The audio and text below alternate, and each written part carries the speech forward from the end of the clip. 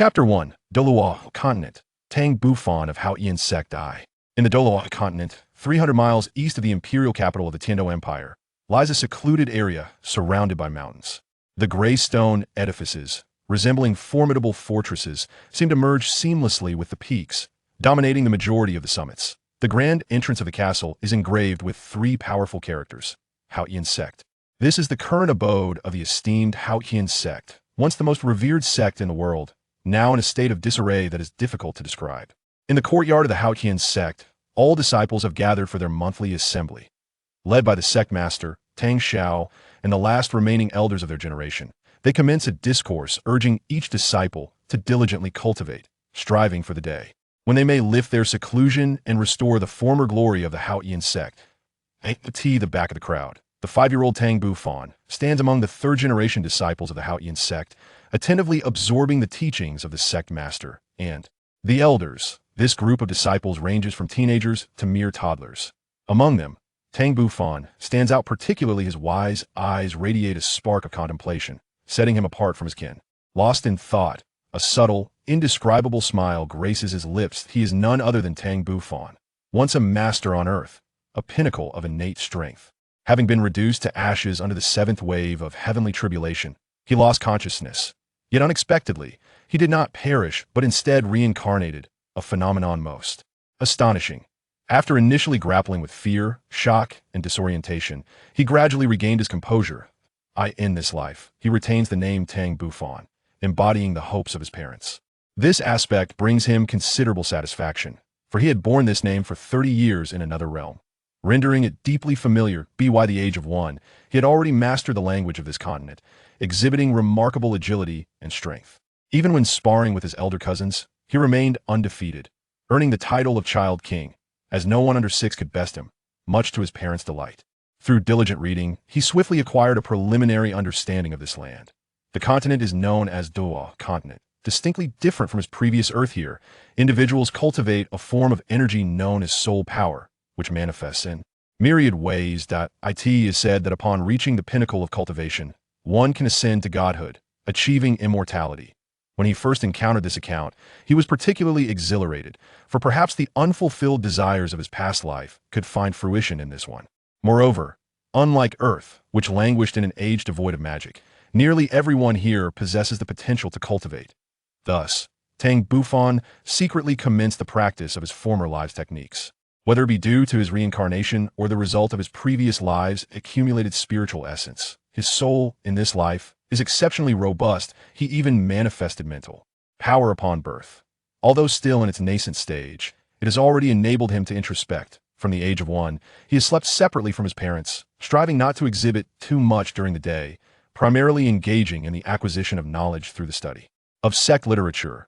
Occasionally indulging in mischief by sparring with his cousins at the teen night, he dedicates himself to the cultivation of his former techniques. Perhaps due to his enhanced physical constitution compared to his past life, his rate of cultivation surpasses that of his previous existence.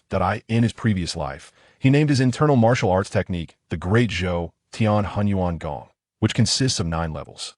Achieving the 9th level would signify the pinnacle of his past existence, reaching the peak of innate ability. Each level requires the unblocking of 12 meridians, culminating in a total of 108 meridians.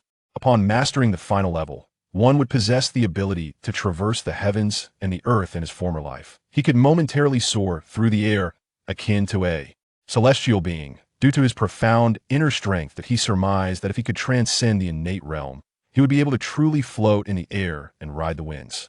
The thought filled him with yearning. Although he was merely 5 years old, he had already reached the pinnacle of the first level of the Great Zhou Tian Hunyuan Gong, with surging inner energy coursing through the 12 fine meridians, forming a small Zhou Tian. However, despite his relentless efforts, he found himself unable to break through the apex of the first level, a stark contrast to his previous life where he had ascended to the 6th level without encountering such a barrier. After much contemplation, he theorized that the stagnation of his Great Zhou Tian Hunyuan Gong might be linked to the unique cultivation civilization of this world, namely the martial souls and soul rings that in the Douluo Continent. Every individual possesses a martial soul, which can be remarkably diverse, ranging from animal martial souls to plant martial souls, and even weapon martial souls. The disciples of the Haotian Sect are endowed with the supreme weapon, martial soul. The Haotian hammer. It was through the Haotian hammer that the ancestors of the Haotian Sect earned their illustrious reputation as the premier sect in the realm. The soul rings, formed from the energy of deceased soul beasts, allow a soul master at a bottleneck to progress by absorbing a soul ring, effectively breaking through their current limitations. This information he gleaned from books and confirmed with his parents in this lifetime, leading him to conclude that the inability to advance in his Great Zhou Tian Hunyuan Gong was likely related to the martial souls and soul rings. However, martial souls only awakened at the age of 6, and he still had to wait another year to that moment. The sect leader and 5 elders concluded their discussions, and the assembly was disbanded. The numerous disciples of the Haotian Sect dispersed instantly, with the young children returning home to their parents as they passed by Tang Bufan. Their expressions were notably complex. Some hid behind their parents, fearfully glancing at him, as they were among those he had previously bested, leaving them with lingering shadows of childhood trauma. Others, slightly older, harbored defiance, even contemplating confrontation, yet the sect's regulations forbade such actions. While the sect did not disapprove of sparring among disciples, there were strict distinctions. Those below 6 years of age and those above belonged to entirely different realms of understanding. Those who had awakened their martial souls were typically endowed with innate soul power of at least level 4, with exceptional individuals reaching levels 8 or 9, and occasionally even manifesting full innate soul power. Consequently, the sect mandated that disciples who had awakened their martial souls were not permitted to engage in combat with those who had not. The older children, who had once been defeated by Tang Bufan, found this particularly vexing, as they had already awakened their martial souls but were still unable to confront him. Thus, every time they encountered Tang Bufan, they felt an intense resentment. Meanwhile, Tang Bufan would often provoke them, which they found intolerable. They resolved to endure for a year, biding their time until their own martial souls awakened, at which point they would seek to retaliate and vent their frustrations. Tang Bufan regarded them with utter disdain, having previously exerted little effort in their encounters. Even now, with their martial souls awakened, he remained unfazed as long as they had not acquired a soul ring. He held no trepidation. However, once they obtained a soul ring, their power would significantly augment, accompanied by soul skills. Without prior confrontation, he could not guarantee his superiority over them. Soon, a young couple approached. The man appeared to be in his 30s, while the woman was slightly younger. They were none other than Tang Bufan's parents, Tang Zheng and Su Xiuqing. Hand in hand, they guided the gentle little hand of Tang Bufan as they offered apologies to numerous clan members, many of whom had fallen victim to Tang Bufan's earlier antics. Most of the clan brothers responded with hearty laughter, for they were all kin, and children's squabbles were hardly taken to heart. Before long, around 100 individuals had departed. At that moment, the clan leader, Tang Xiao, along with the 5 elders, approached. In Chapter 2, titled Douluo Continent, Tang Bufan of Haotian Clan Part 2, Tang Zheng and Su Xiuqing promptly greeted the clan leader and the 5 elders. To be honest, they were quite perplexed, having no inkling as to the purpose of the leader's visit. The clan leader, Tang Xiao, had attained the remarkable rank of a title Douluo at level 92, while the elders all surpassed level 80 as Soldo, serving as the backbone of the Haotian clan. Standing beside his mother, Tang Bufan curiously observed Tang Xiao and the others. Feeling a mixture of tension and excitement, for this was his first close encounter with the continent's elite. Tang Xiao, towering nearly 2 meters tall, exuded an inherent pressure even when concealing his soul power, and Tang Bufan's instincts told him that this man was formidable. Tang Xiao chuckled lightly, remarking, "Tang Zheng, your son is quite impressive. Even I and the elders have heard of his commendable deeds." Tang Zheng's face flushed with embarrassment. Clan leader, Little Fan, is merely 5 years old and rather mischievous. I shall discipline him properly upon our return. Tang Xiao dismissed the notion. You misunderstand me. I harbor no grievances towards him. In fact, I find his spirited nature refreshing. The atmosphere within the clan has grown somewhat serious in recent years, and his presence alleviates that solemnity. I have high hopes for him and eagerly anticipate his martial soul awakening in a year. The second elder chimed in with a smile. Our Haotian clan requires such disciples with him among us. The other disciples will find motivation in their cultivation. The remaining 4 elders, though exhibiting varied expressions, seemed to concur with the second elder's sentiment. Tang Zheng and Su Xiuqing exchanged bewildered glances. Tang Xiao and the others offered a final admonition. Nurture him while we look forward to his future performances. With that, the 5 departed, leaving Tang Zheng and the 2 others in a state of astonishment. Tang Bufan maintained an outward composure while inwardly grappling with confusion. Had they uncovered his secret? That seemed unlikely. Tang Zheng looked at Tang Bufan, playfully chastising him. "You little rascal, I told you to rein it in, why do you not listen?" Tang Bufan rolled his eyes, cleverly retorting, "I'm not being mischievous, they merely bully me because they are older. Besides, neither the clan leader nor the elders have blamed me. What? You little brat, you dare to use the sect master and the elders to intimidate me? Just watch me deal with you." Tang Zheng exclaimed, his words suggesting he was ready to take action. Yet the smile at the corner of his mouth betrayed him. Tang Bufan would not simply succumb, he swiftly turned and dashed towards his home, leaving Tang Zheng in hot pursuit behind him. Nearby, Su Xiuqing observed the playful banter between the father and son, a blissful smile gracing her face. She had no choice but to follow the duo back home. Within the castle of the Haotian Sect resided the second generation of disciples and the first generation of elders, while the third and fourth generation disciples dwelled in stone houses built at the rear of the castle that, just 5 years of age, Tang Bufan still lived with his parents. Once he turned 6 and awakened his martial soul, he would move into the stone houses akin to the third-generation disciples. He had long expressed a desire to live in the stone houses, but his mother insisted he wait until he was 6. Upon returning to the castle, Tang Bufan retreated to the study to read. Perusing the data on soul beasts and the comprehensive history of Douluo Continent, he absorbed everything available, his remarkable memory allowing him to recall all with ease. His parents were busy in the kitchen, creating a warm and loving atmosphere. As spring turned to autumn, a year slipped by in this manner. At last, Tang Bufan reached the age of 6, coinciding with the time for his martial soul awakening. During this past year, his training had not ceased, even if he could not break through. His internal energy seemed to have become richer and more refined. In the study, Tang Bufan extended his right hand, revealing a sword-shaped birthmark on his palm. This birthmark bore a striking resemblance to the sword-shaped pendant he had worn around his neck in his previous life, leaving him to wonder if there was a connection between the two. Having spent 6 years in the Douluo Continent, he still could not comprehend how he had survived beneath the heavenly thunder. Yet, gazing at the sword-shaped mark, a chilling thought arose within him that he quickly shook his head, dismissing any further contemplation on his reincarnation. As for Earth, he felt no nostalgia, for in his former life, he was an orphan raised by his master, who had also passed away many years ago. In the early morning, all disciples of the Haotian Sect gathered once more in the front courtyard. Today, in addition to the obligatory assembly, they would conduct the martial soul awakenings for the younger disciples. The Haotian Sect held the awakening ceremony every 6 months, and today, 3 individuals would undergo this rite: Tang Bufan, Tang Feng, and Tang Ming. The numerous clan members quickly dispersed, clearing the area for the 3 of them. Sect Master Tang Xiao and 5 elders watched eagerly as the 3 children prepared for their awakenings, with particular attention on Tang Bufan. In the next moment, Tang Xiao stepped forward, intending to personally awaken the martial souls of the 3. Tang Bufan was somewhat astonished. After all, this was the sect master, one of the few titled Douluos in the continent. Tang Xiao smiled slightly, producing the soul stones and soul power crystal orbs that had been prepared in advance. Soon, a hexagonal formation manifested on the ground, with 6 black soul stones positioned at each vertex.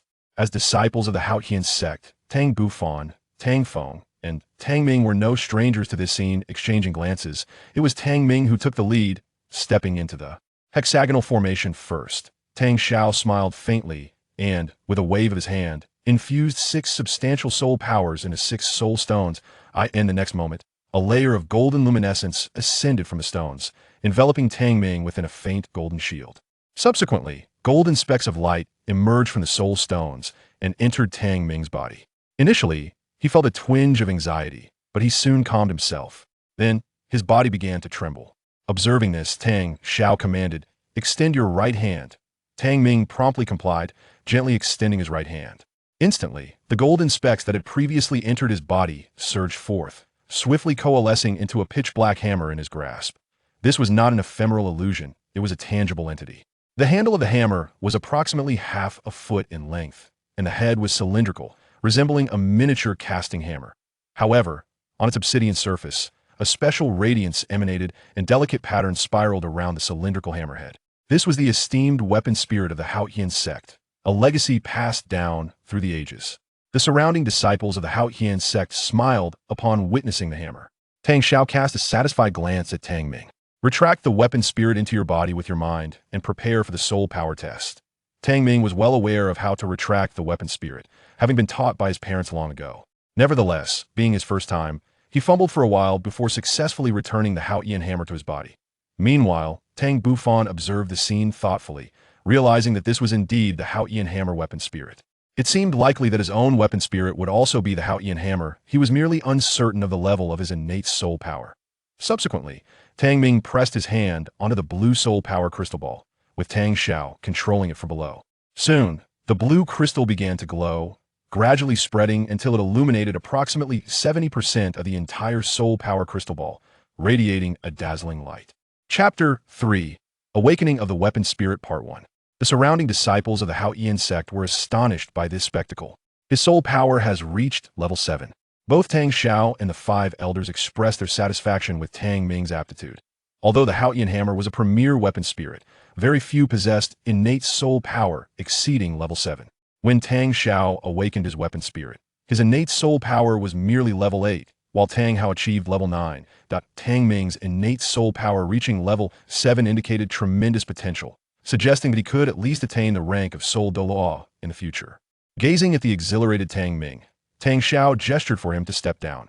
With his cheeks flushed and brimming with excitement, Tang Ming trotted over to Tang Bufan, somewhat self-satisfied. "Boss, Tang Feng, my innate soul power is level 7. How about that?" Tang Bufan scoffed, lightly patting Tang Ming's shoulder, causing him to emit a yelp. "A mere level 7, and you're so boastful. Do you believe that both Tang Feng and I possess higher innate soul powers than yours?" Tang Ming winced at the slight pain and swiftly dodged Tang Bufan's playful hand, well aware of the weight behind his boss touch. "He'll accept that your innate soul power is higher than mine. But as for Tang Feng, I refuse to believe his soul power surpasses mine." Tang Feng, unable to tolerate Tang Ming's arrogance, let out a cold snort. "We shall see." With a hint of trepidation, Tang Feng approached the hexagonal array, harboring doubts about whether his innate soul power surpassed that of Tang Ming. Although the Haotian hammer is a premier martial soul, and disciples of the Haotian clan typically awaken with innate soul power at or above level 4, it is noteworthy that levels 4 and 5 constitute the vast majority, while level 6 is relatively scarce, and levels above 7 are exceedingly rare. Soon, under the watchful gaze of the crowd, Tang Feng stepped into the array, and Tang Xiao once again waved his hand to infuse 6 strands of soul power. In an instant, Tang Feng was enveloped in a resplendent golden radiance, as numerous golden dots coalesced, ultimately forming an identical Haotian hammer in his right hand. Before Tang Xiao could issue further instructions, Tang Feng instinctively retracted the Haotian hammer with his will, prompting Tang Xiao to nod in approval. In the next moment, Tang Feng drew a deep breath and approached the clan leader, gently pressing his right hand upon the azure soul power crystal sphere. Instantly, the crystal sphere erupted in a dazzling blue light, more intense than that previously exhibited by Tang Ming. After a brief moment, the soul power crystal ceased its expansion, and Tang Xiao gazed in astonishment at the crystal sphere, for the azure halo encompassed a staggering 9 layers. He instinctively gasped, realizing that Tang Feng possessed innate soul power at the 9th level. Behind him, the 5 elders exchanged glances, each reflecting the surprise in the other's eyes. The emergence of Tang Ming, with innate soul power at the 7th level, had already delighted them. Yet they were taken aback by the revelation that Tang Feng's talent exceeded even that, rivaling the prodigious abilities of Tang Hao. This was indeed a seedling of a titled Douluo. Although innate soul power does not solely determine a soul master's future achievements, it certainly indicates potential. With sufficient effort in the future, ascending to the rank of titled Douluo would merely be a matter of time. Consequently, decades hence, the Haotian Sect could proudly welcome 2 new titled Douluo. Should they themselves achieve the same rank, then the Haotian Sect would no longer fear the Spirit Hall, reclaiming their unparalleled glory as the supreme sect. Contemplating this, they gazed at the dazed Tang Feng with smiles of approval. In the crowd, Tang Ming's expression was tinged with bitterness. The realization that Tang Feng's innate soul power had reached the 9th level, surpassing his own, weighed heavily on him. He had just claimed that his soul power was superior, which now implied that he would be outmatched and potentially bullied by Tang Feng. Beside him, Tang Bufan was equally astonished. Being well-versed in the texts of the Haotian Sect, he knew that throughout the sect's history, only a handful had attained innate soul power at the 9th level, all of whom later became titled Douluo. Among them, this generation's Haotian Douluo, Tang Hao, was renowned as the youngest titled Douluo on the continent. while the previous generation's Haotian Douluo had reached the pinnacle of soul mastery at level 99. However, it was said that the former sect leader had departed in pursuit of even higher realms. Otherwise, the Spirit Hall would never have dared to pressure the Haotian Sect or pursue its disciples, leading the sect to retreat from public view. After a moment, the sect leader, Tang Xiao, exclaimed joyfully, "Splendid! What a remarkable innate soul power of level 9. The surrounding disciples erupted in cheers, and Tang Feng's parents were elated, dancing with joy. This boy's soul power is astonishing, reaching level 9. We bullied him before. What shall we do?" A small child, merely 7 or 8 years old, whispered to his companions. The other young disciples of the third generation of the Haotian Sect, also around the same age, felt a flicker of trepidation. It was well known that Tang Feng and Tang Ming were aligned with the notorious Tang Bufan, and though they were reluctant to admit it, Tang Bufan was indeed fierce in combat. With this thought, they cast anxious glances at Tang Bufan, the youngest of them all, who had yet to awaken his martial soul. They silently wished for Tang Bufan to possess lower soul power. Otherwise, they would have to avoid crossing paths with him in the future. After a long while, Tang Feng finally stepped away from the formation, returning to his parents' side. Tang Zheng expressed his admiration, congratulating his elder cousin. It's truly a moment worthy of celebration that Xiao Feng has attained a 9th level innate soul power. I wonder how my little fan's talents measure up. Tang Feng's father is named Tang Yuan. Due to the close camaraderie between Tang Feng, Tang Bufan, and Tang Ming, the three families maintain a strong bond. Tang Yuan's smile remained undiminished as he remarked, "Cousin, your Bufan is renowned within the clan for his intelligence and robust physique. How many of the younger generation can claim they have not been bested by him?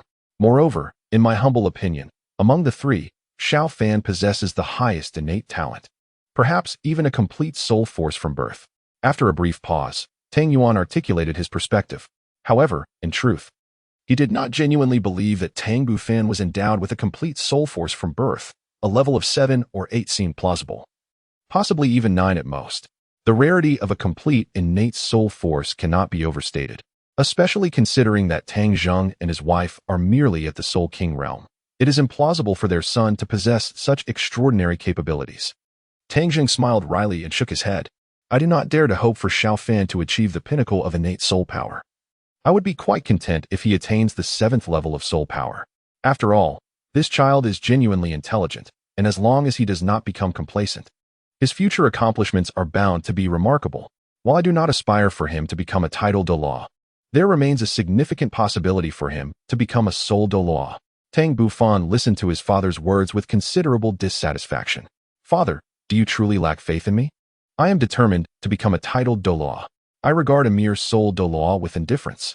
Tang Jing's countenance darkened upon hearing his son's audacious words. "What an arrogant boy! You have yet to awaken your martial soul, and yet you dare to speak so boldly. Do you comprehend the difficulty of reaching the status of a titled Douluo?"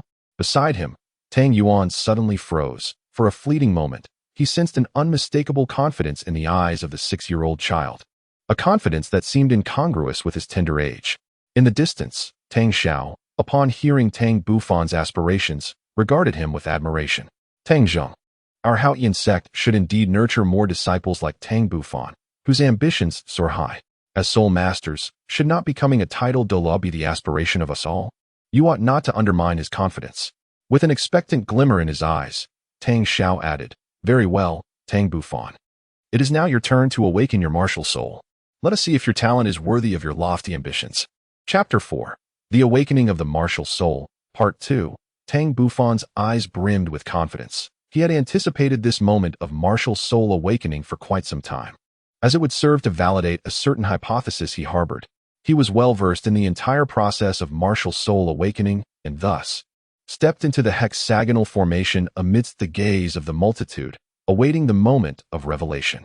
At this juncture, Tang Bufan felt an unusual calmness, devoid of the excitement and anxiety exhibited by Tang Ming and the others. Observing Tang Bufan's composure, Tang Xiao couldn't help but elevate his assessment of him further. In the next moment, as 6 strands of soul power flowed into the soul stone, a golden radiance erupted, enveloping Tang Bufan at the center of the formation. The first sensation that washed over him was warmth. It was no wonder that Tang Ming and the others had appeared significantly more tranquil upon entering the formation, shedding their previous tension. Subsequently, Tang Bufan distinctly sensed this warm aura permeating into his being, and through introspection, he could clearly see the golden specks entering his body. And their numbers were steadily increasing. Outside the formation, Tang Zhao's eyes revealed a look of astonishment as he observed that the golden specks coalescing around Tang Bufan surpassed the combined total of Tang Ming and Tang Feng. After a brief interval, the influx of golden specks ceased. Simultaneously, Tang Bufan felt the profound energy he had cultivated over the years begin to stir within him. Under the influence of this warm golden force, it seemed as though something within him shattered, and soon thereafter, this golden warmth began to gather towards his left hand. In the next instant, a purple-black Haotian hammer materialized in the palm of Tang Bufan's left hand, its formidable weight causing him to furrow his brow. He was certain that Tang Ming and Tang Feng's Haotian hammers could not compare to the heft of his own, were it not for his exceptionally strong physique. Honed by years of refining through the great circulation of mixed yuan energy, he would have struggled to lift it effortlessly. Gazing at the Haotian hammer, which had coalesced from his mixed yuan energy into something almost tangible, Tang Bufan seemed to grasp a deeper understanding. Meanwhile, outside, a tumultuous uproar erupted. As the sect leader, Tang Xiao immediately noticed the anomaly in Tang Bufan's martial soul. Swiftly, he approached Tang Bufan, grasping his left hand to scrutinize the Haotian hammer closely. The 5 elders, standing a short distance away, followed closely behind Tang Xiao, their expressions mirroring astonishment. In the distance, many disciples from various sects, witnessing the peculiarities of Tang Bufan's martial soul, were equally taken aback, and exclamations of surprise reverberated through the crowd. It was astonishing that the Haotian hammer was not black. Had the martial soul undergone a mutation? It seemed likely. Otherwise, the sect leader and elders would not have rushed over to inspect it. The uncertainty lingered. Had the martial soul grown stronger or weaker? Discussions of this nature abounded. Tang Zheng and Su Xiuqing were also quite anxious. However, now that the sect leader and the elders had arrived, they could only bide their time patiently. Behind them, Tang Feng and Tang Ming exchanged hushed words, remarking on the undeniable prowess of their leader, whose aura during the martial spirit awakening surpassed their own. Within the formation, Tang Bufan was taken aback by the imposing presence of the sect leader and the elders. Was it merely the slightly different hue of the martial spirit? It hardly warranted such a grand display. After a considerable time, Tang Xiao finally concluded his assessment of Tang Bufan's martial spirit, his exclamations of wonder filling the air. Moments later, it seemed that the 5 elders had also finished their evaluation of Tang Bufan's martial spirit. Only then did Tang Bufan retract his martial spirit with his thoughts, his eyes brimming with questions as he looked at the sect leader and the elders, eagerly awaiting their elucidation. Tang Xiao did not respond to Tang Bufan. Instead, he turned to the 5 elders and inquired, "Esteemed elders, what is your perspective?" The 5 elders exchanged glances, and ultimately, it was the most esteemed second elder who spoke. It appears that the sect master has already reached a conclusion. Based on our assessment, it is indeed true that Tang Bufan's martial soul has undergone a mutation, and furthermore, it has grown stronger. In addition to the inherent power attributes of our Haotian hammer, it has also acquired an additional lightning attribute, accompanied by a formidable paralyzing capability. It is possible that it has even developed into a unique innate domain. Pausing momentarily, the second elder continued. This may very well be the first instance of a mutated Haotian hammer martial soul within our Haotian sect. His tone was filled with incredulity. Tang Xiao nodded in agreement with the elder's perspective, yet one question lingered in his mind. How could his martial soul have undergone such a mutation? If memory serves, his mother's martial soul appeared to be an ordinary dagger, which is indeed perplexing. The second elder chuckled lightly, saying, "Master, the formation of a mutated martial soul is beyond our comprehension. Ultimately, what matters is that Tang Bufan's Haotian hammer martial soul has grown stronger. And that is a positive development." Tang Xiao pondered for a moment. At that point, Tang Bufan weakly inquired, "Sovereign, esteemed elders, may I be informed of the events that have transpired?" Tang Xiao suddenly recalled Tang Bufan within the formation and couldn't help but burst into hearty laughter. It seemed they had overlooked this protagonist. The second elder stroked his beard and said kindly, "It's nothing. It's simply that your Haotian hammer surpasses theirs. Now, my child, you have yet to assess your spiritual power, haven't you? Let us see what level your spiritual power has attained." Tang Bufan feigned a semblance of comprehension, yet inwardly, he grasped everything with clarity. He had eavesdropped on the conversation between the sect leader and several elders, comprehending their discourse perfectly. His martial soul had undergone a transformation, gaining enhancement and an additional thunder attribute. This realization sparked a thought in his mind. Perhaps the thunder attribute was connected to the heavenly thunder of his past.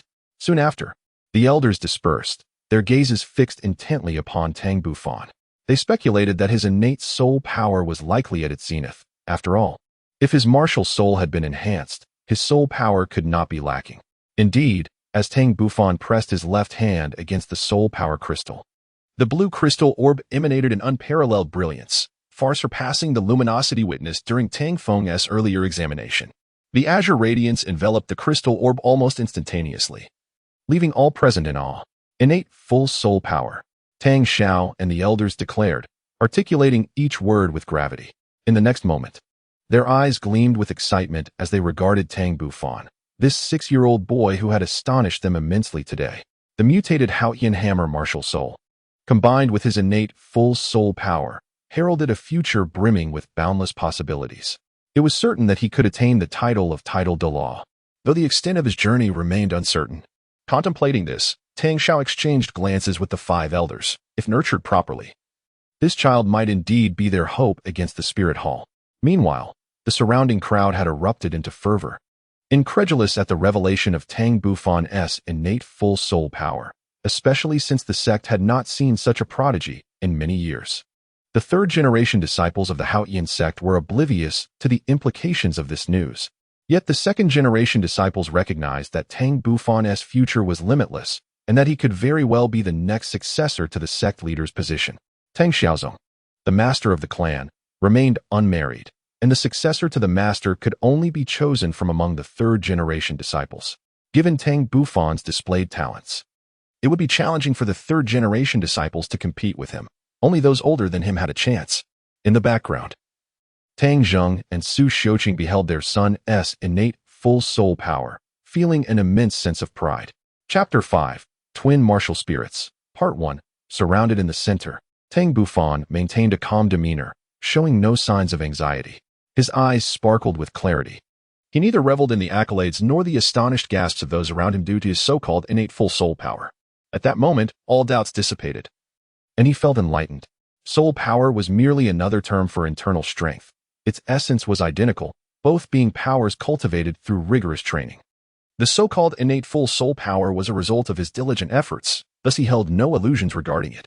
Moreover, since the awakening of his martial spirit, he sensed that the bottleneck of the first level of the great Zhou Hunyuan Gong had loosened somewhat, suggesting that he might dare to strive for the second level of mastery.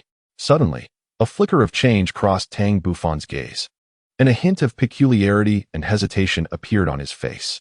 It seemed there was another martial spirit within him, one that felt even more formidable than the Haotian hammer in his left hand. He was uncertain whether to disclose this to the master and the elders. Observing the gentle smiles on the faces of the master and elders, Tang Bufan quietly made a decision. As Tang Bufan was about to reveal the existence of his additional martial soul, Tang Xiao halted him with a mere glance. Subsequently, Tang Xiao cleared his throat gently, and the front yard soon fell into silence. It was then that he declared, "Today, I am filled with joy as our sect has witnessed the emergence of 3 prodigious talents. They are Tang Bufan, Tang Feng, and Tang Ming. I urge you to dedicate yourselves to your training henceforth, lest you squander your innate gifts. Strive for the title of Douluo. That shall be your aspiration. Onward." Young ones, Tang Feng and Tang Ming were instantly flushed with excitement, their hearts ignited by boundless ambition. Tang Ming could not help but exclaim, "I aspire to become a Douluo." This provoked a wave of laughter from those around him, particularly from the third-generation disciples of similar age, who wore mocking smiles. In contrast, Tang Feng maintained a greater composure. Although his face still radiated enthusiasm, he did not display it as overtly as Tang Ming. Instead, he silently resolved to share the same ambition, vowing to become a titled Douluo. Subsequently, Tang Xiao announced the dissolution of the gathering, yet he retained Tang Bufan. Soon, the entire front courtyard was left with only the Tang Zheng family, the sect leader, and 5 elders. At this moment, Tang Zheng and Su Xiuqing finally came to realize that they were utterly oblivious to the reason why the sect leader and the others had chosen to retain Xiao Fan. Just then, Tang Xiao and the 5 elders encircled them once more, their eyes radiating a peculiar luminescence, as if they were appraising an unparalleled treasure. Although Tang Bufan possessed a maturity beyond his years, he instinctively felt a tinge of fear, swiftly retreating behind his parents. Tang Xiao and the others swiftly composed themselves, seemingly aware that they had frightened Tang Bufan, yet their eyes still shimmered with an eager anticipation. Taking a deep breath, Tang Xiao stated with gravity, "Very well, Tang Bufan. We noticed your hesitation just now. Do you have something to share with us?" A flicker of barely perceptible astonishment flashed in Tang Bufan's eyes as he glanced at Tang Zheng and Su Shouqing before stepping forward. He gently raised his right hand, and a faint golden glow surged forth from his palm. The radiance then coalesced, revealing a magnificent golden longsword. An overwhelming aura surged forth, and unlike the Haotian hammer, this enigmatic sword seemed to encapsulate all of Tang Bufan's internal strength. It was exceptionally heavy, even more so than the Haotian hammer, causing his hand to tremble uncontrollably. Despite his formidable physique, he found it somewhat challenging to maintain his grip, and his right hand began to descend slowly. Upon witnessing this, Tang Zheng stepped forward and grasped Tang Bufan's right hand, his eyes filled with overwhelming emotion, rendering him speechless. Beside them, Su Shouqing expressed her incredulity, exclaiming, "A twin martial soul. My son actually possesses a twin martial soul." Tang Xiao and the 5 elders exchanged a glance filled with excitement, as if they had anticipated this moment all along. In truth, doubts had begun to arise the moment Tang Bufan summoned the Haotian hammer from his left hand. For it was universally acknowledged that disciples of the Haotian Sect wielded their Haotian hammers in their right hand, without exception. The only conceivable explanation for the hammer appearing in his left hand was the existence of a twin martial soul. But could Tang Bufan truly possess a twin martial soul? It seemed rather implausible, given that Su Shouqing's martial soul was merely an ordinary dagger, lacking the quality of the Haotian hammer. However, upon witnessing Tang Bufan's aberrant Haotian hammer, their suspicions began to gain credence. Yet, uncertainty lingered until Tang Bufan unleashed his second martial soul, at which point their previous conjectures solidified into reality. At that moment, Tang Zheng was closely examining the martial soul in his son's right hand.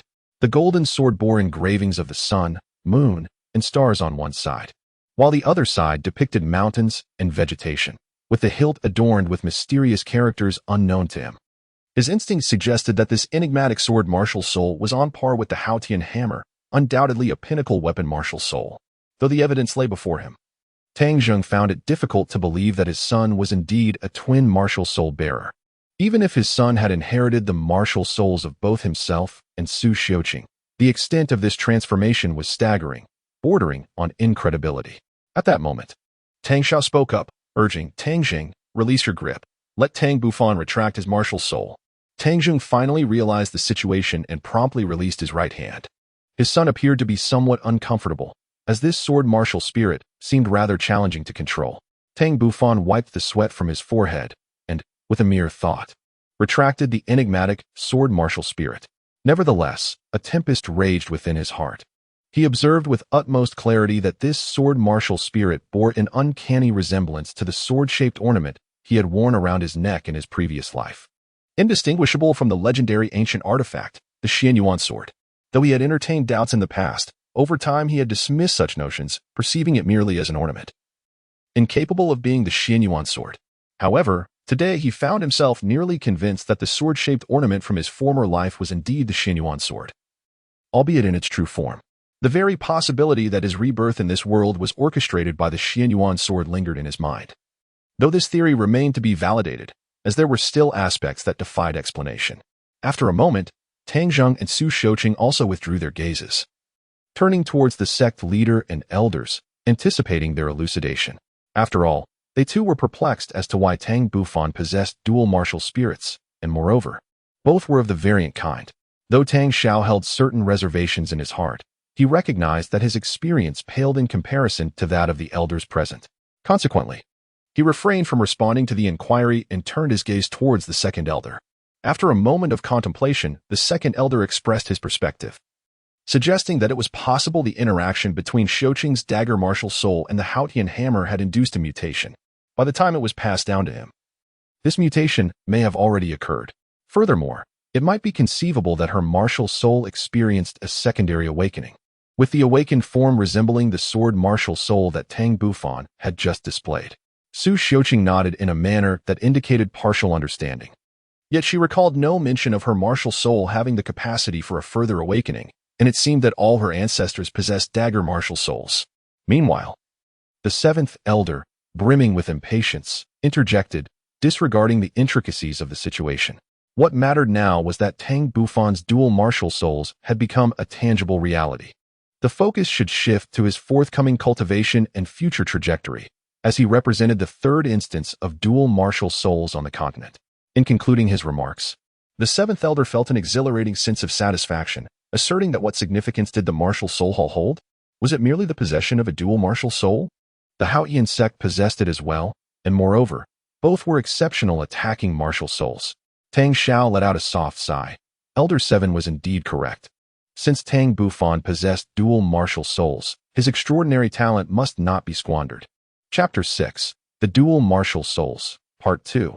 Tang Bufan listened quietly to the conversation between his parents, harboring a lingering curiosity about why Tang Feng and the others possessed only a single Haotian hammer martial soul, while he was endowed with two. It dawned upon him that he was indeed a twin martial soul bearer.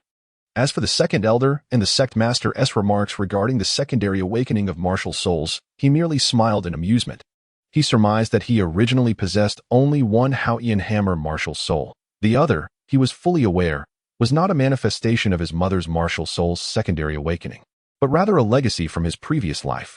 The reason it had become his martial soul remained a complete mystery to him. Nevertheless, he held steadfast in his belief that the truth would eventually reveal itself in due time. Tang Zheng and Su Xiuqing, the couple, were greatly stirred by the words of the seventh elder. It was evident that the sect intended to focus on nurturing Xiao Fan. Nevertheless, one must acknowledge that their son's talent could be deemed the most exceptional in the history of Haotian Sect, truly deserving of the sect's utmost investment in his development. Tang Xiao solemnly cast a glance at the Tang Zheng couple and the several elders. I have resolved to focus on the cultivation of Tang Bufan from today onward, even to the extent of personally guiding his training. However, there exists a particular challenge. Should he initially cultivate the martial soul, the Haotian hammer, or the sword martial soul? The five elders eagerly voiced their willingness to mentor Tang Bufan, exhibiting a competitive spirit reminiscent of vying for a disciple. The seventh elder was the first to speak, stating, "As the leader of our sect, you should prioritize your own cultivation. The stronger you become, the sooner our Haotian Sect can emerge. As for us old fellows, our talents are limited. It would be more prudent to dedicate some time to nurturing the younger generation." The remaining four elders also expressed their disapproval of the sect leader diverting his attention to guide Tang Bufan's training, implying that he should refrain from focusing on Tang Bufan. Tang Xiao couldn't help but smile wryly, abandoning his initial thoughts. Mr. and Mrs. Tang gazed at their son with expressions of immense pride. Tang Bufan listened intently to their conversation, feeling a surge of reluctance. Drawing upon the wisdom of his past life, he realized that he did not require guidance from others for his cultivation. Although he harbored numerous secrets, their revelation would not be catastrophic. However, he preferred not to elaborate. Meanwhile, Tang Xiao, who had withdrawn from the competition, caught sight of this scene and chuckled as he intervened with the five elders who were vying for attention. "Behold," he remarked, "our protagonist seems rather disinclined to accept your counsel.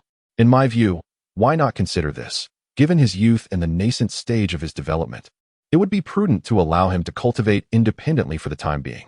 Should he encounter any difficulties, he can always seek our guidance, and we shall provide oversight as needed." The elders nodded in agreement, and Tang Bufan could not help but smile at the sect leader in gratitude. The Tang couple held no objections, yet they still expressed their perspective. "Sovereign, the five elders, Xiao Fan possesses innate, full soul power. The next step should be to hunt soul beasts to obtain soul rings. But on which martial soul should this soul ring be added? Moreover, his martial soul has already undergone mutation. What kind of soul beast should he hunt?" In light of Tang's barrage of inquiries, not only was Tang Xiao taken aback, but the five elders also found themselves in a state of perplexity. These questions were indeed challenging and, furthermore, quite pressing. Tang Xiao felt a wave of headache. "Tang Zheng, please take Tang Bufan back to rest. For the next few days, just wait patiently, and do not take it upon yourselves to lead him in hunting soul beasts. Let us await the results of our discussions." Tang Zheng nodded in acknowledgement, leading Tang Bufan to greet the sect leader and the elders before departing. As he watched the receding figures of Tang Zheng and the others, a faint smile crept onto Tang Xiao's lips. He harbored a premonition that the future achievements of Tang Bufan were boundless.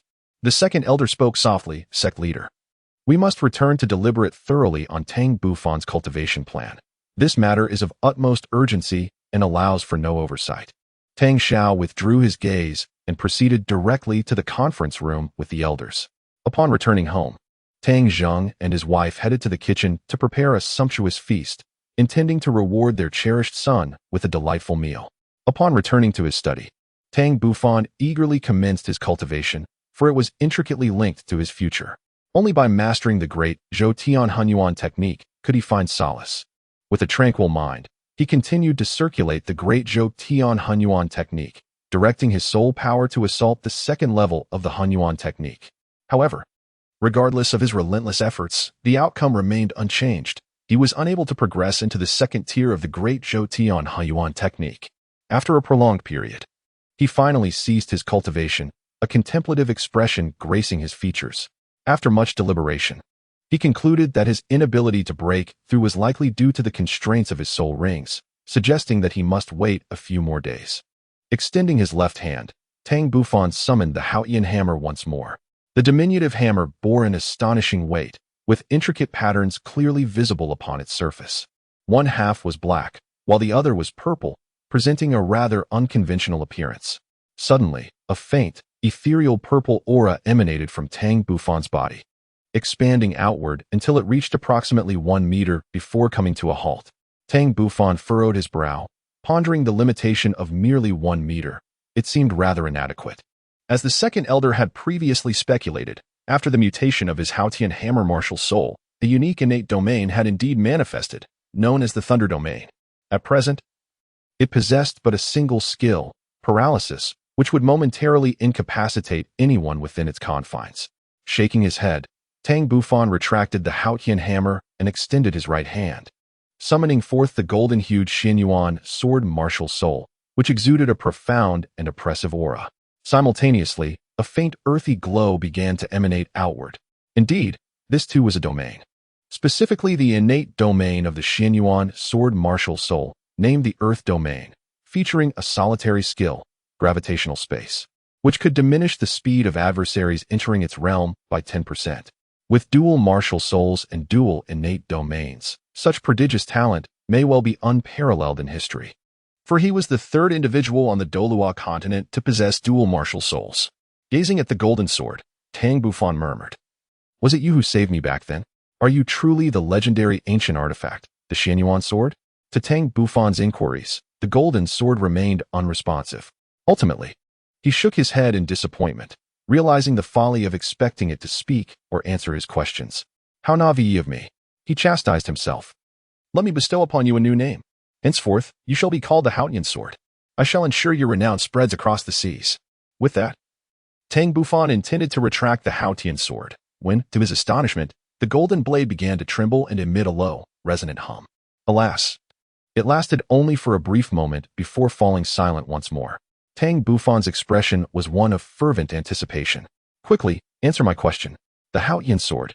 Yet, the Haotian Sword seemed to be ensnared in a slumber, unresponsive to his fervent calls. After a considerable time, Tang Bufan regained his composure. "I believe that one day you shall speak, revealing to me all that transpired after being reduced to ash by the heavenly thunder. Even if you cannot voice your thoughts, I shall find a way to make you speak." As a youth of the 21st century, he had been exposed to the internet in his earlier years. And according to the narratives he encountered, all things possess a spirit. Even weapons, if they attain sufficient rank, can articulate their thoughts. Chapter 7. The First Soul Ring, Part 1. Half an hour later, Tang Zheng and Su Xiuqing had prepared a sumptuous lunch, featuring an array of soul beast meat that Tang Bufan particularly relished. This soul beast meat, imbued with rich energy, was exceptionally delectable when cooked, leaving Tang Bufan's mouth watering in anticipation. At the dining table, Tang Zheng and Su Xiuqing continually offered morsels of meat to Tang Bufan, filling him with profound happiness. Time flowed gently, and before long, a week had passed. After several days of deliberation, Tang Xiao and the 5 elders finally reached a consensus. They resolved to have Tang Bufan primarily cultivate the Haotian hammer martial soul. This decision served a dual purpose. Firstly, it would facilitate the concealment of his second martial soul. Secondly, their profound understanding of the Haotian hammer would enable them to better guide Tang Bufan's training. As for the Haotian sword martial soul, it would be entrusted to Tang Bufan for in-depth study before he added soul rings to it. They had considered the possibility of having Tang Bufan focus on the Haotian sword martial soul, which would allow him to incorporate soul rings exceeding 10,000 years into his Haotian hammer martial soul. Such a strategy would enable Tang Bufan to unleash the full potential of the Haotian hammer, propelling his strength to unimaginable heights. In that scenario, the Haotian Sect would no longer fear the Spirit Hall and could emerge anew.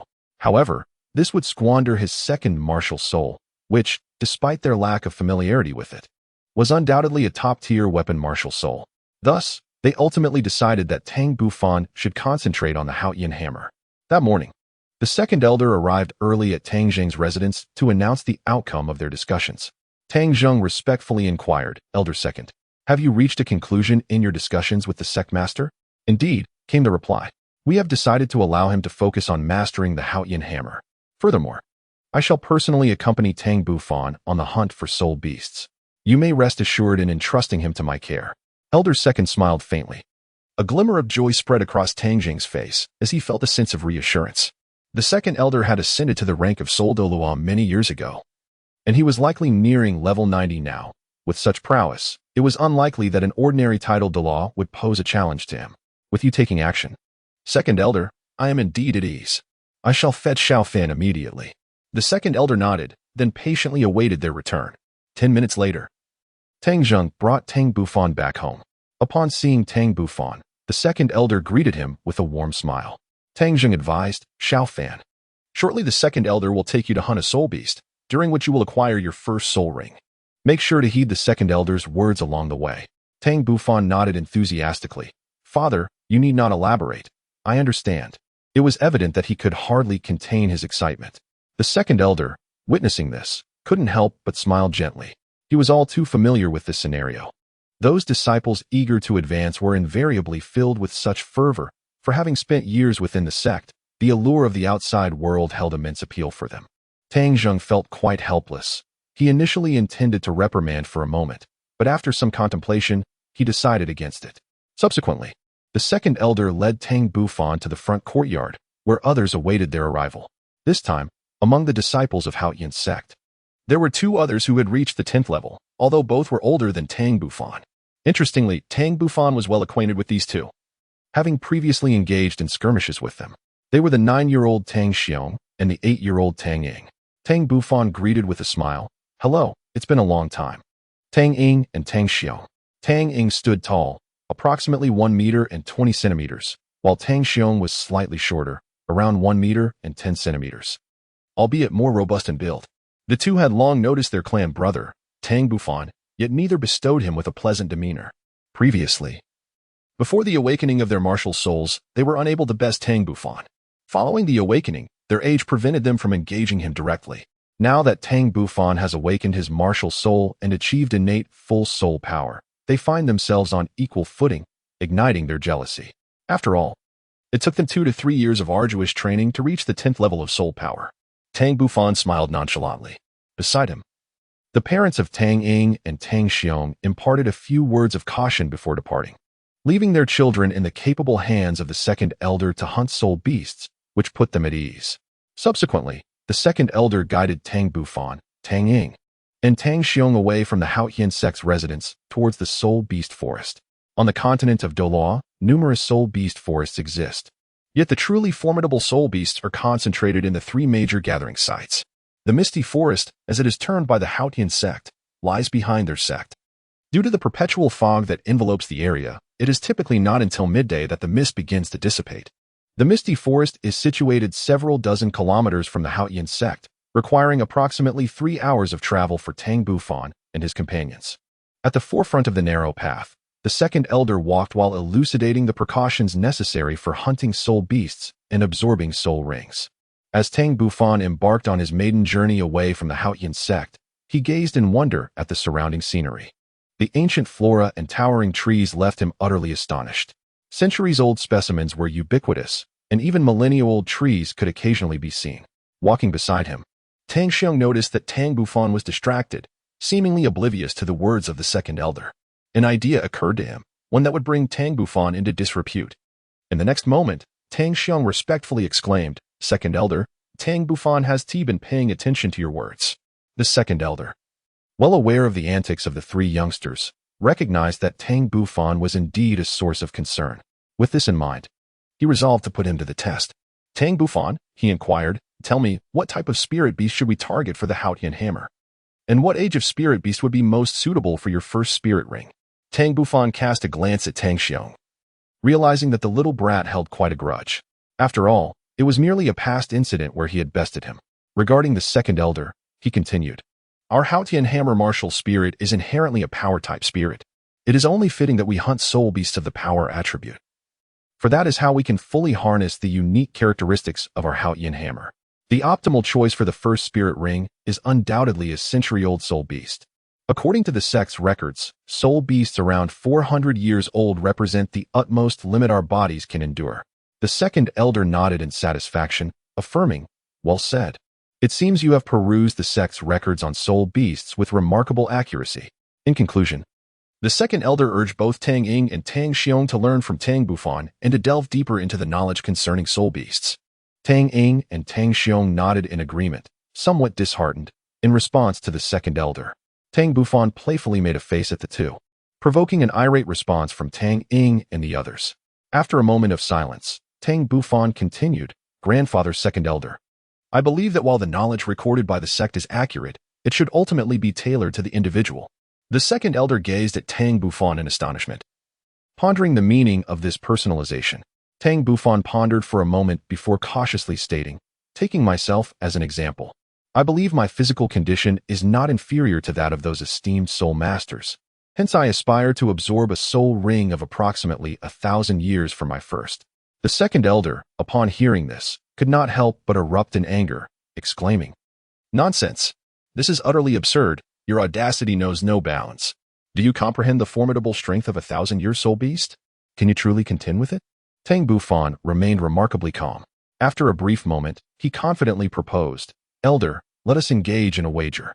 If I can defeat 1,000-year soul beast through my own strength, will you permit me to absorb its soul ring? In the 8th chapter, The First Soul Ring, Part 2, the second elder found himself shaken for the first time by the radiant confidence displayed by Tang Bufan. However, he remained skeptical about Tang Bufan's ability to single-handedly vanquish 1,000-year soul beast, despite the undeniable truth of his innate strength. While he could begrudgingly accept the notion of Bufan absorbing the soul ring of a 500 or 600-year soul beast, the idea of 1,000-year beast seemed far-fetched. After considerable deliberation, the second elder slowly replied, It is not entirely impossible for me to agree, but first, I must witness your capabilities. How about this? If you can aid Tang Ying and Tang Xiong in acquiring their first soul rings, I shall consent to our wager. Tang Bufan pondered for a moment and said, All right, Elder Second, the first spirit ring of the two of them is now bound to me. A smile appeared on the face of Elder Second. In his eyes, a 6-year-old child like Tang Bufan could not possibly possess great strength. It was already commendable that he was not frightened to the point of losing control in the presence of spirit beasts. As for slaying 1,000-year-old spirit beast, that was mere fantasy. Tang Bufan also chuckled. Although merely 6 years of age, his prowess far exceeded that of his peers. Perhaps due to his youth and insufficient inner strength, he was yet unable to fully unleash the might of his past life. Nonetheless, he had once been a pinnacle innate powerhouse, endowed with a lifetime of combat experience. All he needed was to discern the weaknesses of the soul beasts and strike with precision, thus granting him the opportunity to vanquish his adversaries. Of course, the specifics would dictate his course of action. Should the Millennium Soul Beast prove too formidable, he would not recklessly engage. This was merely a fleeting episode. And soon they continued their journey towards their destination. An hour later, the four of them arrived at a boundless forest, shrouded in a delicate veil of white mist. This was the Misty Forest, which was peculiar indeed. Although it belonged to the tropical region, it bore an uncanny resemblance to the Soul Beast forests of the north. An enigma to behold. After a brief respite, the second elder led Tang Bufan and the others into the depths of the misty forest. As they traversed the path, the ambience was far from tranquil. The chorus of insects and birds intermingled with the roars of wild beasts echoed around them. Soul beasts typically emerged at noon. So the second elder urged, stay alert and search diligently. If we miss this prime opportunity, it will be exceedingly difficult to find them.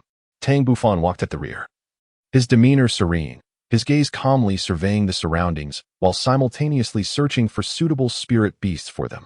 Though Tang Ying and Tang Xiong walked in the center, their faces were marked by palpable tension. The second elder, observing this, let out a soft sigh within his heart. Tang Ying and Tang Xiong were 2 or 3 years older than Tang Bufan, yet their performance paled in comparison to his. The four gradually ventured deeper, soon arriving at the realm inhabited by century-old soul beasts, where they encountered several creatures such as rabbits and foxes. Alas, these soul beasts were all of the agile variety, unsuitable for their needs. According to the years of experience possessed by Haotian Sect in hunting soul beasts, the Haotian hammer was more apt for integrating soul rings from bovine, simian, and feline beasts. Thus, the second elder led Tang Bufan and the other two in a continued search within the territory of century-old soul beasts. After 5 minutes, the second elder halted abruptly. In an instant, he vanished from before the three. Tang Ying and Tang Xiong, who walked ahead, were momentarily at a loss, while Tang Bufan furrowed his brow and swiftly stepped ahead of them. The next moment, 2 soul beasts leisurely appeared before them. Tang Bufan furrowed his brow. It appeared that these were the formidable mighty bull, a soul beast renowned for its immense strength. It seemed that the reason the second elder had departed was likely due to the discovery of these 2 soul beasts. Before long, the 2 mighty bulls sensed the presence of Tang Bufan and his companions, exuding an aura of ferocity. Although Tang Ying and Tang Xiong did not scream, they were nonetheless rendered utterly flustered, for it was their inaugural encounter with a soul beast. Tang Bufan meticulously scrutinized the 2 formidable power bulls before him. Their coats a deep, lustrous black, and their horns exceptionally sharp. Each beast measured approximately 2 meters in length and over a meter in height. If his estimations were accurate, these power bulls were likely around 300 years old, embodying the essence of soul beasts. Moreover, the second elder had undoubtedly not ventured far, remaining close by to oversee their encounter. Tang Bufan spoke softly. "Take care of yourselves. These 2 mighty bulls are mine to handle." With that, he charged toward the formidable beasts, leaving Tang Ying and Tang Xiong stunned in his wake. Not far away, concealed amidst the grass, the second elder anxiously muttered, impulsive. Yet he remained ready to intervene at a moment's notice. In truth, Tang Bufan was far from reckless. His petite frame allowed him to evade attacks with remarkable agility, rendering it difficult for the massive bulls to land a hit. Ironically, their sheer size made them more susceptible to their own brute force. As he surged forward, he simultaneously harnessed the inner strength of his mixed element technique, poised to unleash a counterattack. The 2 colossal bulls, instinctively provoked by Tang Bufan's audacity, charged at him, envisioning the diminutive human being utterly crushed beneath their weight. Just as they were about to collide with him, Tang Bufan abruptly accelerated, his slight form leaping gracefully atop one of the bull's heads. In that instant, a hammer, the Haotian hammer, materialized in his left hand, emanating a faint violet aura that enveloped the weapon. The bull's movement suddenly faltered, seizing the moment. Tang Bufan gripped the Haotian hammer with both hands and unleashed his full inner power in a devastating downward strike upon the bull below. The creature let out a piercing cry of agony, losing its target and crashing to the ground, while the second bull, unable to control its momentum, stumbled and fell alongside its companion. In the shadows, the second elder rubbed his eyes in disbelief, marveling at the agility and precise calculations of a mere 6-year-old. Meanwhile, Tang Ying and Tang Xiong stood in astonishment, but soon exhilaration took hold. The 2 mighty bulls did not seem so fearsome after all. This was, after all, their first soul ring. With this thought igniting their courage, they summoned their own Haotian hammer and charged forward. Tang Bufan furrowed his brow and shouted, "Disperse and avoid drawing too close to one another." Simultaneously, he wielded the Haotian hammer, launching an assault towards the blind spots of the 2 mighty bull beasts. Each strike inflicted pain upon the creatures, successfully diverting their attention and allowing Tang Ying and Tang Xiong to land their blows upon the mighty bulls. Thus, after an arduous half-hour, the 2 mighty bull beasts were finally rendered immobile. Tang Bufan was quite dissatisfied. Had it not been for Tang Ying and Tang Xiong's disregard for his orders, they would not have wasted so much time and would have resolved the matter with the 2 mighty bulls long ago. Meanwhile, Tang Ying and Tang Xiong found themselves in a rather disheveled state, yet their faces bore expressions of great satisfaction, for they had indeed contributed their share of effort in taming the formidable beasts. Tang Bufan, feeling somewhat displeased, stepped aside to restore his depleted internal energy, for dealing with the 2 brutish bulls had drained a significant portion of his strength. At that moment, the second elder emerged from the shadows, casting an appreciative glance at Tang Ying and Tang Xiong, before his gaze settled fixedly upon Tang Bufan, showing no intention of diverting his attention. Chapter 9. The First Soul Ring, Part 3. Tang Bufan's spiritual perception was extraordinarily acute. He immediately sensed the gaze of the second elder. Instantly, a look of ease graced his face, as he ceased to be distracted by the surrounding commotion and began to cultivate his energy to restore his strength. Upon the emergence of the second elder, Tang Ying and Tang Xiong were suffused with pride, eagerly seeking his commendation. Esteemed second elder, behold, we have subdued the mighty bull of strength. The second elder's face radiated joy as he praised. Well done. I witnessed the entire process of your triumph over the bull of strength with clarity. That said, although you were initially somewhat flustered and did not fully coordinate with Tang Bufan's actions, your courage to confront a soul beast for the first time marks you as commendable disciples of our Haotian Sect. Now, these two bulls of strength are exceptionally suited to become your inaugural soul rings. Take a moment to rest, regain your composure, and prepare to absorb the soul rings. Tang Ying and Tang Xiong joyfully settled down in a meditative posture to restore their soul energy. The second elder cautiously surveyed their surroundings, standing guard over the three young ones. After 20 minutes, Tang Bufan and his companions concluded their meditation in succession. In the following moment, the trio approached the powerful bull, and both Tang Ying and Tang Xiong swiftly acted, bringing an end to the bull's life. Faint yellow dots began to coalesce above the bull, quickly forming a distinctly visible yellow halo, which signified a century-old soul ring. Although Tang Bufan did not physically touch it, he could sense the immense energy contained within the soul ring. This must be the pure power cultivated by the soul beast over several centuries. The second elder chuckled and remarked, "You too should express your heartfelt gratitude to Tang Bufan. Were it not for him, how could you have subdued the mighty bull of strength?" Tang Ying reluctantly said, "Thank you, Tang Bufan. In light of your assistance in acquiring our first spirit ring, I shall overlook the times you have beaten me in the past. Once we absorb the spirit ring and officially become spirit masters, I will assist you in finding a suitable spirit beast." Tang Xiong cast a somewhat proud glance at Tang Bufan. Tang Bufan calmly uttered, "No need for thanks." Upon hearing this, the second elder promptly instructed, "All right, you two should quickly absorb your soul rings. I trust one need not repeat the method." The two responded in unison and proceeded to approach their respective soul rings, summoning their Haotian hammers, which soon emanated dark waves of soul power. In no time, two soul rings from the great strength bull demon, each approximately 300 years old, soared toward Tang Ying and Tang Xiong. The second elder fixated intently on the approaching soul rings and commanded in a deep voice, "Sit cross-legged and focus on your martial souls." Tang Ying and Tang Xiong obediently sat cross-legged, concentrating their thoughts on the Haotian hammer martial soul as instructed by the second elder. As an observer, Tang Bufan clearly noticed a slight change in their expressions as the two yellow rings approached, seemingly under the weight of an unseen pressure. He also heard a faint sound, akin to bones being compressed. Subsequently, the yellow rings hovered above their heads, abruptly contracting and enveloping their Haotian hammer martial souls. In the next instant, Tang Bufan distinctly observed Tang Ying and Tang Xiong trembling slightly, their brows furrowed in apparent discomfort. No matter how the power of the soul rings impacts your bodies, you must remain alert. Only then can you fully harness their strength in the future, the second elder timely reminded them. Tang Bufan then noted that once the soul rings encircled the Haotian hammer, the hammer itself seemed to undergo a transformation, appearing larger and heavier than before. Tang Bufan observed the entire process of their soul ring absorption, his expression reflecting deep contemplation. It appeared that the power contained within the soul rings not only transformed the bodies of the soul masters, but also enhanced their martial spirits.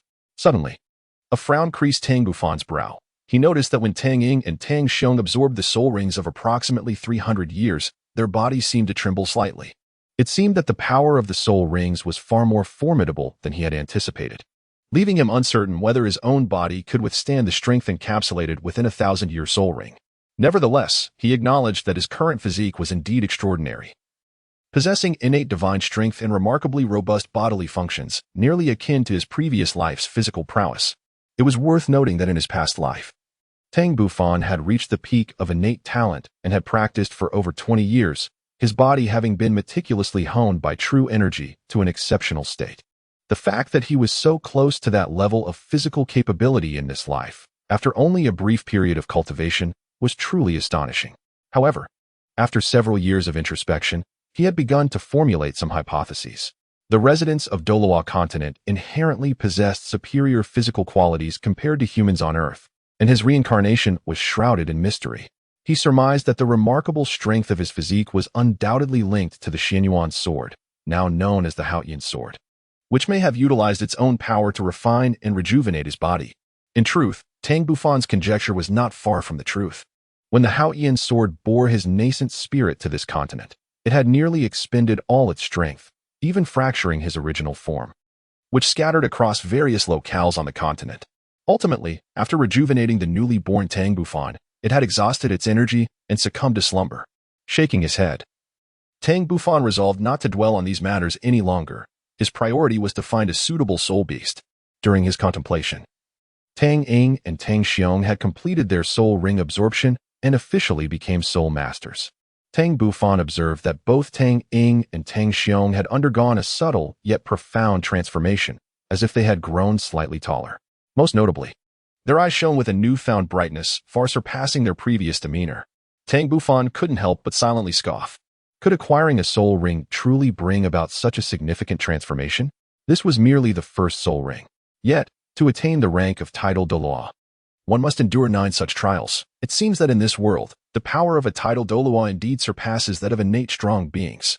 At this moment, the second elder gazed with satisfaction at Tang Ying and Tang Xiong.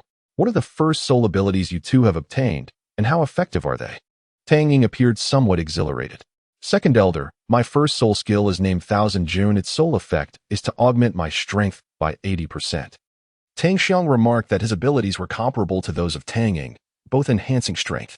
The second elder nodded in agreement, affirming that the primary skill of our Haotian hammer bears a similar effect. Very well, now that you have acquired your spirit rings, it is time for us to set forth and seek a suitable spirit beast for Tang Bufan. Tang Xiong, filled with enthusiasm, spoke to Tang Bufan. Cousin, when we encounter a suitable soul beast later, I shall demonstrate to you the power of your elder brother. Your first soul ring is already secured for you. Tang Bufan curled his lips in disdain. Do you really believe it rests upon your shoulders? Can you contend with the Millennium Soul Beasts? Ultimately, it is I who must take action. Compared to Tang Xiong, Tang Ying possesses a greater wisdom. Rest assured, even if we are unable to prevail, the combined strength of the 3 of us will surely suffice. This time, we shall follow your lead. Tang Bufan nodded in satisfaction. Had it been before they acquired their soul rings, he would have outright rejected their assistance. After all, a Millennium Soul Beast would undoubtedly surpass the strength of a great strength barbarian bull. Their presence would have been more of a hindrance than a help. However, now that they had obtained their soul rings, their physical prowess had significantly improved. If they were to heed his guidance, they could indeed be of considerable assistance. As for the second elder, judging by his previous demeanor, it was unlikely he would actively oppose him. Chapter 10. The First Soul Ring, Part 4. Moments later. Although the second elder still bore a reluctant expression, he led Tang Bufan and the others deeper into the misty forest. For only in the depths could they encounter soul beasts nearing the millennium mark.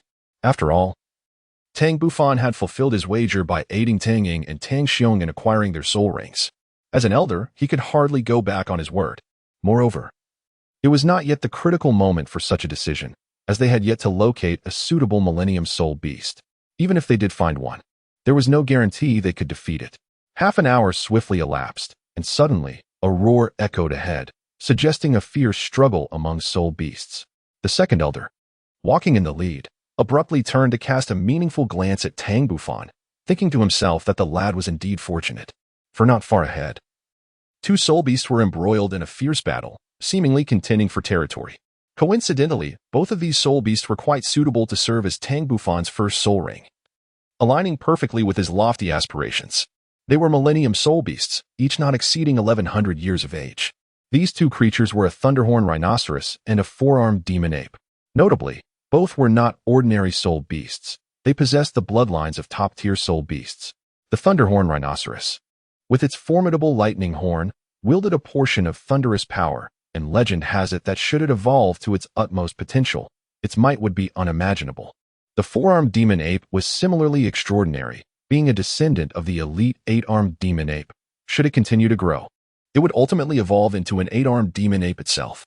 Tang Bufan, possessing remarkable intelligence, instantly discerned the profound implications reflected in the eyes of the second elder, indicating that there lay ahead a soul beast suited to him.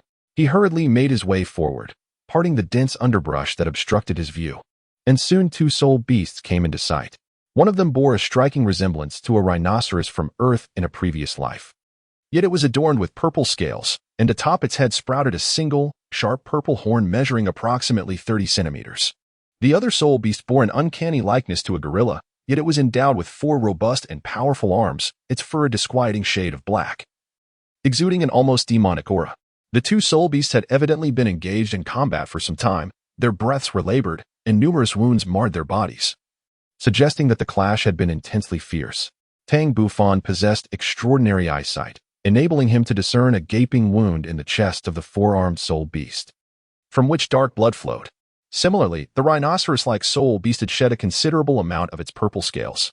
The animosity in their gazes was palpable, indicating that neither would relent until death intervened.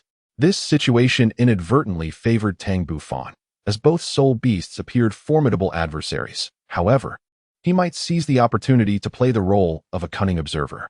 Shortly thereafter, Tang Ying and Tang Xiong joined Tang Bufan, the trio anxiously gazing ahead.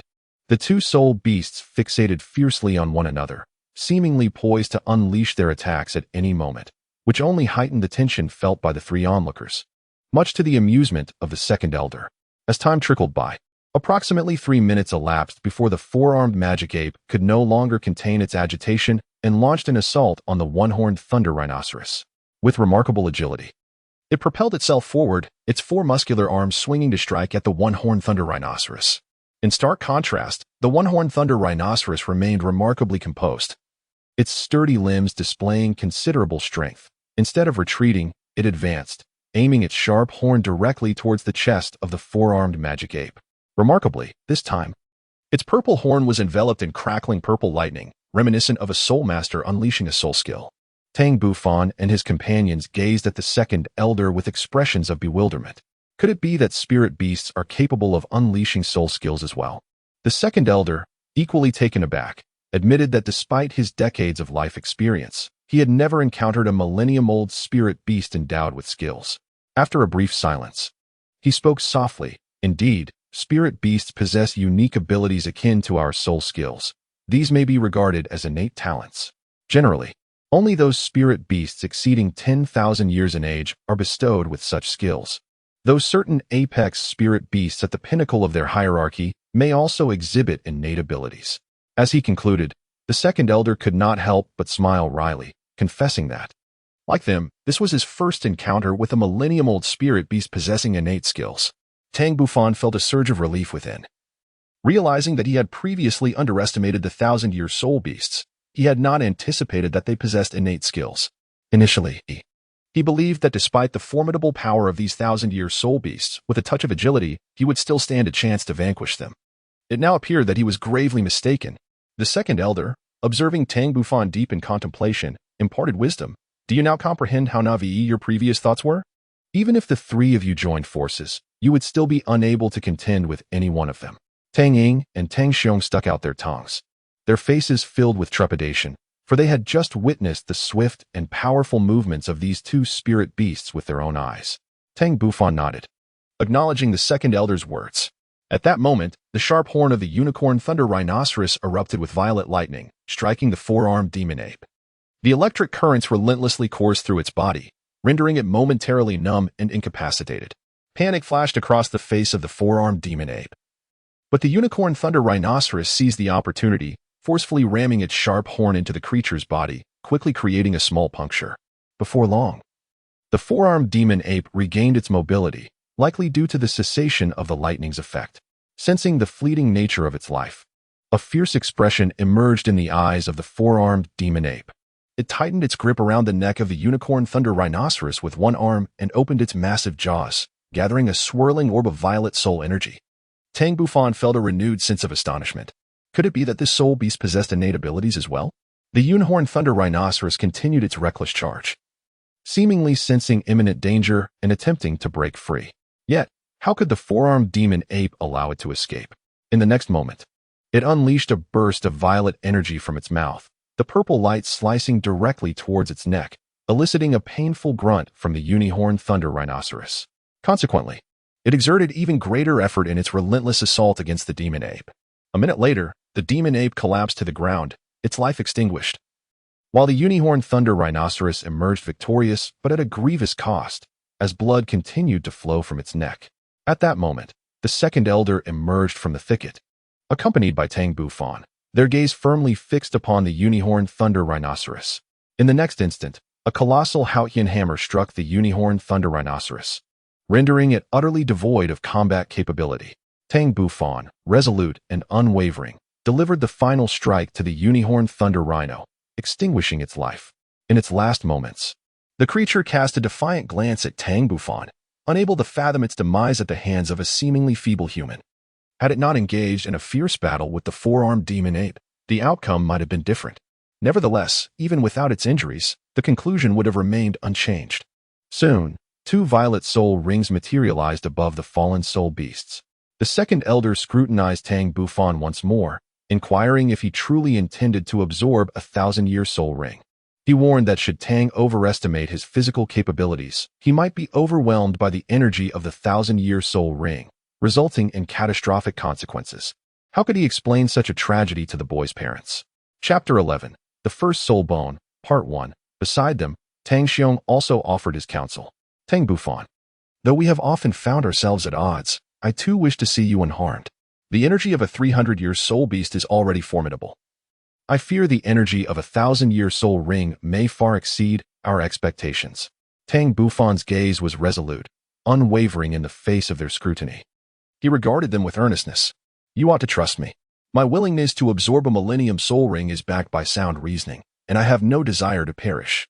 I have yet to attain the rank of titled Douluo, nor have I experienced the marvels of the Douluo Continent. How could I possibly be daunted by a mere millennium soul ring? The second elder refrained from dissuading him, instead revealing a glimmer of anticipation in his eyes. Once Tang Bufan successfully absorbed the soul ring of the unicorn thunder rhino, he could scarcely fathom the extent of Tang Bufan's burgeoning power. A millennium soul ring. Who could tell how significantly it would enhance his martial soul, what formidable soul skills would emerge, and how many levels his soul power would ascend? Tang Bufan summoned the Haotian hammer and commenced the absorption of the soul ring from the unicorn thunder rhinoceros. As his soul power exerted its influence, the purple soul ring swiftly soared towards him. Tang Bufan, sensing the gravity of the situation, hastily assumed a cross-legged position, focusing his spirit on his martial soul. As the millennium-old single-horned thunder rhinoceros soul ring drew nearer, he was enveloped by an unprecedented pressure. His muscles taut and his internal energy of the mixed yuan technique surging with remarkable velocity. Nonetheless, even under such formidable duress, his bones emitted faint creaks. Subsequently, the violet soul ring contracted swiftly, descending rapidly to encircle his Haotian hammer. Tang Bufan furrowed his brow lightly, feeling a scorching energy surge violently into his left hand. The intense heat coursed through his body, igniting a conflagration within him, causing him to tremble violently. What an overwhelming force, he couldn't help but exclaim. Seemingly having underestimated the might of the Millennium Soul Ring, this power appeared boundless, yet his Haotian hammer martial soul remained unharmed, repeatedly undergoing passive refinement, its quality incrementally enhanced. Simultaneously, his body was continuously baptized under this tyrannical force. Tang Bufan's forehead glistened with beads of sweat, his entire body quivering uncontrollably.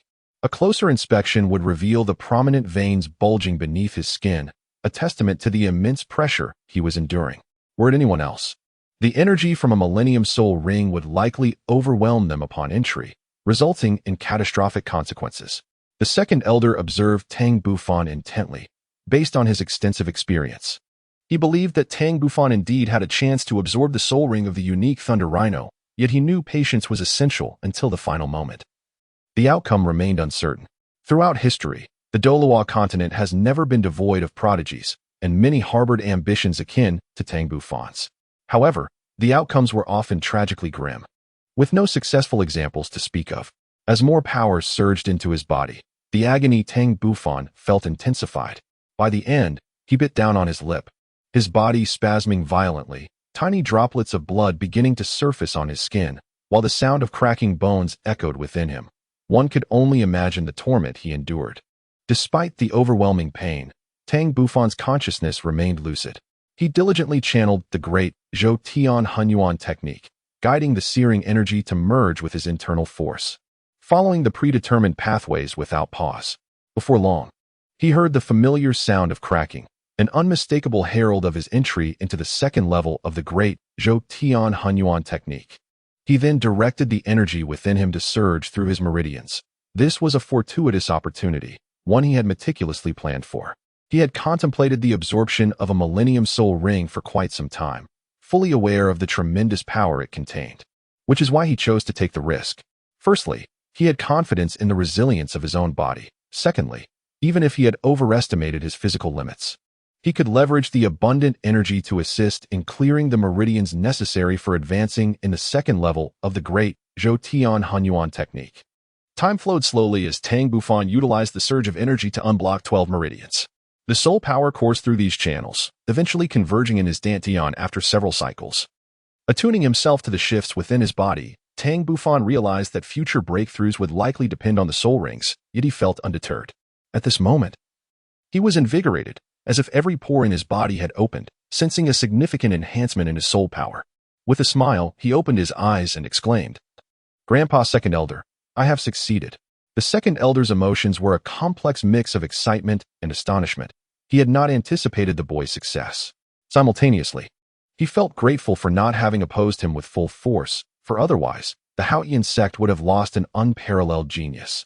Meanwhile, Tang Ying and Tang Xiong, witnessing Tang Bufan's safety, were left in awe, bowing deeply in admiration. They were acutely aware of the torment involved in absorbing a soul ring, especially one as formidable as a Millennium Soul Ring, and recognized that Tang Bufan had endured far more than they could imagine. Tang Bufan chuckled and said, "Second Elder, having acquired our first soul ring, it is time for us to return to the Haotian Sect, isn't it?" The Second Elder responded with a light smile, "There's no rush. There is still one matter yet to be addressed." Tang Bufan and his companions wore expressions of confusion, having already obtained their soul rings. They could not fathom what remaining tasks lay ahead. "Allow me to pose a question," the Second Elder said, his face adorned with an air of mystery. "What is the most precious thing possessed by a soul beast?" Tang Ying and Tang Xiong replied without a moment's hesitation, "Soul ring." Tang Bufan did not rush to respond. Instead, he meticulously recalled the information regarding soul beasts he had previously encountered within the sect. Soon, a particular concept emerged in his mind. Soul bones. Indeed, it was soul bones. Unfortunately, they were exceedingly rare, which explained why it did not come to him immediately. After all, he did not believe that a millennium-old soul beast could produce soul bones, as the records indicated that soul bones were primarily derived from soul beasts over 10,000 years old. After a moment's hesitation, Tang Bufan finally articulated his thoughts, suggesting that it was likely soul bones. The Second Elder smiled and remarked, "Truly, you are the young prodigy of our Haotian Sect. All those years of studying have not been in vain." Tang Ying and Tang Xiong wore expressions of confusion. The Second Elder solemnly stated, "Today, I shall impart a lesson to you both. Henceforth, after hunting soul beasts, it is imperative that you examine the carcasses thoroughly. Although the likelihood of soul bones manifesting is exceedingly rare, we must not forfeit any opportunity. Do you understand?" Tang Bufan and the others nodded in agreement. The Second Elder produced a small knife and began his examination of the two soul beasts, meticulously inspecting their heads, torsos, limbs, and backs. Just as he was dissecting the head of the unicorn thunder rhinoceros, a glimmering light suddenly emerged, causing the Second Elder to momentarily halt his actions. In the next instant, his breathing quickened, and before long, a fist-sized, translucent bone materialized in his grasp. He then proceeded to dissect the four-armed demon ape, but unfortunately, fortune did not favor him this time. Nevertheless, the miraculous acquisition of a soul bone left the Second Elder exceedingly content. Reluctantly, he cast a lingering glance at the soul bone before tossing it to Tang Bufan. Chapter 12. The First Soul Bone. Part 2. Tang Bufan found himself somewhat at a loss, while Tang Ying and Tang Xiong looked on with envy. "For me, a mere millennium-old soul bone holds little significance, but for you, it is markedly different. The soul rings and soul bones of the same soul beast have always complemented each other. Only in such harmony can their utmost power be unleashed. Having already absorbed the soul ring of the unicorn thunder rhinoceros, it is undoubtedly best for you to absorb this soul bone as well." The Second Elder promptly elucidated. Tang Bufan finally comprehended the situation, but soon he scratched his head in confusion. How was he to absorb this soul bone? The second elder, perceptive as he was, immediately discerned Tang Bufan's predicament. Unlike soul rings, the absorption of soul bones is devoid of prerequisites. In other words, even a newly awakened martial soul can absorb a soul bone as long as one possesses soul power, regardless of the age of the soul bone. The method of absorption is remarkably simple. One merely needs to place the soul bone against the corresponding part of the body and stimulate their soul power to effortlessly absorb it. Now, Tang Bufan hastened to absorb it. Tang Bufan immediately comprehended the situation, swiftly settling into a cross-legged position and pressing the soul bone against his forehead. As he channeled his soul power, the mysterious soul bone, which he could not ascertain whether it was a cranial bone, transformed into a surge of violet energy that permeated his brow. Moments later, while he was acutely attuned to the changes occurring within him, a muffled groan escaped his lips, and a bulge the size of a fist emerged on his forehead. This protrusion then ruptured, revealing the emergence of a violet horn that swiftly grew in the wind, ultimately reaching a length of approximately 10 centimeters before ceasing its expansion, resembling the horn of a mythical thunder rhinoceros. Concurrently, a cry of anguish escaped Tang Bufan, as it appeared that droplets of blood trickled from his forehead. In the face of such an extraordinary transformation, Tang Ying and Tang Xiong were rendered utterly speechless. Only the second elder remained composed, his eyes seemingly alight with divine insight, murmuring softly, "This does not resemble a cranial bone, rather, it appears to be an exceedingly rare external soul bone from legends." Meanwhile, Tang Bufan's will remained resolute. Despite the pain, he maintained clarity of mind. He then summoned his mental energy, soon realizing that a beastly horn had indeed sprouted from his forehead, akin to the singular horn of the thunder rhinoceros, albeit in a diminished form. At this moment, Tang Ying and Tang Xiong had also regained their composure, perhaps due to their youthful naivety. They found it easier to accept this phenomenon, considering it merely a singular horn. Just as Tang Bufan utilized his mental energy, the second elder's expression shifted dramatically. How could it be possible that this mere 6-year-old child had manifested mental power? Yet, no matter how hard he racked his brain, he could not fathom the reasoning behind it. Tang Bufan was perplexed as to why, after merely absorbing a soul bone, he had sprouted beastly horns. Consequently, he sought the assistance of the second elder. The second elder chuckled, assuring him that it was nothing to worry about, but rather a fortuitous occurrence. "I surmise it may be a remarkably rare external soul bone," he explained. "External soul bone?" Tang Bufan and his companions expressed their confusion. The second elder, with a knowing smile, recognized their youth and lack of understanding regarding such matters. It seemed he would have to impart a lesson today, since we have encountered this topic. "Allow me to enlighten you on the knowledge of soul bones, and I shall elaborate on external soul bones shortly. Firstly, you must comprehend how many soul bones a soul master can absorb." He paused for emphasis. "In total, there are 6, the skull bone, the trunk bone, and the 4 limb bones, which together comprise the 6. However, the myriad of soul beast species, alongside the diverse soul bones that emerge postmortem, has given rise to the phenomenon of external soul bones. For instance, flying soul beasts might yield wings as external soul bones. Essentially, any soul bone that does not belong to the 6 fundamental types is considered an external soul bone. This sharp horn, for instance, is likely one such external soul bone."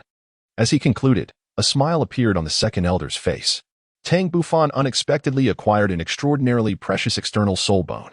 This soul bone possesses the remarkable ability to grow alongside its master. Having absorbed it now, it will naturally evolve with Tang Bufan's continuous cultivation in the future.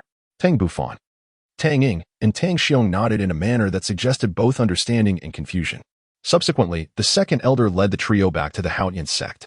Along the way, the second elder recalled that he seemed to be unaware of Tang Bufan's primary soul skill and soul bone abilities. Thus, he inquired, "Xiao Fan, what are the effects of your first soul skill and soul bone ability?" Tang Bufan smiled confidently and said, "Second elder, do not be startled by what you hear. It surpasses the skills of Tang Ying and the others by a considerable margin." Although Tang Ying and Tang Xiong were aware that Tang Bufan's first soul skill was superior to theirs, after all, it was a purple 1,000-year soul ring, which was roughly equivalent to an ordinary person's third soul skill. Yet they could not help but feel a twinge of dissatisfaction. The second elder merely smiled, choosing to remain silent. Tang Bufan remarked, "My first soul skill is named Thunderous Might. in addition to augmenting my strength by 80%. It also allows me to paralyze any person or object touched by the lightning released from the Haotian hammer for a duration of 3 seconds. The second elder exclaimed, "What a remarkable skill, Thunderous Might. It is indeed impressive. If coupled with your domain of lightning, I fear few soul masters would stand a chance against you, even if their soul power exceeds yours by several levels. Furthermore, when combined with the inherent might of our Haotian hammer, it is almost unfathomable how formidable your strength will become." Tang Bufan nodded and continued, "As for the soul bone ability, it bears some resemblance to soul skills, both unleashing lightning to incapacitate foes for a duration of 3 seconds.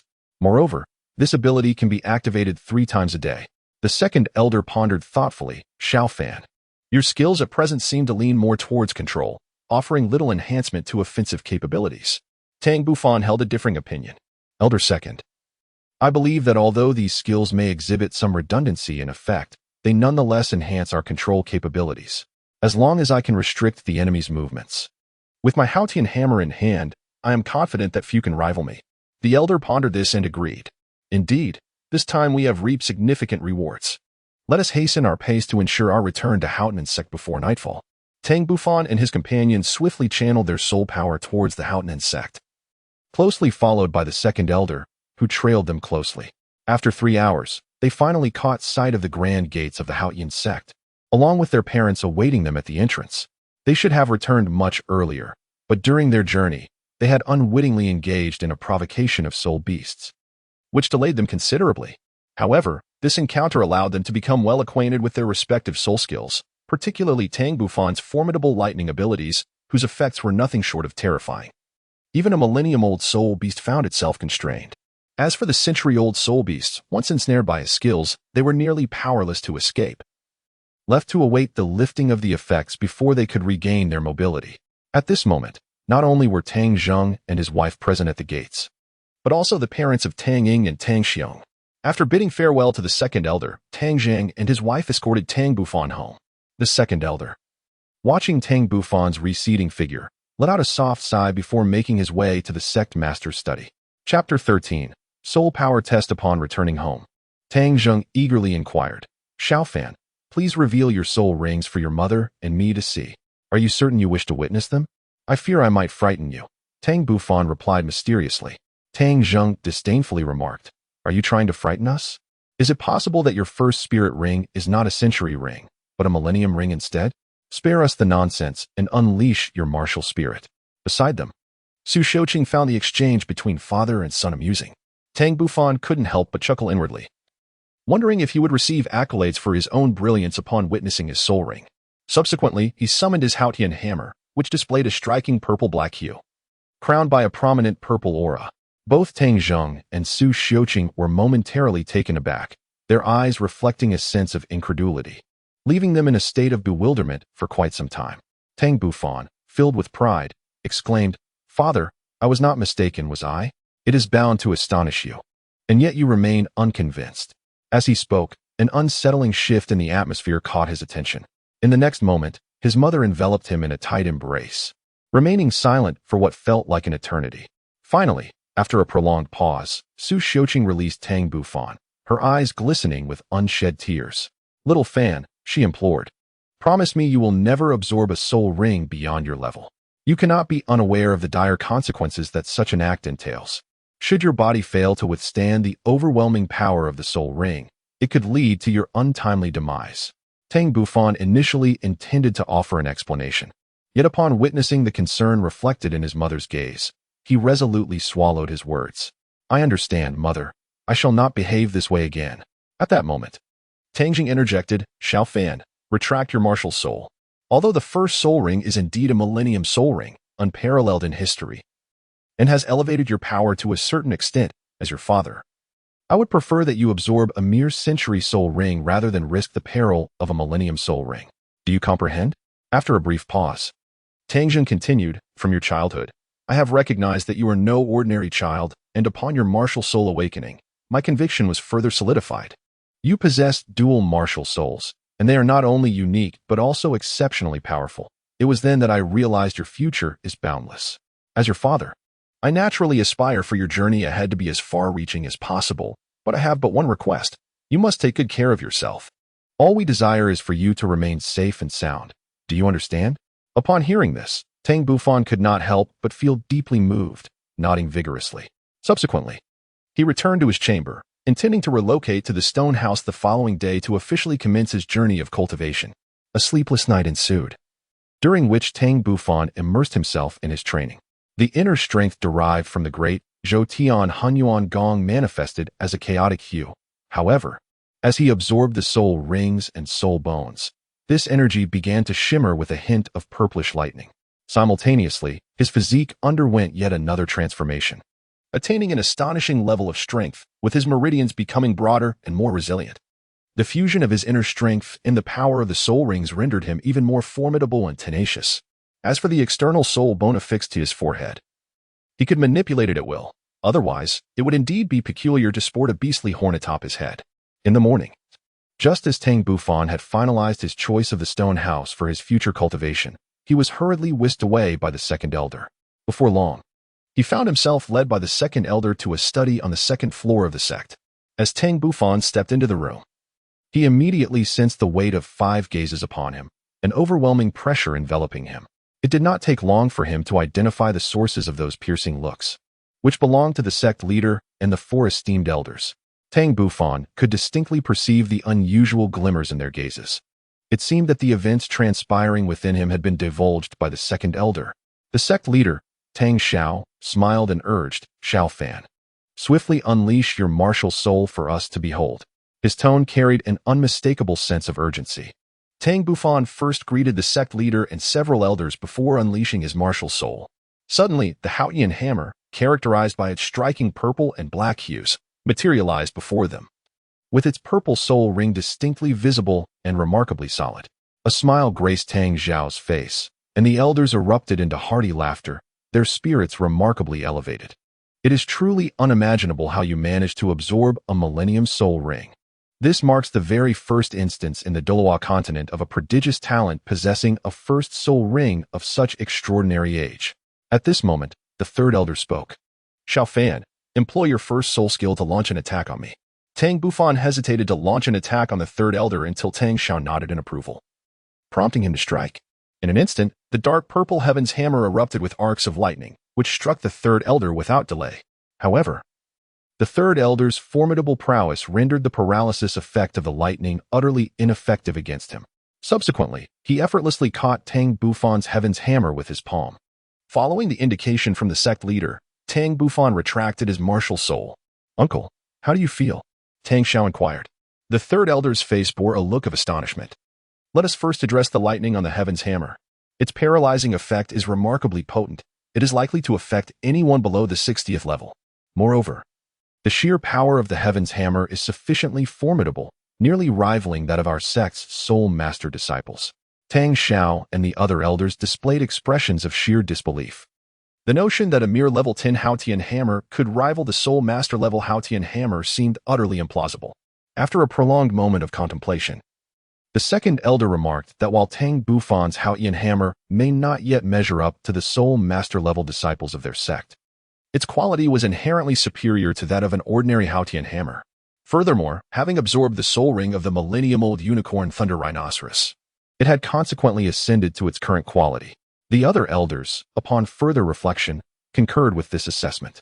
At that moment, Tang Xiao retrieved a yellow crystal orb from the bookshelf. "Xiao Fan, let us ascertain the level of your soul power." Tang Bufan was also curious about his soul power, so he extended his hand to cover the crystal ball. In the next moment, the crystal ball erupted with a dazzling golden light, clearly revealing his level. 16. This left the 5 elders and the sect master utterly astonished. Can a 1,000-year soul ring truly elevate one's soul power by 6 levels? The 7th elder pondered in uncertainty. Tang Xiao shook his head, for a typical century-old soul beast could only enhance 1 level of soul power. The unicorn thunder rhinoceros he absorbed was far from an ordinary soul beast. Reaching level 16 was not entirely unfathomable. The other elders could only manage a wry smile. Achieving level 6 soul power was indeed no small feat, as an ordinary disciple would need to endure at least 2 years of rigorous training. And that was assuming they possessed commendable talent. Yet, what of Tang Bufan? By absorbing a single soul ring, He had effectively saved himself 2 years of arduous effort. However, the moment they recalled the peril he had faced in absorbing a millennium-old soul ring, they fell into a contemplative silence. Tang Bufan retracted his left hand and murmured to himself, "Level 16? Just passable." Tang Xiao and the 5 elders gazed at him as if he were a creature of legend. No, it was not that Tang Bufan resembled a monster. He was, in fact, a monster in his own right. Subsequently, Tang Xiao permitted Tang Bufan to depart. They clearly understood the significance of the number 16, without a doubt.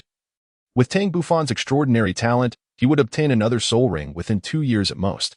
Chapter 14. Return to the Misty Forest. The secret of Tang Bufan's soul power reaching level 16 has not spread. Only the sect leader and the 5 elders are privy to it. However, the news of Tang Bufan possessing a 1,000-year soul ring has long circulated within the Haotian Sect, astonishing all its members to the extent that they greet him as he walks by. Seasons have changed, and a year has swiftly passed. Today, Tang Bufan has resided in the stone house for a year. At the age of 7, his soul power has ascended to level 20, once again shocking the sect leader and the 5 elders. One morning, Tang Bufan, accompanied by Tang Ming and Tang Feng, began their running regimen around the Haotian Sect. Under the pretext of physical training, the exact size of the sect remains unknown, but Tang Bufan estimates that a single lap around it spans at least 10 kilometers. After completing a lap, he felt utterly exhausted. Consequently, both Tang Ming and Tang Feng dreaded these morning exercises, yet they had no choice, as their parents had specifically instructed Tang Bufan to train with them. Their stone houses were adjacent, leaving them no opportunity to slack off. Since training alongside Tang Bufan, both have indeed made remarkable progress. 8 months ago, Tang Feng was the first to reach level 10 and subsequently acquired his soul ring, officially becoming a soul master. 3 months prior, Tang Ming also attained level 10 and, under the guidance of his parents, successfully hunted a soul beast to advance to soul master. Currently, Tang Feng's soul power has reached level 15, largely due to the 400-year age of his first soul ring. Upon absorption, his soul power surged to approximately level 13, followed by 8 months of diligent training to achieve level 15. Tang Ming, while slightly behind, has nonetheless reached level 14. Outside the sect, Tang Bufan, Tang Ming, and Tang Feng sat at the edge of a cliff, feeling the cold wind, gazing at the rolling clouds over the mountains.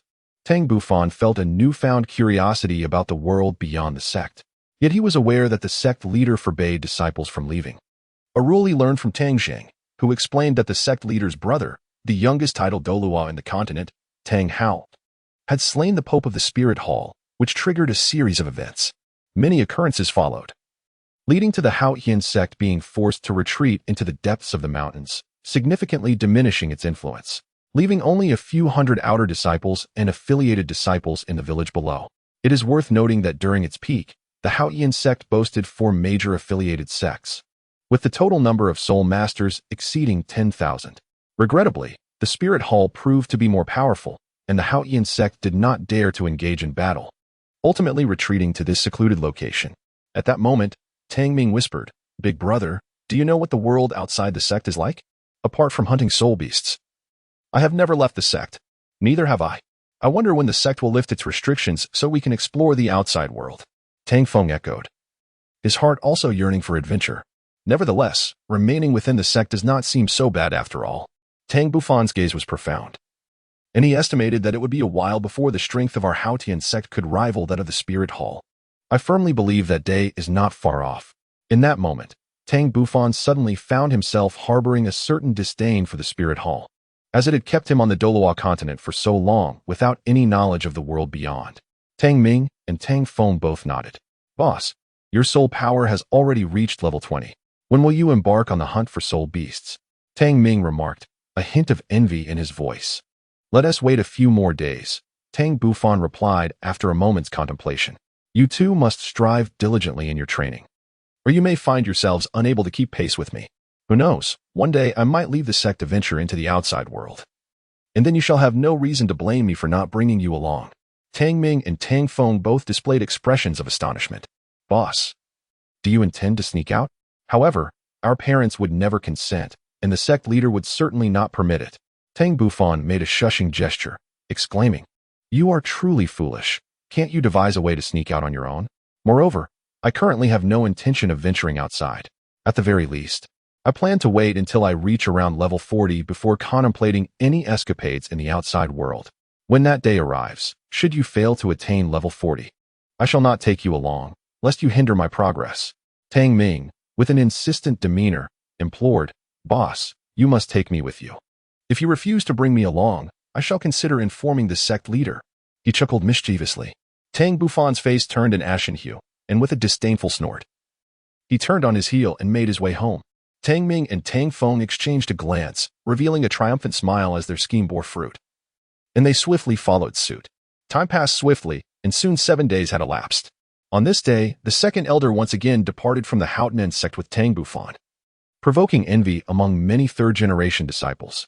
This time, as only Tang Bufan accompanied him, and given that Tang Bufan's soul power had significantly increased compared to a year prior, their journey was notably shorter, taking merely 2 hours to reach the misty forest. Observing the forest shrouded in mist, Tang Bufan curiously inquired, Second Elder, have you ventured into the core of the misty forest? What is the situation like within? The second elder replied nonchalantly, Of course I have been there. But the circumstances are rather intricate and cannot be explained in a brief moment. You shall explore it yourself in due course. For now, we must enter and seek a suitable soul beast for your second soul ring. With that, the second elder stepped forward into the forest. Upon witnessing this, Tang Bufan had no choice but to follow suit. As for the misty forest, it could remain a mystery to be explored at a later time. How many years of soul rings do you plan to absorb this time? And do you have a favored soul beast in mind? Inquired the second elder as he walked alongside him. It is presumed that the esteemed elders and the sect leader had already calculated the potential years of soul beasts that I could absorb for my second soul ring, thought Tang Bufan, keeping his head down. The second elder smiled in silence. They all believed that Tang Bufan possessed the potential to reach the unparalleled rank of a 99th level Douluo, not merely due to his twin martial souls. Thus, Tang Bufan could not afford any missteps. Typically, a soul master's third soul ring could absorb a maximum of 1,700 years of soul power, while only upon reaching the fourth soul ring could one absorb rings of around 5,000 years of cultivation. However, Tang Bufan's circumstances did not conform to the norm, as his first soul ring was already a 1,000-year ring, and his second would likewise be a 1,000-year ring, though the exact number of years remained uncertain. Consequently, after intricate calculations, they concluded that the range of years for the soul beasts he could absorb should fall between 3,000 and 4,000 years, a threshold that his physical strength should be able to withstand. Tang Bufan noticed that the second elder remained silent, and fortunately, he refrained from further inquiries, instead dedicating himself to the earnest search for soul beasts. This time, they directly ventured to the location where 2 soul beasts had previously contested, an area that marked a distinct boundary. The second elder led Tang Bufan deeper into the territory without pausing, only slowing their pace after approximately an hour of progress. Along the way, they encountered numerous millennium-old soul beasts, yet none were suitable for Tang Bufan. Either the age of the soul beasts was insufficient, or their attributes did not align. Chapter 15, The Seven-Colored Mouse in the Mysterious Hall. Before long, midday arrived, and the two chose a random spot to settle down for lunch. As Tang Bufan watched the second elder retrieve their meal from the soul guide device, a wave of envy washed over him. This was indeed a soul guide device, akin to the legendary space rings from his past life. In no time, the second elder produced the meal and handed it to Tang Bufan. Noticing the envious glimmer in Tang Bufan's eyes, the second elder chuckled softly. This is a soul guide device. You should have encountered references to it in the sect's literature. Regrettably, the method of its creation has long been lost. As for this belt, it was a treasure I acquired during my youthful adventures across the continent. There is no need for envy. In due time, you too shall possess one. Tang Bufan responded softly.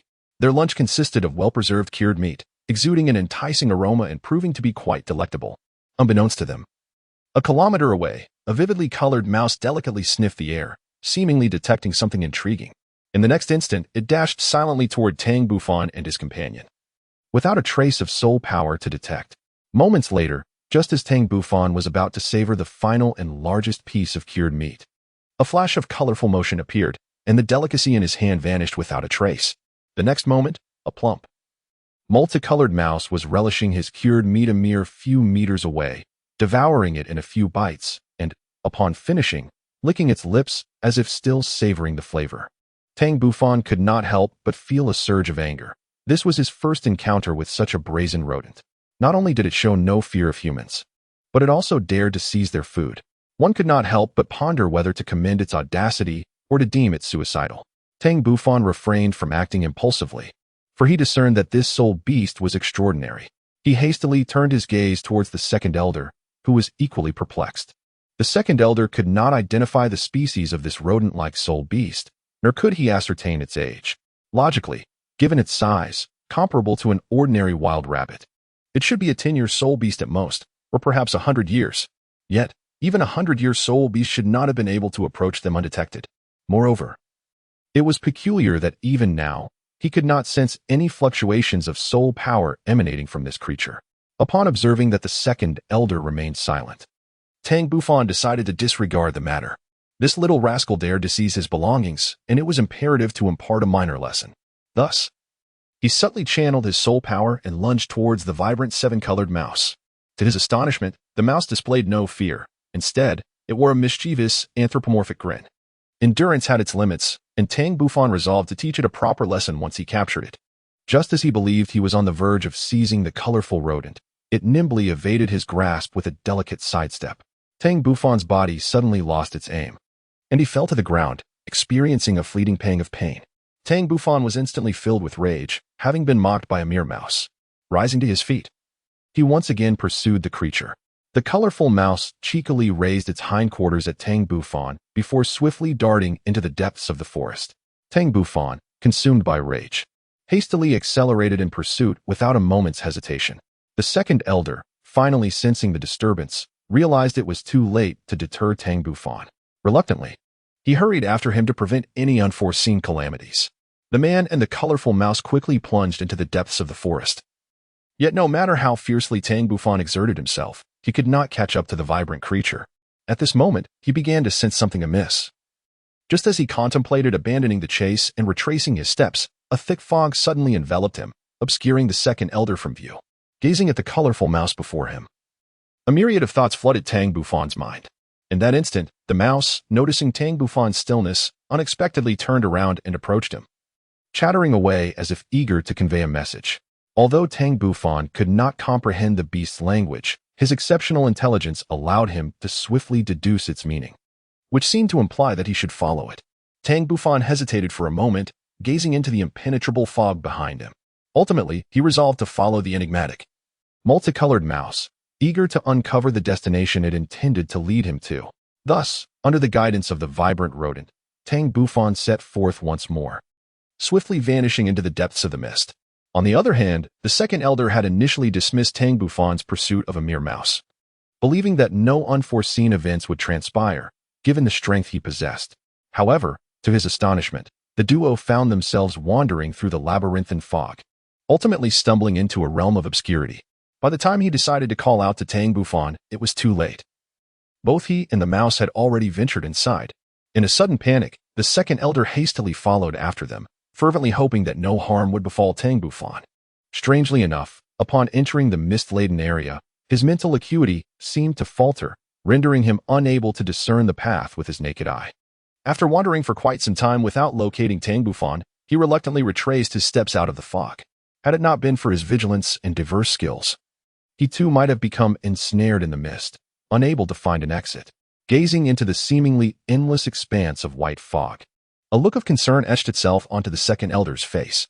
With no other choice, he decided to remain at the entrance. He contemplated leaving to seek assistance from the sect, yet feared that if Tang Bufan managed to emerge, he would be lost without guidance. For this territory was already within the domain of ancient soul beasts. Thus, he resolved to wait for 3 hours. Should Tang Bufan not return by then, he would head back to the sect to summon reinforcements. Meanwhile, within the fog, Tang Bufan continued to follow the multicolored mouse. After approximately half an hour, the mouse finally came to a halt, indicating they had arrived at their destination. Suddenly, the view before him sharpened, and as he looked up, he noticed that the fog had dissipated, floating ethereally in the air. In the distance, a series of ancient buildings emerged, seemingly occupying a vast expanse, appearing even more extensive than the territory of the Haotian Sect. The further he ventured inside, the more expansive the surroundings became, and he even stumbled upon a small lake nestled within. Tang Bufan gazed in astonishment at the resplendent mouse before him, pondering whether he had stumbled upon a secluded sect. This vibrant creature might very well be a pet of the sect's inhabitants. Shaking his head, Tang Bufan continued to follow the colorful mouse, and after a few minutes, he arrived at the architectural complex he had seen earlier. As he had suspected, it was indeed a hidden sect. However, it was an ancient order long lost to time. Having perished many years ago, the remnants of its former glory were evident, with mountains and rivers surrounding it, seemingly lacking nothing. Yet, the scattered bones on the ground narrated a tale of a cataclysmic battle that had transpired here. Upon reaching this place, the colorful mouse emitted a peculiar sound, reminiscent of sobbing. Tang Bufan continued his journey forward, ultimately uncovering a magnificent platinum-hued temple nestled deep within the cluster of buildings. This structure stood as the sole intact edifice he encountered, and he discerned that the surrounding edifices were seemingly constructed around this resplendent white hall. If his conjecture held true, this temple undoubtedly bore exceptional significance, akin to the Grand Hall of the Haotian Sect.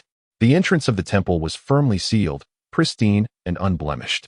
Suddenly, the seven-colored mouse gazed upon the grand door, its emotions surging, and it began to chirp excitedly. Chapter 16.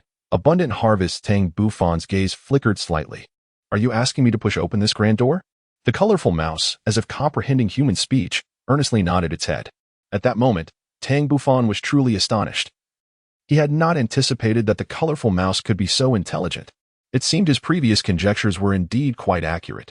Many years ago, the colorful mouse likely resided in this ruined hidden sect, or perhaps it was a soul beast nurtured by this very sect. This would render its earlier actions comprehensible. Moreover, it was evident that it held a deep affection for this place. Shaking his head, he cast aside these tangled thoughts and proceeded towards the palace. Tang Bufan pushed against the grand entrance of the palace with all his might. However, no matter how hard he exerted himself, the imposing doors of the White Palace remained utterly immovable. After a prolonged effort, he was compelled to concede defeat. With a solitary figure and a mouse, he leaned against the palace, taking in the sight of its crumbling walls. After a brief moment, a grave realization struck him. How was he to escape from this place? Ultimately, his gaze fell upon the colorful mouse. Observing its vibrant hues, he decided to call it Little Seven. The colorful mouse adopted a contemplative expression, its eyes darting around. And after a short while, it surprisingly nodded in agreement. A smile graced Tang Bufan's face as he continued. Xiaoqi, please take me outside. While speaking, he gestured towards the outside and then pointed to himself. Xiaoqi tilted her head in contemplation, pointed towards the White Palace, and then shook her head. This made Tang Bufan anxious. Having been absent for such an extended period, the second elder was likely quite worried, and he needed to leave promptly. Gazing at the White Palace, Tang Bufan let his imagination soar. Xiaoqi must have intended for him to enter this majestic structure. Could it be a means to inherit some form of legacy from this sect? Thus, he spoke patiently. Xiaoqi, as you can see, I am utterly unable to push open this grand door. Please take me outside first, and once my strength has increased, I shall return to open this door. This time, Xiaoqi did not shake her head, instead adopting a thoughtful expression. You must trust me, Xiaoqi. Once I grow a bit stronger, I will certainly return. Let us agree on 5 years. I will be back here without fail. With that, Tang Bufan looked at Xiaoqi with hopeful anticipation. Moments later, Xiaoqi finally nodded, casting a lingering glance at the White Palace before leading Tang Bufan towards the exit. Tang Bufan, in his haste to depart from the location, momentarily failed to pay attention to his footing and consequently stumbled, falling to the ground. Tang Bufan secretly lamented his misfortune as he seemingly stepped upon a stone. Rising to his feet, he discovered that he had actually trodden upon a skeleton. Kicking aside the tattered cloth beneath him, a glimmering bone came into view before his eyes. Tang Bufan was momentarily taken aback, and then a look of astonishment spread across his face. It appeared to be a soul bone. In the next moment, he scrutinized the soul bone carefully, discerning that it was likely a left arm bone, remarkably intact, emanating a black luminescence that exuded an oppressive aura. Rather than immediately absorbing this soul bone, he contemplated the possibility that the presence of one soul bone might suggest the existence of a second. He commenced a meticulous search around him, leaving no stone unturned, even examining peculiar items such as belts and bracelets. An hour later, gazing at the collection of items he had gathered from the ground, an incandescent smile illuminated his face. Among this trove were soul guides, soul bones, and books. He discovered 7 soul bones in total, adding to the initial one, resulting in a grand total of 8. He could confidently identify 2 left arm bones, 1 right arm bone, 1 left leg bone, 1 right leg bone, and 2 cranial bones. However, 1 soul bone eluded his identification regarding its specific bodily origin, as he had unearthed it from the torso, yet it was not a bone of the torso itself. He speculated it might be an external soul bone akin to wings. Aside from the soul bones, he also acquired 3 soul guides, 2 belts, and 1 bracelet. Each belt was adorned with circular white jade stones, albeit in varying quantities. One belt featured 9 stones, while the other boasted 33. Tang Bufan immediately selected a belt adorned with 33 jade stones, which he named 33 Heavens. Subsequently, he infused his soul power into the jade stones and soon sensed an additional space within them, approximately 1 cubic meter in size. This technique must be akin to the concept of shuminaji. Thereafter, Tang Bufan fastened the 33 heavens around his waist, placing his soul bone, soul guide, and a dozen books into the belt. At this moment, the impatient Shaoqi, who had been waiting, began to call out to Tang Bufan in a flurry.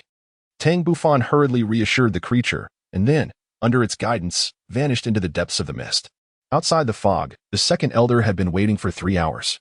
During this time, his mood grew increasingly somber, eventually leading him to despair. He incessantly berated himself, pondering whether, had he intervened sooner, Tang Bufan might not have followed that colorful mouse into the mist.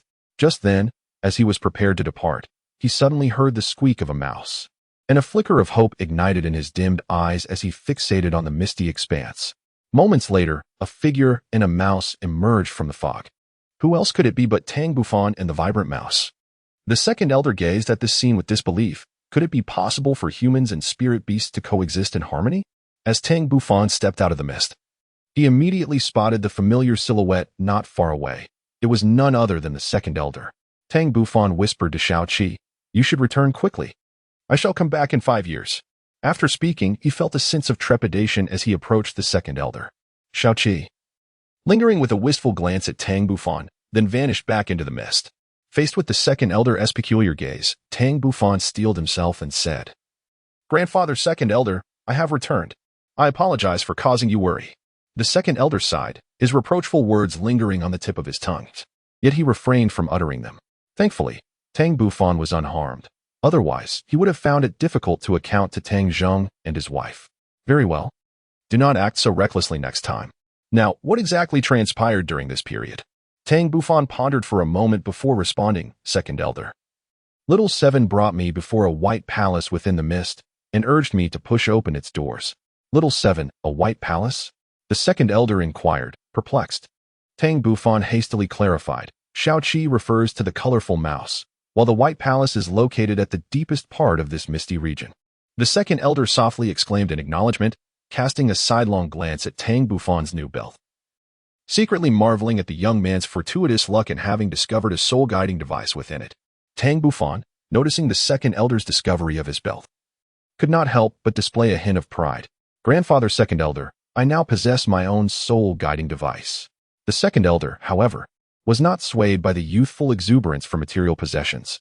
Casting a glance at the sky, he replied with a hint of impatience, "Enough of this. We must be on our way. Your second soul ring has yet to be secured. If we do not hasten, we shall be unable to return to the Haotian Sect today." At this moment, Tang Bufan suddenly realized, "Indeed, grandfather second elder. Let us hasten to search for the soul beasts." With that, Tang Bufan rushed back, closely followed by the second elder to prevent any unforeseen incidents. Soon, the two figures vanished into the depths of the forest. Chapter 17. The Second Soul Ring, the Purple Thunderstorm Bear. In the realm designated for the activities of thousand-year soul beasts, 2 silhouettes were tirelessly seeking out the elusive creatures. These 2 were none other than the second elder and Tang Bufan. At this moment, the forest had grown dim, with thick mist beginning to envelop the surroundings. Meanwhile, near a campfire at the periphery, Tang Bufan inquired, "Grandfather second elder, shall we spend the night in the misty forest?" The second elder nodded, acknowledging that darkness had already fallen. "We must rest for the night and return after you acquire your second soul ring tomorrow." Tang Bufan responded softly, "Grandfather second elder, our bonfire should attract soul beasts, right?" "Indeed," the second elder affirmed. "While some soul beasts are fearful of fire, there are still many that are not. Remember this crucial point when you venture out to hunt soul beasts in the future." The second elder patiently advised. Tang Bufan was perplexed. If that is the case, then why did you still ignite the bonfire? The second elder replied with a confident smile. The reasoning is quite simple. Strength dictates everything, and moreover, we are situated at the periphery. Tang Bufan, seemingly enlightened, nodded thoughtfully.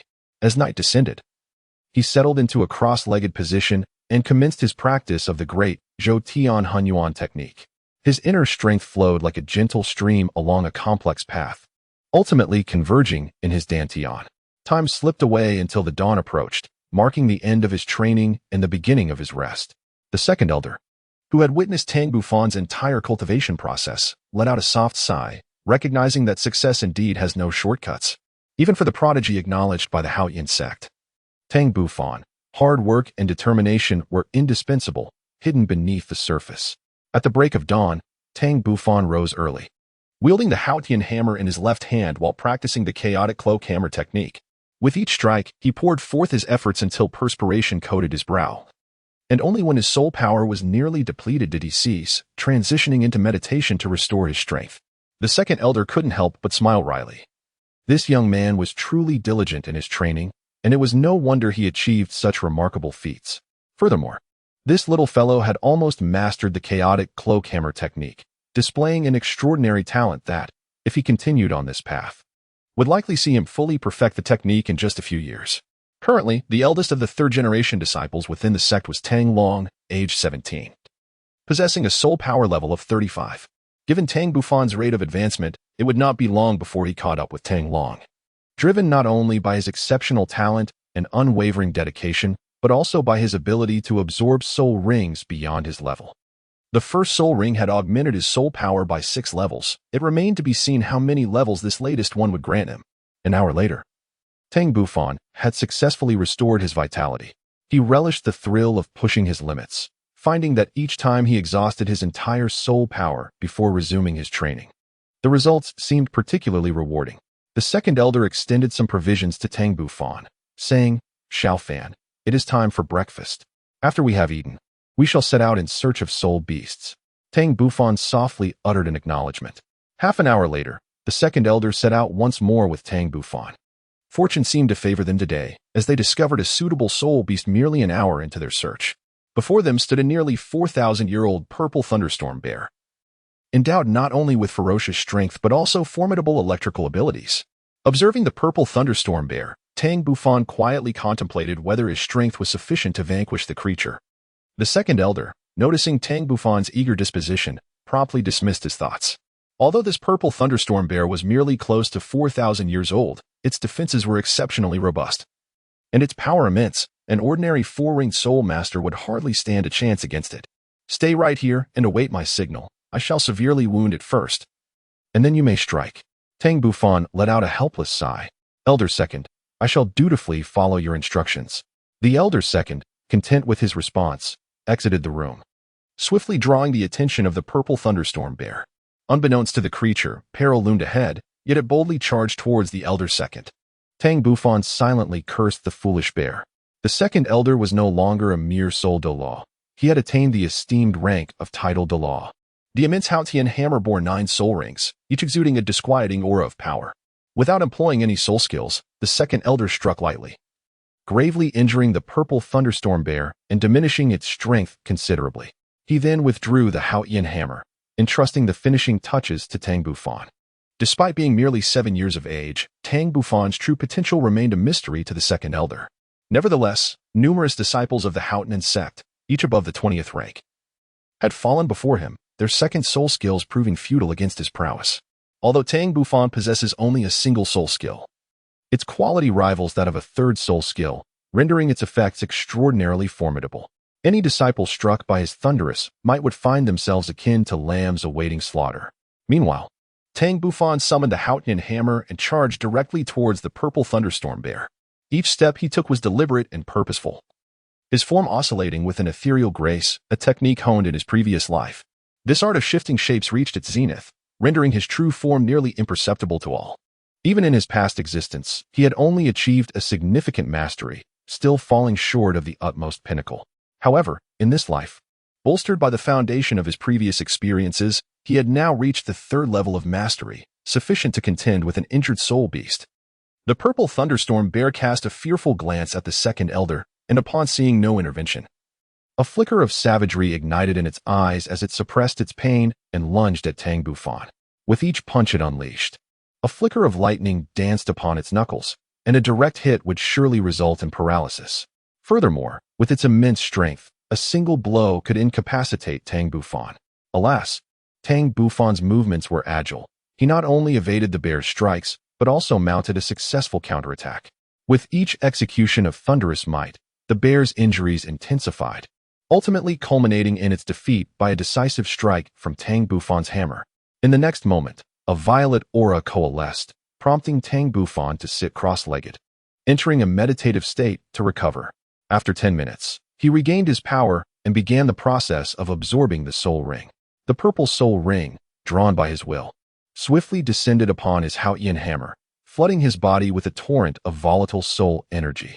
Tang Bufan commenced the operation of his cultivation technique, embarking on the formidable challenge of the third level of the Great Haotian mixed origin skill, utilizing the methods he had previously mastered.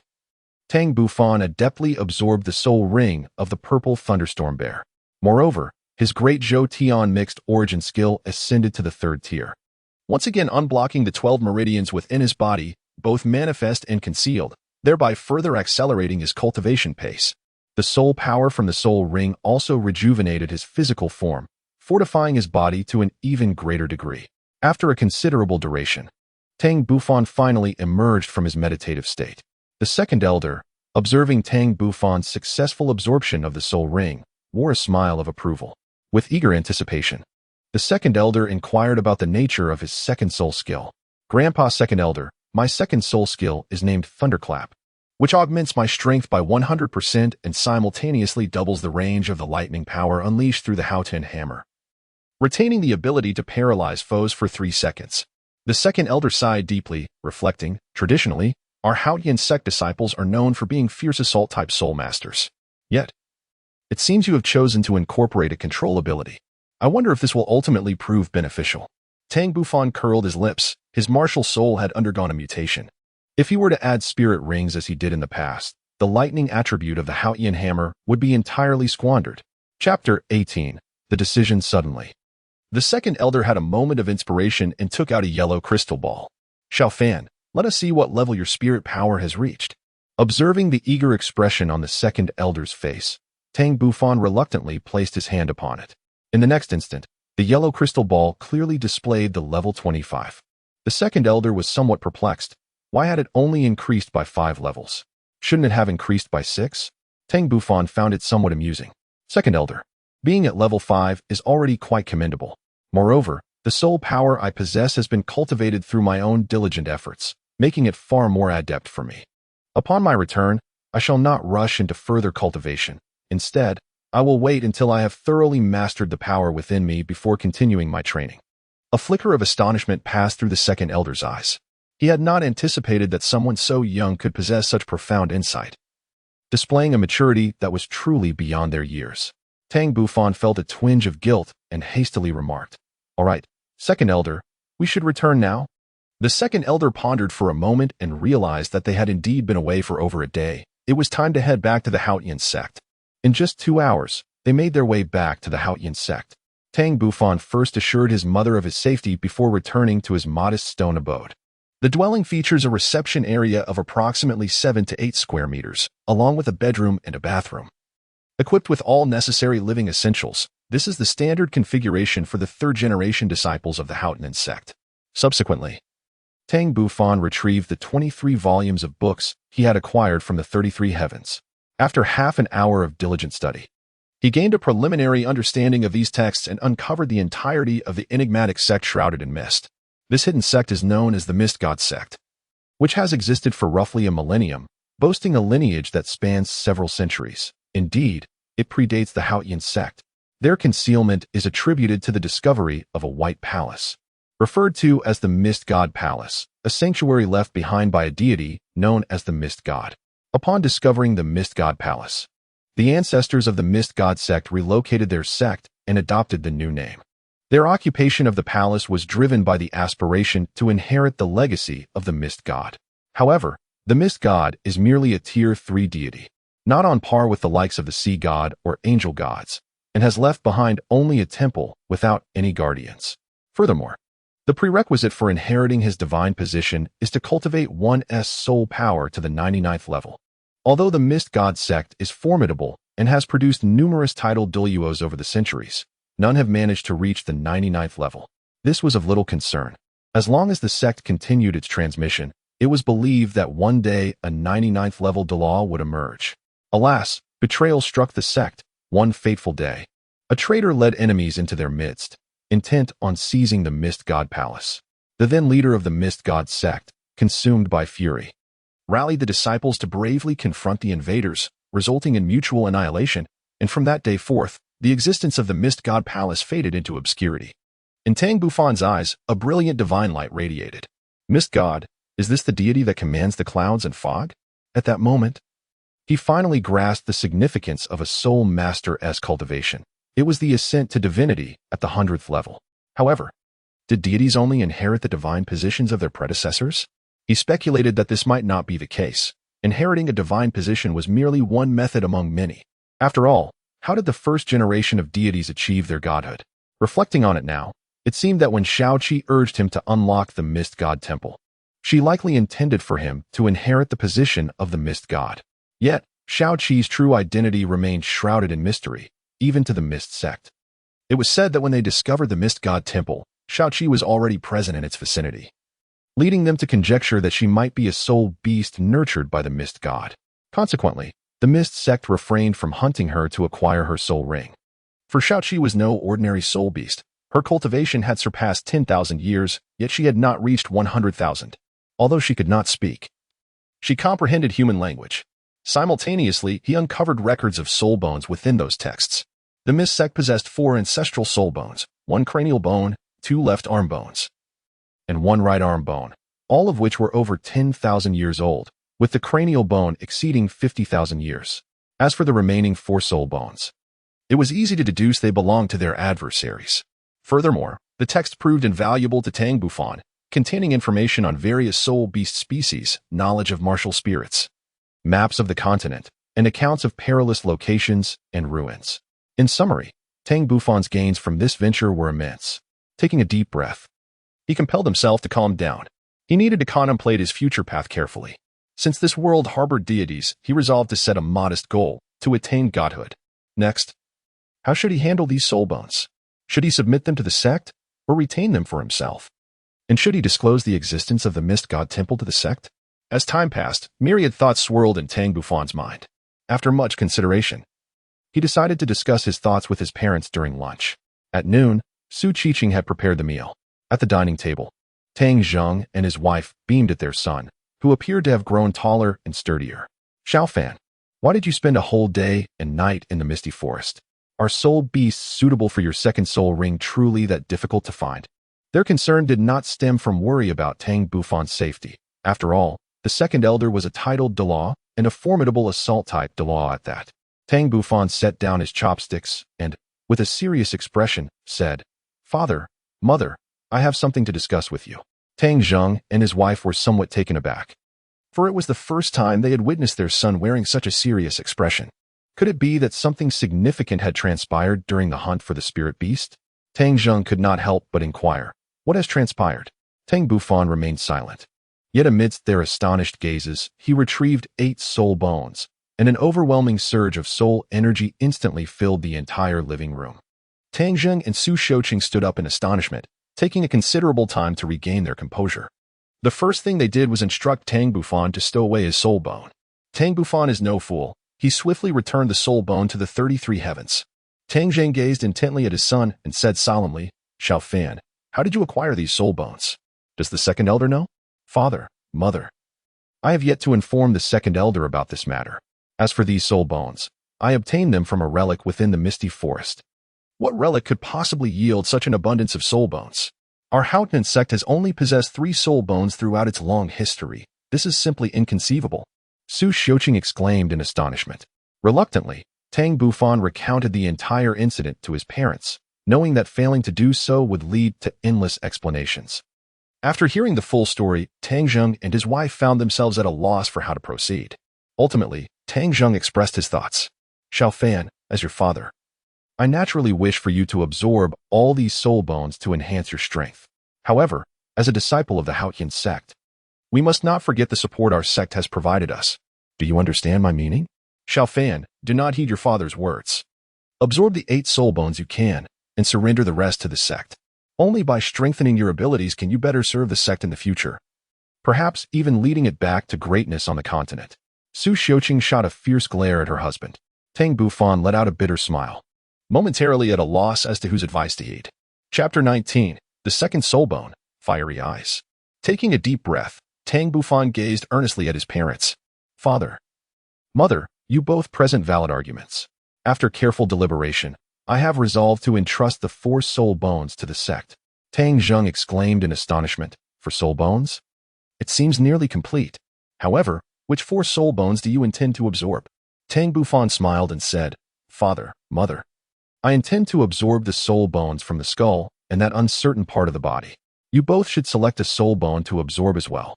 Consider it a gift from your son. Tang Zheng and Su Xiuqing were momentarily taken aback, but soon their faces blossomed into radiant smiles. The child's heartfelt intention brought them immense satisfaction. How could they possibly consider absorbing the soul bones? Thanner, your father and I have no need for the soul bones. Only by you absorbing them can their true value be fully realized. We truly appreciate your sentiment, but it is best for you to absorb them. Father, Mother, please take them. It matters not for these 2 soul bones. Besides, even if I were to present them to the sect, I am certain the sect master would bestow them upon me. As he spoke the last words, Tang Bufan couldn't help but chuckle softly. Tang Zheng and his wife exchanged a glance, as if to acknowledge the situation. Ultimately, after Tang Bufan's persistent insistence, they selected a left arm bone and a skull, leaving Tang Bufan an entire set of soul bones. Tang Bufan gazed at the choices made by his father and mother, a bitter smile emerging on his lips. How could he not comprehend their intentions? Tang Zheng chuckled. The food has grown cold. Let us dine first. After our meal, your mother and I shall safeguard you while you absorb those 2 soul bones. Once you have completed the absorption, you may proceed to return the remaining soul bones to the sect. Tang Bufan responded softly and began to partake in his meal. Half an hour later, he retrieved a skull bone, a piece of soul bone that was remarkably intact, emanating a powerful wave of soul energy. It could almost be deemed the finest among the 8 pieces of soul bone, with records indicating its age to be an astounding 70,000 years. Truly a pinnacle of soul bone. Sitting cross-legged, Tang Bufan's mental energy radiated outward, pulsating in harmony with the energy fluctuations of the soul bone. Soon, a layer of golden light emanated from the soul bone, enveloping Tang Bufan entirely. Tang Zheng and his wife gazed in astonishment at the unfolding scene. As time flowed slowly, the energy from the soul bone gradually penetrated his mind, spreading throughout his brain. This sensation was extraordinarily marvelous. He could distinctly sense his brain being developed under the gentle yet cool embrace of the golden energy, illuminating many previously incomprehensible matters, dispelling all doubts. With the enhancement of his mental power, his wisdom was simultaneously on the rise. Soon, Tang Bufan's mind transformed into a golden realm. At the heart of this golden world, an ethereal version of Tang Bufan awakened under the stimulation of the golden energy. This was the nascent form of his primordial spirit, painstakingly forged in his previous life, akin to the concept of a divine soul in the Douluo world. This phenomenon elucidated why Tang Bufan could possess mental strength at such an early stage. However, it had remained dormant until now. With his awakening, all the golden energy converged towards him. As the golden energy continued to amass, his ethereal form seemed to solidify slightly. Time flowed on, and soon 3 hours had passed. Rather than absorbing more golden energy, the nascent divine soul directed the remaining mental energy to gather towards Tang Bufan's eyes. It was uncertain how much time had elapsed, but the golden soul bone had expanded to the size of his head. The moment Tang Bufan opened his eyes, 2 golden flames ignited in the eye sockets of the golden skull. Almost instantaneously, these flames erupted forth, shooting straight into Tang Bufan's eyes. A sharp, intense pain radiated from his eyes. Although he could not see, his mental power allowed him to perceive it. At that moment, his pupils had completely transformed into a golden hue, which soon shifted to purple. The golden and purple colors alternated in a dazzling display before settling into tranquility. returning to their normal coloration. The now enlarged golden skull expanded once more, enveloping Tang Bufan's head like a grand dome, before gradually retracting. As it approached his head, the entire skull became ethereal, merging into Tang Bufan's being. Subsequently, he felt as though he was submerged in a golden ocean, utterly detached from his surroundings, as if his six senses had been stripped away. Outside, Tang Zheng and his wife were left in awe by the miraculous spectacle before them. For Tang Bufan, the passage of time had lost its significance. It felt as though eons had passed, yet it could have been but a fleeting moment. By evening, the radiance surrounding Tang Bufan completely dissipated, returning to his being. If one were to observe closely at that moment, they would notice that his pupils shimmered with specks of gold, exuding an air of profound mystery. Though Tang Bufan had awakened, he remained seated, immersing himself in the sensations coursing through his body. After absorbing the skull, his mental prowess had increased at least tenfold and had become more refined than ever before. If his previous mental strength could be likened to a fine thread, then now it was akin to a slender steel wire. Furthermore, the range of his mental projection had expanded at least tenfold. Even in the dead of night, he could perceive everything around him with crystal clarity. He could even discern the hues within the air, which were the particles of energy, reminiscent of what one might refer to as spiritual energy in his past life. Additionally, this soul bone had bestowed upon him a remarkable ability, which he termed the fiery eye of insight, enabling him to pierce through illusions and emit a divine light capable of devastating adversaries, truly formidable in its might. As his strength grew, it was conceivable that he might evolve into the legendary figure of the Monkey King from ancient myth, endowed with the same fiery sight. Just then, Su Shouqing called Tang Bufan for dinner. At the dining table, Tang inquired, "Xiao Fan, it seems you have made quite the remarkable gain." To which Tang Bufan replied, "Father, Mother, I surmise this soul bone is not merely 70,000 years old.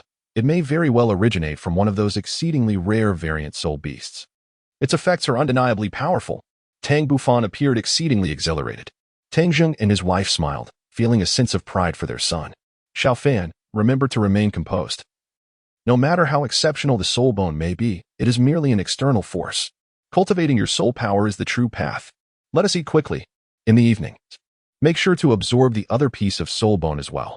Tomorrow, dedicate the day to your training, and the day after, present the soul bone to the sect leader." At that moment, Su Shouqing suddenly pondered a question. "Xiao Fan, have you considered how to explain this matter to the elders and the sect leader?" Tang Bufan smiled confidently and reassured his mother, "There is no need for concern. I have already devised an explanation. I will simply state that these soul bones were discovered within the soul guide. I had not noticed them earlier, but upon returning to the sect and conducting a thorough inspection of the soul guide, I realized the presence of these soul bones." Tang nodded, affirming, "Indeed. Let Xiao Fan convey this to the sect leader and the elders." Chapter 20. The Wings of the Phoenix. An hour later, Tang Bufan retrieved a soul bone, the origin of which he could not discern from any part of his body. The soul power of this bone was entirely reclusive, rendering its age indiscernible. Just as Tang Bufan prepared to absorb it, Tang interjected, "Xiao Fan, perhaps it would be wise to refrain from absorbing this soul bone for the moment. It would be prudent to wait until you ascertain to which part of your body it specifically belongs before proceeding." Tang Bufan paused his actions and shook his head. "Father, while I am unable to definitively ascertain which part of the body it belongs to, I can assure you that it is certainly not a part of the skull, nor could it possibly belong to the bones of the limbs. As for the trunk bones, that too seems rather unlikely. Therefore, I speculate that it is an external soul bone. When I discovered it, it was located on the back of that skeletal frame, which led me to surmise that it might indeed be an external soul bone, and it is highly probable that it is a wing-type soul bone. So, Father, you must trust me. Even if I am mistaken, there will be no repercussions. Once I absorb it, I will know precisely what type of soul bone this is." The Tang couple could only nod in agreement. Sitting cross-legged, Tang Bufan infused his soul power into the soul bone, seemingly awakening it. The previously contained soul power erupted in an instant, overwhelming Tang Bufan with a surge of energy. Outside, the Tang couple was taken aback, for the soul power emanating from this bone was far more vigorous than that of Tang Bufan's own skull bone, which was approximately 70,000 years old. In the next moment, they beheld a brilliant golden light erupting from the soul bone, which inflicted upon them a fierce burning sensations, compelling them to channel their soul power to create a barrier. Subsequently, amidst the golden radiance, an ethereal figure of a fiery soul beast emerged. its form entirely enveloped in golden flames, reminiscent of the legendary fire phoenix. Su Qiqing murmured, "Could it be that this is a fire phoenix soul bone?" Tang Jing shook his head, for the fire phoenix resided at the pinnacle of the soul beast pyramid, and he had never heard of anyone possessing their soul bone. Let us continue to observe. The answers should soon reveal themselves. Subsequently, the two ceased their conversation and vigilantly guarded Tang Bufan. At that moment, Tang Bufan was lost in a trance as visions flooded his mind. Amidst an endless sea of searing flames, a fire phoenix soared defiantly into the sky. While countless bolts of lightning rained down, the fire phoenix's gaze exuded a fierce arrogance as it unleashed torrents of golden flames from its maw. This inferno was of terrifying might, capable of incinerating the very lightning that descended from above. Flames clashed with thunder, and the onslaught of lightning intensified, growing in both quantity and ferocity. Throughout this tumultuous struggle, the fire phoenix continuously expelled golden flames to counter the violet lightning. It was uncertain how long this battle endured. But ultimately, the fire phoenix, unwilling to concede, plummeted from the heavens, its wings broken, and fell into the fiery abyss. Yet, the tale did not conclude there. Though the golden flames enveloping the fallen phoenix extinguished, a vibrant green fire erupted in their place. This emerald flame enveloped the phoenix, radiating an aura of vitality. Simultaneously, the lightning above did not dissipate. It seemed to be gathering even greater power. Time passed, and the green flames in the fiery depths extinguished, giving way to a resounding cry. A brand new phoenix ascended once more into the sky, its golden flames igniting anew. The thunderbolts in the heavens appeared to sense the phoenix's resurrection, unleashing even more potent purple lightning, interspersed with flecks of black, emanating an air of annihilation. Once more, flames and thunder collided in a fierce confrontation, and after a prolonged standoff, both forces vanished. The fire phoenix plummeted once again into the sea of flames. Its form charred and blackened, wings irrevocably shattered, its eyes filled with despair and defiance. In the fiery depths, the vibrant green flames were no longer to be seen. Tang Bufan's heart was profoundly shaken, and an overwhelming sense of emotion surged within him. This must surely be the origin of this soul bone. Simultaneously, he once again bore witness to the terrifying power of thunder, and a particular thought in his mind grew increasingly intense. Outside, the golden-hued phantom of the fire phoenix vanished, replaced by a pair of enormous phantom wings, shimmering in a blend of gold and a hint of purple. Golden flames and purple lightning coexisted upon them. An extraordinary sight indeed. Soon, the phantom faded once more, yet on Tang Bufan's back emerged a pair of colossal wings, identical to the previous apparition. In the next moment, the phantom wings seamlessly integrated into his back, causing him to involuntarily emit a soft groan, followed by a radiant enveloping of golden soul power surrounding him. Within his senses, the soul power that entered his body continuously converged upon 2 points on his back. His physique underwent yet another baptism.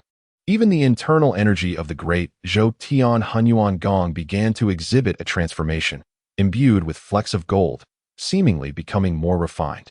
Unbeknownst to him, his garments had already disintegrated into ashes under the influence of this soul power, and as the soul energy continued to purify his flesh, black impurities began to surface upon his skin.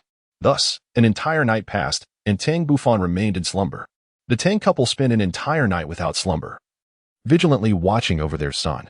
At that moment, the golden aura enveloping Tang Bufan dissipated, revealing his bare form, yet he remained in slumber. Suddenly, a pained groan escaped his lips, and in the next instant, he arched his body and collapsed to the ground, emitting sounds of anguish. 2 fist-sized protrusions abruptly emerged from his back, which soon ruptured, giving rise to a pair of wings. These wings continued to grow larger, ultimately reaching approximately 1 meter in length before coming to a halt. The anguish on Tang Bufan's face finally dissipated, giving way to a sense of exhilaration. Tang Zheng and his wife gazed at their son with an expression of bewilderment as a pair of golden and purple wings unfurled from his back, marked by splotches of dried blood at the protrusions. Tang Bufan finally opened his eyes, a look of satisfaction gracing his features as his mental energy swept across his back. As he had anticipated, the soul bone he possessed was indeed a wing-type external soul bone. However, he had not expected its quality to be so extraordinarily high. Originating from the legendary fire phoenix, unlike the pure golden feathers of the fire phoenix, his wings exhibited a slight mutation, adorned with numerous purple streaks due to the infusion of thunderous power. Having previously experienced the absorption of an external soul bone, Tang Bufan swiftly assimilated the phoenix wings into his being. It was only at that moment that he became aware of his nakedness and the presence of numerous dark impurities on his body. His small face flushed with embarrassment, and he hurriedly dashed out of the living room and into the bathroom. Tang Zheng chuckled softly, observing the child's enduring shyness. Half an hour later, Tang Bufan completed his grooming and donned a fresh set of attire before emerging. At that moment, he felt invigorated and brimming with vitality. Tang Zheng and his wife could not help but be intrigued, for did little Fan not just possess wings that resembled those of a phoenix? Tang Bufan was astonished. Father, Mother, how did you know it was the wings of a phoenix?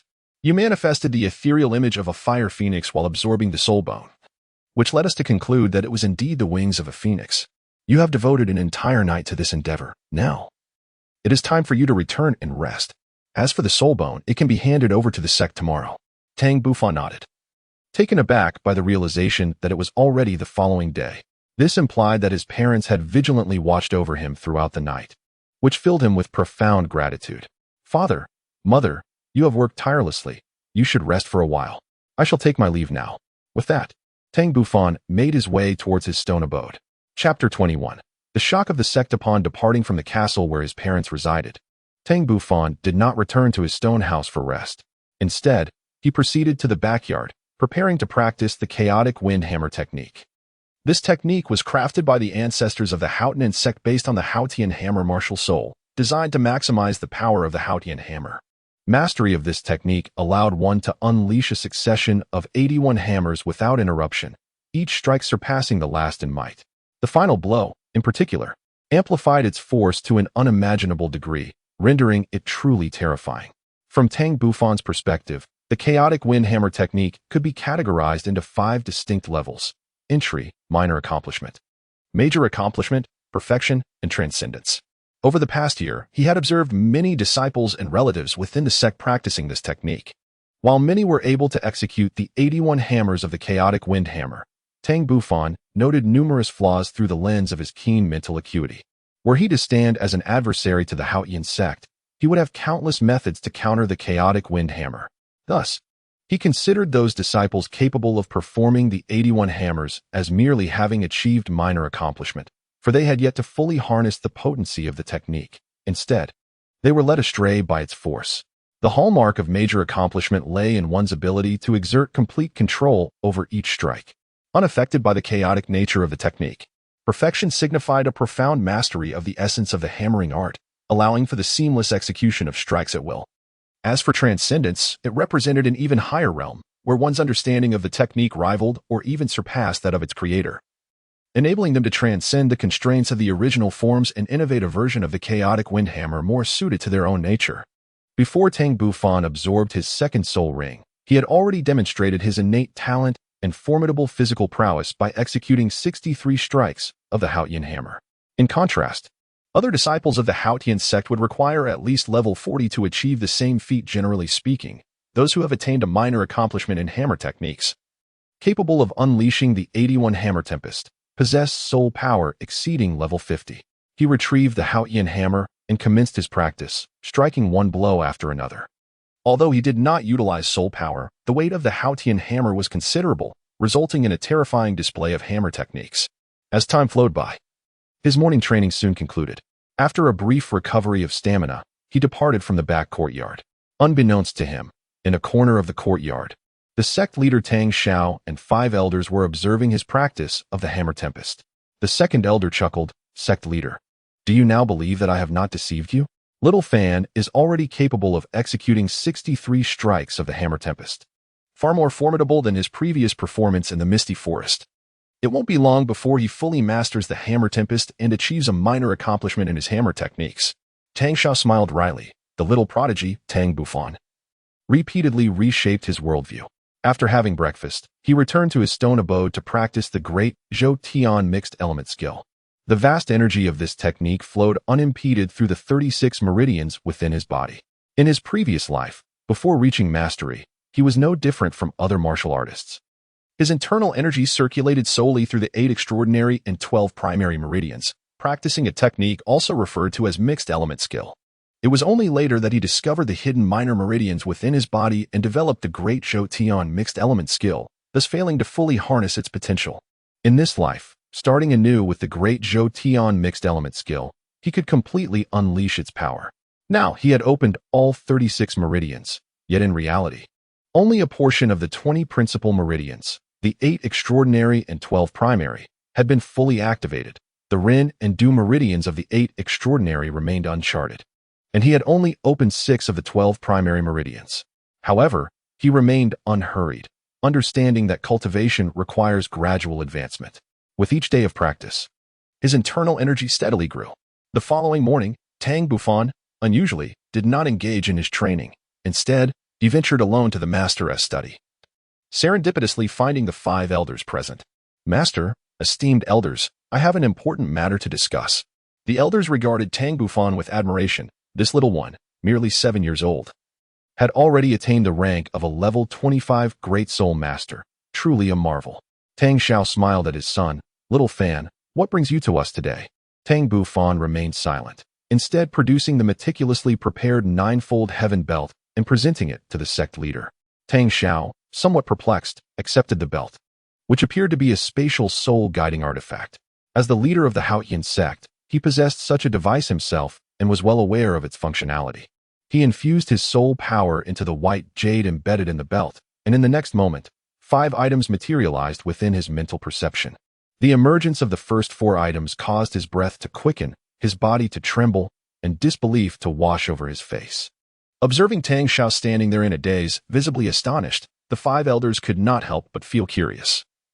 They swiftly probed with their own spiritual energy to uncover the source of such a reaction from the sect leader. Soon, the 5 elders found themselves equally astonished, their hearts stirred by an overwhelming tide of emotions. Lying quietly within the belt were 4 soul bones and a book. The surging soul power emanating from the 4 soul bones was unmistakably no less than 10,000 years old. The second elder was the first to regain his composure, as he was aware that Tang Bufan had acquired the soul-guiding belt in that mist-shrouded area. After some time, Tang Xiao and the others finally subdued their excitement, their expressions turning grave as they implored, "Xiao Fan, please enlighten us on how you obtained these soul bones."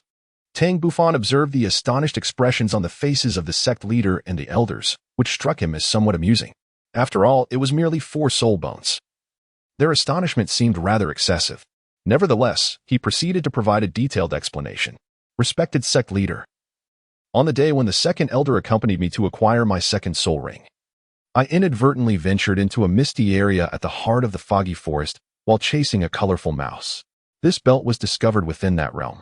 Initially, I did not inspect it closely. It was only last night that I uncovered the 4 soul bones and the cultivation technique contained within. Unsure of how to handle these findings, I brought them to you this morning." The second elder, wearing a serious expression, urged, "Xiao Fan, please recount the sights you encountered within the mist." "After I pursued that colorful mouse into the misty region, it led me to what appeared to be the ruins of a hidden sect, now in a state of desolation. There, I beheld a white palace. The colorful mouse beckoned me to open the grand entrance, but my strength was insufficient to budge the imposing doors of the palace. Ultimately, after persistent communication and promising to return in 5 years, the colorful mouse consented to guide me out. As I departed, I discovered 2 belts and a bracelet amidst the ruins on the ground. That encapsulates the entirety of the experience."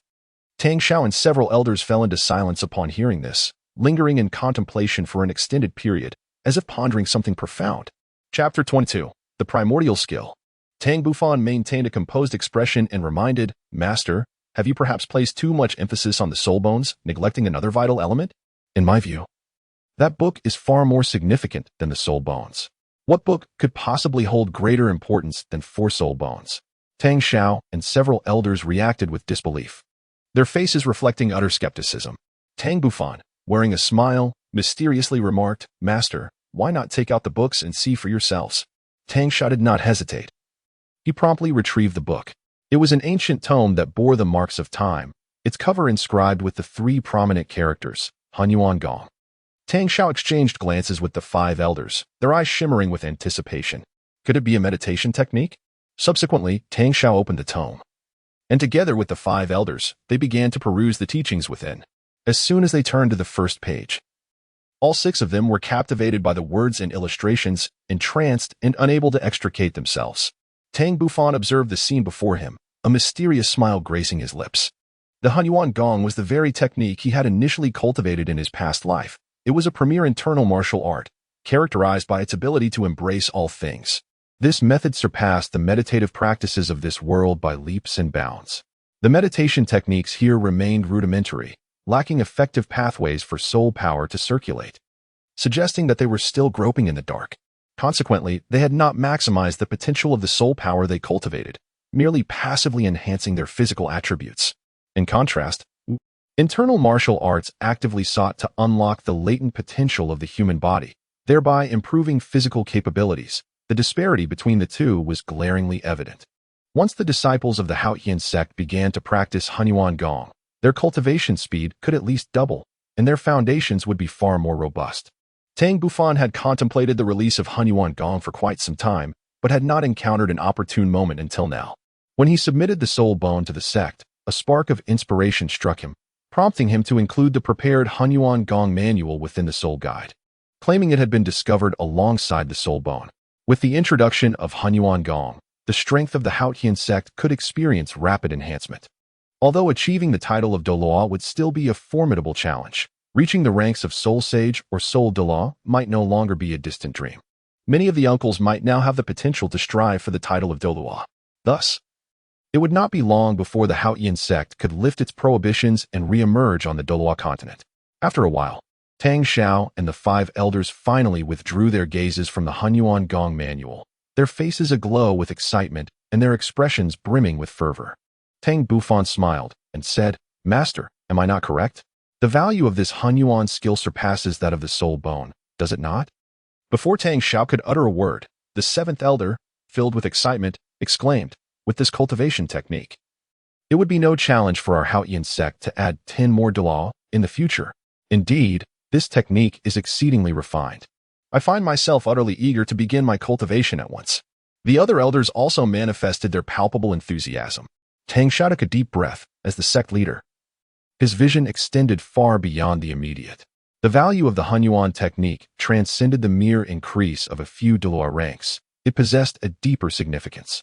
For himself, having originally reached the pinnacle of 97 levels due to his innate talent, the Hunyuan technique would undoubtedly accelerate his cultivation speed, making 97 no longer his limit. For the sect, the Hunyuan technique would elevate the status of the Haotian Sect on the continent, establishing it as a transcendent force alongside the spirit hall. Gazing at the 7-year-old child before him, Tang Xiao spoke earnestly. "Xiaofan, you have rendered great service to the Haotian Sect this time, comparable even to our ancestors who first created the chaotic cloak hammer method. Leader, how could I possibly be compared to the esteemed seniors of our sect? These are merely things I stumbled upon," Tang Bufan replied, awkwardly rubbing his forehead. At that moment, the 2nd elder interjected, "Xiaofan, what the leader says is indeed the truth. In terms of results, your contributions this time are sufficient to be compared with those of our ancestors." The other elders, having calmed their emotions, nodded in agreement with the 2nd elder's perspective, their gazes towards Tang Bufan filled with increasing admiration. Tang Bufan, disinterested in engaging in further debate with the elders, prepared to make his exit. "Master, esteemed elders, if there is nothing else, I shall take my leave," he declared. Not waiting for Tang Xiao's response before departing the study, this scene elicited a chuckle from Tang Xiao and the others. Moments later, Tang Xiao composed himself, his demeanor shifting to one of solemnity. As the highest decision-maker of the sect, he was compelled to address the matters of the soul bones and cultivation techniques with urgency. "Esteemed elders, let us now deliberate on the disposition of the soul bones and how the Hunyuan technique shall be imparted to the disciples of our sect." After surveying the assembly, the 2nd elder articulated his perspective. "Given Tang Bufan's remarkable contributions, I believe we should grant him at least 2 of these soul bones, if not all." After a brief pause, the 4th elder concurred. What the 2nd elder states is indeed correct. Logically, the boy could have absorbed all these soul bones for himself, yet he chose to submit them to the sect, demonstrating his loyalty and appreciation for our institution. It is clear that our support for him has not been in vain. The remaining 3 elders nodded in agreement. At this juncture, Tang Xiao shook his head, his gaze profound. "Master, do you perhaps hold a differing opinion?" Tang Xiao gazed earnestly at the 5 elders, asserting that it was not a reluctance to part with these soul bones, but rather a conviction that they were unworthy of Tang Bufan. Although these soul bones surpassed a millennium in age, they did not exceed 50,000 years. Consider this carefully. Should he absorb these soul bones now, and later encounter superior ones, such as those of 100,000 years, he would be left merely to watch, unable to absorb them. Thus, I propose that we withhold these soul bones for the time being, reserving them as preparatory soul bones for him. What do you think? Elder Wei Wei, being exceptionally astute, grasped the implications immediately, realizing the various nuances involved. The sect leader possesses foresight. We have acted rashly. What are your thoughts on handling the cultivation methods? Tang Xiao spoke earnestly. This cultivation technique is indeed remarkable. However, the pathways for soul energy are exceedingly intricate. Without proper guidance, it would be nearly impossible to cultivate. And one must also be well-versed in the human meridians as documented in the technique. After much contemplation, I have devised a singular solution. We shall first cultivate ourselves. And once we have succeeded, we can guide our disciples one by one. The consequences of erroneous pathways for the soul energy could be dire. The elders deliberated thoughtfully, acknowledging the thorough considerations of their leader. All 6 of them had developed mental prowess, enabling introspection, thus ensuring their practice of the primordial technique would be free of error. The ordinary disciples, however, were oblivious to the nuances of cultivation and were prone to mistakes. Only under the guidance of these 6 could they safely memorize the pathways for soul energy before embarking on their own cultivation journeys. Furthermore, as the technique stipulates, cultivating the primordial technique requires the unblocking of the 12 primary meridians and the 8 extraordinary vessels, necessitating a prior mastery of human anatomy. Subsequently, Tang Xiao and the 5 elders engaged in an exhaustive discussion about the technique, which lasted from noon until the following dawn. They emerged, visibly fatigued yet with eyes alight, for they had successfully mastered the primordial technique. Chapter 23. The sect meeting 2 hours later, in the front courtyard, all disciples of the Haotian Sect had gathered. Many wore expressions of confusion. The routine meeting of the month had long concluded, yet the sect leader summoned them once more. Surely, something significant was afoot. Among the crowd, Tang Bufan maintained an air of calm, likely the only one privy to the unfolding events. In front of them, Tang Xiao addressed all disciples of the Haotian Sect. I imagine you are all quite curious as to why I have called this meeting today. This matter pertains to Tang Bufan. The second-generation disciples were taken aback, glancing towards Tang Bufan, and upon sensing his soul energy, they could not help but express their astonishment. Ever since awakening his martial soul, this young lad had continuously astounded the sect. What remarkable feat had he accomplished this time? One of the second-generation disciples could not restrain their curiosity, inquiring, "Might I ask, sect leader, what is the purpose of this assembly?" To be candid, during an encounter with a soul beast, Tang Bufan inadvertently stumbled into an ancient relic within the misty forest, where he acquired a supreme meditation technique. After discussions with the 5 elders, we have resolved to designate this technique as the highest doctrine of our sect, and from today forth, it shall be a mandatory practice for every direct disciple of our sect. Before Tang Xiao could finish his words, a series of exclamations erupted from the courtyard. Ancient relics? Supreme meditation techniques? The second elder stepped forward, signaling for everyone to quiet down. Please, let us be silent and patiently listen to the master speak to the end. Tang Xiao then continued. This cultivation method is known as the Hunyuan technique. After extensive research conducted by myself and several elders, we have discovered that the efficiency of this Hunyuan technique surpasses that of the previous meditation methods by several folds. The only drawback is that, for the time being, only a few of us can guide the practice. It will be some time before one can cultivate independently. Tang Xiao's words undoubtedly stirred a profound ripple among the crowd, igniting a fervent excitement among the second-generation disciples, their faces flushed with exhilaration. The concept of increasing speed severalfold was still somewhat abstract to many of the third-generation disciples. However, the second-generation members grasped its significance with remarkable clarity. In the present-day Haotian Sect, the cultivation levels of the second-generation disciples generally surpassed 50. With some nearing the esteemed rank of Soul Douluo. They were acutely aware of the slow progression of soul power at this advanced stage. For soul kings and soul emperors, the advancement was relatively more manageable, typically yielding an increase of 1 or 2 levels per year. However, beyond the 70th level, achieving even a single level increase in a year was considered commendable. According to the sect leader, this particular technique could amplify their cultivation speed by several times, which implied that they might gain 3 or 4 levels of soul power within a year. Even if the efficacy of the technique were somewhat exaggerated, it should at the very least double their cultivation speed. Consequently, this revelation promised to save them a considerable amount of time, granting them more opportunities to strive for the rank of title Douluo. How could they possibly contain their excitement? Tang Xiao understood the excitement brimming within his brethren and, after a prolonged pause, continued, "Very well, today's meeting shall conclude here. All second-generation disciples are to remain shortly. Several elders and I will guide you in the cultivation of the Hongyuan technique. As for the third-generation disciples, gather in the back courtyard tomorrow, where we shall instruct you in your practice." "Ah, yes, Tang Bufan, please stay behind." With that, the third-generation disciples dispersed in a flurry, leaving only around 70 or 80 second-generation disciples along with Tang Bufan, the sole third-generation disciple. Tang Bufan, somewhat awkwardly, addressed the sect leader. "There is a matter I neglected to inform you. I have successfully cultivated the Hongyuan technique.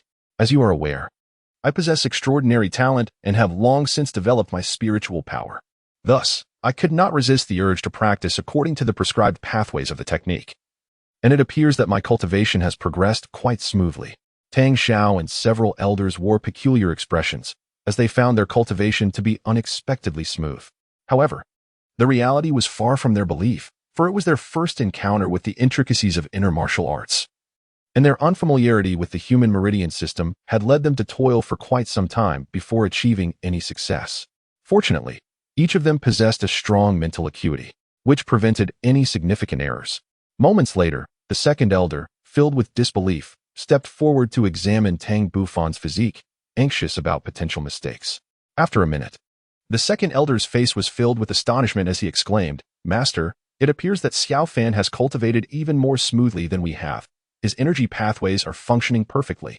Tang Xiao and the other elders exchanged glances, marveling at his extraordinary talent. After a brief moment, Tang Xiao could no longer contain himself and spoke, "Xiao Fan, since you have successfully cultivated your skills, why not remain with us to guide them in their training?" Tang Bufan yearned for something unattainable, and he was also concerned that the sect leader might lead him astray. Even if the sect leader forbade him from staying, he would devise a way to remain. Subsequently, Tang Bufan approached Tang Zheng, preparing to guide his father in cultivation. Although Tang Zheng was beset with numerous questions, he understood that this was not the appropriate moment to inquire. He promptly settled into a meditative posture, channeling his soul energy in accordance with the path indicated by his son. 7 individuals could simultaneously guide another 7 in their cultivation. Time passed swiftly, and before long, it was afternoon. Through the diligent efforts of Tang Bufan and his companions, the second-generation disciples of the Haotian Sect swiftly mastered the foundational level of the Hongyuan skill, enabling them to accurately circulate their soul energy. Though Tang Bufan felt somewhat fatigued, a profound joy resided within his heart. In his previous life, he relentlessly pursued the pinnacle of martial arts, with the sole regret being the inability to pass on the legacy of the Haotian Sect. In this life, imparting the Hongyuan skill to the sect could be seen as a fulfillment of that past regret. Observing the ecstatic expressions of his brothers before him, a glimmer of anticipation unconsciously emerged in Tang Yao's eyes. Tang Bufan stood to the side and advised, "Master, there is but a single volume of the cultivation technique. Perhaps we should have our esteemed uncles and aunts meticulously transcribe the Hongyuan Gong, allowing them to return and study it in detail, particularly the diagrams of the human meridians and the operational pathways of each stage of the Hongyuan Gong. This should be of utmost significance, would it not?" Tang Xiao immediately realized the situation and enlightenedly exclaimed, "Brothers, Xiao Fan is correct. You should return home to gather paper and ink. Come back shortly to practice." The numerous second-generation disciples of Haotian Sect displayed expressions of delight and promptly returned to their homes in search of writing materials. Soon, only Tang Xiao, the 5 elders, and Tang Bufan remained in the front courtyard. Tang Bufan stifled a yawn, falsely claiming fatigue, and decided to take his leave. In the ensuing days, through the diligent efforts of Tang Xiao and others, every disciple who had awakened their martial soul learned the first level of the Hongyuan skill under their guidance. The cultivation atmosphere within the Haotian Sect underwent a remarkable transformation, with everyone dedicated to mastering the Hongyuan skill. Notably, the second-generation disciples were the first to experience the allure of this technique. Upon practicing the Hongyuan skill, they could distinctly perceive an increase in their soul power, which spurred them to train even harder. It is worth mentioning that the sect master, along with 5 elders and several second-generation disciples, had already broken through the bottleneck of the first level of the Hongyuan skill and ascended to the second level. Tang Bufan had anticipated this development, knowing well that the sect master and the elders possessed profound soul power. It was merely a matter of time before they opened the 12 meridians and the 8 extraordinary vessels. However, for those disciples who had yet to obtain a soul ring, their proficiency in the Haotian skill could only advance in tandem with their growing soul power. Once the cultivation of the Haotian skill within the sect was set on the right path, he would have fulfilled a long-held aspiration and could devote himself to his own training without concern. Chapter 24. 3 years' time flew swiftly, and in the blink of an eye, 3 years had elapsed.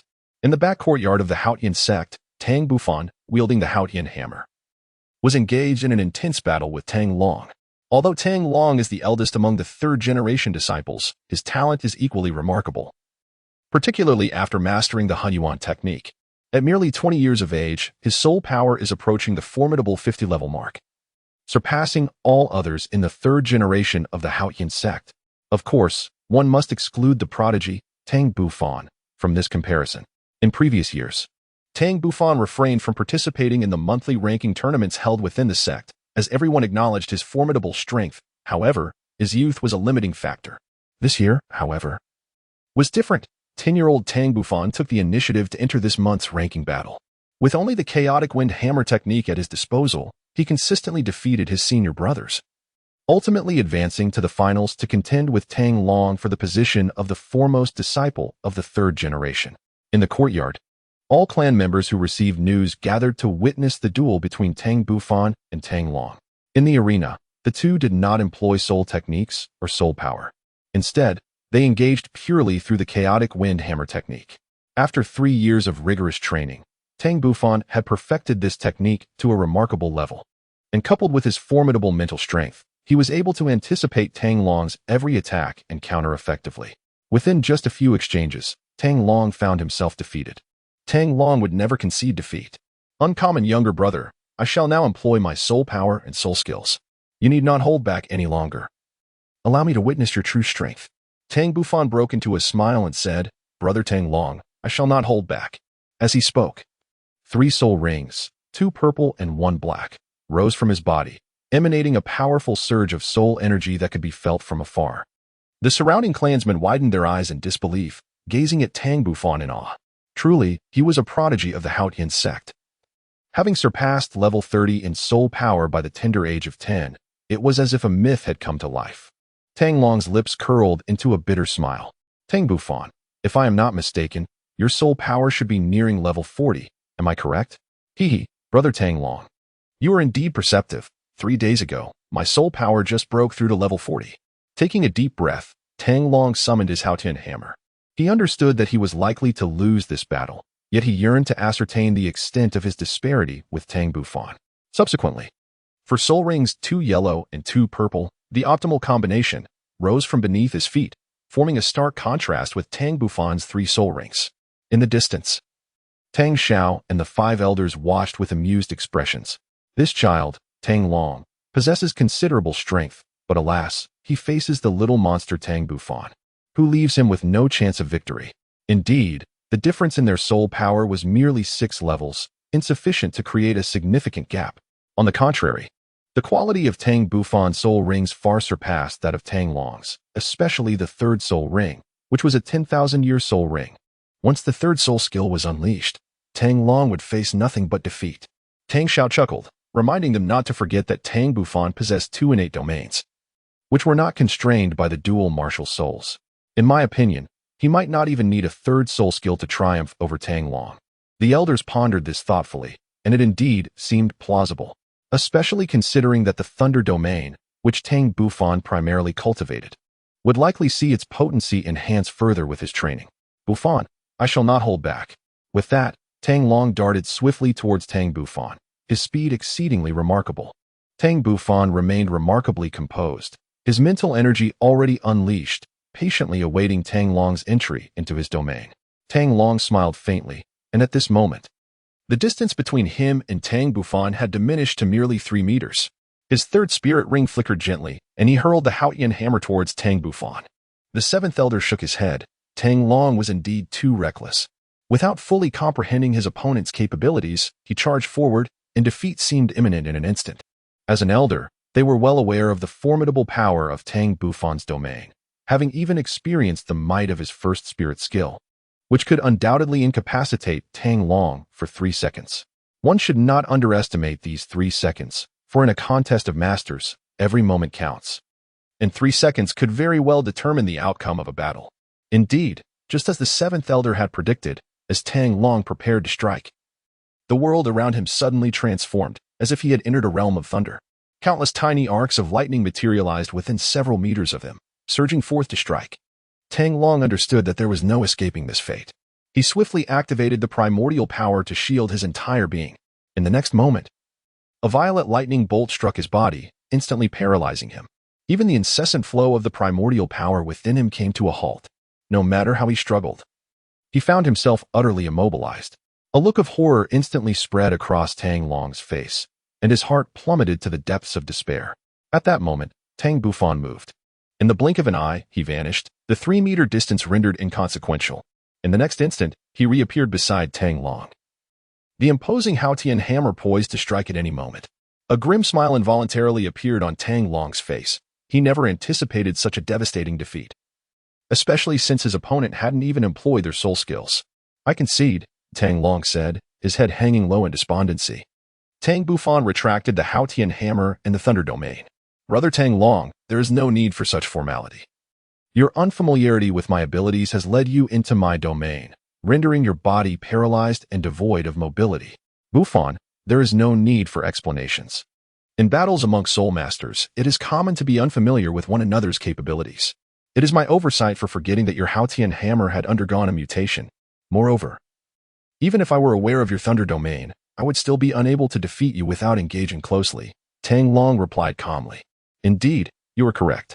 Though Tang Long, you may have been bested by your younger cousin. Acknowledging the root of the issue signifies progress." At that moment, Tang Xiao and the 5 elders approached slowly. At merely 10 years of age, Tang Bufan stood nearly 1.60 meters tall, displaying rapid development. Resembling a child of 13 or 14, Tang Bufan and Tang Long promptly bowed, acknowledging the presence of the sect leader and several esteemed elders. Tang Xiao waved his hand, his gaze settling on Tang Bufan. "Xiao Fan, your soul power has reached level 40. Prepare yourself, as in a couple of days you will accompany several elders to hunt soul beasts." Tang Bufan felt somewhat perplexed. Several elders? Isn't one elder sufficient for hunting soul beasts? Surely, there is no need for multiple elders? Why not? Tang Xiao replied, a faint smile gracing his lips. "You are not the only one seeking to acquire a soul ring." Tang Bufan immediately realized the situation.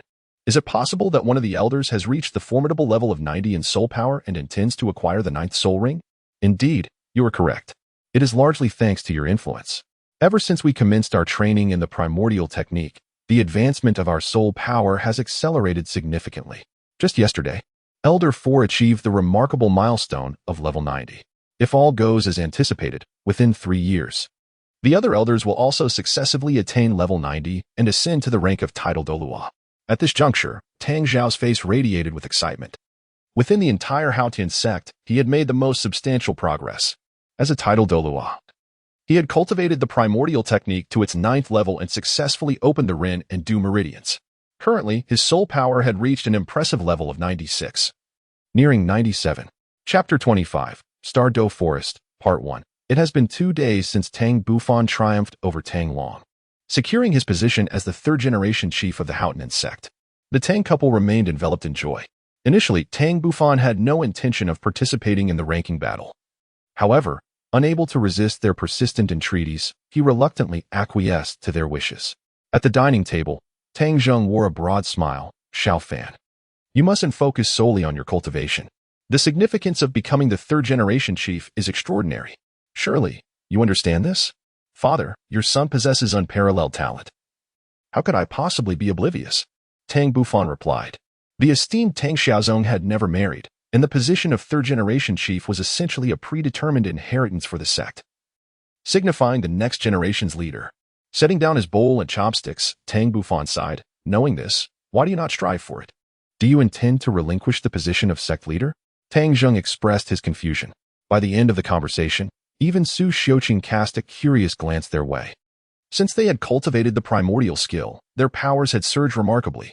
Tang Zheng had already ascended to the realm of the sixth stage Soul Emperor. While Su Xiuqing was not far from reaching the Soul Saint realm, Tang Bufan could only explain, "Father, Mother, I am still young. My primary focus must be on diligent cultivation. Moreover, with my innate talent, I am confident that I shall surpass all disciples of the third generation." Tang Zheng felt a sense of reassurance. As long as you do not voluntarily relinquish your position, the next leader of the Haotian Sect will undoubtedly be you. In the evening, at the cliff's edge outside the Haotian Sect, Tang Bufan found solace in this cherished spot.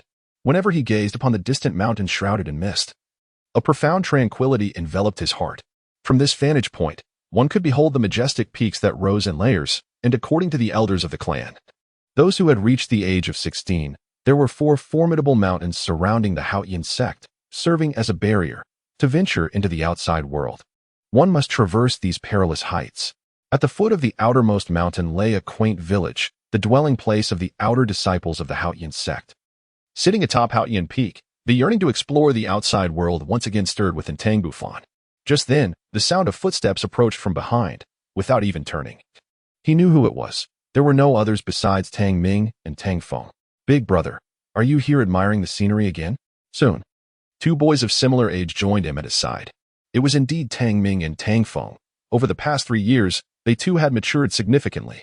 Tang Ming stands at nearly 1.5 meters tall, exuding a robust presence. In contrast, Tang Feng appears somewhat slender. Yet his height is comparable to that of Tang Bufan. "By the way, I have been preoccupied with my training lately and am unaware of the current level of your soul power." Tang Ming, with a hint of pride, remarked, "Boss, your Hunyuan Gong is truly extraordinary. I have now cultivated it to the 2nd level, and my soul power has reached level 22. What about you, Tang Feng?" Tang Feng, with an air of coolness, stands a level above Tang Ming, ranking at 23. Tang Bufan couldn't help but murmur, "Level 22 and 23?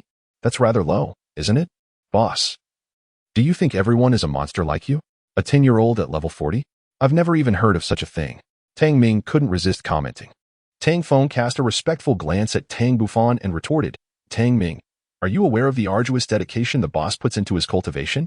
He rises before dawn to refine his soul power, practices his soul skills during the day, and continues tirelessly into the night, often training until the early hours.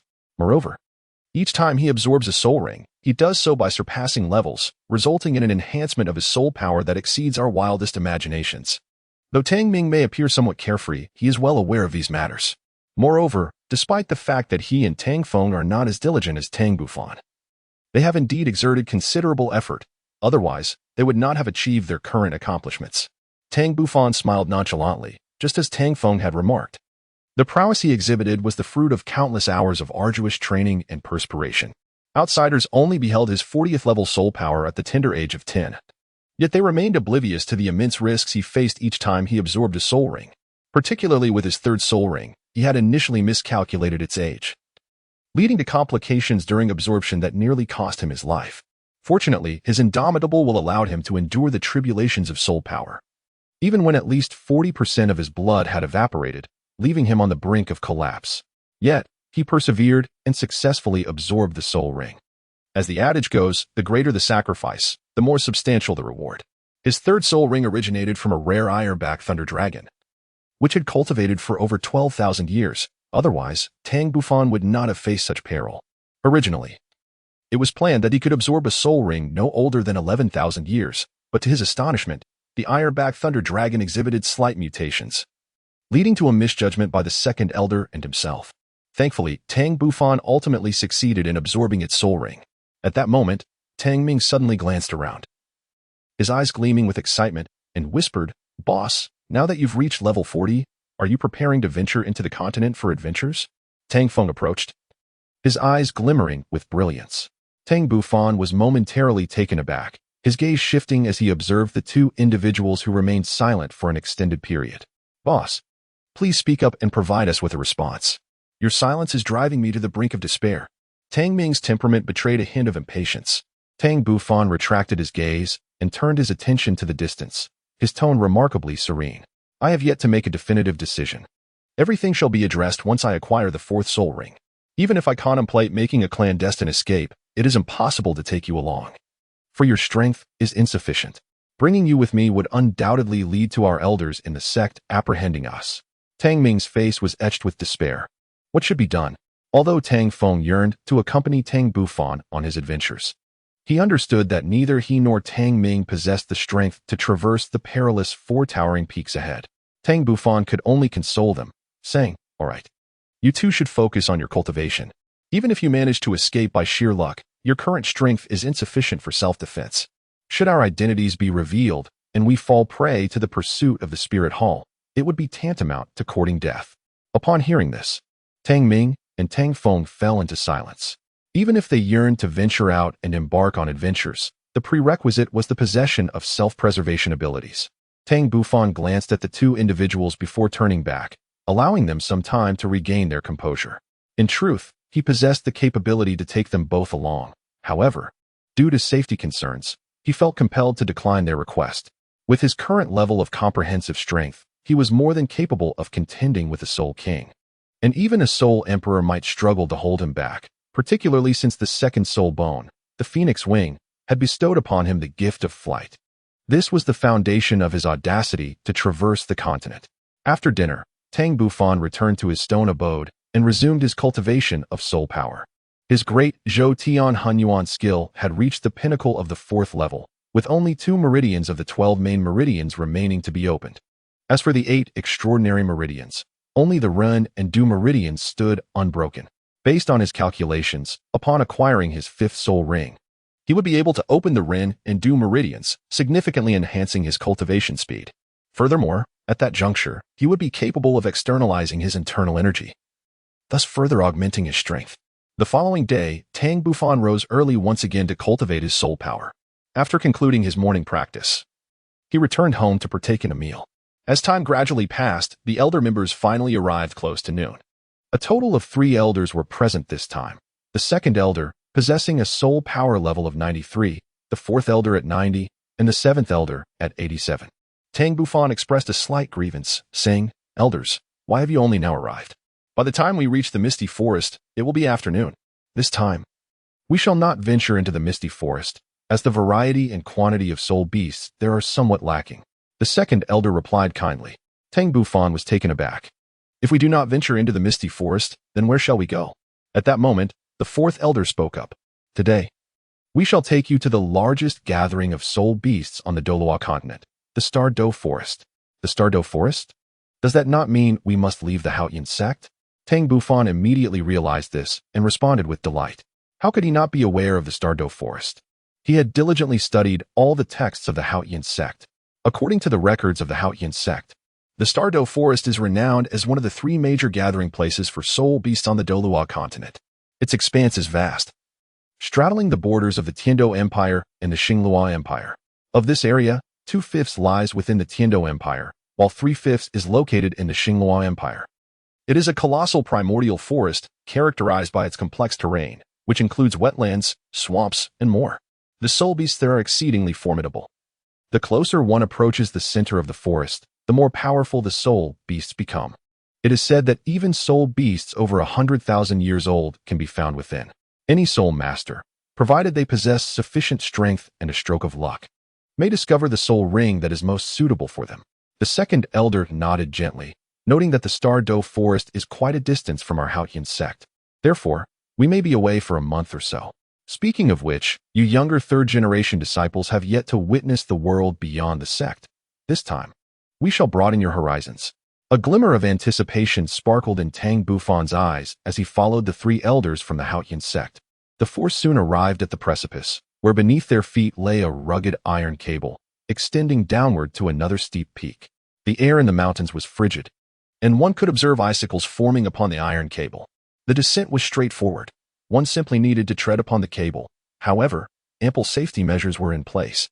Each disciple descending would be equipped with a harness, one end secured to their body and the other fastened to the cable. For added safety, the cable would undergo regular inspections to prevent any mishaps. At that moment, the second elder tossed a harness towards Tang Bufan, a broad smile adorning his face. "Xiao Fan," he said, "you must have witnessed how our uncles and aunts navigate their descent. Are you daring enough to challenge yourself?" Tang Bufan's expression remained serene, utterly unperturbed by the 3 elders. He was willing to take the challenge.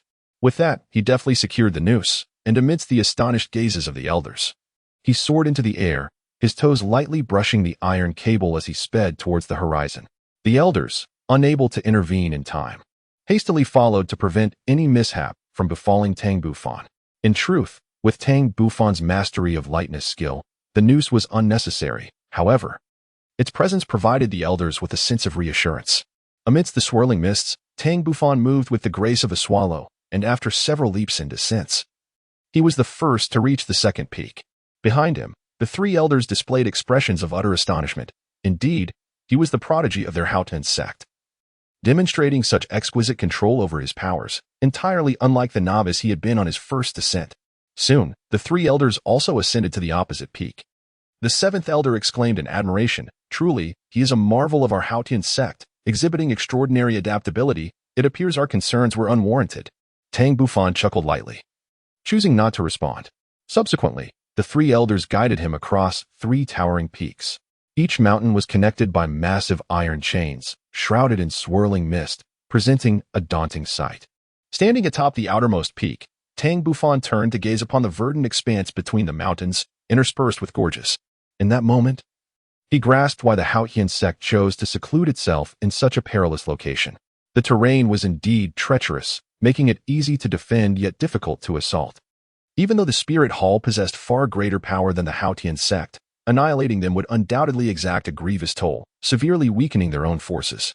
Moreover, the Haotian Sect had long-standing ties with the Blue Lightning Tyrant Dragon Sect and the 7 Treasure Glazed Tile Sect. Should a life-or-death crisis arise, it was reasonable to assume they would not stand idly by, lest they become the next to face destruction.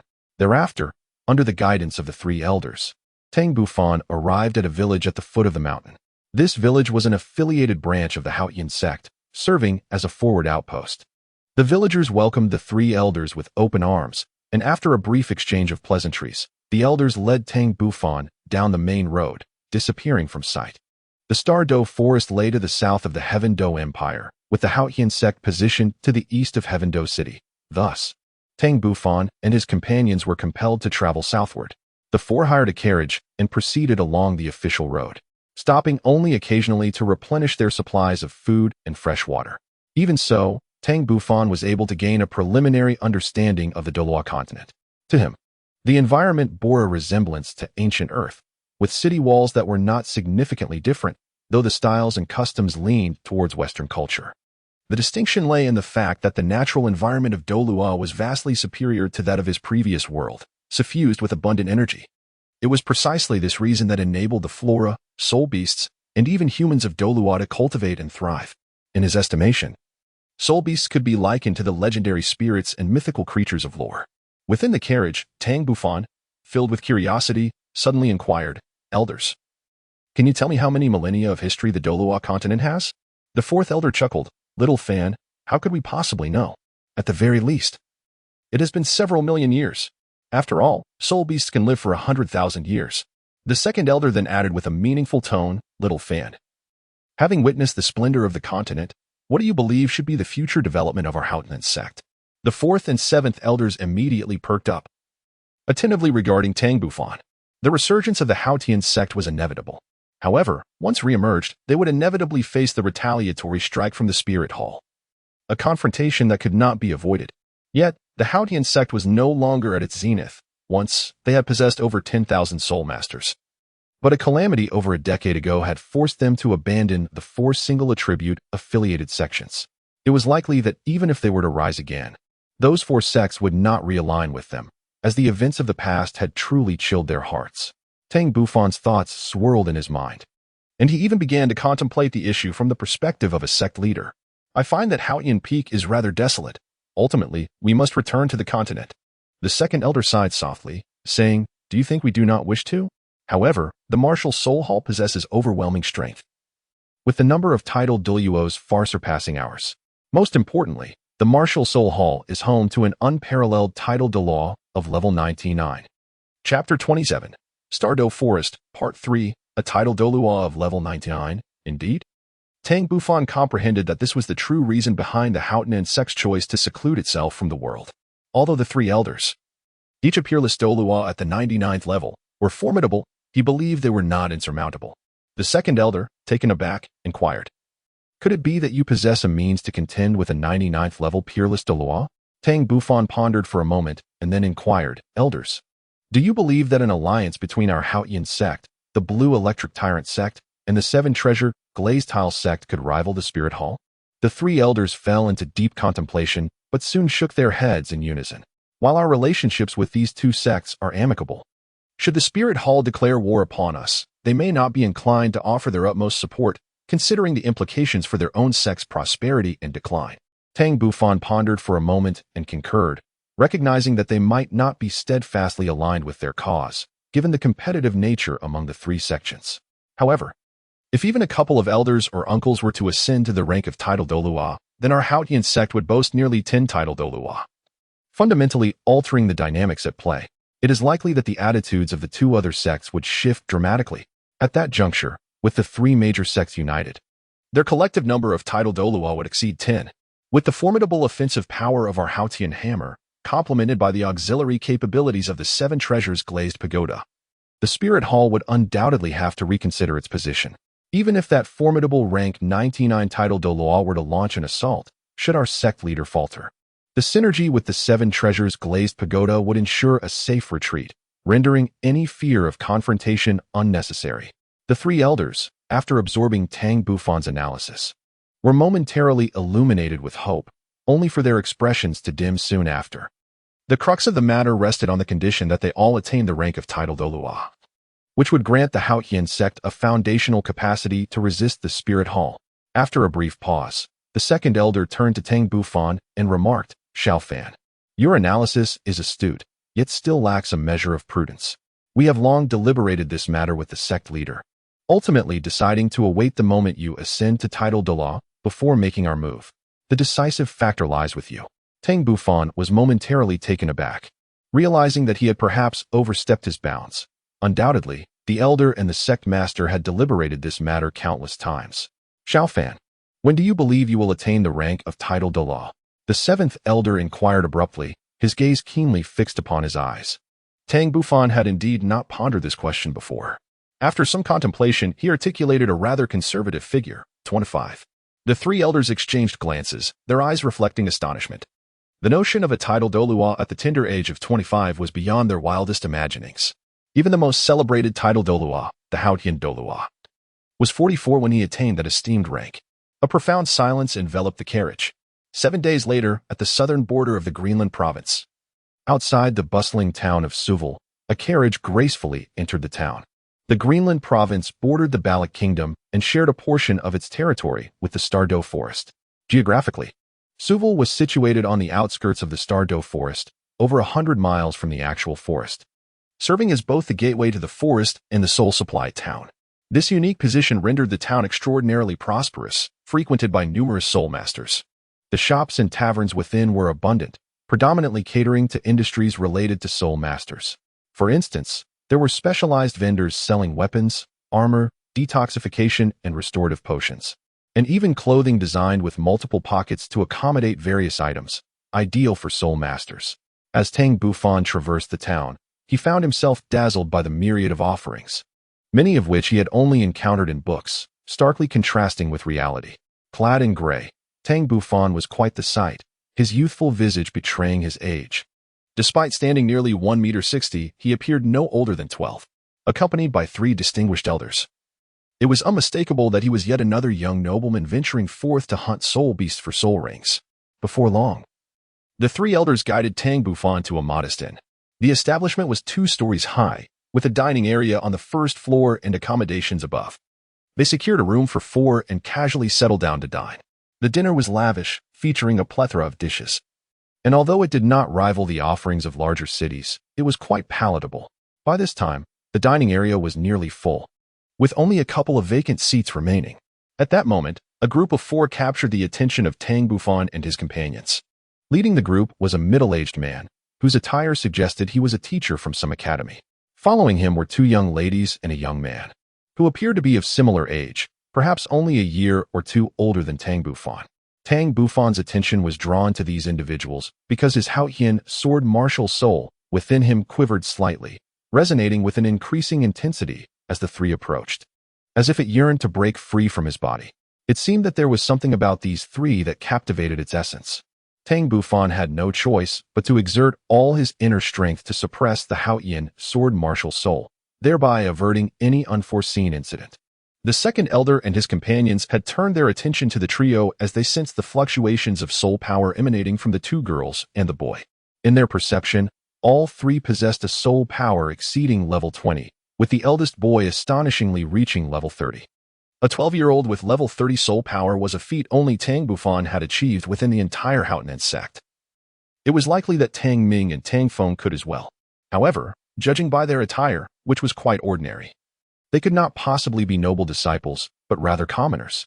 The fact that they had cultivated their soul power to such heights at such a young age could only indicate their exceptional talent. The second elder and his companions were left in a state of perplexity, having not left the Haotian Sect for a decade. They were taken aback by the encounter with three extraordinarily gifted youths upon their first foray into the world. A sense of cherishing talent began to stir within their hearts. At that moment, a middle-aged man led the trio to a table situated a short distance from Tang Bufan and his group. And only then did the Haotian sword cease its trembling. What Tang Bufan was unaware of was that when the boy and one of the girls took a seat, they couldn't help but cast a glance in their direction. Moments ago, an object had been vibrating incessantly in their embrace, seemingly on the verge of flight. Such a phenomenon had never occurred in all these years. Hailing from an ordinary background, their parents possessed merely regular martial souls.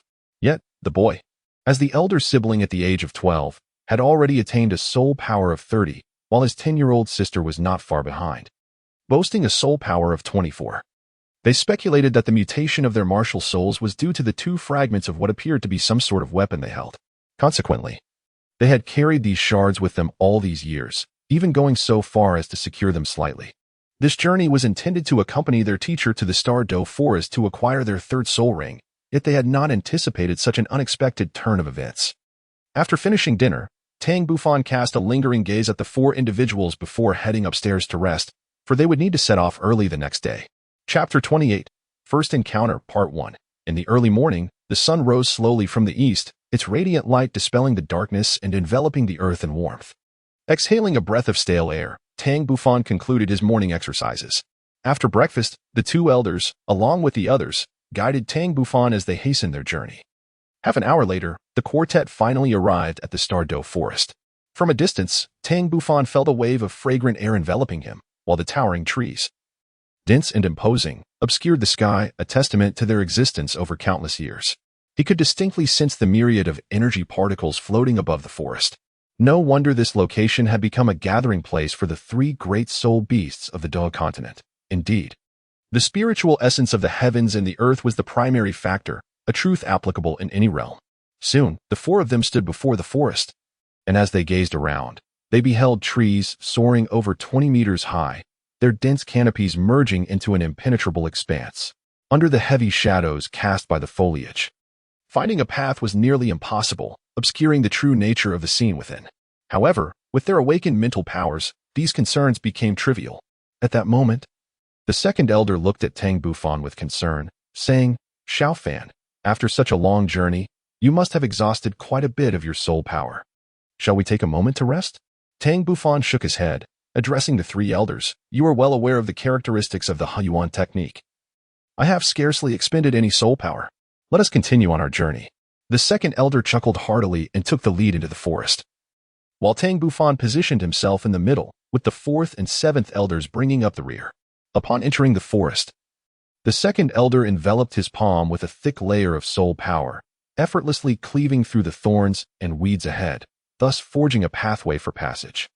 Though Tang Bufan did not need to take action, his spiritual energy was perpetually probing the surrounding circumstances. While the quantity of his spiritual energy might slightly fall short compared to the three elders, its quality undoubtedly surpassed theirs. Truly, in the starry forest, it was not long before a group of decade-old soul beasts appeared within the sight of Tang Bufan and his companions, with just a subtle release of soul power. The second elder frightened them away. On the outskirts of the starry forest, many soul beasts lived in packs, and these wild creatures possessed an innate hostility towards the soul masters who hunted them. Therefore, Xiaofan, you must exercise caution when hunting soul beasts alone in the future.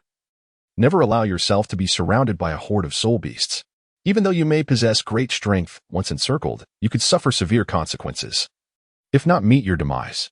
The voice of the fourth elder resonated from behind. Tang Bufan nodded thoughtfully. Elder 4, rest assured. I shall keep your teachings close to my heart. At the rear, Elder 7 added, do not be deceived by our strength. When encircled by a horde of soul beasts that have existed for millennia, escaping becomes an arduous task. Furthermore, we are primarily offensive soul masters, lacking the support of auxiliary soul masters. Once our soul power is depleted, we face certain demise. Therefore, should you venture into the continent for training in the future, it would be prudent to seek an auxiliary soul master as a companion. This will significantly enhance your chances of survival. Elder 7's words were not spoken lightly. They had been carefully considered. The elders, along with the sect leader Tang Xiao, understood that Tang Bufan could not remain in the Haotian Sect for perpetual cultivation. To forge a path towards a brighter future, he must embark on his journey of experience across the continent. Only then can he aspire to reach greater heights. Tang Bufan's expression reflected a hint of surprise. He had initially believed that the sect leader and the elders would not easily permit him to descend the mountain for training. Considering the inherent dangers, should he perish, it would undoubtedly constitute an irreparable loss for the Haotian Sect. Seventh Elder, I understand. The seventh elder was discreet, confident that Tang Bufan's keen intellect would grasp the implications of their words. The four of them had a clear objective, to venture towards the heart of the Douluo forest. For both Tang Bufan and the fourth elder sought the coveted 10,000-year soul ring. As they journeyed, they encountered numerous soul beasts. Yet under the imposing aura of the second elder's soul power, the creatures fled in haste. After half an hour, the second elder, leading the way, abruptly halted. In that moment, sounds of combat and the roars of soul beasts echoed from ahead. It appeared they had stumbled upon soul masters engaged in the hunt for soul beasts. In the perilous depths of the Douluo forest, the greatest taboo was to encounter other soul masters.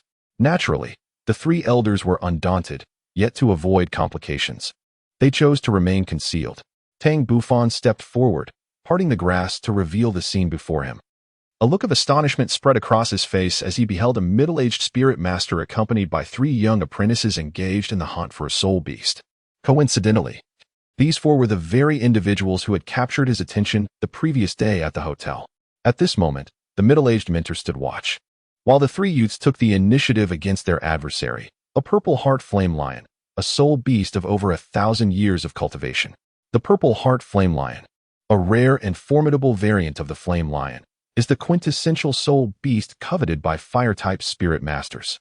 Logically, 3 second-ring spirit masters should have been unable to contend with such a creature. However, the reality was strikingly different, as the purple heart flame lion was, remarkably, being subdued. Tang Bufan was profoundly astonished upon witnessing the formidable synergy of the soul masters for the first time. However, what left him even more astounded were the soul weapons of these three individuals, particularly that of the brother and sister duo. If his observations were accurate, the brother possessed the fiery Qilin as his soul weapon, while the sister wielded the aqueous Qilin, both of which are esteemed soul weapons that rival the true dragon and phoenix. The third young lady appeared to manifest a mist-like soul weapon, likely identifying her as a support soul master. It was she who conjured an expansive shroud of mist that enveloped the surroundings, causing the purple heart flame lion to lose its target, thereby enabling the siblings' assault to succeed. Through their collaborative efforts, they swiftly dealt a devastating blow to the purple heart flame lion. Yet, at that moment, the three elders suddenly exhaled a deep sigh. As Tang Bufan pondered the situation, 2 middle-aged men resembling teachers, accompanied by a pair of youths around 15 or 16, emerged from the distant thicket. Their attire suggested they belonged to a certain academy, contrasting sharply with the 3 ordinary-looking youths. The garments of the newly arrived pair exuded opulence, unmistakably indicating they were not of humble origin. A slight probe of his spiritual sense revealed to him the reason behind the elders' size.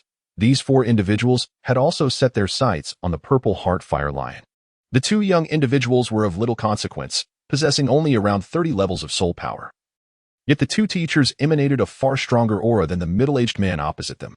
The sudden appearance of these 4 strangers sent the middle-aged man into a state of alarm, especially upon recognizing the insignia on their clothing and sensing their soul power, which stirred a flicker of despair within him.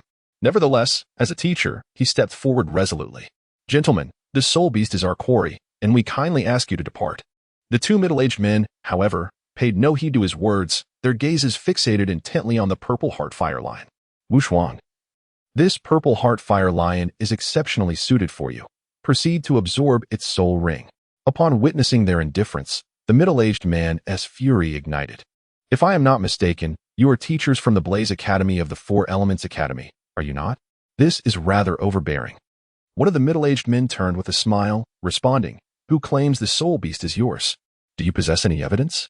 This creature has been our target for quite some time. The middle-aged man was taken aback. It was evident that they were resorting to intimidation.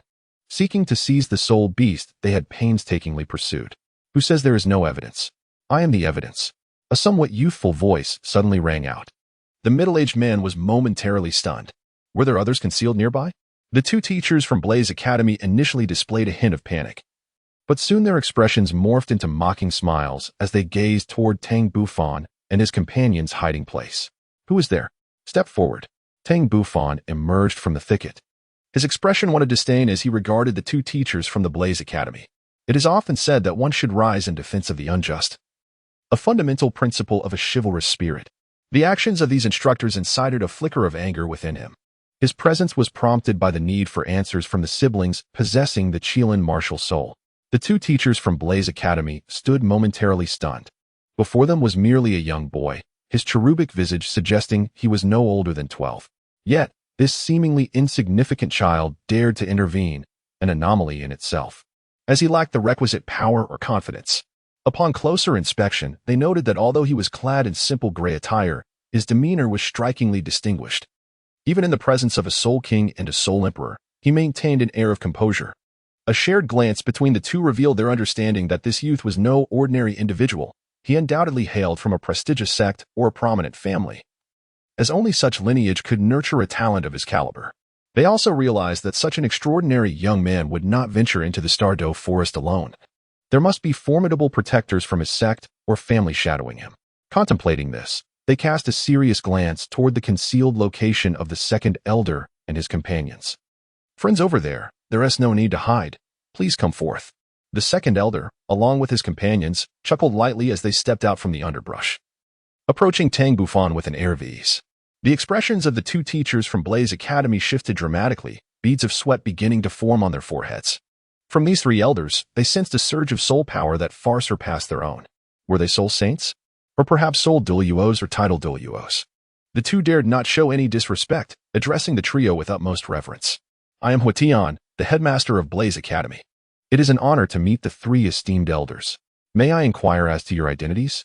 Meanwhile, Huowu was taken aback, witnessing her father's uncharacteristic solemnity for the first time. The young boy, appearing even younger than herself, stirred a profound curiosity about his true identity. On the opposite side, the seventh elder cast a dispassionate glance at the headmaster of Blaze Academy, too indifferent to engage. Had it not been for their concern over Tang Bufan's safety, they would have preferred to remain hidden. The second elder waved dismissively, saying, You need not concern yourself with our identities. Simply leave as you came. These individuals share a bond with us. Do you understand?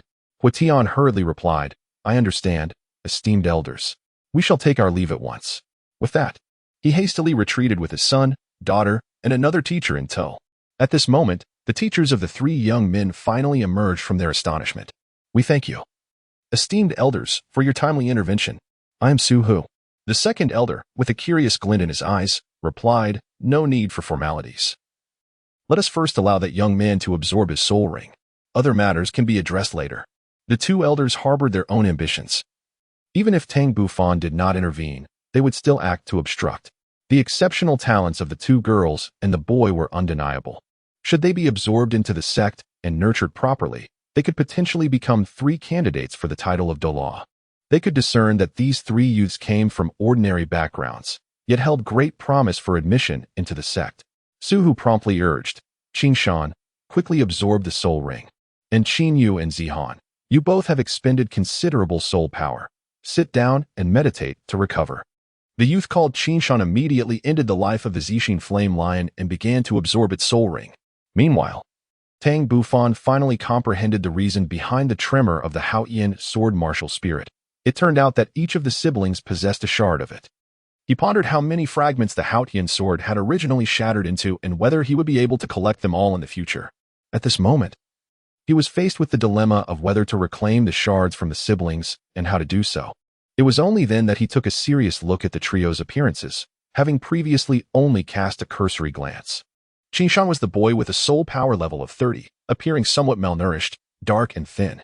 The two girls were strikingly beautiful. Qingyu was more vivacious, while Zihan exuded a cooler demeanor. Time flew by, and the youth named Qingshan had absorbed the soul ring, a satisfied smile gracing his face. During this interval, he had closely observed that the gazes of the three elders had not strayed from the trio. Undoubtedly, they had recognized the children's talents and likely wished for them to join their sect. Even the first boy to emerge had been consistently monitoring Qingshan and the others. As their teacher, Suhu had watched the trio grow and was acutely aware of their potential. Indeed, he felt a pang of reluctance to part with them. Yet his limited strength precluded him from offering better opportunities. However, he was also concerned about the hardships they might face under the guidance of the elders, leaving his expression conflicted. Nevertheless, he gestured for the three children to approach, feeling it imperative to inquire about their opinions.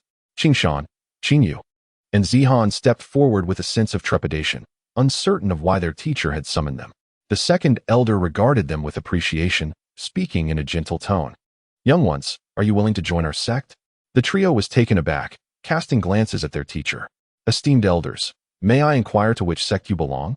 What advantages would we gain by joining your sect, and what limitations would we face? Furthermore, will we receive focused training?" Suhu posed several questions in one breath. The fourth elder chuckled. "It is good that we can discuss this. As long as you three join our sect, you will enjoy the same privileges as our disciples. And our sect is quite liberal, imposing few restrictions. The only condition is loyalty to the sect. Betrayal will surely result in pursuit by the entire sect. Moreover, I can assure you that if the three of you join our sect, your families will be able to relocate near the sect and receive its protection." Suhu felt a surge of interest upon hearing this. The terms were indeed appealing, yet the name of the sect remained unspoken. The fourth elder seemed to perceive the confusion in Suhu's eyes, and with a slight movement of his lips, the words Haotian Sect reached Suhu's ears. Suhu's expression changed dramatically. He had not anticipated that these individuals before him hailed from the Haotian Sect. This was the foremost sect in the world, which, despite its current reclusiveness, still boasted two titled Douluos. With a profound heritage built over many years, it was undoubtedly an excellent place to be. After some contemplation, Suhu beckoned the three to one side. After all, this was a matter concerning three young individuals, and the decision to join the Haotian Sect should ultimately rest with them. As for Tang Bufan, although somewhat surprised, he perceived the advantages as well. It would certainly facilitate his retrieval of the fragments of the Haotian sword. Chapter 30. The Gambling Battle, Part 1. Qingshan, Qingyu, and Zihan. Listen carefully to what I have to say. These three esteemed seniors have recognized your talents and are willing to nurture you. Henceforth, you need not worry about lacking guidance in your cultivation. Qingshan, Qingyu, and Zihan exchanged glances. As commoners, they had long understood the truth that there is no such thing as a free lunch in this world. "Teacher, what price must we pay?" Suhu sighed softly and spoke earnestly. "There are, of course, conditions. Namely, you must join the sect of these three seniors, abide by the sect's regulations, and never betray it." After a pause, Suhu continued, "The strength of these senior sect is formidable, with a long-standing legacy. Should you choose to join, you will have access to ample resources for cultivation, assistance from elder members in hunting soul beasts, and the opportunity to select soul rings based on merit, thus maximizing your potential. Well, I have thoroughly analyzed the pros and cons. The decision to join rests with you. By the way, the esteemed seniors have also informed me that if you decide to join, you may bring your parents along." With that, Suhu ceased speaking and walked towards the second elder and the others, granting the three children a moment of solitude. To be candid, he sincerely hoped that these three would join the Haotian Sect, for while it might bind them to it in the future, the benefits would undoubtedly outweigh the drawbacks. Once Suhu departed, a silence enveloped the three. Qingshan turned to Zihan. "What are your thoughts, Zihan?" A hint of determination surfaced on Zihan's delicate face. "Brother Qingshan, I wish to grow stronger. I want to find the origin of our Yi family's lineage. This has been our family's aspiration for generations. Only by joining a sect can I accelerate my growth." Qingshan's expression subtly shifted, and he let out a quiet sigh within. It seemed that Yi Zihan had resolved to join. Nevertheless, he was reluctant to relinquish such an excellent partner and could not help but urge, "Zihan, Qingyu, and I can assist you. There is no need to align with the sect. Joining a major power will significantly restrict our freedom. Knight Zihan gazed at him with a look that Qing Shan could not comprehend, saying, Brother Qing Shan, your and Qing Yu's talents are indeed formidable, and you may even have the potential to become a titled Douluo. However, without a powerful backing, we cannot even secure the soul beasts we require, let alone find suitable soul rings. How can we then speak of the future, if it were not for the assistance of these three esteemed elders today? Do you think you could have absorbed the soul ring of the purple heart flame lion? Qing Shan was taken aback, although he was reluctant to admit it. The truth was undeniable. Without Tang Bufan's intervention, he would have had no chance of absorbing the soul ring. His reluctance to join stemmed from the mysterious fragment in his possession.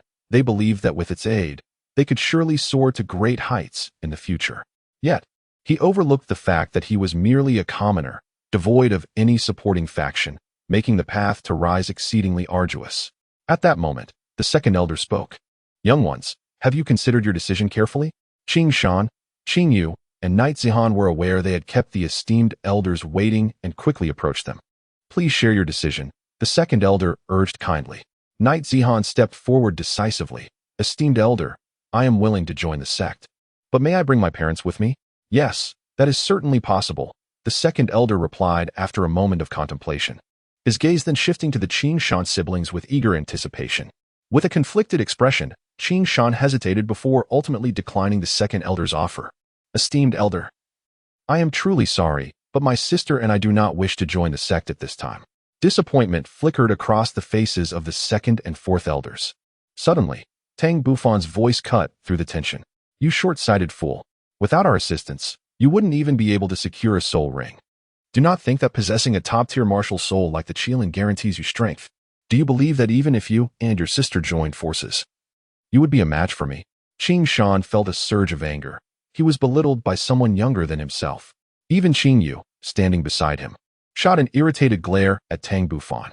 The three elders exchanged knowing glances, their smiles laden with significance. Tang Bufan continued, observing the expressions upon your faces. It appears you are unconvinced. Perhaps today I shall enlighten you, so you do not mistakenly believe yourselves to be exceptionally formidable. At this moment, Qing Shan felt a wave of indignation, sensing that he and his sister were being belittled.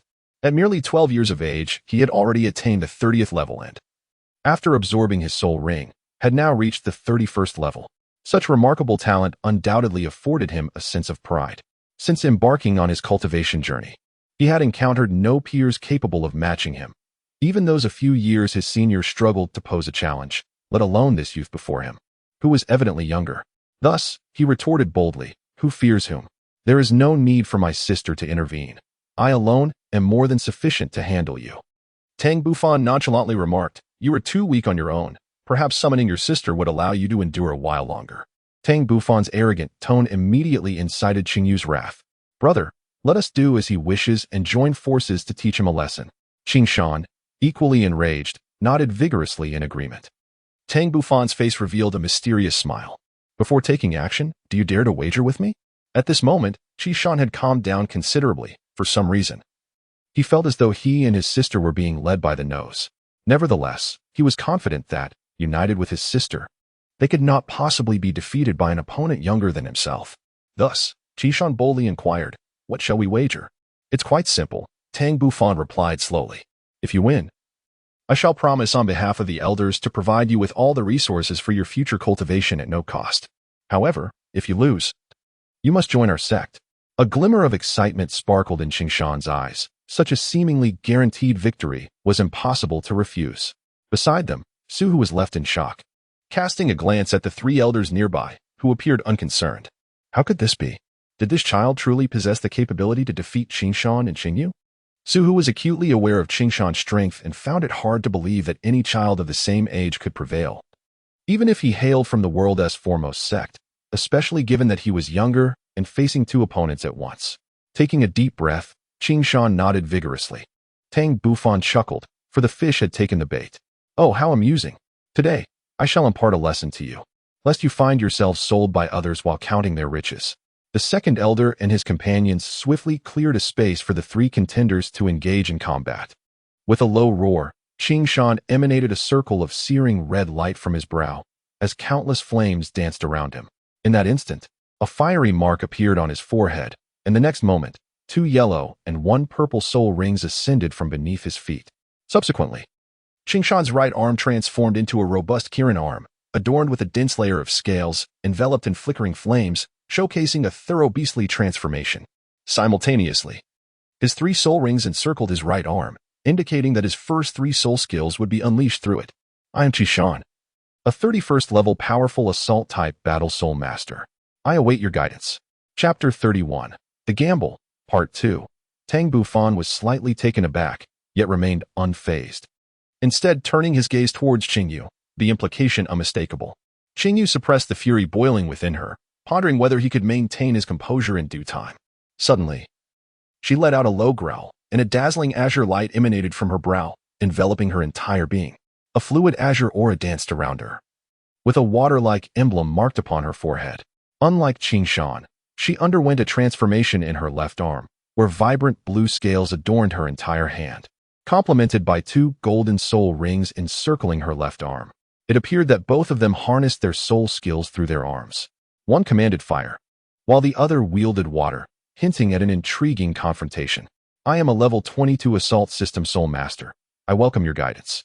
Upon witnessing this, Tang Bufan had no choice but to unleash his martial soul, intending to enlighten them.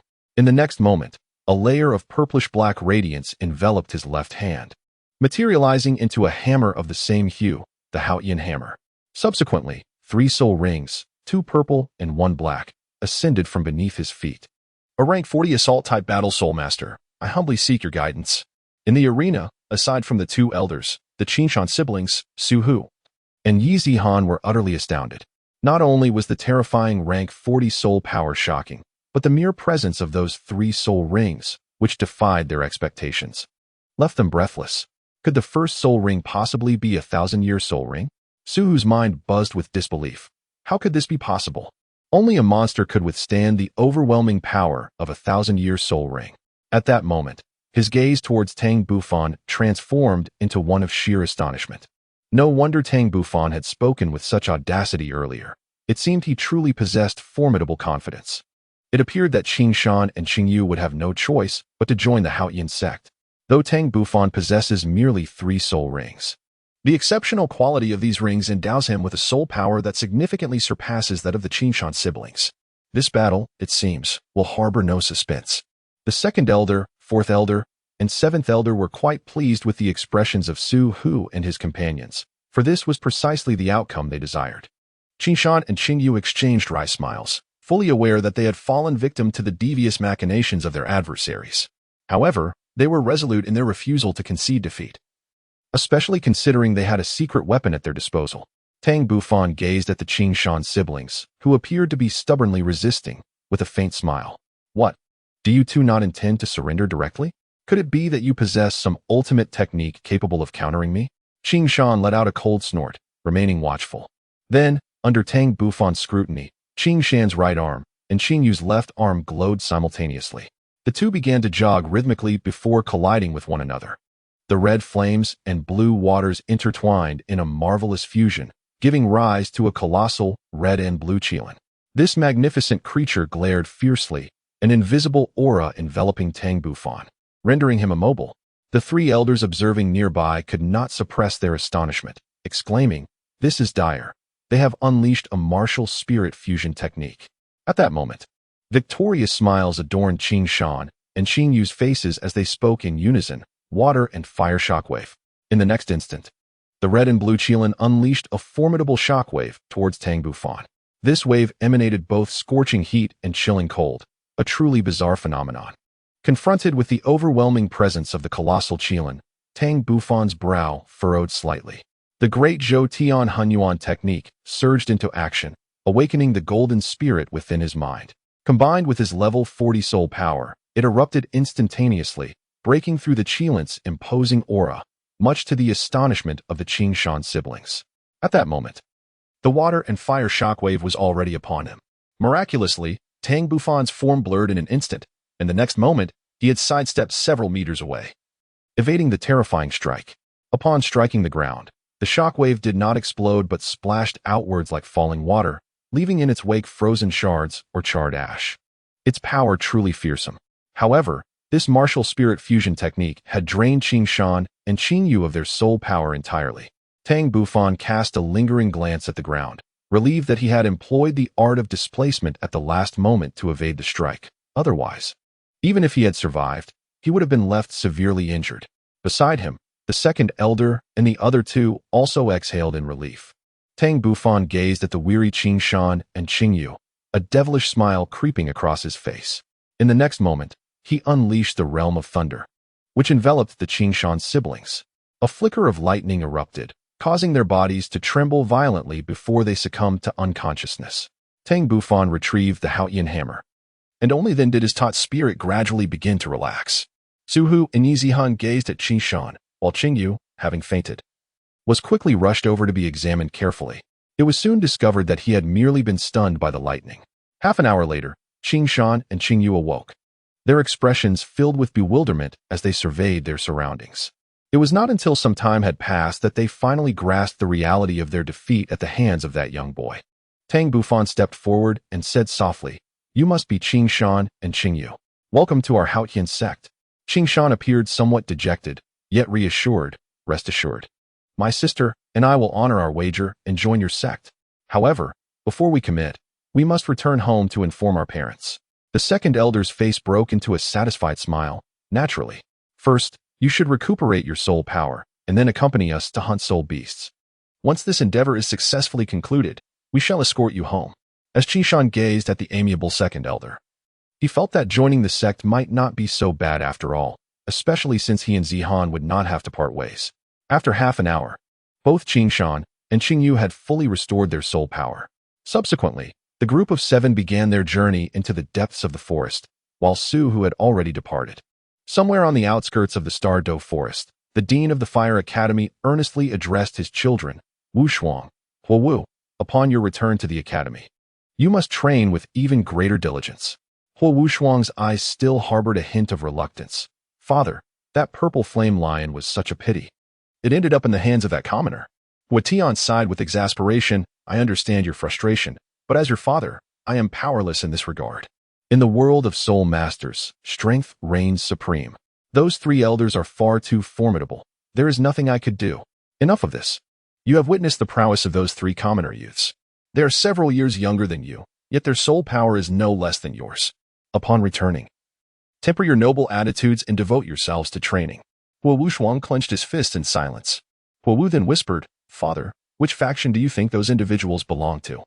Hua Tian paused, lost in thought. "In the continent, few factions can field at least 3 soul saints at once. Moreover, their soul power is overwhelmingly dominant, and they seem reluctant to disclose their origins. It appears there is but one possibility, the Haotian Sect." Hua Tian chuckled wryly, pondering the futility of discerning their identities. Was he to report them to the Martial Soul Hall? The Haotian Sect was not a force that his Fire Academy could afford to offend. Shaking his head, Hua Tian dismissed the matter from his mind as he prepared to return to the Fire Academy with his son and daughter. In the depths of the Star-Do Forest, 4 youths, aged 11 or 12, were engaged in a fierce battle with a formidable soul beast. This beast emanated a dark soul power, clearly indicating its age exceeded 10,000 years. Among the 4, 3 stood on the periphery to assist, while the true combatant was a youth clad in gray. Indeed, these 4 were Tang Bufan, Qing Shan, Qing Yu, and Yi Zihan. On this occasion, Tang Bufan did not solicit the elder's assistance, opting instead to confront the purple-winged Tiger King himself. This beast boasted an impressive cultivation of nearly 30,000 years, exhibiting tremendous strength, capable of unleashing devastating lightning shockwaves, possessing powerful limbs, and the ability to fly, making it exceptionally challenging to contend with. Thus, Tang Bufan had no choice but to summon all his strength for this encounter. Apart from not utilizing the skills of the 2 soul bones, he employed nearly all available means. This very fact deeply astonished the 3 observing elders, as well as Qing Shan, Qing Yu, and Yi Zihan. The prowess exhibited by Tang Bufan had transcended the realm of the soul sect by leaps and bounds. The chaotic wind hammering technique unleashed unimaginable power in Tang Bufan's hands. Initially, the purple-winged king could suppress Tang Bufan using the formidable physique and soul power of its soul beast form. However, as Tang Bufan unleashed his 50th strike. The force concentrated within the Haotian hammer had surpassed that of the purple-winged Tiger King. The Tiger King's claws began to bend, evidently suffering severe injuries. It sought to flee, yet Tang Bufan would not grant it such a wish. While the Thunder Domain was ineffective against him, the gravitational space of the Earth Domain rendered the beast incapable of flight. Moreover, Tang Bufan consistently engaged in close combat, preventing the purple-winged Tiger King from escaping his assault range. Only in this manner could he unleash the full potential of the chaotic wind hammering technique. With each strike, as he approached the 60 or 70 mark, the force would be sufficient to severely injure the purple-winged Tiger King. 10 minutes had elapsed in this fierce battle, and Tang Bufan gradually gained the upper hand. The Tiger King's wings were shattered by the overwhelming might of the Haotian hammer, leaving it unable to soar once more. Its eyes flickered with fury as it regarded the constantly spinning figure of the human before it. It longed to attack, yet the power of that hammer had already eclipsed its own. The tiger's body was now marred with wounds, its strength diminished from its peak.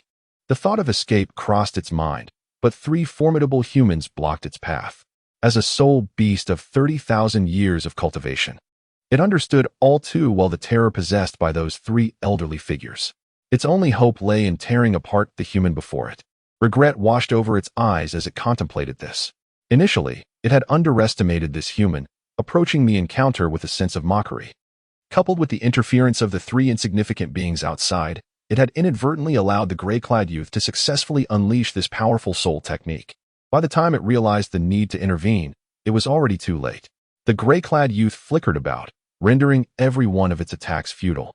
Thus, Tang Bufan finally executed his 81st strike, the soul power accumulated within the Haotian hammer now far exceeding that of the purple-winged Tiger King. Tang Bufan, no longer hesitating, swung the Haotian hammer with great force towards the purple-winged Tiger King. The terrifying purple-black soul power struck the Tiger King's head instantaneously, extinguishing its life. Although Tang Bufan had vanquished the Tiger King, his own soul power was utterly depleted, causing him to collapse. The second elder and the other 2 hurried over, channeling their cultivated soul power into Tang Bufan's body to aid in his recovery. Qing Shan, Qing Yu, and Yi Zihan, as spectators, were profoundly impressed by Tang Bufan's prowess, their astonishment lingering long after the event. Throughout their journey, they had learned of Tang Bufan's age, merely 10 years. Yet, at such a tender age, possessing a soul power level of 40 was an extraordinary feat for any human. With the assistance of the second elder, Tang Bufan swiftly regained his soul power. He then began to absorb the soul ring of the purple-winged Tiger King. Drawing from previous experiences and aided by his divine soul, he flawlessly absorbed the ring's power in less than half an hour. Feeling the surge of energy within him, a satisfied smile graced Tang Bufan's face. Although the increase in soul power from this elevated absorption was not as astonishing as before, he nonetheless reached level 43. Upon awakening, the 3 elders expressed their concern, asking, "Xiaofan, how do you feel? How many levels has your soul power increased?" In response, Tang Bufan replied, "I feel quite well. Though my soul power has only risen by 3 levels." The 3 elders smiled, reassuring him, "That's quite impressive. A mere mortal typically only gains 1 level when absorbing a soul ring." Beside them, Qing Shan expressed his envy, saying, "Tang Bufan, after acquiring my 3rd soul ring, my soul power merely increased from 30 to 31. You, on the other hand, have gained 3 levels, saving yourself at least half a year of effort. Are you not satisfied?" Pausing for a moment, the second elder continued, "Xiaofan, your performance in today's battle against the purple-winged Tiger King was commendable. However, there remain some imperfections in your combat technique.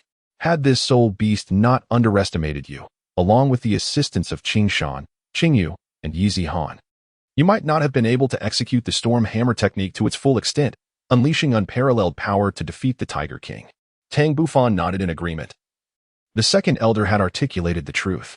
His soul power was ultimately limited to the 40th level, and despite his myriad abilities, the insurmountable chasm between him and a soul beast with 30,000 years of cultivation was undeniable. At this juncture, the 7th elder interjected, "Second brother. He is merely 10 years old. In my estimation, his performance today was nothing short of exemplary. Even the disciples at the Soul King level within our sect may not surpass his accomplishments. As for the issues concerning his hammer technique, that stems from his lack of specialized training with the Haotian hammer. Upon our return to the sect, we must promptly guide him in this unique training. Given his innate talent, I believe he could rectify these shortcomings in less than a year. The second elder, upon the seventh elder's prompting, suddenly grasped the situation. All this time, they had neglected to instruct Tang Bufan in the practice of the chaotic wind hammer technique. He had been training independently, and they had yet to provide him with specialized training. Tang Bufan felt a tinge of confusion. Elder 7, is there a particular method for cultivating the Haotian hammer? Indeed. Xiao Fan, Elder 4 elucidated. The Haotian hammer possesses its own specialized cultivation techniques. In the past, you were too young, and we were unaware that you could already wield the 81 hammer storm. Upon your return to the sect, we will arrange for your training. Upon hearing the conversation among Tang Bufan and the others, Qing Shan, Qing Yu, and Yi Zihan exchanged glances filled with a mysterious brilliance, further solidifying their resolution to join the Haotian Sect. Tang Bufan nodded slightly, his eyes gleaming with anticipation. Through this practical experience, he uncovered numerous shortcomings of the chaotic wind technique, which was easily disrupted by opponents, hindering its seamless execution.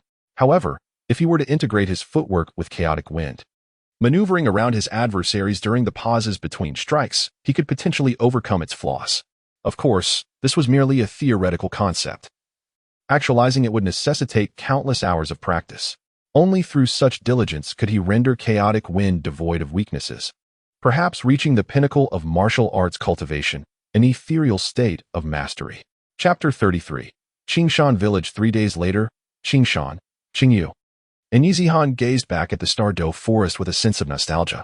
A multitude of events had transpired over these 3 days, irrevocably altering the course of their lives. They had not only encountered a prodigy like Tang Bufan, but had also witnessed the birth of a titled Douluo, an unparalleled strength that epitomized their lifelong aspirations. Casting a fond glance at the forest, the second elder smiled and proclaimed, "It is time for us to depart. We shall first return to your village, and once we have collected your parents, we will head back to Haotian Sect." Excitement coursed through Qingshan Qingyu and Yi Zihan as they realized they were finally heading home. Yet, an unspoken understanding settled among them. They were now irrevocably tied to the formidable entity of Haotian Sect. Yi Zihan's eyes sparkled with brilliance. The greater the strength of Haotian Sect, the more likely she would be to uncover the origins of the Yi family. Once a prestigious lineage, the Yi family had gradually declined over the years, leaving only herself and her father in its wake. According to her father, they had once possessed the continent's foremost support martial soul, superior even to the 7-treasure glazed tile school, as they were not merely pure support soul masters, but possessed a diverse array of martial soul abilities, showcasing remarkable survival capabilities. Qingshan's gaze was filled with fervor. Having witnessed Tang Bufan's prowess, he felt a profound sense of challenge. As a genius, he could not bring himself to admit inferiority to others. In his view, Tang Bufan's rise to the rank of soul master at such a young age was merely a product of fortunate circumstances. He believed that had he and his sister been born into a major sect, their soul power would far exceed their current levels. Nevertheless, once they entered Haotian Sect, he was confident that his innate talent would allow him to catch up to Tang Bufan. He and his sister were determined to achieve the status of titled Douluo. Even contemplating their titles, he envisioned himself as the Chihua Douluo, while his sister would be the Linshuik Douluo. Qingshan's aspirations were rather naive. Had the third-generation disciples of Haotian Sect overheard his thoughts, they would undoubtedly mock him mercilessly. Tang Bufan's ability to cultivate his soul power to level 40 at the tender age of 10 was not merely a result of his lineage. It was only later, upon joining the Haotian Sect, that Qingshan realized how naive his initial assumptions had been. And he felt grateful that both he and his sister had become members of the Haotian Sect. Subsequently, under the guidance of Qingshan and his companions, Tang Bufan and their group of 7 set forth toward the village where Qingshan resided. Qingshan village is situated 30 kilometers outside the city of Tianlan in the eastern part of the Greenland province, named for the verdant mountains that rise majestically behind it. The villagers sustained themselves through agriculture and hunting, leading seemingly prosperous lives. On this particular day, 2 horse-drawn carts gradually entered Qingshan village, one heading toward the Qingshan residence and the other toward the Yi household, causing a stir throughout the village. The Qingshan family resides on the eastern side of the village, while the Yi family, where Yi Zihan lives, is located to the west. Consequently, the 3 elders split up. The second elder and Tang Bufan proceeded to the Yi household, while the 4th elder and the 7th elder made their way to the Qingshan residence. On the western side of the village, for adobe houses stood, their rooftops gently wreathed in curling smoke. As soon as the cart arrived at the Yizihan courtyard, she eagerly dashed inside to greet her parents. The second elder and Tang Bufan remained in the cart, allowing Yizihan ample time to converse with her family. Within the cart, the second elder regarded Tang Bufan with a knowing expression. Xiaofan, what do you think of Yizihan's martial soul? Tang Bufan found himself somewhat perplexed by the second elder's intentions. However, upon first witnessing the martial spirit of Yizihan, shrouded in mist, he was reminded of the fog temple nestled within the misty forest, pondering the connection between the two. After a moment of contemplation, Tang Bufan articulated his thoughts. I believe this mist martial spirit possesses significant potential. In combat, it can be employed to obscure the enemy's vision, and if one were to infuse the mist with toxins, its lethality would be truly formidable. Moreover, the mist serves as a powerful means of concealment. As for other applications, I have yet to conceive of them. The second elder nodded in agreement, acknowledging his insightful analysis. Indeed, it is precisely because of this martial spirit's immense potential that the three elders and I have resolved to recruit her into our sect at the earliest opportunity. Should she be nurtured properly, she may very well become a valuable auxiliary title Douluo for our sect in the future. At this juncture, the second elder let out a sigh. Although our Haotian sect is formidable, we have long suffered from a notable deficiency. Our sustained combat capability is lacking. If we were to have an auxiliary title Douluo by our side, our offensive power would increase to unimaginable levels. He continued. The Seven Treasure Glazed Tile sect would indeed make an excellent choice. Regrettably, they are unable to ascend to the rank of Soul Douluo, no matter how diligently they train. If only the 7 Treasure Glazed Pagoda were to break through this limitation and evolve into the 8 Treasure Glazed Pagoda, or even the 9 Treasure Glazed Pagoda, one can only imagine the strength of their auxiliary capabilities. A glimmer of contemplation illuminated Tang Bufan's eyes. Grandfather Second Elder, do you imply that the 7 Treasures Glazed Tower, this soul weapon, possesses flaws, which is why they are unable to transcend to the Soul Sage realm? Indeed, that is our belief. Otherwise, why would a top-tier support soul weapon be incapable of breaking through the Soul Sage threshold? The second elder replied matter-of-factly. Observing the second elder, Tang Bufan suddenly inquired. Grandfather Second Elder, if we were to discover a method to rectify the deficiencies of the 7 Treasures Glazed Tower, would it be possible for the 7 Treasures Glazed sect to wholeheartedly support our Haotian sect in re-emerging? Furthermore, given the immense wealth of the 7 Treasures Glazed sect, they could undoubtedly provide all the resources we require to reconstruct our sect. The second elder's expression shifted to one of astonishment, truly taken aback by Tang Bufan's words. After a lengthy pause, he gazed at Tang Bufan with a grave demeanor, aware that this child rarely spoke without purpose.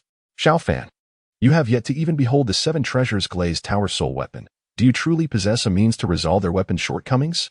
Tang Bufan naturally comprehended the sentiments of the second elder and elucidated. I possess a 50% certainty that I can facilitate the evolution of the 7 Treasures Glazed Tower martial soul into the 9 Treasures Glazed Tower. However, it may require some time before we witness tangible results. The second elder took a deep breath and replied, Very well. Let us not dwell on this matter for the time being, as it involves numerous complexities.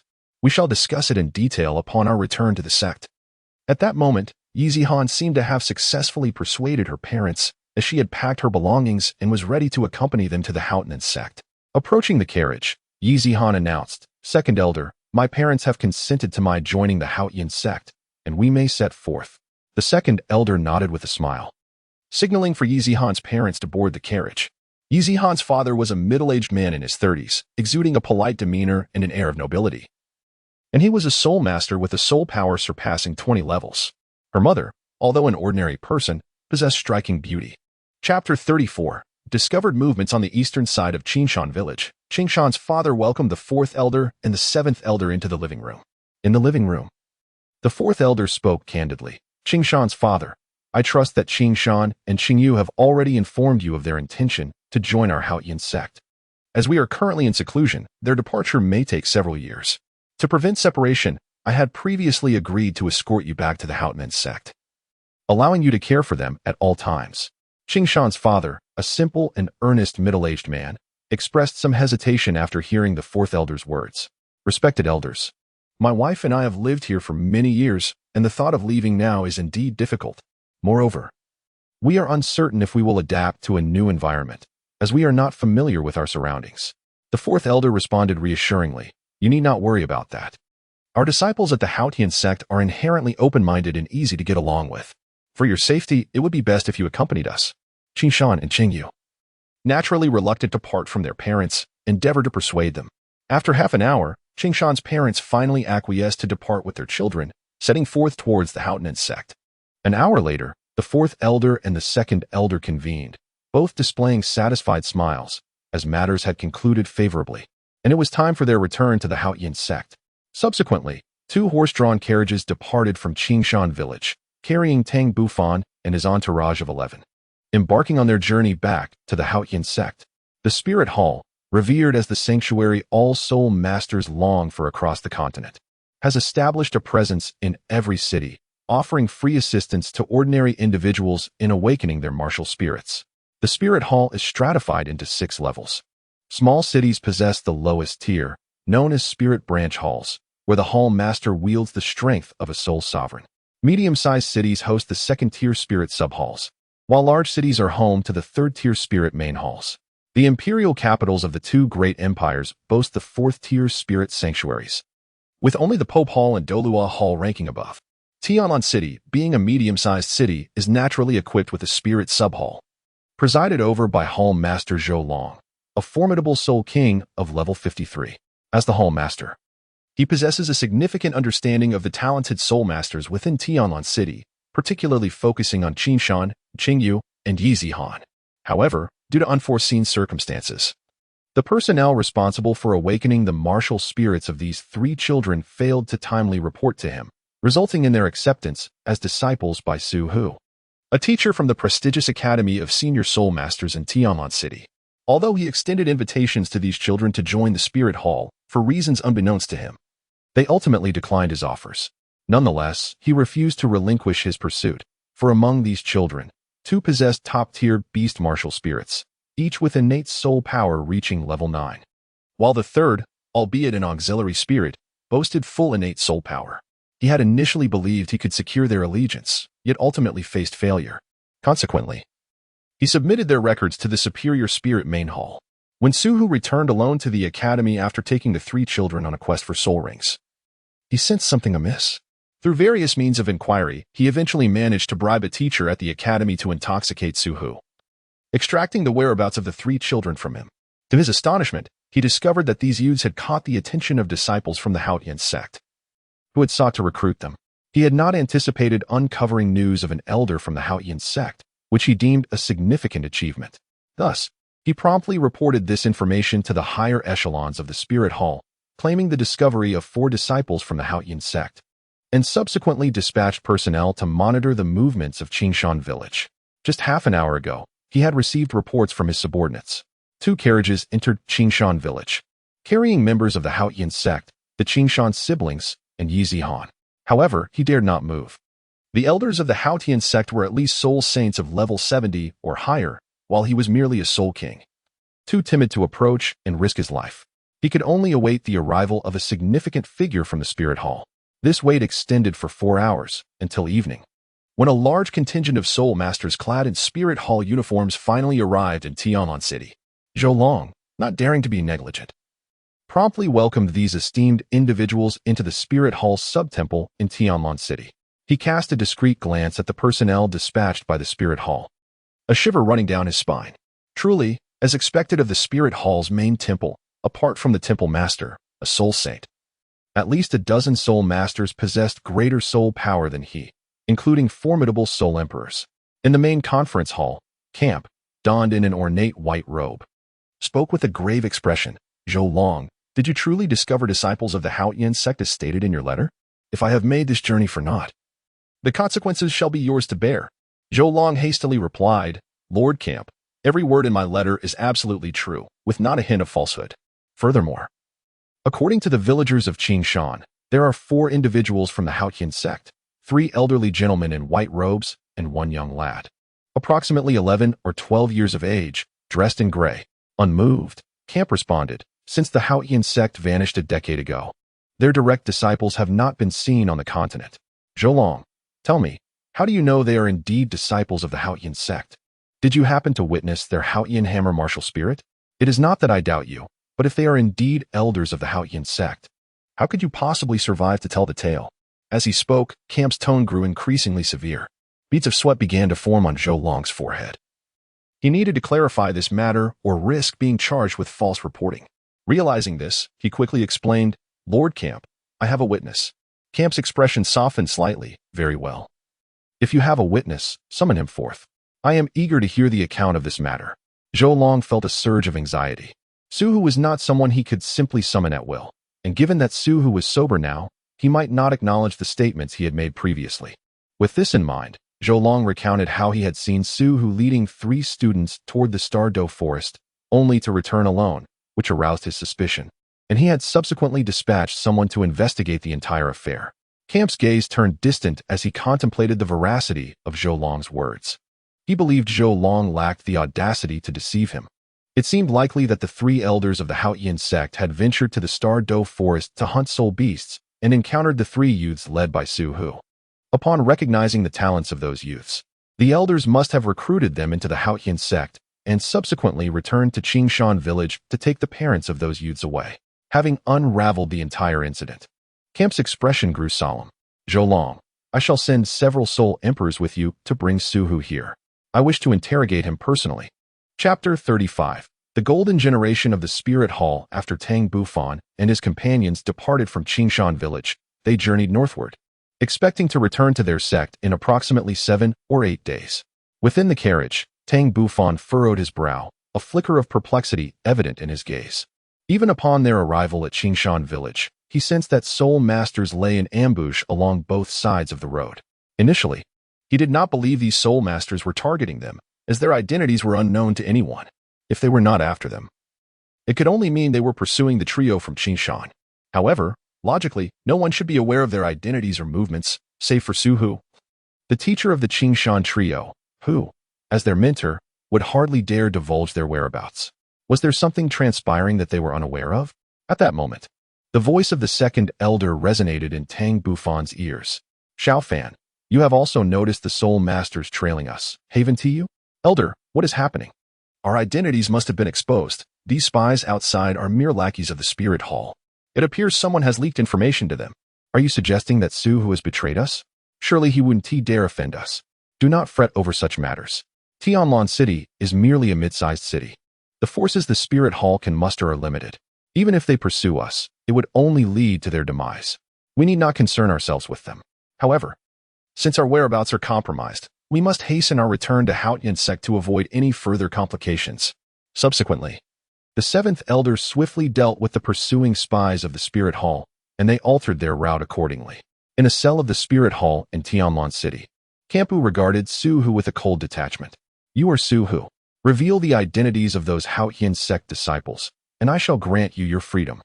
Suhu's eyes reflected terror intertwined with confusion. He never anticipated the Spirit Hall would act so ruthlessly, directly apprehending individuals from the academy, and moreover, that they had discovered Tang Bufan and his companions' identities. Who could have leaked such information? Seeing Suhu's silence, Zhou Long, with a hint of mockery at the corner of his mouth, inquired, "Are you puzzled as to how we learned of the Haotian Sect disciples? It was you who divulged it. You spoke freely after getting drunk that night. You conspired with Teacher Zhang, didn't you? Taking advantage of my inebriation to extract information? It seems the decision for those 3 children to join the Haotian Sect was indeed the right one." At that moment, Suhu regretted having consumed so much alcohol that night, hoping that the 3 children would remain unharmed. Meanwhile, Campa's eyes gleamed with intensity as he intently regarded Suhu. "So, it is true that individuals from the Haotian Sect took those 3 talented youths." Realizing that the Spirit Hall would likely not spare him, Suhu turned his head aside, unwilling to expend further words. Zhou Long inquired of Campu, "My lord, Suhu has lost all value. Shall we dispose of him?" Campu cast a cold glance at Zhou Long. "Release him immediately and ensure he is safely returned to the academy." Zhou Long was momentarily taken aback, filled with doubt about whether he had misheard. Releasing Suhu and sending him back to school entirely. Surely there must be some deeper significance to this. Seeing Zhou Long in a daze, Camp's voice grew stern as he commanded, "Did you not hear my words clearly? Quickly return Teacher Suhu." Zhou Long shivered slightly and promptly dispatched someone to escort Suhu back to the school. Only then did he voice his inner confusion. "My lord, are we truly letting him go? What else should we do? Shall we execute him instead? He was taken from under the watchful eyes of many. If he does not return safely to the school, what will the world think of our spirit hall? We cannot afford to damage our reputation. Camp replied with a cold smile. Moreover, there is a saying, use a long line to catch a big fish. Surely you understand that? He continued, from now on, ensure that someone is assigned to monitor him closely. Report to me immediately if there is even the slightest hint of trouble. Zhou Long then experienced a moment of enlightenment, exclaiming, My lord, your foresight is truly admirable. I am in awe. A hint of excitement crept onto Camp's face. The rewards from this endeavor were indeed substantial, for he had unexpectedly uncovered information regarding the Haotian Sect. Particularly, the intelligence concerning Tang Bufan was of immense value. At merely 12 years of age, possessing a soul power of level 40, such a fact could move anyone. If he reported this to the Pope, a generous reward would surely be his. With this thought, his excitement surged once more. Time flew by swiftly, and in the blink of an eye, 8 days had passed. Tang Bufan and his companions finally returned to the village. After temporarily accommodating the parents of Qingshan, Qingyu, and Yi Zihan, the three elders led Qingshan, Qingyu, and Yi Zihan towards the sect. Tang Bufan had traversed this path once before, feeling little more than indifference. However, the three from Qingshan were entirely unaware that the Haotian Sect resided in such perilous terrain, leaving them apprehensive and shaken. The three elders, confronted by the puzzled gazes of the trio, felt a touch of discomfort, yet chose to remain silent, continuing their journey instead. After half an hour, the seven finally navigated through the daunting mountain peaks and arrived at the sect's main summit, Haotian Peak, where they could faintly discern the sect's plaque from a distance. Qingshan, Qingyu, and Yi Zihan exchanged glances, each reflecting the astonishment in their eyes. Turning back to gaze at the swirling mists enveloping the mountains, their faces paled at the thought of their recent harrowing experience. The path to the Haotian Sect had proven to be exceedingly treacherous, particularly for them, despite being accompanied by the three elders. Yet, observing Tang Bufan's composed demeanor, a sense of inferiority crept into their minds. It was worth noting that Tang Bufan, merely 10 years of age, had already attained the formidable rank of a level 40 Soul Master. In contrast, Qishan, at 12, was a level 31 Soul Sovereign. Qingyu, also 10, had reached level 22 as a Great Soul Master, and Yi Zihan, 10 as well, was a level 23 Great Soul Master. Moments later, the two elders guided the inquisitive trio into the grand entrance of the Haotian Sect. Meanwhile, in the Spirit City, at the Hall of the Pope, Bibi Dawn regarded the four young individuals before her with a look of satisfaction. These four were the golden generation, nurtured with utmost dedication by the Spirit Hall, all in their teenage years, yet possessing soul power around level 40. Yin, 17 years old, wielded the Spirit of Flame Lord, a level 42 Battle Soul Master. Xiyue, also 17, harnessed the Moonblade, a level 42 Battle Soul Master. Hulaina, 16, embodied the spirit of the Demon Fox, a level 41 Battle Soul Master. And Yao, at 13, wielded the Dark Sacred Sword, a level 36 Soul Sovereign. Among them, Hulaina and Yao were particularly favored by her and had been taken as disciples. Just then, a cardinal clad in red entered the hall of the Pope, carrying a sealed letter, which caused Bibian to furrow her brow. Had something occurred? Shortly, she beheld the letter in the cardinal's hand. Your Holiness, a confidential letter has arrived from the Spirit Master Hall of the Greenland Province, from Hall Master Camp. Bibidan replied coolly, Laina, pass it to me. Hulaina swiftly took the letter from the cardinal and handed it to Bibidan, exclaiming, Here you go, teacher. With an air of satisfaction, Bibidan began to unfold the letter, yet as she perused its contents, her expression gradually darkened, culminating in a stormy countenance. Chapter 36. Bibidan's shock within the hall. The cardinal's demeanor shifted slightly, a bitter sensation rising within him. What could be inscribed in that letter to provoke such a drastic change in the Pope's expression? After a prolonged silence, Bibian regained her composure and glanced at the four young individuals before her, restoring her smile. As Bibidan's disciples, Yao and Hulaina exchanged glances before asking in unison, Teacher, what has transpired to cause you such distress? The cardinal cast a sidelong glance at Hulaina and Yao, realizing that only the disciples of the two esteemed popes dared to speak under the current circumstances. Even he, along with Xie and Yin, refrained from uttering a word. After several minutes of intense scrutiny directed at Yao and Hulaina, Bibi Dong finally averted her gaze and calmly recounted the contents of the confidential letter. According to the correspondence from Bishop Camp, he had discovered traces of disciples from the Haotian Sect in Tianlan City. However, this was not the crux of the matter. The significant detail was that the Haotian Sect had abducted 3 prodigious youths from Tianlan City, including a 12-year-old soul master and 2 10-year-old great soul masters. As she spoke, a flicker of anger resurfaced on Bibi Dong's face, a manifestation of her wrath towards the master of the martial soul hall in Tianlan City. It was not merely the audacity of allowing 3 gifted youths to be taken right under his nose that incensed her, but rather her frustration over his failure to report the incident promptly.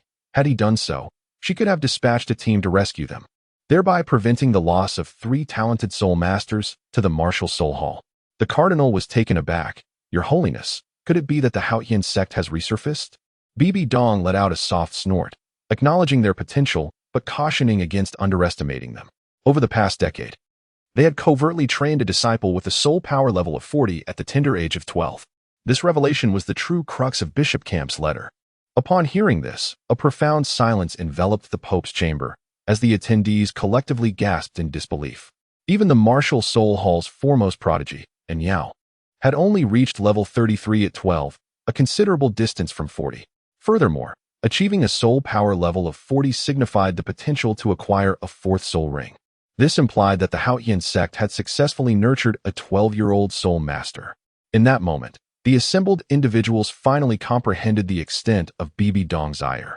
After a brief pause, Yao proactively declared, "Teacher, I shall double my efforts in training and will not be outdone by this disciple of the Haotian Sect." Encouraged by Yao's determination, Hulaina, Yin, and Xiaoyu all expressed their commitment to intensifying their training as well. Bibi Dong smiled gently, feeling a sense of satisfaction. "Your ambition pleases me greatly. You may all withdraw now." And Yao, Hulaina, Yin, and Xiaoyu bowed respectfully and exited. Once the 4 had departed, Bibi Dong's expression turned serious again. She commanded, "Immediately dispatch someone to Tianlan City to reinvestigate this matter." "Humph, a 12-year-old soul master. How could that be possible? Such individuals have never even appeared in legends. Even the angel god was merely a soul master at 12. The cardinal concurred. "Your Holiness speaks wisely. In my opinion, merely matching the capabilities of the 2 holy maidens would be the utmost limit." Bibi Dong beamed. For Yu and Hulaina were her cherished disciples. Outside the Pope's chamber, the cloaked Yao appeared lost in thought. Xiaoyu and Yin chuckled. "Yao, do you truly believe that someone could become a soul master at 12? That is utterly impossible. You know better than anyone how difficult it is to increase soul power beyond level 30. Dark Yao gently shook her head and departed alone. Xiaoyu let out a soft sigh. Having known Dark Yao for several years, her reticent nature truly posed a challenge. "Wouldn't you agree, sister?" Hulaina shook her head. "Brother, Dark Yao is simply born this way. Let us be on our way as well." With that, the 3 hastily pursued Dark Yao. At the Haotian Sect, the 2nd elder and his companions made their way directly to the sect master's study. Along the way, they attracted the attention of numerous disciples of the Haotian Sect. It was the first time in many years that outsiders had entered the sect. However, since these 3 youths were brought back by the elders, their presence was certainly justified. Qingshan, Qingyu, and Yi Zihan displayed expressions of excitement as they traversed the grounds, witnessing many disciples of the Haotian Sect, particularly the middle-aged ones, who exuded formidable soul power. Clearly, they had not come to the wrong place. Soon, they arrived at the castle, specifically the 2nd floor where the sect master's study was located. Inside, Tang Xiao first cast a satisfied glance at the 4th elder, for the 3rd title Douluo of Haotian Sect had been born. Then, he regarded the 3 unfamiliar youths with curiosity. After a moment, a flicker of surprise appeared in his eyes. 1 soul sovereign and 2 great soul masters, all looking no older than 13. They truly deserved the title of genius. In an instant, Tang Xiao comprehended the 2nd elder's intentions and lightly nodded in acknowledgement. The 2nd elder smiled and said, "Qingshan, Qingyu, Yi Zihan, why don't you greet our esteemed sect master? He has already consented to your joining the sect." Qingshan's eyes sparkled with fervor. Was this the sect master of Haotian Sect, a title Douluo of level 96? Indeed formidable. Although Tang Xiao withdrew his gaze after merely a glance, the aura he emanated was unmistakable. After exchanging glances, Qingshan, Qingyu, and Yi Zihan respectfully acknowledged the sect master. Tang Xiao nodded in satisfaction, thereby officially acknowledging their identities. Now that you have joined our Haotian Sect, it is imperative that you devote yourselves to diligent cultivation. Xiao Fan, please escort these 3 individuals around the sect to familiarize them with the surroundings. As for accommodations and other matters, I shall dispatch someone to inform you shortly. Tang Bufan nodded and said, Master, I shall take them down first. Having spoken, he led the 3 from Qingshan away. Once they left the study, Qingshan could not help but exclaim, Bufan, that person just now was our master.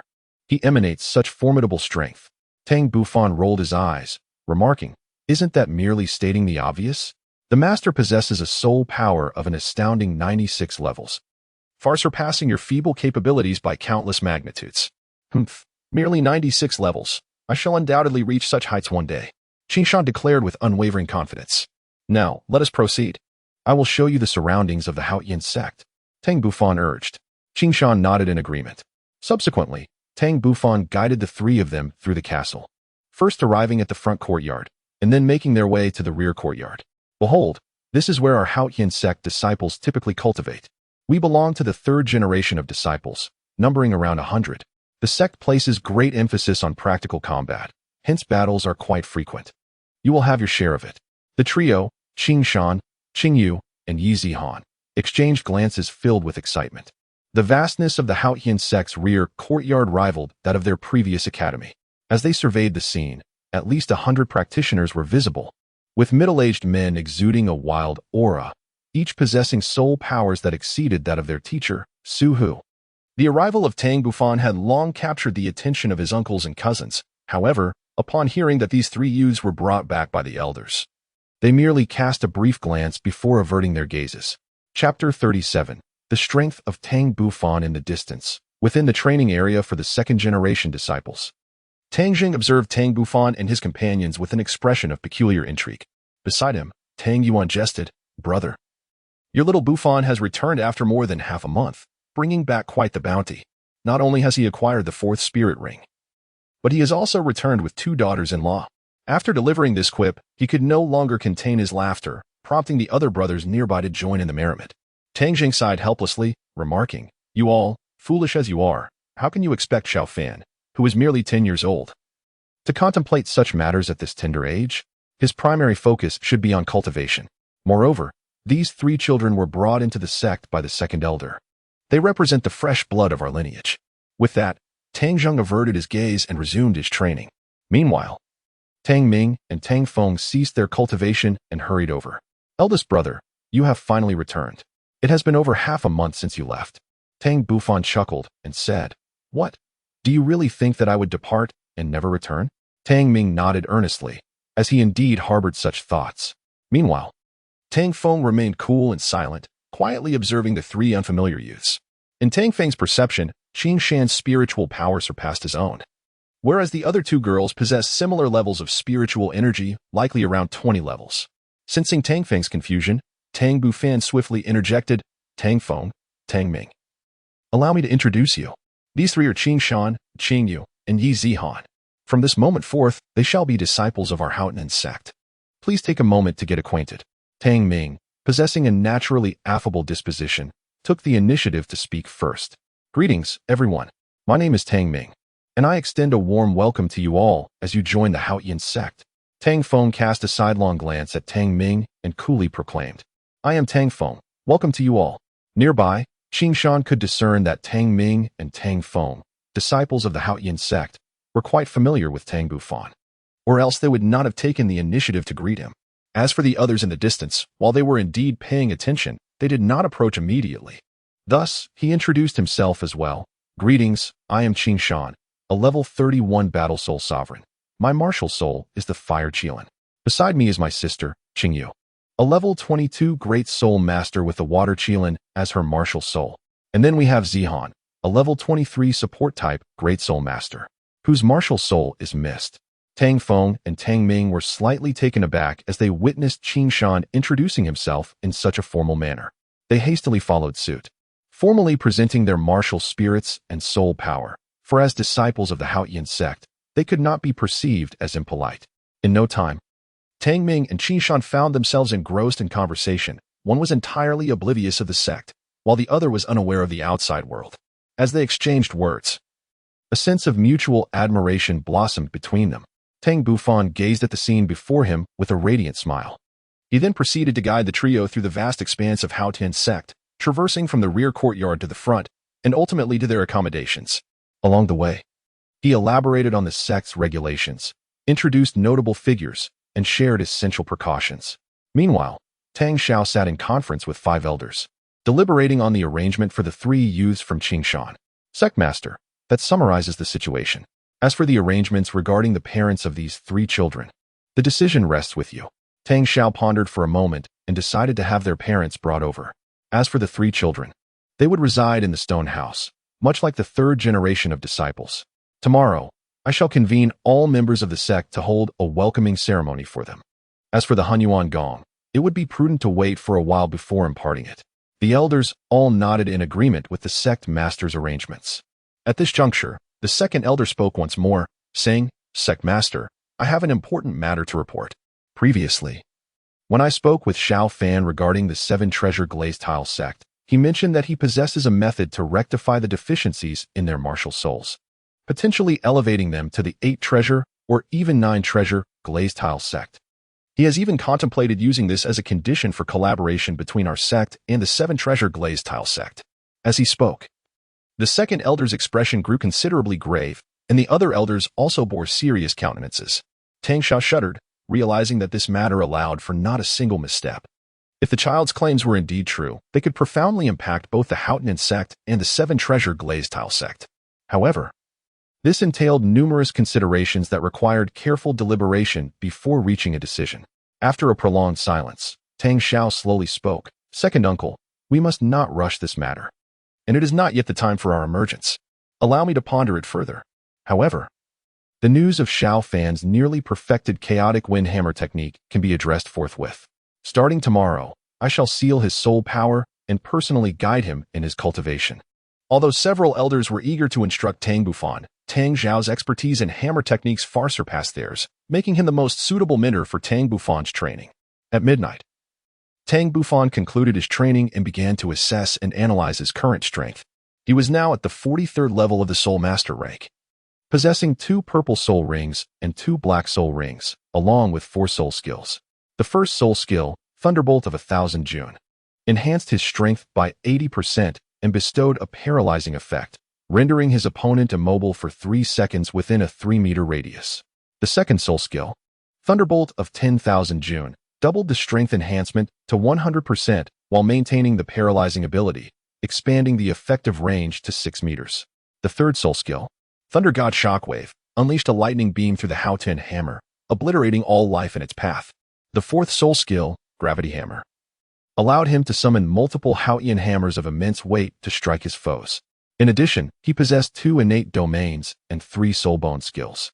Notably, the Thunder domain underwent a remarkable transformation upon his ascension to the Soul Master rank, evolving into a domain skill called Thunder Devour, which could absorb the soul power of enemies within the domain. The destructive and paralyzing capabilities of the Thunder domain were not only retained, but significantly enhanced. Similarly, the Earth domain also developed into a domain skill known as Clone, enabling the creation of an Earth puppet equivalent to his own soul power. It is worth mentioning that the soul bone atop his forehead absorbed the thunderous energy from the Phoenix Wing, resulting in a new skill named Heavenly Thunder, which could emit a lightning beam with formidable destructive and paralyzing capabilities, further augmented when combined with Soul Ring skills. After losing its thunderous power, the Phoenix Wing formed a healing soul skill, Nirvana Light. This single-target healing skill is capable of evolution. It can fully heal an ally whose level does not exceed his by 10 levels, while also restoring 50% of their soul power. However, for every 10 levels above his own, the effectiveness diminishes by 10%, and soul power recovery is unattainable. If the target is unharmed and within 10 levels of his own, it can completely restore their soul power. Every 10 levels surpassed, the healing effect diminishes by 10%. The final skill, known as the Fire Eyes and Golden Pupils, possesses the ability to penetrate all illusions and emit a beam of light that blurs the line between reality and illusion, capable of both attacking the opponent's consciousness and striking tangible entities. Apart from these, he only possesses a few secret techniques from his previous life that he has diligently cultivated. Altogether, his prowess should be sufficient to rival that of a Soul Emperor. However, the outcome can only be discerned through combat. Chapter 38. A Year of Special Training, Part 1. As dawn broke on the second day, Tang Bufan ventured into the back courtyard of the Haotian Sect to commence his training. It was only after he concluded his rigorous practice that he noticed Qin Shan rising from slumber. Observing the sweat-drenched Tang Bufan, a wave of unease washed over Qin Shan. He reflected on his own diligence, having begun his training before 8 o'clock. Yet here was someone 2 years his junior, seemingly more dedicated. "Bufan, have you been training?" Tang Bufan said lightly. "Having just completed my training, you three should gather in the front courtyard after finishing your breakfast. Today, the sect master will hold a simple welcoming ceremony for your formal induction into the Haotian Sect." With that, he returned to his room to freshen up. Qin Shan's expression turned somber as he began to comprehend the source of Tang Bufan's formidable soul power. At that moment, several disciples of the Haotian Sect returned to the stone house, their faces glistening with sweat. Among them were Tang Ming and Tang Feng. Qin Shan quickly called out to Tang Ming, "Have we, the disciples of the Haotian Sect, truly begun our training this early?" "Early? The chief has already completed 2 hours of training every morning. While we may not rise as early as he does, we have still trained for an hour. Now, we should return to freshen up." Tang Ming's expression was somewhat peculiar. After speaking, he returned to the house with Tang Feng. Qin Shan took a deep breath, realizing that he must rise early each day to cultivate, or else he might not only fail to catch up with Tang Bufan, but even Tang Ming and Tang Feng could surpass him. An hour later, in the front courtyard of Haotian Sect, Tang Xiao spoke solemnly. "The sole purpose of gathering everyone today is to welcome 3 gifted youths and their parents into our Haotian Sect." Afterward, Tang Xiao gestured for Qin Shan and the others to step forward, briefly introducing their identities before returning to the ranks. The courtyard soon erupted with enthusiastic cheers.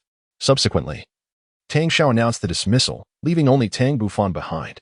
Tang Xiao chuckled softly and said, "Xiao Fan, I have heard that you can now successfully execute the 81 chaotic wind hammer technique. Would you demonstrate it for me?" Tang Bufan hesitated momentarily. "Is this the place?" Tang Xiao was momentarily taken aback, then decided to follow me to the backyard. In the backyard training ground, Tang Bufan summoned the Haotian hammer and began to practice the chaotic cloak hammer technique. 1 strike, 2 strikes, and soon he executed 20 strikes seamlessly, each move flowing into the next. This mastery of hammer technique left the surrounding disciples of the Haotian Sect feeling embarrassed. Even Tang Xiao could not help but nod. At such a young age, this level of skill was truly unparalleled throughout history. As the chaotic cloak was demonstrated, Tang Bufan seemed to enter a remarkable state. His spirit, energy, and essence coalesced, allowing him to wield the Haotian hammer with increasing ease, as if it were an extension of his own arm. Beside him, Tang Xiao's eyes sparkled with brilliant light, his gaze towards Tang Bufan growing ever more approving. The third-generation disciples could not discern much. They merely observed that Tang Bufan's execution of the chaotic cloak was extraordinarily fluid. However, the second-generation disciples were far more discerning, especially those who had reached the Soul Sage level, each of them displaying expressions of disbelief. The state in which Tang Bufan finds himself is referred to as the unity of man and weapon. In this condition, he can unleash the full potential of his weapon spirit to its utmost limit. Typically, this state can only be gradually comprehended after reaching level 70 and mastering the true form of the weapon spirit. However, it is astonishing that Tang Bufan has managed to enter this state even while still in the Soul Sect realm. In truth, his ability to temporarily attain this state is significantly influenced by his past life. In his previous existence, he practiced swordsmanship from a young age and, with a heart of pure intent, once reached the realm of unity between man and sword. Yet, he did not fully master this state in his former life, which meant he could only occasionally achieve the harmony of man and sword. In this life, after years of diligent practice with the Haotian hammer, combined with the foundation laid in his past, he has finally triggered this remarkable state today. The disciples of the Haotian Sect observe Tang Bufan's performance in a trance, as he, in this moment of unity between man and weapon, swiftly executes 81 strikes, with the accumulated soul power within the Haotian hammer reaching its zenith. Tang Bufan struck a nearby colossal boulder with a single, powerful blow, unleashing a terrifying surge of soul energy that shattered the stone into dust, simultaneously creating a massive crater several meters in diameter in the ground. Witnessing such formidable destructive power, The surrounding third-generation disciples gazed at Tang Bufan with heightened reverence, their awe surpassing that which they felt during the previous encounter with Tang Long. After this display, Tang Bufan seated himself upon the ground and closed his eyes, delving into profound contemplation. Upon witnessing this, Tang Xiao waved his hand to dismiss the surrounding disciples, allowing Tang Bufan the tranquility to contemplate. In the distance, Qing Shan, who had observed the entire spectacle, was struck with profound astonishment. The final strike seemed far more terrifying than the previous defeat of the purple-winged Tiger King. Qing Yu and Yi Zihan exchanged curious glances at Tang Bufan, their eyes shimmering with an unusual brilliance. An entire hour passed before Tang Bufan finally awakened. This time, his gains were immense. Although he had not yet fully grasped the realm of unity between man and weapon, he felt confident that with another encounter of this state, he could achieve complete mastery. Once he attained such mastery, every strike he wielded would possess extraordinary power. As he opened his eyes, Tang Bufan was immediately met with the concerned gaze of the sect leader, filling his heart with warmth. "My apologies for keeping you waiting, esteemed leader." Tang Xiao chuckled heartily, declaring that it mattered not if it took an hour or even an entire day and night, as long as one could attain the realm of unity between man and instrument. Moments later, Tang Xiao unexpectedly raised his hand and bestowed a palm strike upon both of Tang Bufan's shoulders and his chest. Tang Bufan sensed a torrent of warmth surging downward from 3 distinct locations, enveloping him in a wave of tingling sensation. Subsequently, his dantian was enveloped by an intense heat, rendering him incapable of perceiving even the faintest trace of soul power. "Master, have you sealed my soul power to commence specialized training?" he inquired. "Indeed, little fan." The master replied, "Your mastery of the hammer technique has reached an admirable level. Now, it is merely a matter of refining the essence." He continued, "The forthcoming training will not require the use of soul power, nor may you employ the strength of soul bones or domains. You must rely solely on the inherent strength of your body to complete the training." With that, he casually presented Tang Bufan with an unremarkable forging hammer. "Practice the Gale hammer technique with this forging hammer. It is unnecessary to achieve the perfection you displayed earlier. Simply mastering the 81 strikes will suffice. You may progress to the next phase of training when you accomplish this." As Tang Bufan grasped the forging hammer and felt its weight, a realization dawned upon him regarding his master's intent. In his usual practice of the Gale hammer technique, he utilized his own Haotian hammer, which, having been tempered by his soul power, weighed no less than 1,000 pounds. In contrast, this ordinary forging hammer weighed merely a few dozen pounds. When he began practicing the Gale hammer technique with this forging hammer, the disparity in weight would inevitably expose flaws in his technique. He needed to adapt to wielding any weight of hammer to execute the Gale hammer technique effectively. Only in this manner would his technique remain flawless in any circumstance. Understanding this principle, Tang Bufan lifted the forging hammer and commenced his training in the Gale hammer technique. Chapter 39, A Year of Specialized Training, Part 2. Although Tang Bufan comprehended the underlying principles, difficulties arose when he endeavored to practice the whirlwind hammer technique with the forging hammer. Though he was initially proficient in this technique, a frown creased his brow as he noticed that his execution was somewhat awkward and rife with flaws. Nevertheless, Tang Bufan was not one to be daunted by such obstacles. He began to adjust his body as center of gravity and the force of his strikes. Thus, he continued to explore and refine the whirlwind hammer technique. And while many issues persisted, he remained committed to improvement. Days turned into weeks as Tang Bufan engaged in this monotonous training regimen. Whenever fatigue set in, he would practice the Great Zhou Tian Hunyuan skill, and once his spirits were replenished, he would return to the whirlwind hammer technique. Time passed, and after a fortnight of diligent effort, he finally regained his mastery over the whirlwind hammer technique, executing the 81 strikes with flawless precision, a testament to his perfect execution. Observing this, Tang Xiao could not help but smile slightly. "Xiao Fan, your initial training concludes here. Take the forging hammer and follow me. The forthcoming training will truly test your mettle." Tang Bufan nodded and followed Tang Xiao towards the innermost part of the backyard. After 10 minutes, under Tang Xiao's guidance, they finally arrived at their destination. Gazing at the magnificent waterfall and the serene pool before him, a look of confusion crossed Tang Bufan's face. This place was quite familiar to him, for he had often swum here in the past. It was said that this waterfall was personally established by the sect leader and the elders, towering at 300 meters and spanning 20 meters in width. Beneath the waterfall lay a vast pool, its waters crystal clear, and whenever the waterfall cascaded down, a splendid rainbow could be seen, making it a favored spot for many disciples of the sect to revel in. Tang Xiao pointed at the waterfall and said, "Xiao Fan, do you see those round stones beneath the waterfall? From today onward, you shall practice the chaotic wind hammer technique upon them. You may conclude this phase of your training only when you have successfully executed 81 strikes." Tang Bufan gazed at the cascading waterfall, a frown creasing his brow. The force unleashed by the 300-meter drop was immense. It was no small feat to practice the chaotic wind hammer technique, let alone maintain one's footing. Standing on the smooth, rounded stones, worn down by years of relentless water flow, only compounded the challenge. Yet, for Tang Bufan, these obstacles were trifling. In his previous life, he had witnessed far more daunting spectacles. Observing Tang Bufan's furrowed brow, Tang Xiao jested, "Little fan, do you possess the confidence to complete your training?" Tang Bufan raised an eyebrow and confidently assured, "Master, rest assured, I shall flawlessly accomplish the task within 3 months." Tang Xiao couldn't help but be astonished. Even he, in his earlier years, had spent 9 months to achieve completion, while the extraordinarily gifted Tang Hao had taken half a year to finish his training. Although Tang Bufan's talent surpasses that of the two brothers significantly, 3 months is indeed too brief a period. In his estimation, Tang Bufan would require between 4 to 5 months to complete his training. "Very well, since you possess such confidence, I shall return to assess your progress in 3 months." With that, Tang Xiao bid farewell to Tang Bufan and departed. Tang Bufan took a deep breath and began to swim towards the base of the waterfall, wielding a heavy forging hammer.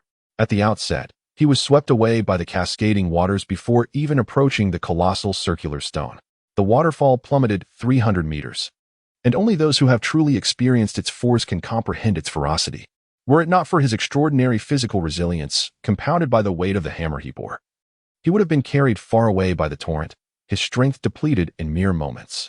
However, Tang Bufan was not easily vanquished, having lived 2 lives. His will was unyielding. Time and again, he ascended towards the circular stone, undeterred by being swept away, persistently striving to reach his goal.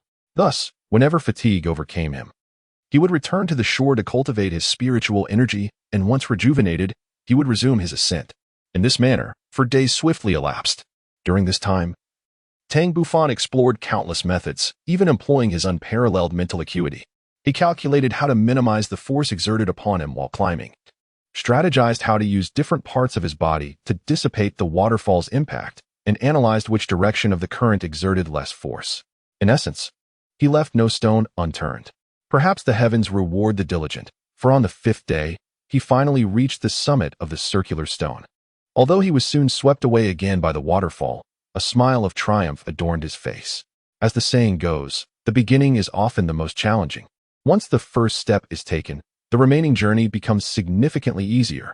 Upon reaching the stone, he did not hasten to practice the chaotic wind hammer technique. Instead, he sought ways to linger on the circular stone for as long as possible.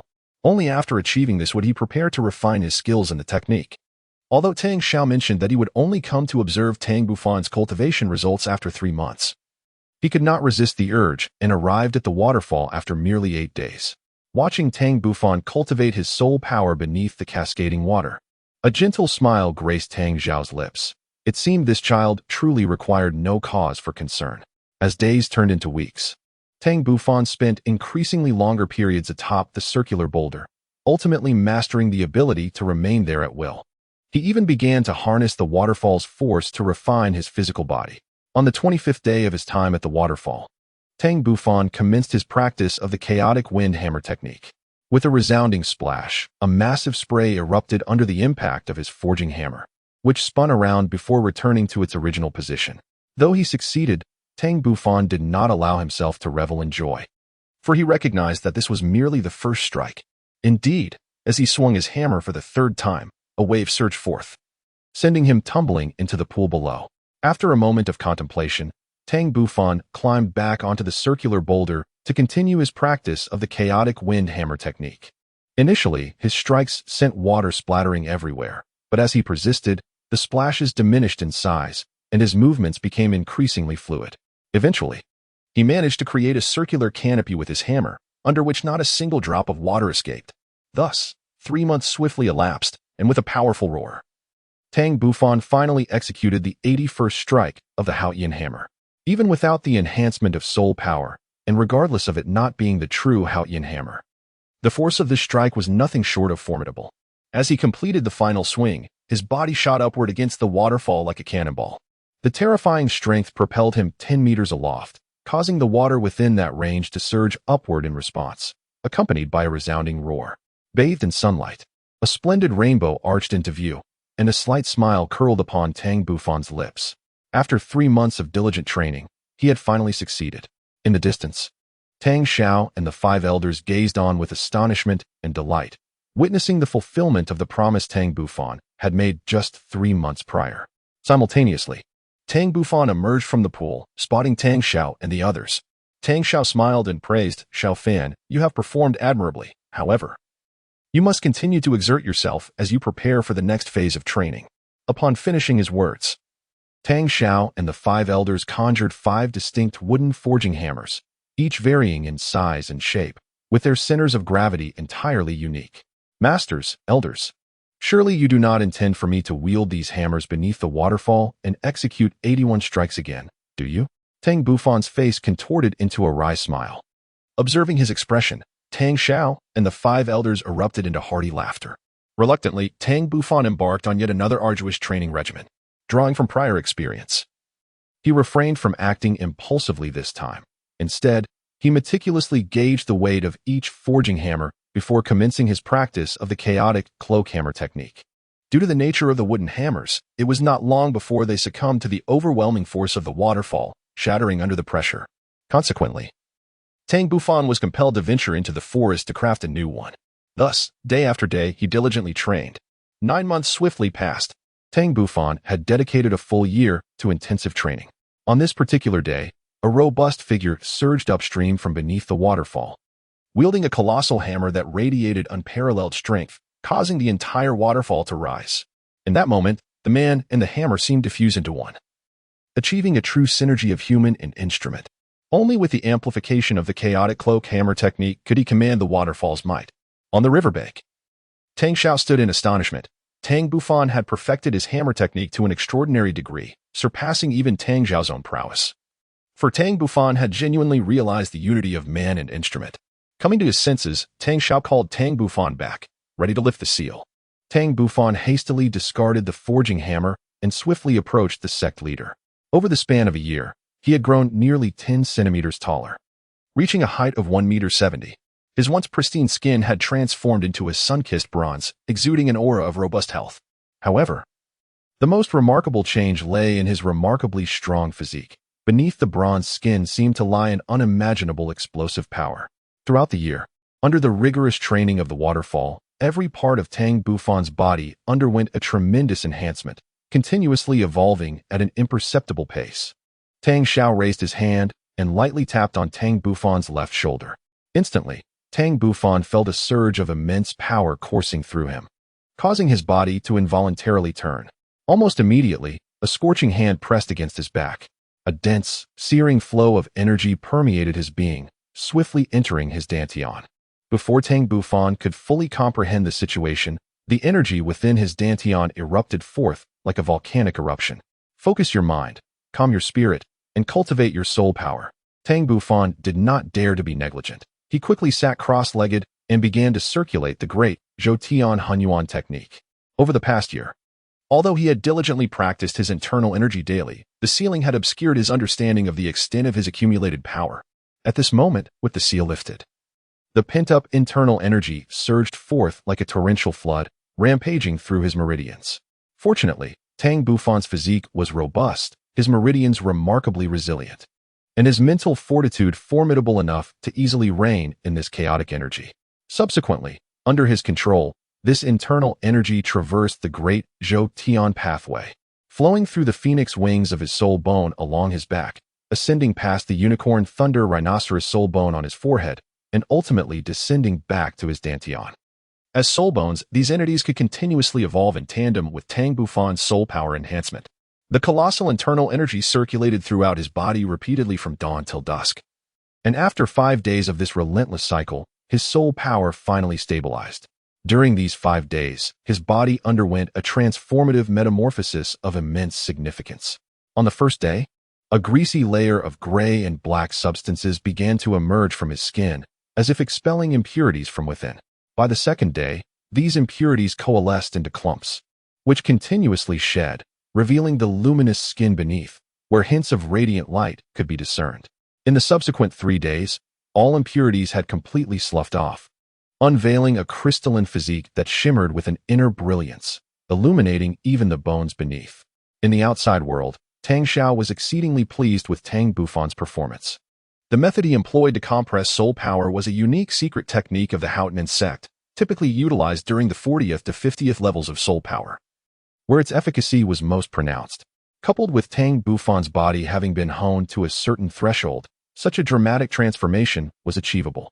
After 5 days and nights of profound change, Tang Bufan's metamorphosis was finally complete, and he gently opened his eyes. In the next moment, he heard the excited voice of the sect master, urging him to cleanse himself, and noting that his soul power had reached the critical threshold of level 50. Tang Bufan had not yet had the opportunity to fully appreciate the changes within himself when an unpleasant odor assailed his senses.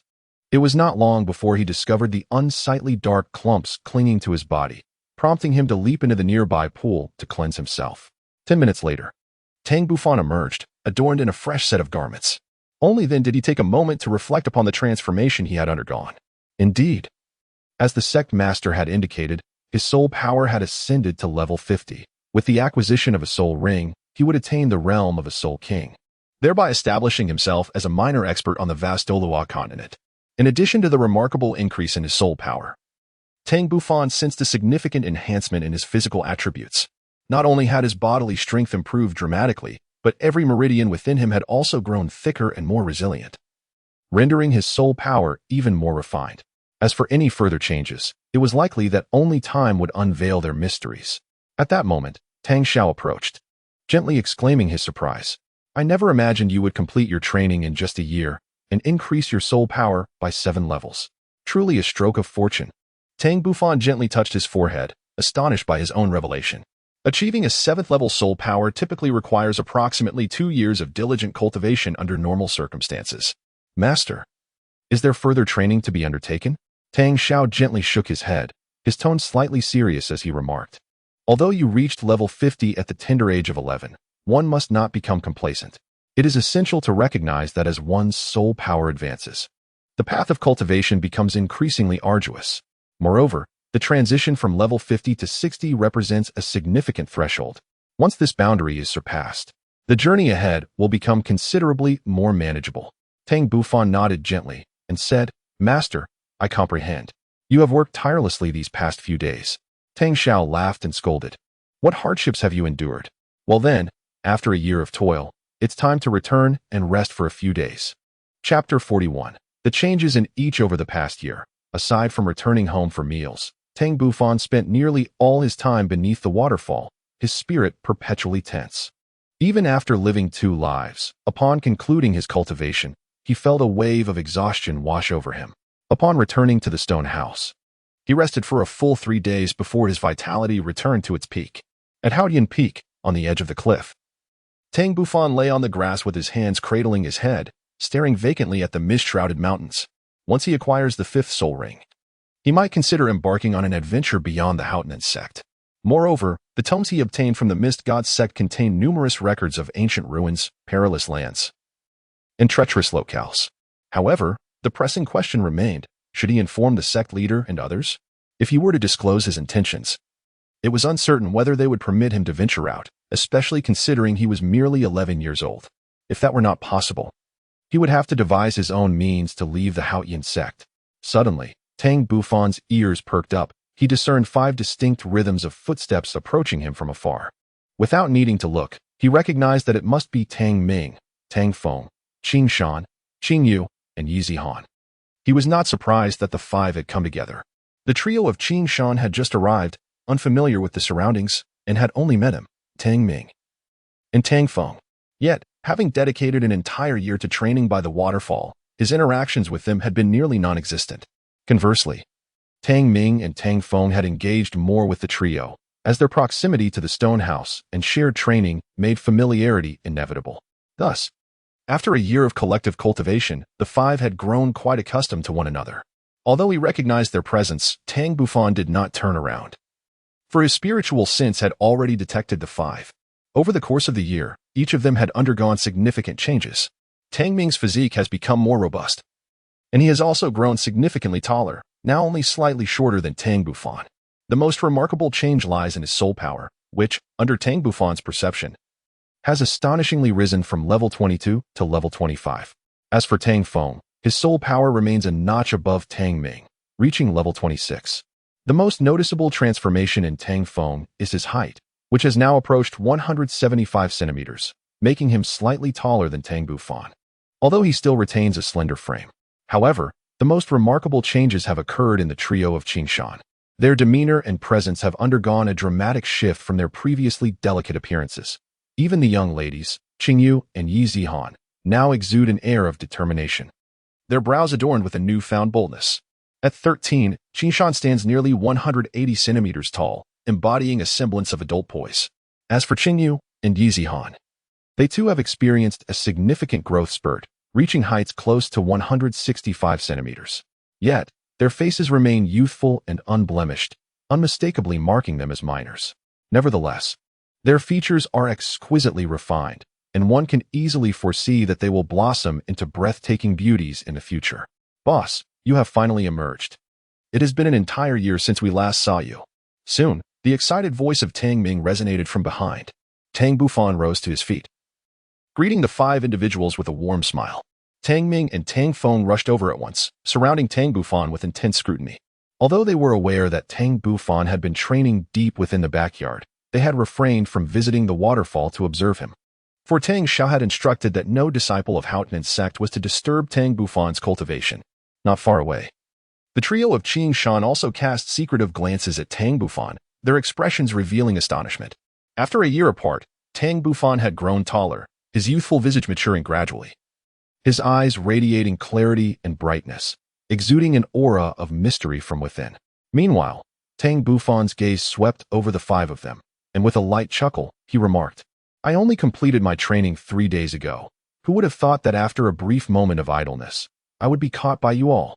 Speaking of which, after a year apart, it seems you have all made considerable progress." "Indeed, boss, over the past year, I have diligently cultivated, raising my soul power by 3 levels to reach level 25. I am confident that I will become a soul master by the age of 13. Tang Ming replied with a sense of pride. "I must inform you, boss, that the Qingshan brothers have also been granted the method to cultivate the primordial technique by the sect master, and they have already reached the 2nd level, nearly catching up with us." Tang Bufan felt no surprise at the sect master imparting the primordial technique to the trio of Qingshan. Instead, he regarded Tang Ming with a hint of disdain. "Tang Ming, you and your companions have been training 3 years longer than Qingshan and his brothers. If you were overtaken by them, that would be utterly disappointing. Henceforth, do not claim to be my brothers when you go out." Tang Ming promptly assured, "Rest assured, my leader, I would never bring disgrace upon your name." Tang Feng observed the scene with a silent smile. Meanwhile, Qingshan, Qingyu, and Yi Zihan exhibited faintly unusual expressions, as the emergence of the mixed origin technique had left them profoundly astonished. The potency of such a skill was truly terrifying. It not only significantly accelerated their cultivation speed, but also gradually enhanced their physical prowess throughout the training process. The sheer marvel of such a technique was beyond their wildest imaginations in the past, yet now they found themselves fortunate enough to practice it. In light of this realization, their previous reluctance to join the Haotian Sect dissipated entirely, and they began to comprehend, to some extent, Tang Bufan's extraordinary talents. Tang Bufan discerned the unusual glances exchanged among the 3 from Qingshan. He spoke calmly. "Since the sect master has bestowed upon you the Hunyuan Gong and you have cultivated it to the 2nd level, it is imperative that you diligently practice this art and not tarnish its esteemed reputation." Qingshan, with a slight scoff, expressed a hint of defiance. "Though you have attained the status of a soul sect member, do not become overly complacent. Now that I too have begun to cultivate the Hunyuan Gong, it is only a matter of time before I catch up to you." Tang Bufan chuckled without uttering a word, catching up to him. This in itself was a source of amusement. Nevertheless, Tang Bufan did not wish to undermine Qingshan's confidence, as offering him a glimmer of hope was worthwhile. Meanwhile, upon hearing Qingshan's words, Tang Ming and Tang Feng exchanged peculiar glances, their expressions transforming into a curious blend of disbelief. After a prolonged silence, they finally spoke. "Brother Qingshan, go for it. If you can't catch up to the boss, we shall be devoid of hope for a lifetime. We are counting on you. Please do not let us down." With a grandiloquent air, Qingshan responded, "Rest assured, my two brothers, I shall strive with all my might, including for your sake." Tang Feng and Tang Ming were rendered speechless. Could this brother Qingshan truly be so naive? Beside them, Tang Bufan couldn't help but smile at the scene. Suddenly, a thought struck him. Perhaps it was time to discuss the fragments of the Haotian sword with Qingshan and Qingyu. With this in mind, Tang Bufan said earnestly, "Tang Ming, Tang Feng, and Zihan, why don't you all head back for now? I have some personal matters to discuss with brother Qingshan and Qingyu." Although Tang Ming and Tang Feng were unaware of what the boss intended to discuss with the Qingshan siblings, they instinctively chose to withdraw as soon as the boss spoke. Yi Zihan, though somewhat perplexed, nodded in agreement and followed Tang Ming and Tang Feng away.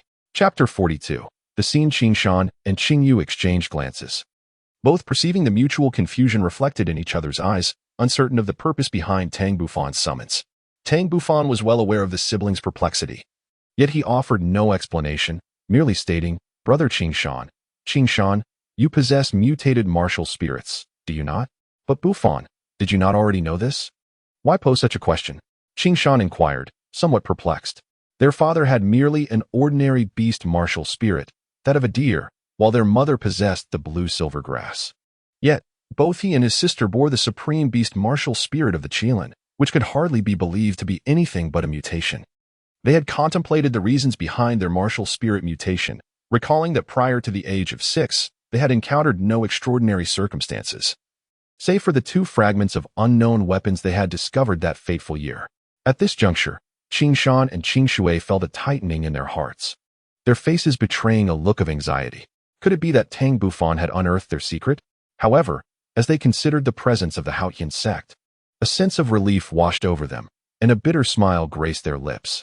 Tang Bufan observed that the two seemed to have grasped the situation, and thus, he no longer beat around the bush but directly stated his intention. "I seek the 2 fragments that you possess." This time, Qingshan and Qingyu were genuinely taken aback. Tang Bufan had indeed come for those fragments. After a moment of hesitation, Qingshan, though somewhat reluctant, decided to retrieve the fragments along with his sister. However, instead of handing them over to Tang Bufan, he inquired, "Bufan, while my sister and I are willing to part with our fragments, you must at least reveal your reasons." Tang Bufan's gaze sharpened as the Haotian sword martial soul within him trembled. After much effort, he managed to suppress it, taking a deep breath before elaborating slowly. "The true reason is something I cannot disclose at this moment. However, I trust that during your time at the Haotian Sect, you have come to realize that I possess dual martial souls, correct?" Qingshan Qingyu nodded earnestly. This revelation did not seem to be much of a secret within the Haotian Sect. Tang Bufan felt a sudden clarity, as if it were indeed so. Taking a deep breath, he slowly extended his right hand, and in the next moment, a magnificent golden long sword materialized, radiating an overwhelming aura of power. It was none other than Tang Bufan's second martial soul. As the Haotian sword emerged, the fragments contained in the box held by Qingshan and Qingyu began to tremble incessantly, seemingly yearning to soar towards the Haotian sword. Had they not gripped it firmly, it likely would have taken flight long ago. Tang Bufan's thought stirred, and he swiftly retracted the Haotian sword martial soul. "Now, do you both comprehend the reason?" Qingshan and Qingyu exchanged a glance, seemingly grasping the situation. They recalled their initial encounter, filled with doubt. "So, are we to understand that our joining of the Haotian Sect was all part of your meticulous plan, aimed solely at acquiring these 2 fragments?" Tang Bufan shook his head, asserting that it was not the case. Their encounter once again in the Starry Forest could only be described as a coincidence, while the notion of having them join the Haotian Sect originated from the 3 elders, and had nothing to do with him. Upon realizing this, Qingshan and Qingyu were left without further confusion, reluctantly handing the fragment in their possession to Tang Bufan. Even with Tang Bufan's composure, he found himself immensely stirred at this moment. He cautiously accepted the box and gently opened it, revealing 2 rectangular fragments, each measuring 10 centimeters in length and 3 centimeters in width. Strangely, One of the fragments was a deep azure, while the other radiated a vivid crimson. A sense of bewilderment arose within Tang Bufan. Should not the sword's body be golden in hue? Regrettably, no one was there to provide an answer to this query. Tang Bufan's spiritual force emanated from his being as he began to meticulously examine the two fragments. Initially, his spiritual energy detected nothing of value. But upon making contact with the fissure of the shards, a sudden roar erupted, as if awakening some ancient insignia. In that moment, a wondrous vision unfolded in Tang Bufan's mind. In the tranquil expanse of the universe, a colossal rift tore open, from which soared a divine sword radiating with 9 resplendent hues. The 9-colored sword meandered through the cosmos, traversing countless stars and galaxies. It passed through ethereal realms of divinity, genuine celestial bodies, in the eternal domains of the divine. The profound essence of the primordial laws emanating from the sword drew the attention of numerous formidable beings, some of whom attempted to intercept it. However, the sword's might was boundless, effortlessly cleaving through the grasping hands of titans, before vanishing once more. Time became an enigma as the sword experienced untold journeys. When it reemerged, the radiant colors had dimmed significantly, and even the blade itself seemed somewhat unstable, as if weary or having reached its destination. This was a vast galaxy, teeming with countless planets, among which were those that nurtured civilizations, while above them, an elusive divine realm flickered in and out of existence. The 9-colored sword wandered within this galaxy before ultimately selecting a planet steeped in ancient civilization. Then, in a flash of brilliance, the divine sword transformed into a stream of light, vanishing upon the surface of this planet, marking the conclusion of the vision. Tang Bufan felt a sense of melancholy and loss. If he were not mistaken, the divine sword was indeed the Haotian sword, and that celestial body was none other than the Douluo Continent. However, these details paled in significance compared to the matter at hand.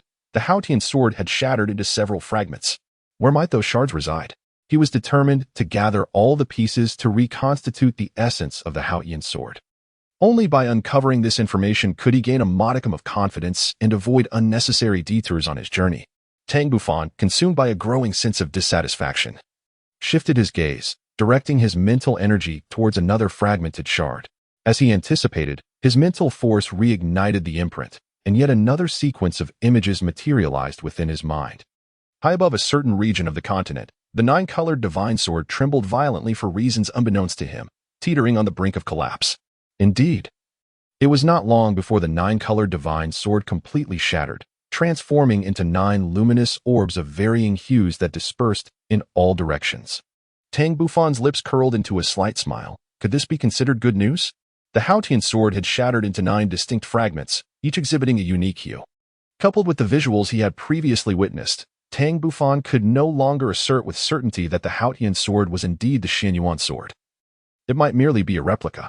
Nearby, Qinshan and Qingyu observed Tang Bufan vacillating between moments of contemplation and expressions of puzzlement, leaving them quite concerned. "Bufan, are you all right?" Tang Bufan finally came to his senses, shaking his head. "Brother Qinshan, Sister Qingyu, you need not worry about me. I am perfectly fine. Rest assured. I will not take what is yours without recompense. I shall seek opportunities to make amends in the future." As he spoke the last words, Tang Bufan's expression turned earnest. For him, a true man knows when to act and when to refrain. Although the fragment could be deemed his in a sense, he felt it was only right to offer compensation to its rightful owner. This was his vow. Qinshan was momentarily taken aback and then waved his hand dismissively. "Bufan, you truly need not feel this way. If we consider the matter carefully, without the fragment, our martial souls would not have mutated. We would not have met you, nor would we have arrived at Haotian Sect. For us, what we have gained thus far is already more than enough."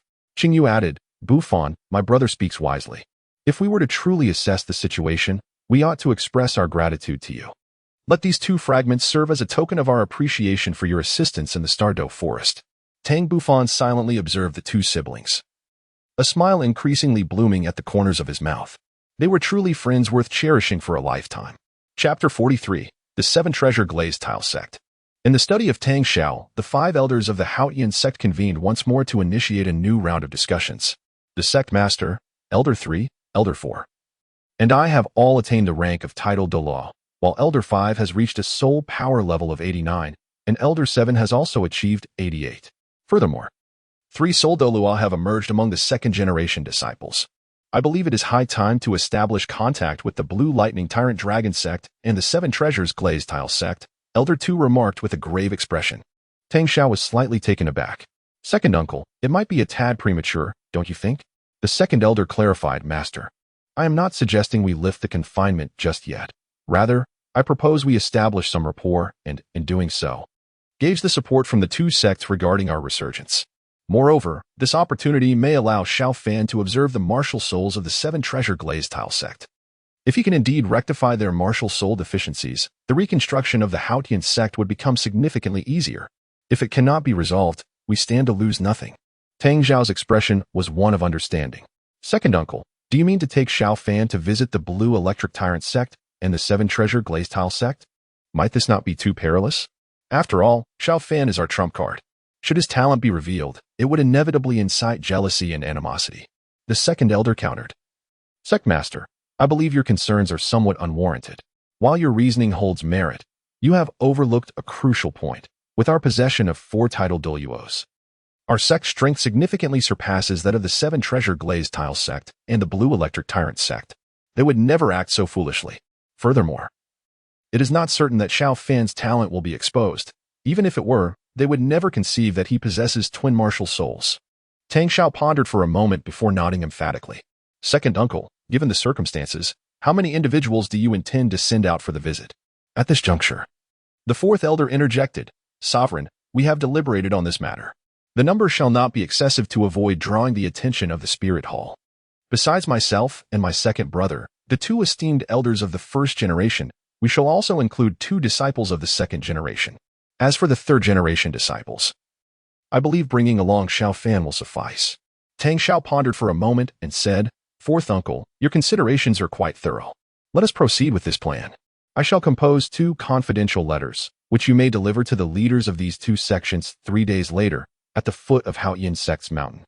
The second elder and fourth elder set off with Tang Bufan and 2 second-generation disciples. In the grand hall of the Seven Treasures Glazed Tile Sect, the principal seat, facing south, was an intricately carved chair made of fragrant rosewood, adorned with a large piece of jade. This jade, a deep green hue, emanated a gentle and warm aura, representing a supreme quality of warm jade. Seated upon this exquisite chair was a man whose visage resembled that of an elegant jade, with a straight nose and square jaw, exuding a refined and gentle demeanor. Clad in a pristine white robe, he appeared to be in his 40s, with soft black hair cascading down his back, presenting an air of effortless grace, devoid of any pretense. Before him, a disciple in white attire knelt on one knee, respectfully announcing, reporting to the sect master. We have received a letter from the Haotian Sect. He then produced a confidential letter from his robe and presented it with both hands to the refined middle-aged man. This middle-aged gentleman was none other than Ning Fengji, the current sect master of the Seven Treasures Glazed Tile Sect. As a leader of a sect, Ning Fengji was expected to remain composed and strategical. However, upon hearing the name Haotian Sect, a flicker of unease crossed his countenance. Despite the Haotian Sect having retreated into seclusion due to pressure from the Wuhuan Palace, it remained undisputed as the foremost sect in the world, primarily due to its possession of a dual Douluo, an irrefutable fact. Receiving the letter, Ning Fengji meticulously opened it, reading it multiple times. Yet a look of confusion lingered on his brow. Just then, laughter and playful chatter resonated from outside the hall, and simultaneously, a young girl accompanied by 2 elderly men entered the grand hall. Ning Fengji hastily concealed the letter, waving away the disciple in white attire, restoring his previous calm demeanor, and greeting the 3 newcomers with a warm smile. At the forefront was a lively young girl, her bright eyes and radiant smile complemented by a delicate face, appearing to be around 10 years of age. Her expression bore a hint of mischief, reminiscent of a pampered little princess, exuding an air of carefree audacity. Beside her stood 2 tall elderly men, their faces filled with affectionate admiration for the girl. The elder on the left had hair and beard as white as snow, yet his face was remarkably youthful, draped in a white robe that enhanced his distinguished presence. Conversely, the elder on the right appeared gaunt, with a massive frame but exceedingly thin skin and muscle, his sunken eyes accentuated by sparse strands of white hair. The girl, with each hand linked to the arm of an elder, skipped towards Ning Fengji, inadvertently colliding with the disciple who had been dismissed. The disciple, upon seeing the girl and the 2 elders, immediately bowed respectfully, exclaiming, "Greetings, Miss and esteemed elders." The girl playfully scrutinized the disciple, noting his apprehension before turning her gaze back to Ning Fengji. "Father," she exclaimed, "I have leveled up my soul power once again. You must reward me with a gift.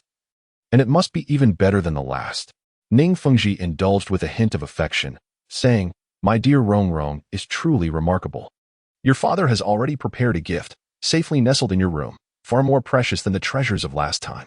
The young girl in question was none other than Ning Fengji's only daughter, Ning Rongrong, who was still a few months shy of 11 years yet had already attained a soul power level of 22.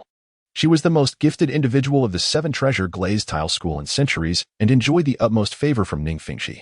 As for the 2 elderly gentlemen, they were the bone Douluo Guyong and the sword Douluo Chen Xian, the 2 mainstays of the 7 treasure glazed tile school. Ning Rongrong's face lit up with joy as she dashed over and planted a kiss on Ning Fengji's cheek before turning on her heels and racing towards her room. "Daddy, I'm off to see my gift. If you're deceiving me, I shall ignore you." Watching Ning Rongrong depart, Ning Fengji turned to the 2 elders with a serious expression.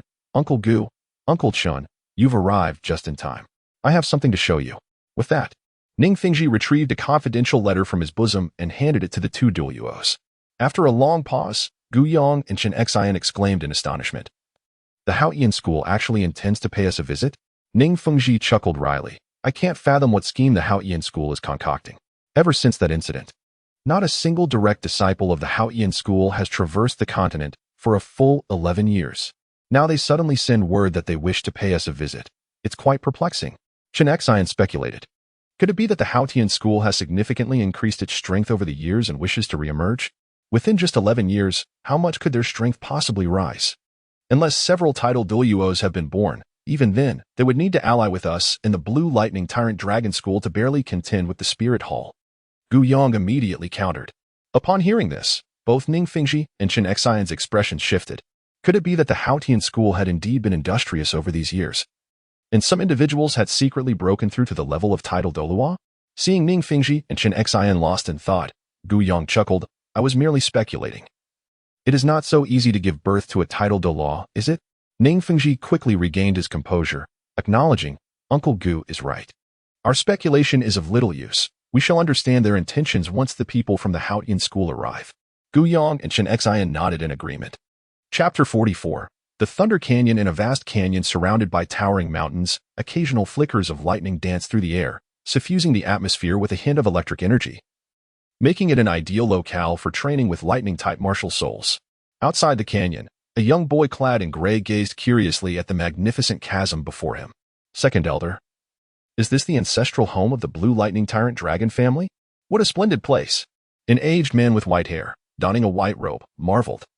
"This is the famed Thunder Canyon, the most coveted training ground for all wielders of lightning martial souls." "The Thunder Canyon?" The youth clad in gray expressed a hint of confusion. Indeed, the canyon derives its name from the omnipresent forces of thunder that envelop it throughout the day. It is said that the deeper one ventures into the canyon, the more potent the thunderous energies become. However, it is also rumored that even the Blue Lightning Tyrant Dragon clan cannot penetrate the innermost depths of the Thunder Canyon, a region recognized as one of the few perilous locales on Douluo Continent capable of threatening a tidal Douluo. The elderly man in white, who was the second elder, elucidated patiently. This gray-clad youth is none other than Tang Bufan. Beside them, in addition to the 4th elder, stood 2 middle-aged men, Tang Qing and Tang Nan.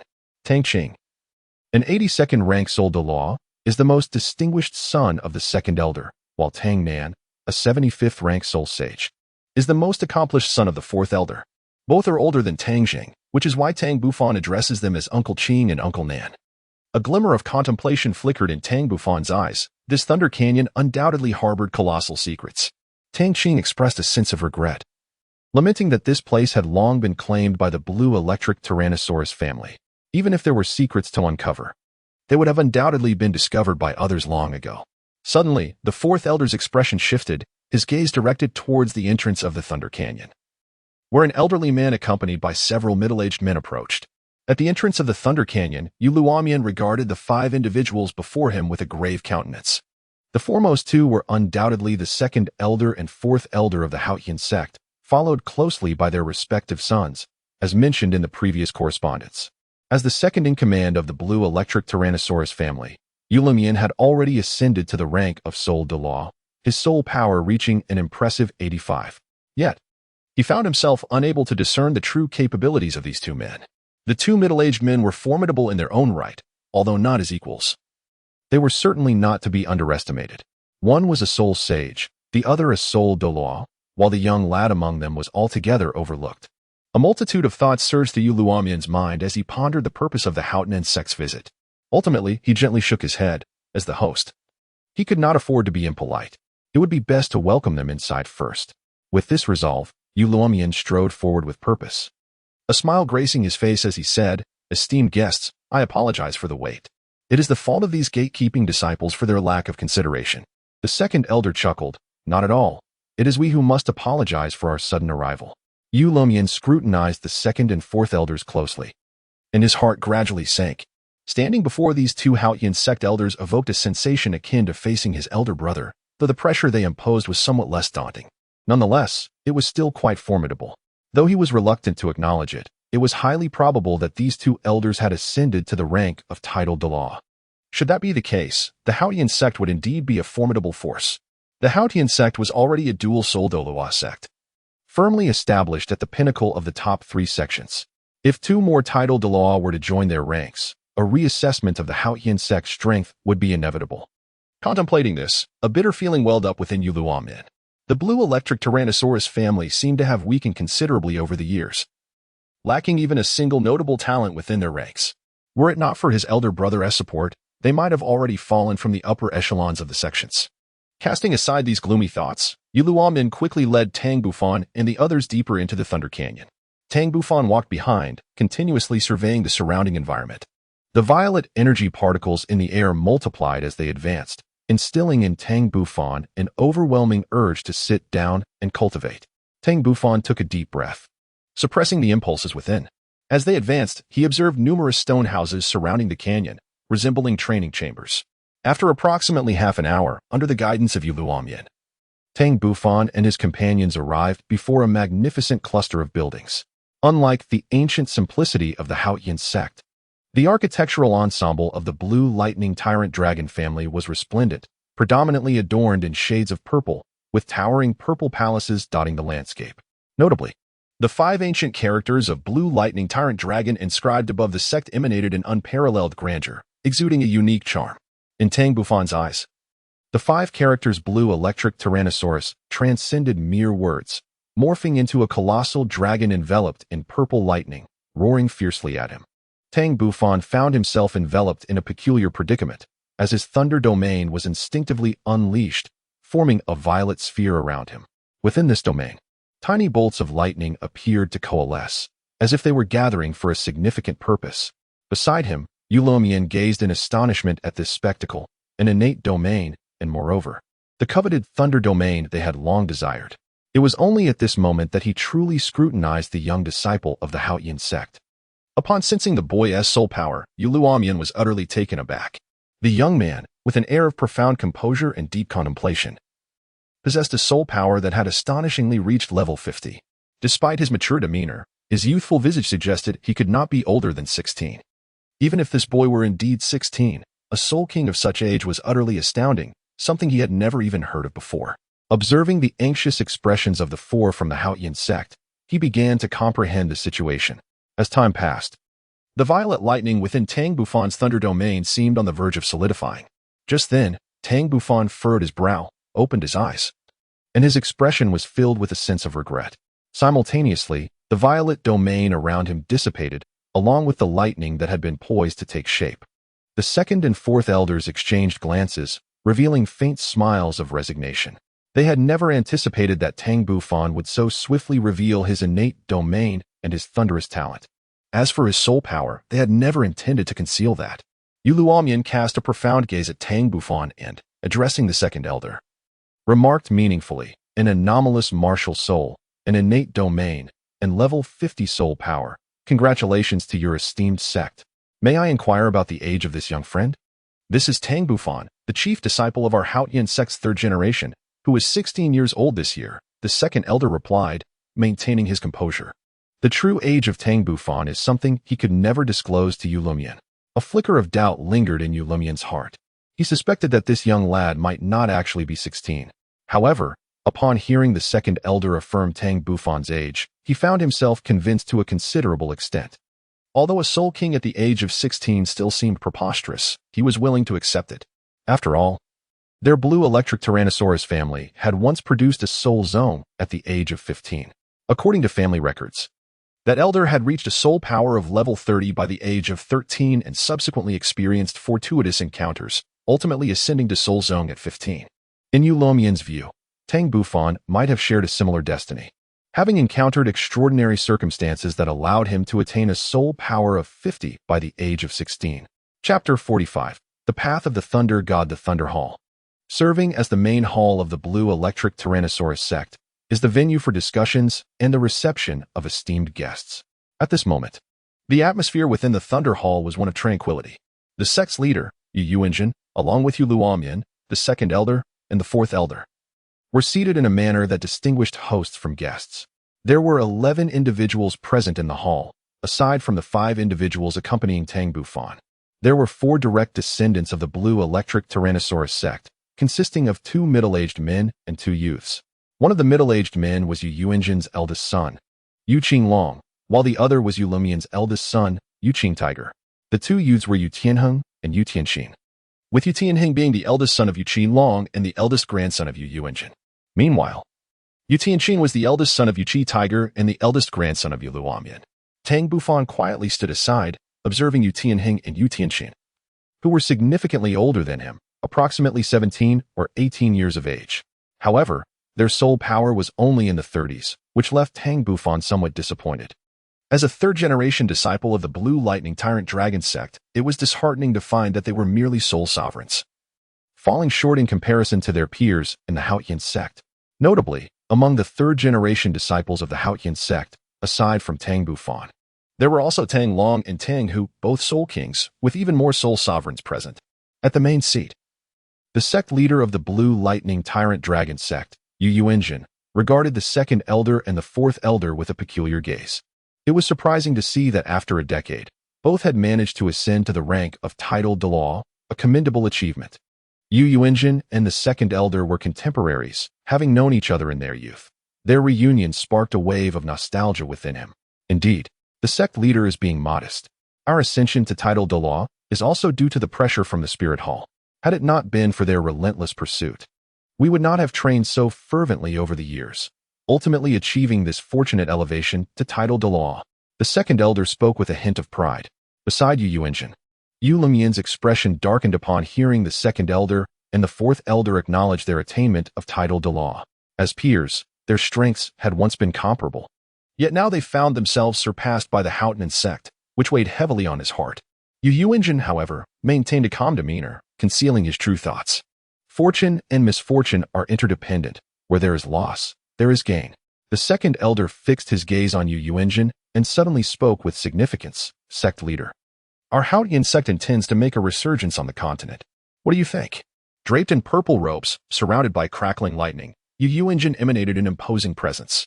For the first time, he fell into silence, pondering for a while before responding. As one of the top 3 sects, we shall naturally advance and retreat together. The second elder smiled, retrieving a sealed letter from his robe and handing it to Yu Yuanjin. This was a letter personally written by Tang Xiao and entrusted to Yu Yuanjin. Upon receiving the letter, Yu Yuanjin quickly scanned its contents, and for the first time, a look of surprise crossed his stern face. He suddenly glanced at Tang Bufan, lost in contemplation. The second elder and the fourth elder sat with smiles, seemingly unperturbed by Yu Yuanjin's delay in response. After a considerable time, Yu Yuanjin addressed his grandson, Yu Tianheng, saying, Tianheng, take this young brother from the Haotian Sect outside for a stroll. Yu Tianheng promptly replied, Grandfather, I understand. Tang Bufan glanced at the second elder, and upon seeing their nod of approval, he followed Yu Tianheng and Yu Tianxin out of the Thunder Palace. Outside the Thunder Palace, Yu Tianheng and Yu Tianxin exchanged peculiar glances at Tang Bufan from the Haotian Sect, their eyes reflecting a myriad of perplexities. It was astonishing to witness this seemingly younger youth possessing a soul power that reached an extraordinary level of 50, a feat that was truly hard to fathom. Tang Bufan chuckled and said, Gentlemen from the Blue Electric Tyrant Sect, I am quite intrigued by the Thunder Canyon. Would you be so kind as to show me around? Yu Tianheng, coming back to his senses, replied, No problem. In terms of age, We are slightly your seniors, so we shall call you Bufan. Tang Bufan nodded. Having met brothers Tianheng and Tianxin before, Yu Tianheng and Yu Tianxin exchanged gentle smiles and led Tang Bufan towards the Grand Canyon. As the three walked and conversed, they quickly became engrossed in lively discussion. Through the introductions by Yu Tianheng and his brother, Tang Bufan finally gained some insight into the Blue Electric Tyrant Sect, while simultaneously his curiosity about the Thunder Canyon deepened. Despite the Blue Electric Tyrant Sect having dominated the Thunder Canyon for centuries, they held a profound reverence for the depths of the canyon. If one were to categorize the Thunder Canyon into three zones, peripheral, internal, and core, the Blue Electric Tyrant Sect merely occupied the juncture of the peripheral and internal areas. Most disciples could only cultivate in the periphery, as the formidable power of lightning within the canyon made it perilous to venture far. As for the core area, only the sect leader, Yu Yuanjin, possessed the capability to reach it, yet even he remained largely unaware of its mysteries. After circumventing the architectural complex of the Blue Electric Tyrant Sect, they continued onward for 10 miles, reaching the internal area. Here, the shimmering purple lightning in the air became distinctly visible, with occasional flashes of electricity shattering colossal rocks. Standing at the boundary between the internal and peripheral zones, Yu Tianheng softly remarked, "Brother Bufan, the interior of the Thunder Canyon is akin to a realm of thunder. Ordinary individuals who enter must rely solely on their robust soul power for protection. Once that power is depleted, their demise is certain." Yu Tianxin added, "However, we are different. With the advantage of our martial souls, we can traverse further within." In Tang Bufan's eyes, a radiant brilliance shimmered. "My dear brothers, could you kindly take me inside for a glimpse?" Yu Tianheng hesitated slightly. "Brother Bufan, the inner areas are exceedingly perilous, with even ancient soul beasts lurking therein." Disappointment flickered in Tang Bufan's eyes. At that moment, Yu Tianxin, brimming with confidence, addressed Yu Tianheng, "Cousin Tianheng, you are being excessively alarmist. Although the Thunder Canyon is home to numerous lightning-type soul beasts, as long as we proceed along the Thunder God path, we are unlikely to encounter them. Are you perhaps concerned that I might surpass you on this path?" Yu Tianheng glanced at Yu Tianxin. As the twin stars of the Blue Electric Tyrant Sect, they had been rivals since childhood. However, his innate talent overshadowed that of his cousin, consistently placing him a step ahead. Yet, Yu Tianxin was 2 years his senior and, coupled with her diligent cultivation, their strengths had remained closely matched. Ultimately, Yu Tianheng was still a youth. Even though he recognized this was a ploy of his cousin to provoke him, he was still willing to fall for it. It appeared his cousin was quite confident. Could she truly have the assurance to advance further on the Thunder God path? Yu Tianxin smiled mysteriously. "You shall find out soon enough." Tang Bufan listened to the conversation between the two and couldn't help but ask, "Could you kindly enlighten me on what the path of the Thunder God entails?" Yu Tianxin replied cheerfully, "The path of the Thunder God is merely the appellation we, the Blue Electric Tyrant Sect, have bestowed upon it. It is a violet road, straight and unwavering, leading directly to the heart of the Thunder Gorge. This path is entirely constructed from unknown massive violet stones, each measuring 2 meters in both length and width. It is said that there are a total of 3,000 such stones." Yu Tianheng added from the side. Chapter 46. Discovery. Upon hearing this, Tang Bufan fell into a contemplative silence, his eyes reflecting a deep thought as he gazed vacantly at the violet expanse ahead.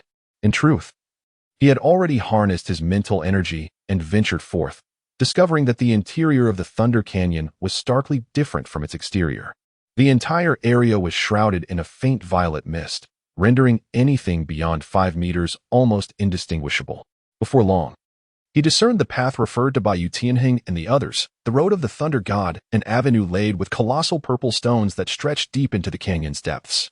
Observing Tang Bufan's dazed expression, Yu Tianheng assumed he had been intimidated by his previous words and couldn't help but smile wryly. The 3,000 steps of the road of the Thunder God were indeed formidable, particularly for soul masters lacking lightning-type martial spirits. The path was fraught with electrical disturbances, and as one ascended the steps, the intensity of the lightning they faced only increased.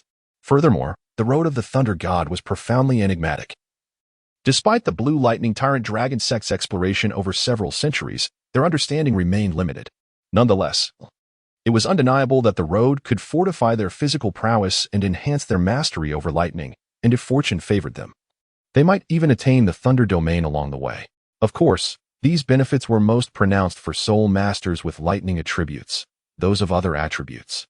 Regardless of their soul power, found it exceedingly difficult to progress far on the road of the thunder god, as their immunity to lightning was woefully inadequate.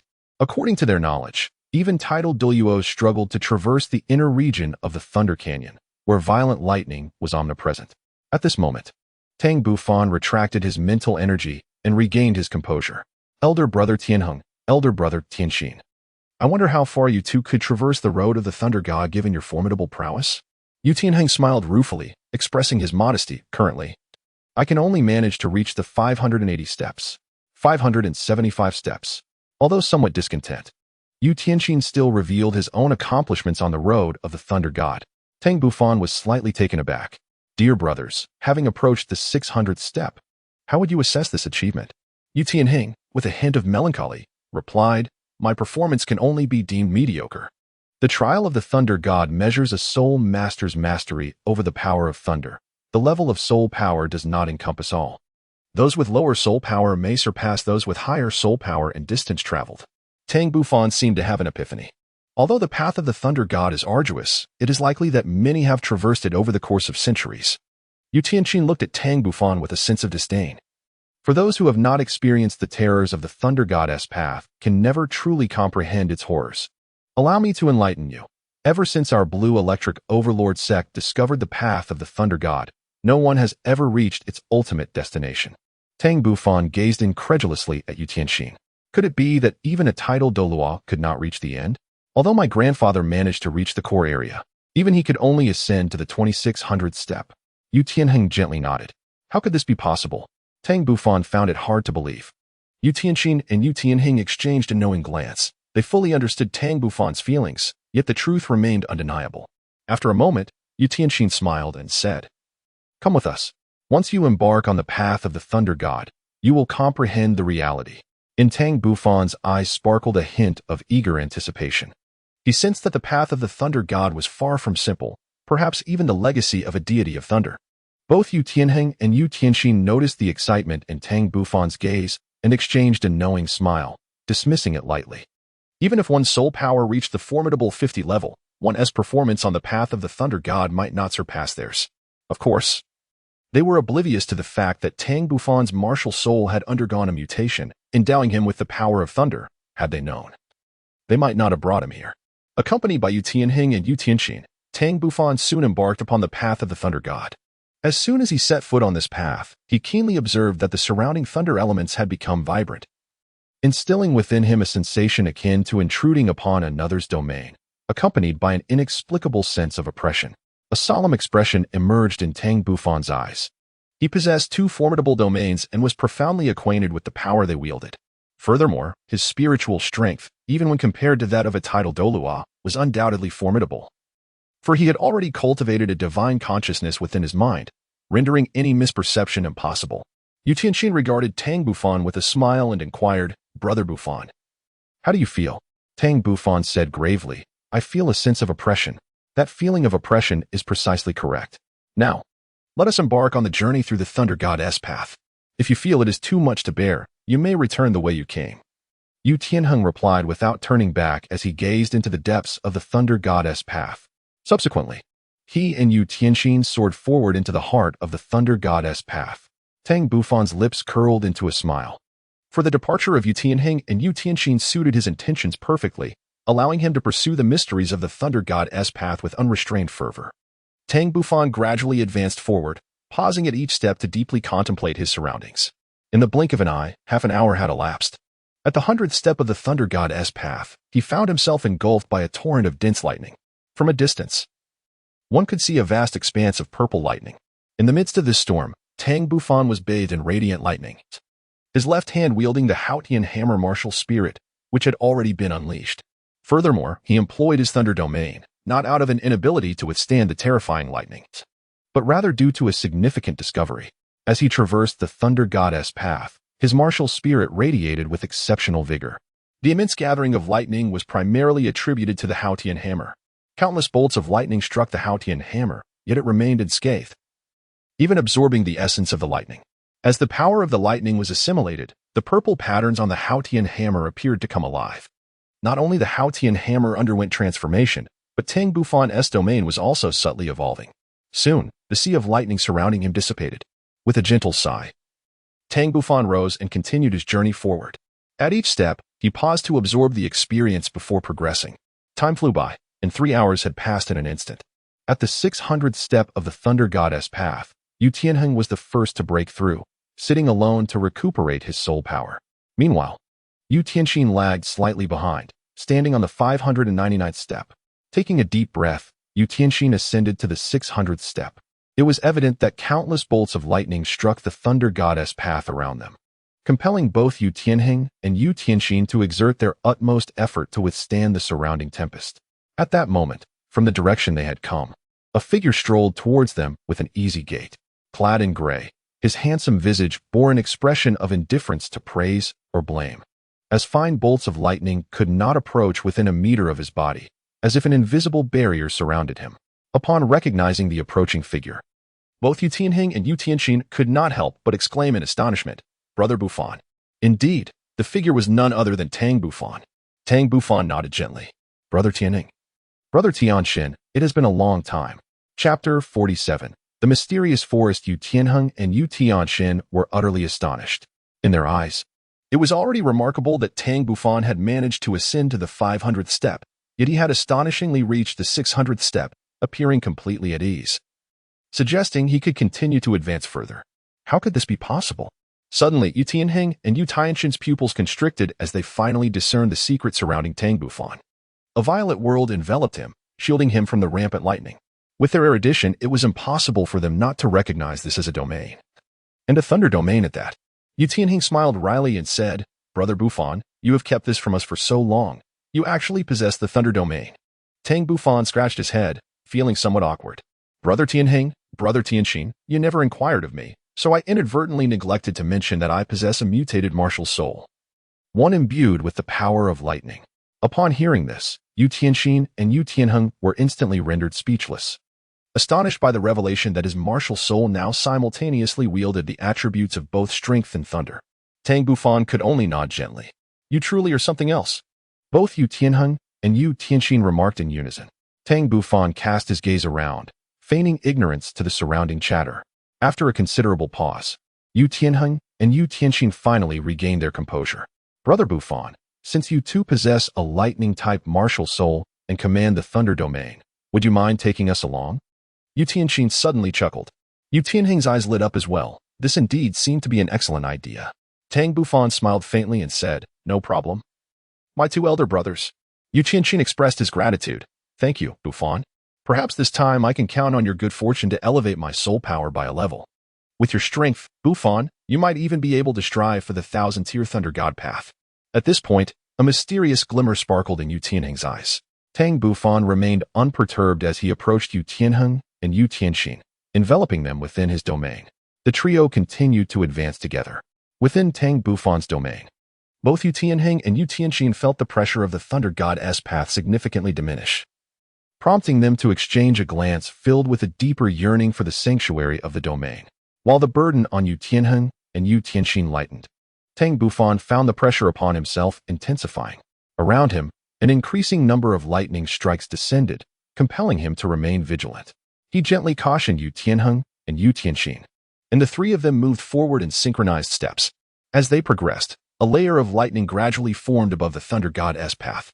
As if traversing beneath a tempest of thunder and lightning, Tang Bufan and his companions pressed onward, the relentless bolts striking towards them with ferocious intensity.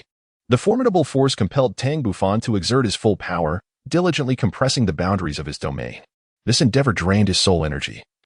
Yet he adeptly activated the domain skill, Thunder Devour, which incessantly absorbed the electric energy infiltrating his realm. Concurrently, he accelerated the operation of the Great Zhou Tianshu, facilitating a swifter replenishment of his soul energy. Thus, the trio persevered, and after 2 arduous hours of relentless effort, they finally reached the 999th step of the Thunder God Road, with the 1,000th step looming ahead. However, at this moment, they halted, their expressions grave as they gazed upon the tumultuous ocean of lightning before them. Yu Tianheng and Yu Tianxin trembled, their bodies quaking with uncertainty. They could not guarantee their safety should they ascend this final step. Yet, their resolve remained unyielding. According to the accounts of their ancestors who had successfully traversed the 1,000th step, immense transformations awaited within, capable of reshaping their very essence. Taking a deep breath, Yu Tianheng solemnly addressed Tang Bufan. Brother Bufan, I implore you to assist us in stepping onto the 1000th step. Tang Bufan was momentarily taken aback, as if he had begun to grasp the gravity of the situation. Tianheng, I wish to understand the reason behind this. Yu Tianheng and Yu Tianxin exchanged glances, and upon receiving a nod from one another, they gradually unfolded the explanation. The marvels of the Thunder God's path, you must have sensed to some extent. The more steps one advances, the greater the soul power one acquires. To be candid, thanks to your fortune, our soul power has already increased by 1 level. However, the true mysteries of the Thunder God's path lie at the thresholds of 1000, 2000, and 3000 steps. These locations are all enveloped by a sea of thunder, concealing unimaginable transformations that could propel us further along the path of soul masters. Yet, both Tianxin and I are acutely aware that with our current strength, we are utterly incapable of breaching this layer of thunder to venture within. Hence our request for your assistance. Tang Bufan took a deep breath and said, My dear brothers, please prepare yourselves. Once my soul power is restored, I shall lead you inside. Both Yu Tianheng and Yu Tianxin revealed expressions of delight. Subsequently, Tang Bufan seated himself to recuperate his soul power. After half an hour, Tang Bufan's strength was finally fully restored. With a mere thought, the Haotian hammer martial spirit manifested upon his left hand. It is noteworthy that the Haotian hammer had undergone a remarkable transformation. The purple patterns upon it had proliferated significantly, even showing a tendency to envelop the black markings. Tang Bufan signaled Yu Tianheng and the other to step aside, for he was about to unleash his soul skill. Kneeling and bending down, in the next moment, the Haotian hammer descended with a thunderous crash upon the Thunder Sea barrier. Unfortunately, the defensive power of the Thunder Sea was formidable, repelling the Haotian hammer with ease. While a surge of lightning coursed through the hammer, striking towards Tang Bufan. Tang Bufan remained unfazed, utilizing the force of the rebound to unleash his second strike, continuing in a relentless succession of blows. At the moment he executed his 63rd hammer strike, he finally breached the barrier of the Thunder Sea, a tremendous force tearing a gaping hole in its protective shield. Yu Tianheng and Yu Tianxin, having awaited this opportunity, surged in without hesitation. Observing this, Tang Bufan swiftly followed suit, as if the instant stretched into eternity, or perhaps an age felt achingly protracted. Tang Bufan finally arrived at the realm beyond the Thunder Sea.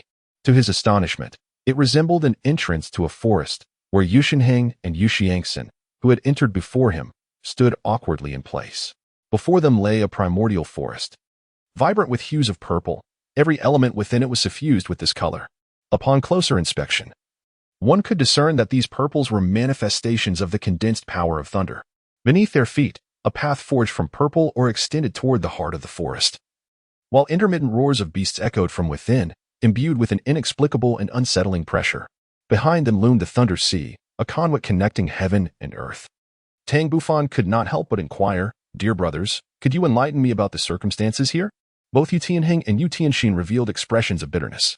Brother Bufan, I fear we must disappoint you. We, like you, are utterly ignorant of this world. Surely not. Brothers, does your family not have many members who have traversed the Thunder God past 1,000 steps? How can you be so oblivious to this place? Tang Bufan's face was etched with confusion. Yu Tianheng and Yu Tianxin mirrored his perplexity, their own expressions heavy with frustration. Although Tang Bufan's words rang true, none of the ancestral accounts within their clan corresponded with the current environment. Tang Bufan meticulously observed the expressions of Yu Tianheng and his companion, noting their sincerity, which led him to believe in their words. Yu Tianheng gently inquired, Brother Bufan, what shall we do next? Chapter 48, The Thunder God Assessment. Tang Bufan gazed thoughtfully into the depths of the primeval forest before him, his tone calm as he remarked, Since we have arrived, we must find peace in our circumstances. In my opinion, we have no choice but to advance. It is hardly feasible to turn back now. Yu Tianheng appeared somewhat hesitant, responding, Brother Bufan, you heard that chilling roar of the beast just now. If we proceed, we are likely to encounter it. Yu Tianxin shared the same apprehension, adding, Indeed, Bufan, Tianheng is right. Should we come across a 10,000-year-old beast, would we not be offering ourselves as lambs to the slaughter? Tang Bufan was acutely aware that the earlier roar of the beast was no ordinary sound. It likely heralded a soul beast of considerable antiquity. Nevertheless, he was not the type to retreat in the face of peril. Brother Tianheng, Brother Tianxin, I have resolved to tread this path to uncover its mysteries. If you are fearful, you may remain here and await my return." Yutong Tianheng and Yutong Tianxin exchanged a glance, revealing a bittersweet smile, as if underestimating their resolve. Yet, their eyes soon transformed into expressions of unwavering courage and determination. After all, they had journeyed far to reach this point. How could they easily abandon their quest? Moreover, they were the youngest disciples of the Blue Lightning Tyrant Dragon clan to traverse the Thunder God Road's 1000th tier, both not yet 20 years of age. In contrast, those elders who had previously navigated this path were all over 30, possessing soul power no less than level 60. Although their entry into this realm was facilitated by the strength of others, they had nonetheless shattered records. Both were acutely aware of the clan's plight and decline, having aspired from a young age to restore their family's glory, despite their limited talents. Now, with a transformative opportunity laid before them, they could not possibly let it slip away, even at the risk of encountering life-threatening dangers. Tang Bufan discreetly observed the expressions of Yu Tianheng and his companion. After a moment, he chuckled lightly. "Since both esteemed brothers have no objections, let us be on our way." Thus, the three of them gradually vanished into the depths of the forest along the purple path beneath their feet. In the external world, at the Blue Lightning Tyrant clan, within the Thunder Palace, Yu Yuanjin smiled and said, "Gentlemen, since you have made the rare visit to our Blue Lightning Tyrant clan, why not stay for a few days? I shall earnestly consider the opinions of your esteemed sect leader." The second elder wore a satisfied smile, responding, "If the clan leader is serious, then we shall impose on you for a few days."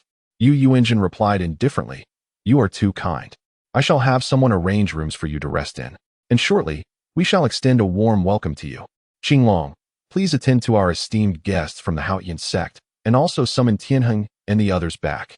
Yu Qilong promptly responded, "Father, I understand." With that, the second elder and his companions bid farewell to Yu Yuanjin and followed Yu Qinglong to rest, seemingly unconcerned about Tang Bufan's complete presence. Once the second elder departed, Yu Lumian could not contain his curiosity and asked, "Elder brother, judging by the demeanor of the Haotian Sect, do they intend to emerge from obscurity? Are we truly to unite with them against the Spirit Hall?" Yu Yuanjin's expression grew grave, and he spoke with profound significance. "Second brother, the Haotian Sect is no longer merely a sect with dual Douluo. It now boasts 4 title Douluo. Even though Tang Hao has been expelled from the Haotian Sect, everyone knows he remains one of them, having made that decision due to external pressures. If I am correct, when the Haotian Sect announces its return, it will undoubtedly herald Tang Hao's reintegration into their ranks. Moreover, the Haotian Sect will likely seek to visit the 7 Treasures Glazed Sect, as only by uniting our 2 sects can we truly contend with the Spirit Hall." Yu Luomian shivered at the implications. "Elder brother, the strength of the Spirit Hall is beyond our capabilities to rival. If mishandled, our Blue Lightning Tyrant clan's centuries of foundation could be obliterated in an instant." Yu Yuanjin shook his head. "Second brother, I understand your concerns. I will convene an elder meeting regarding this matter. Furthermore, the Haotian Sect will not hastily emerge unless we and the 7 Treasures Glazed Sect agree to advance and retreat together. However, this alone may not suffice. You must have seen that talented youth from the Haotian Sect, at not yet 20 years of age. He has already attained level 50 in soul power. This level of talent is far more terrifying than that of Tang Hao in his youth," Yu Luomian exclaimed. "Speaking of this young man from the Haotian Sect, elder brother, there is something I must inform you of. His martial soul is likely not the ordinary Haotian hammer, for he possesses the domain of thunder." Yu Yuanjin was taken aback. No wonder I sensed a surge of thunderous power from this young man. It seems my instincts were not mistaken. It appears either his Haotian hammer has undergone a mutation, granting it lightning attributes, or he possesses a twin martial soul, with the second one embodying lightning attributes. Contemplating this, Yu Yuanjin fell into a contemplative silence. Yu Luomian understood that his elder brother was deeply engrossed in contemplation and thus refrained from interrupting, patiently waiting nearby. Eventually, Yu Yuanjin let out a gentle sigh.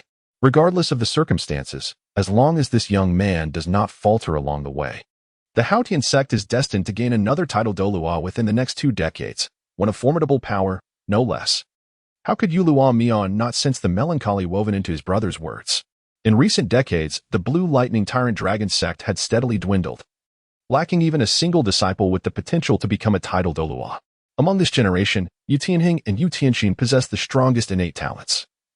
Yet they were merely of moderate aptitude, now only soul respect level. How could they possibly uphold the grandeur of the blue lightning tyrant dragon sect in the future? In the mysterious forest, Tang Bufan and Yu Tianheng advanced cautiously. The ancient flora lining the violet path was adorned with vibrant lightning, emanating an extraordinary aura. Suddenly, Tang Bufan, walking ahead, let out a gasp of surprise. At that moment, in the depths of the forest, at the terminus of the violet path, a soul beast, cloaked in crackling lightning and lying low to the ground, stirred awake. It cast a fleeting glance in Tang Bufan's direction before resuming its repose. Yu Tianheng, perplexed, inquired, "What is it? Brother Bufan, have you made a discovery?" Tang Bufan's expression shifted slightly, but he quickly composed himself. "It's nothing. Let us proceed." In truth, his mind was tumultuous. Moments earlier, his spiritual energy had swept through the area, revealing not only the mysterious soul beast lurking ahead, but also a staircase paved with purple gold behind it, emanating a sacred aura. Yu Tianheng and Yu Tianxin, undeterred, continued onward.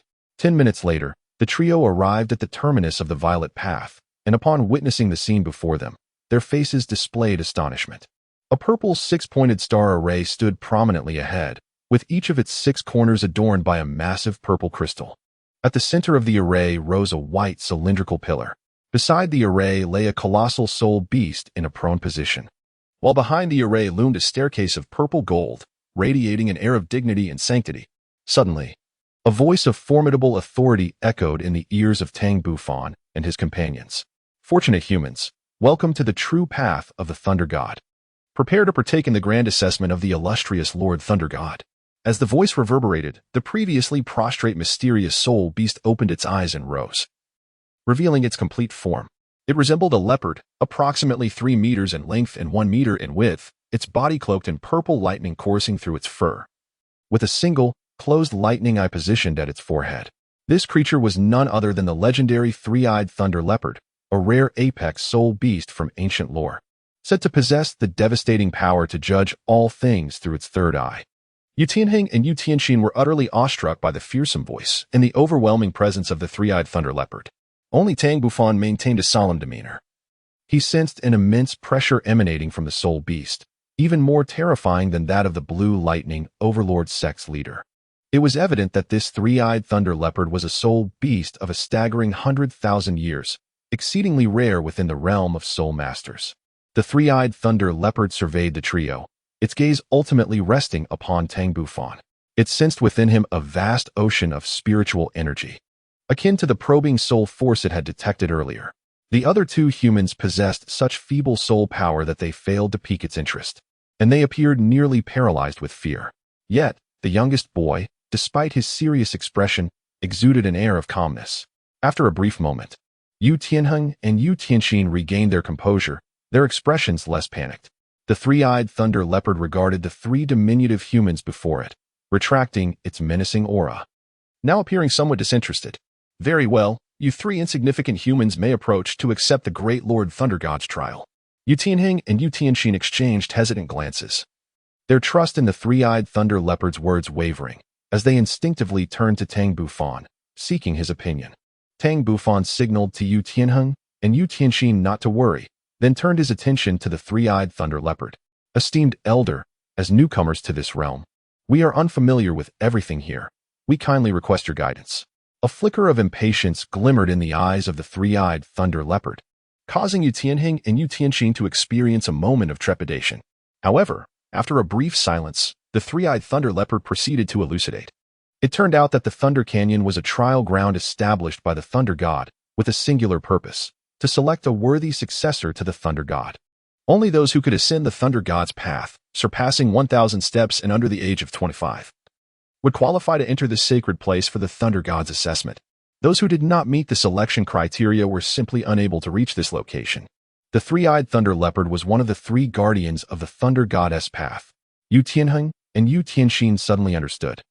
No wonder there had been no records of this place in their clan. None among them met the Thunder Goddess selection standards. The three-eyed thunder leopard urged, "Well, now that you have a fair understanding of the situation, hasten to enter the Thunder Goddess array. One by one, you shall be tested." Exchanging glances, Yu Tianxin stepped forward first, complying with the three-eyed thunder leopard's directive to enter the Thunder Goddess array, which was a hexagram formation.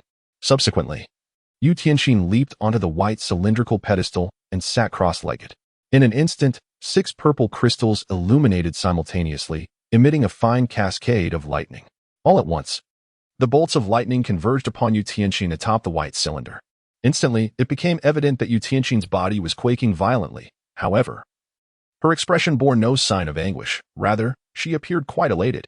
Approximately 3 minutes later, as the lightning subsided, the once white cylinder underwent a transformation.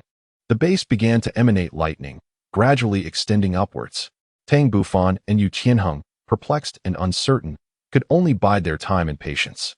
Meanwhile, deep within the depths of the three-eyed thunder leopard's gaze, there flickered a hint of anticipation. Before long, the violet lightning ceased its spread, ultimately resting at the 4/10 mark of the white column. Immediately thereafter, the white column emitted a transparent bolt of lightning that penetrated Yu Tianxin's forehead. The three-eyed thunder leopard, witnessing this scene, felt a profound sense of loss intertwined with a numbing familiarity, as such occurrences had been witnessed far too often. Tang Bufan gazed contemplatively at the white pillar. Although the three-eyed thunder leopard had not disclosed the purpose of the hexagram array, it likely pertained to one's innate lightning affinity and prowess.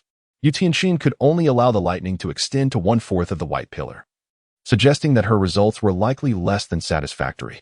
Moreover, Tang Bufan had discreetly observed the changes in the three-eyed thunder leopard's demeanor, which revealed no signs of delight, indirectly indicating that Yu Tianxin's performance had not met its approval. As Tang Bufan pondered this, Yu Tianxin had already leaped down from the white pillar, her countenance radiant. Yu Tianheng promptly inquired, "Cousin, how was it?" Yu Tianxin replied mysteriously, "It felt remarkable, but you must experience it for yourselves." With that, she fell into deep contemplation, seemingly engrossed in thought. Without further hesitation, Yu Tianheng followed in Yu Tianxin's footsteps, stepping into the hexagram array and ascending the white pillar to sit in meditation. Subsequently, the events that had unfolded for Yu Tianxin were mirrored in Yu Tianheng, albeit with a slight distinction at the final moment.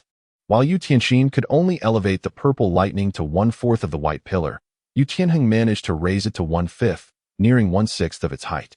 A hint of astonishment flickered in Tang Bufan's eyes, revealing that Yu Tianheng's talent indeed surpassed that of Yu Tianxin.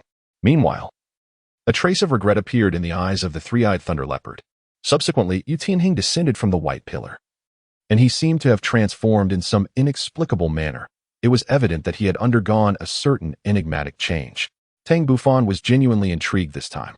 After undergoing the Thunder God's test, both Yu Tianxin and Yu Tianheng had become considerably more contemplative, their demeanor reflecting a sense of distraction. Taking a deep breath, Tang Bufan chose to set aside these thoughts and directly approached the hexagram formation. The three-eyed thunder leopard regarded the hexagram formation for the first time, its gaze fixed intently upon it. Simultaneously, the eyes of Yu Tianxin and Yu Tianheng fell upon Tang Bufan. "Tianheng, it seems we have indeed chosen the right path on this Thunder Goddess journey. I am at the 4th trial of the Thunder God. You must be at the 5th, correct?" "Indeed, we owe this fortunate opportunity to Brother Bufan. I wonder what kind of trial he will face?" "There is no need for concern. His innate talent surpasses ours by far. He is likely to be at least at the 7th trial of the Thunder God." "Your words ring true. Let us patiently await the outcome." Meanwhile, Tang Bufan had already leaped onto the white pillar, adopting a meditative posture akin to that of Yu Tianxin. In an instant, the purple crystal radiated a brilliant glow, and 6 streaks of thunder surged into his body, coursing throughout him, causing his entire form to tremble involuntarily. The sensation was indescribable, as if every inch of his being was infused with the vibrant energy of lightning, nurturing and refining his flesh and blood. Chapter 50. The 10th trial of the Thunder God. Outside the formation, the three-eyed thunder leopard's eyes sparkled with a newfound anticipation. Yu Tianheng and Yu Tianxin, however, were oblivious to any anomalies, merely observing that the purple crystal appeared even more resplendent than during their previous tests. On the white pillar, the 6 streaks of thunder continued to strike Tang Bufan, and as time passed, his body began to tremble slightly. Suddenly, Tang Bufan sensed a profound yearning emanating from the soul bone derived from the one-horned thunder rhinoceros on his forehead. Tang Bufan felt a surge of inspiration and attempted to channel the power of thunder residing within him towards the soul bone affixed to his forehead. Concurrently, a faint devouring force emanated from the bone, and together, they facilitated the flow of his internal thunderous energy towards the soul bone. This process persisted for a full 2 hours, culminating in the dimming of the 6 purple crystals within the array by more than half. After absorbing a tremendous amount of thunderous energy, the singular horned soul bone became increasingly lustrous, as if undergoing a form of evolution. As the 2-hour wait elapsed, Yu Tianheng and Yu Tianxin transitioned from initial astonishment and confusion to a state of numbness and indifference. At that moment, as the lightning light dissipated, they became invigorated, for the most pivotal moment had arrived. Suddenly, the white pillar emitted a resounding roar, and they witnessed the purple lightning beginning to ascend from the base at an astonishing speed, swiftly reaching halfway up the white column. Subsequently, the purple lightning continued its upward surge, and within a minute, it had reached the pinnacle of the white pillar, entwining it in a dazzling display that lingered in the air. The transformations did not cease there. The lightning continued to surge, and in an instant, it manifested around Tang Bufan as the ethereal forms of the 4 primordial divine beasts, dragon, phoenix, tiger, and tortoise, who reverently bowed before him, as if venerating the birth of a magnificent existence.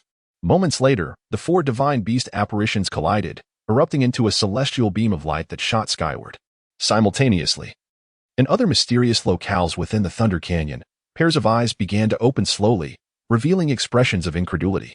In the core area, a colossal figure ensnared by the Sea of Thunder let out a sinister laugh, proclaiming, "Ha ha, after so many years, I have finally awaited this day.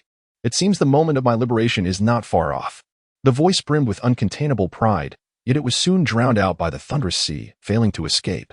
The thunderous power within the Thunder Canyon surged with even greater ferocity, compelling numerous disciples of the Blue Lightning Tyrannosaurus Rex family to awaken from their cultivation and hasten back to their family stronghold. In the Thunder Hall, Yu Yuanjin trembled as if sensing something, transforming into a streak of lightning that shot from the hall. In the next moment, he found himself outside the sect. His gaze widened in alarm as he beheld the sky. At the heart of the Thunder Canyon, a colossal purple beam of light stretched across the heavens, tinting half the sky with its heel. The particles of purple energy in the air began to stir, and soon after, the cacophony of beast roars echoed throughout the Thunder Canyon, filled with exhilaration. Yu Yuanjin looked on with concern towards the area of the purple beam, uncertain of the upheaval that had transpired, which had roused the soul beasts within the Thunder Canyon. These soul beasts were typically quite tranquil, rarely exhibiting such tumult. Such a grand spectacle was visible to all within 100 miles of the Thunder Canyon, eliciting expressions of bewilderment. Shortly thereafter, numerous disciples of the Blue Electric Tyrant Sect, who had been cultivating within the canyon, exited the inner region and gathered at their clan's residence. Yu Luomian gazed skyward and quietly inquired, "Elder brother, what has transpired?" Yu Yuanjin shook his head and advised, "You must reassure the clansmen and return to the sect. Under no circumstances should anyone enter the Thunder Goddess path for the time being. Also, take account of the numbers. Are there any disciples missing?" In the western chamber of the Blue Electric Tyrant Sect, 4 members of the Haotian Sect sensed something amiss and rushed out. They soon realized that Tang Bufan had yet to return, raising their concerns. The 4th elder expressed his worry. "Second brother, Little Fan has been out of our sight for several hours. Could anything have happened to him? We should inquire with the Blue Electric Tyrant Sect." The 2nd elder pondered for a moment and agreed, leading the 4th elder and the others to the exterior of the Blue Electric Tyrant Sect. There, they beheld a multitude of Blue Electric Tyrant Sect disciples gathered. As his gaze swept over them, he sensed their cultivation levels, his eyes gleaming with insight. In the distance, a young man clad in purple was reporting something to Yu Yuanjin, whose expression shifted considerably. Yu Yuanjin waved the young man away and strode purposefully towards the 2nd elder and his companions. The 2nd elder hurriedly asked, "Sect Master, may I inquire what has happened? Furthermore, our disciple Tang Bufan has been missing for several hours. I am uncertain where he has been taken." His tone grew serious, bearing an accusatory undertone. Yu Yuanjin quickly reassured him, "Brother Tang, please remain calm. I apologize. According to my disciples, your sect's disciple and my grandson ventured into the inner area of the Thunder Canyon and are currently undergoing trials on the Thunder Goddess path." A look of confusion crossed the 2nd elder's face. Thunder Goddess path? Beside him, Yu Luomian promptly provided clarification. After a lengthy explanation, the 4 elders finally grasped the situation. "Under these circumstances, I can rest easy. However, given the upheaval within the Thunder Canyon and the disturbance among the soul beasts, I implore you to send someone to bring Tang Bufan back. We wish for him to encounter no misfortune."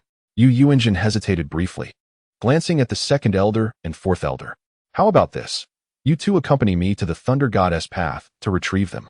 After exchanging glances, the fourth elder and second elder nodded gently, and the three transformed into shadows, dashing into the inner region. Within the Thunder God array, Tang Bufan had already opened his eyes, a purple thunder mark manifesting upon his forehead. Lightly descending from the pillar, he brushed his forehead thoughtfully, making his way toward Yu Tianheng and the others. The 10 trials of the Thunder God. This is the message just received regarding the mark upon his forehead.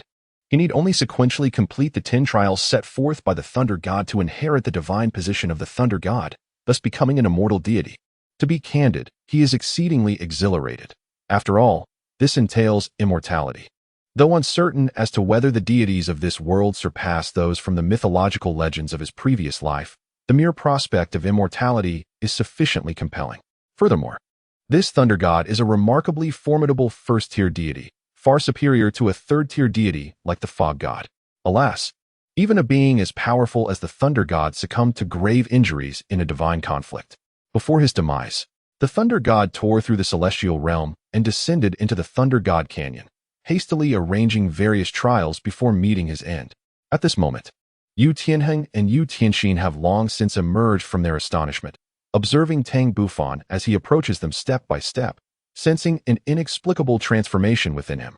Chapter 51. Return to the Blue Electric Tyrant Sect. Tang Bufan smiled faintly. Brother Tianheng, Brother Tianxin, why do you gaze at me with such expressions? Is there something amiss with me? Yu Tianheng gently pointed to the center of Tang Bufan's forehead. You have a thunder mark there. Oh, you mean this? It is merely a sign of assessment. It will vanish shortly. Tang Bufan casually offered an excuse. In truth, this mark signified the heir of the Thunder God. While he did not lie, it was indeed true that the mark would soon disappear.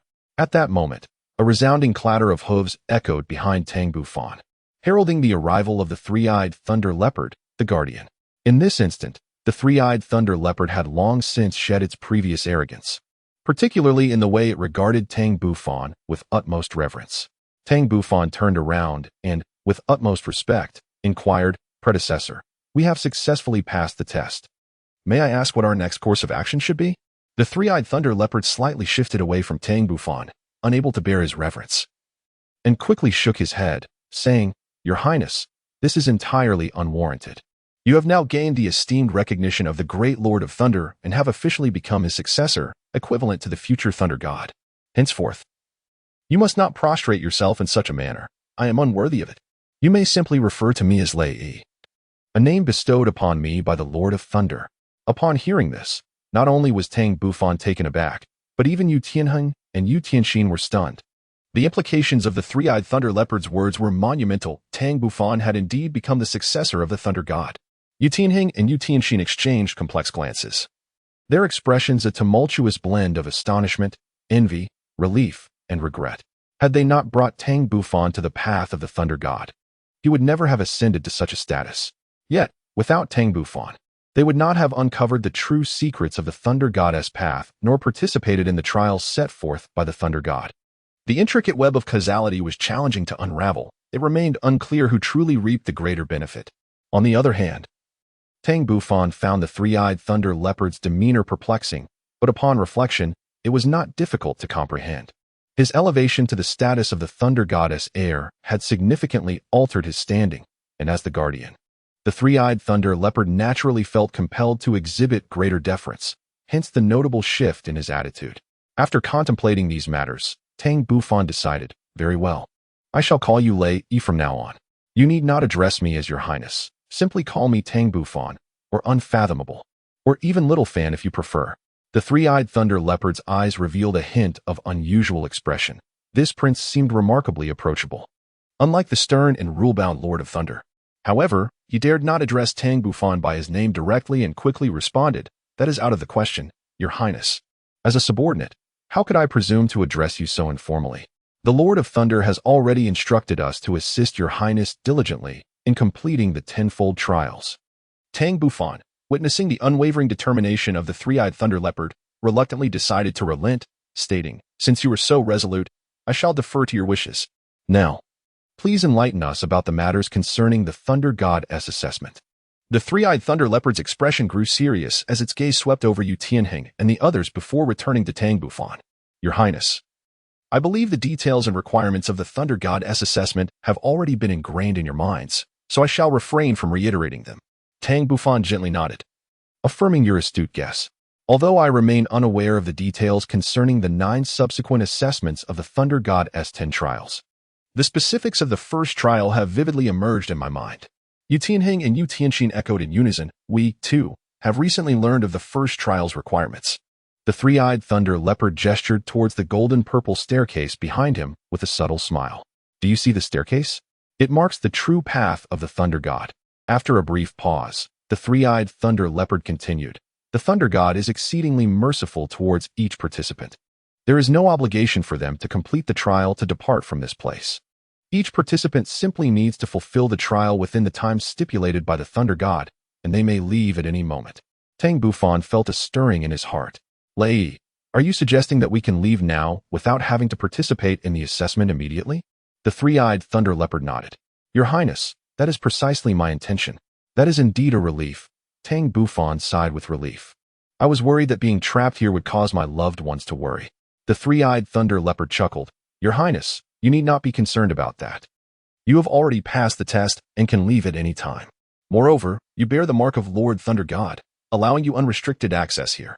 The Thunder God's path outside will no longer pose a threat to you. Yu Tianheng and Yu Tianxin felt a surge of joy within. This was undoubtedly splendid news for them. They would no longer need to worry about being unable to enter this place alone. Tang Bufan's face similarly illuminated with a smile. Having been out for several hours, if they lingered any longer, it would surely cause the second elder and the others to worry. With this thought in mind, Tang Bufan softly remarked, Brother Tianheng, Brother Tianxin, we have been out for quite some time. It is prudent that we return for a while. As for the assessment, we can attend to that later.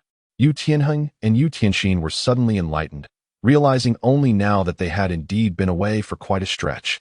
Brother Bufan, we are grateful for your reminder. Otherwise, we might have entirely lost track of time.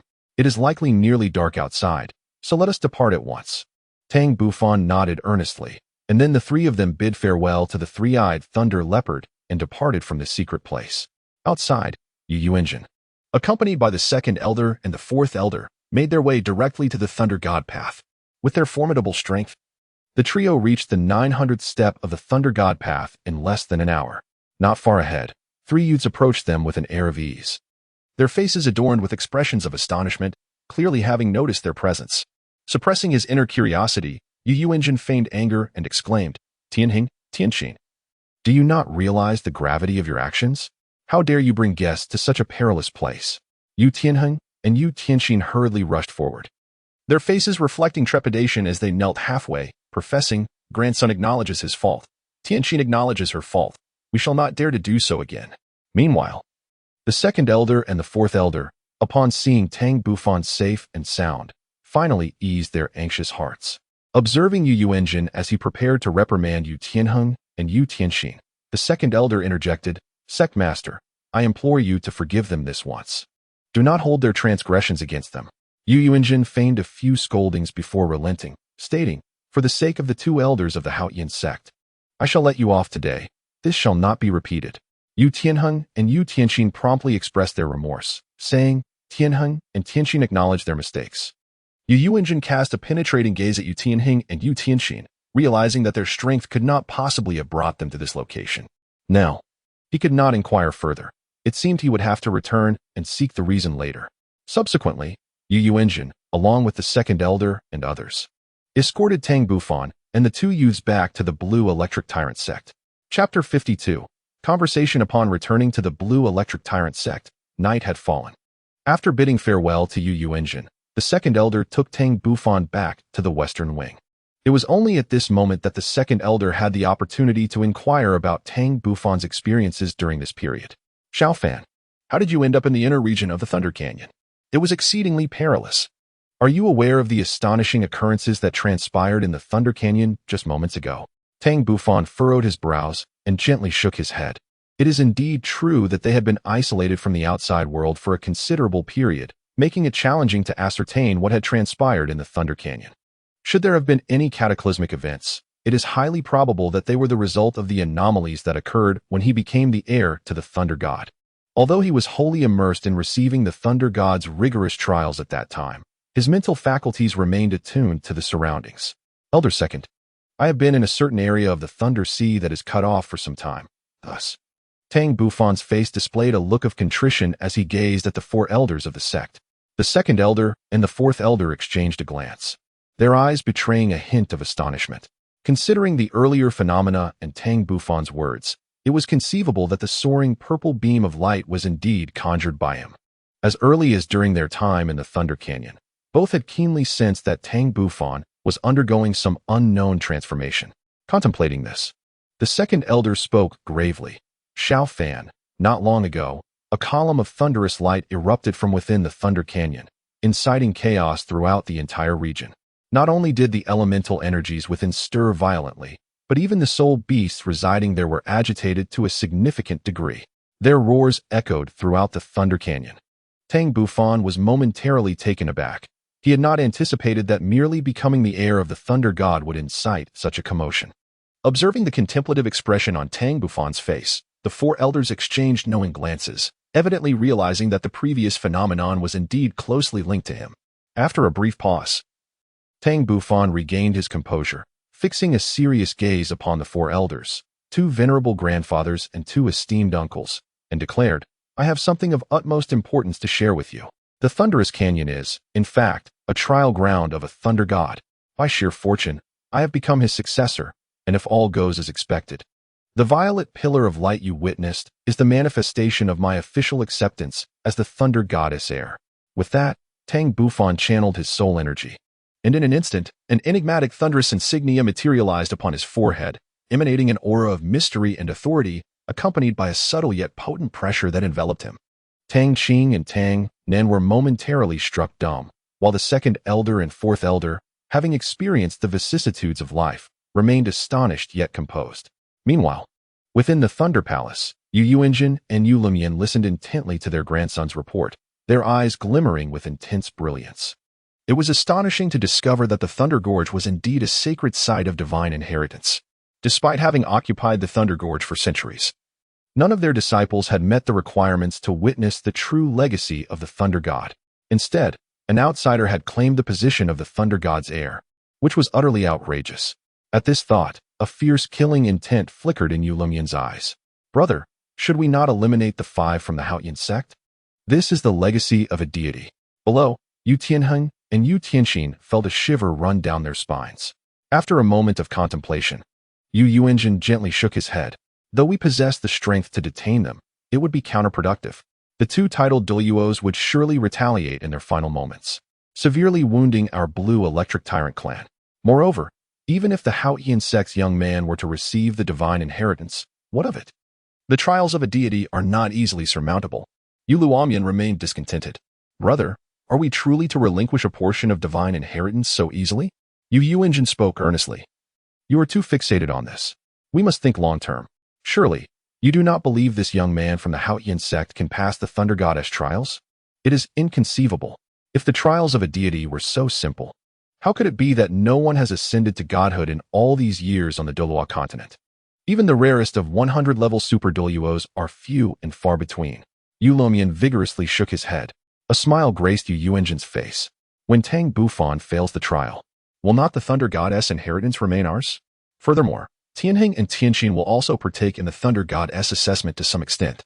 This is their opportunity, and it is also a chance for our blue electric tyrant clan to rise. Yu Luomian's eyes brightened. Brother, your words do seem to hold merit. Yu Yuanjin continued.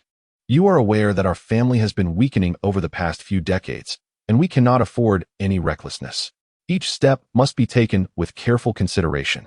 I cannot allow our ancestral legacy to be destroyed in my hands. Among the 3rd generation of disciples, Tianheng and Tianxin possess somewhat better talents, though they are not top tier. However, I believe that with the Thunder Goddess assessment, they can advance further and compete with the continent's finest talents. Yu Luomian nodded. Brother, I understand your intent. Our primary focus now is to nurture Tianheng and Tianxin. The rest need not concern us. Yu Yuanjin turned his gaze towards Yu Tianheng and Yu Tianxin. You two have overheard our conversation. The hopes of our family rest upon your shoulders. Return home today and rest well. Tomorrow, you shall participate in the Thunder Goddess assessment. Should you need anything, do not hesitate to ask. The family will provide unwavering support. Yu Tianheng and Yu Tianxin nodded solemnly before departing, preparing for the examination the following day. In the western chamber, the second elder smiled warmly at Tang Bufan, exclaiming, "Little Fan, you have indeed not let us down.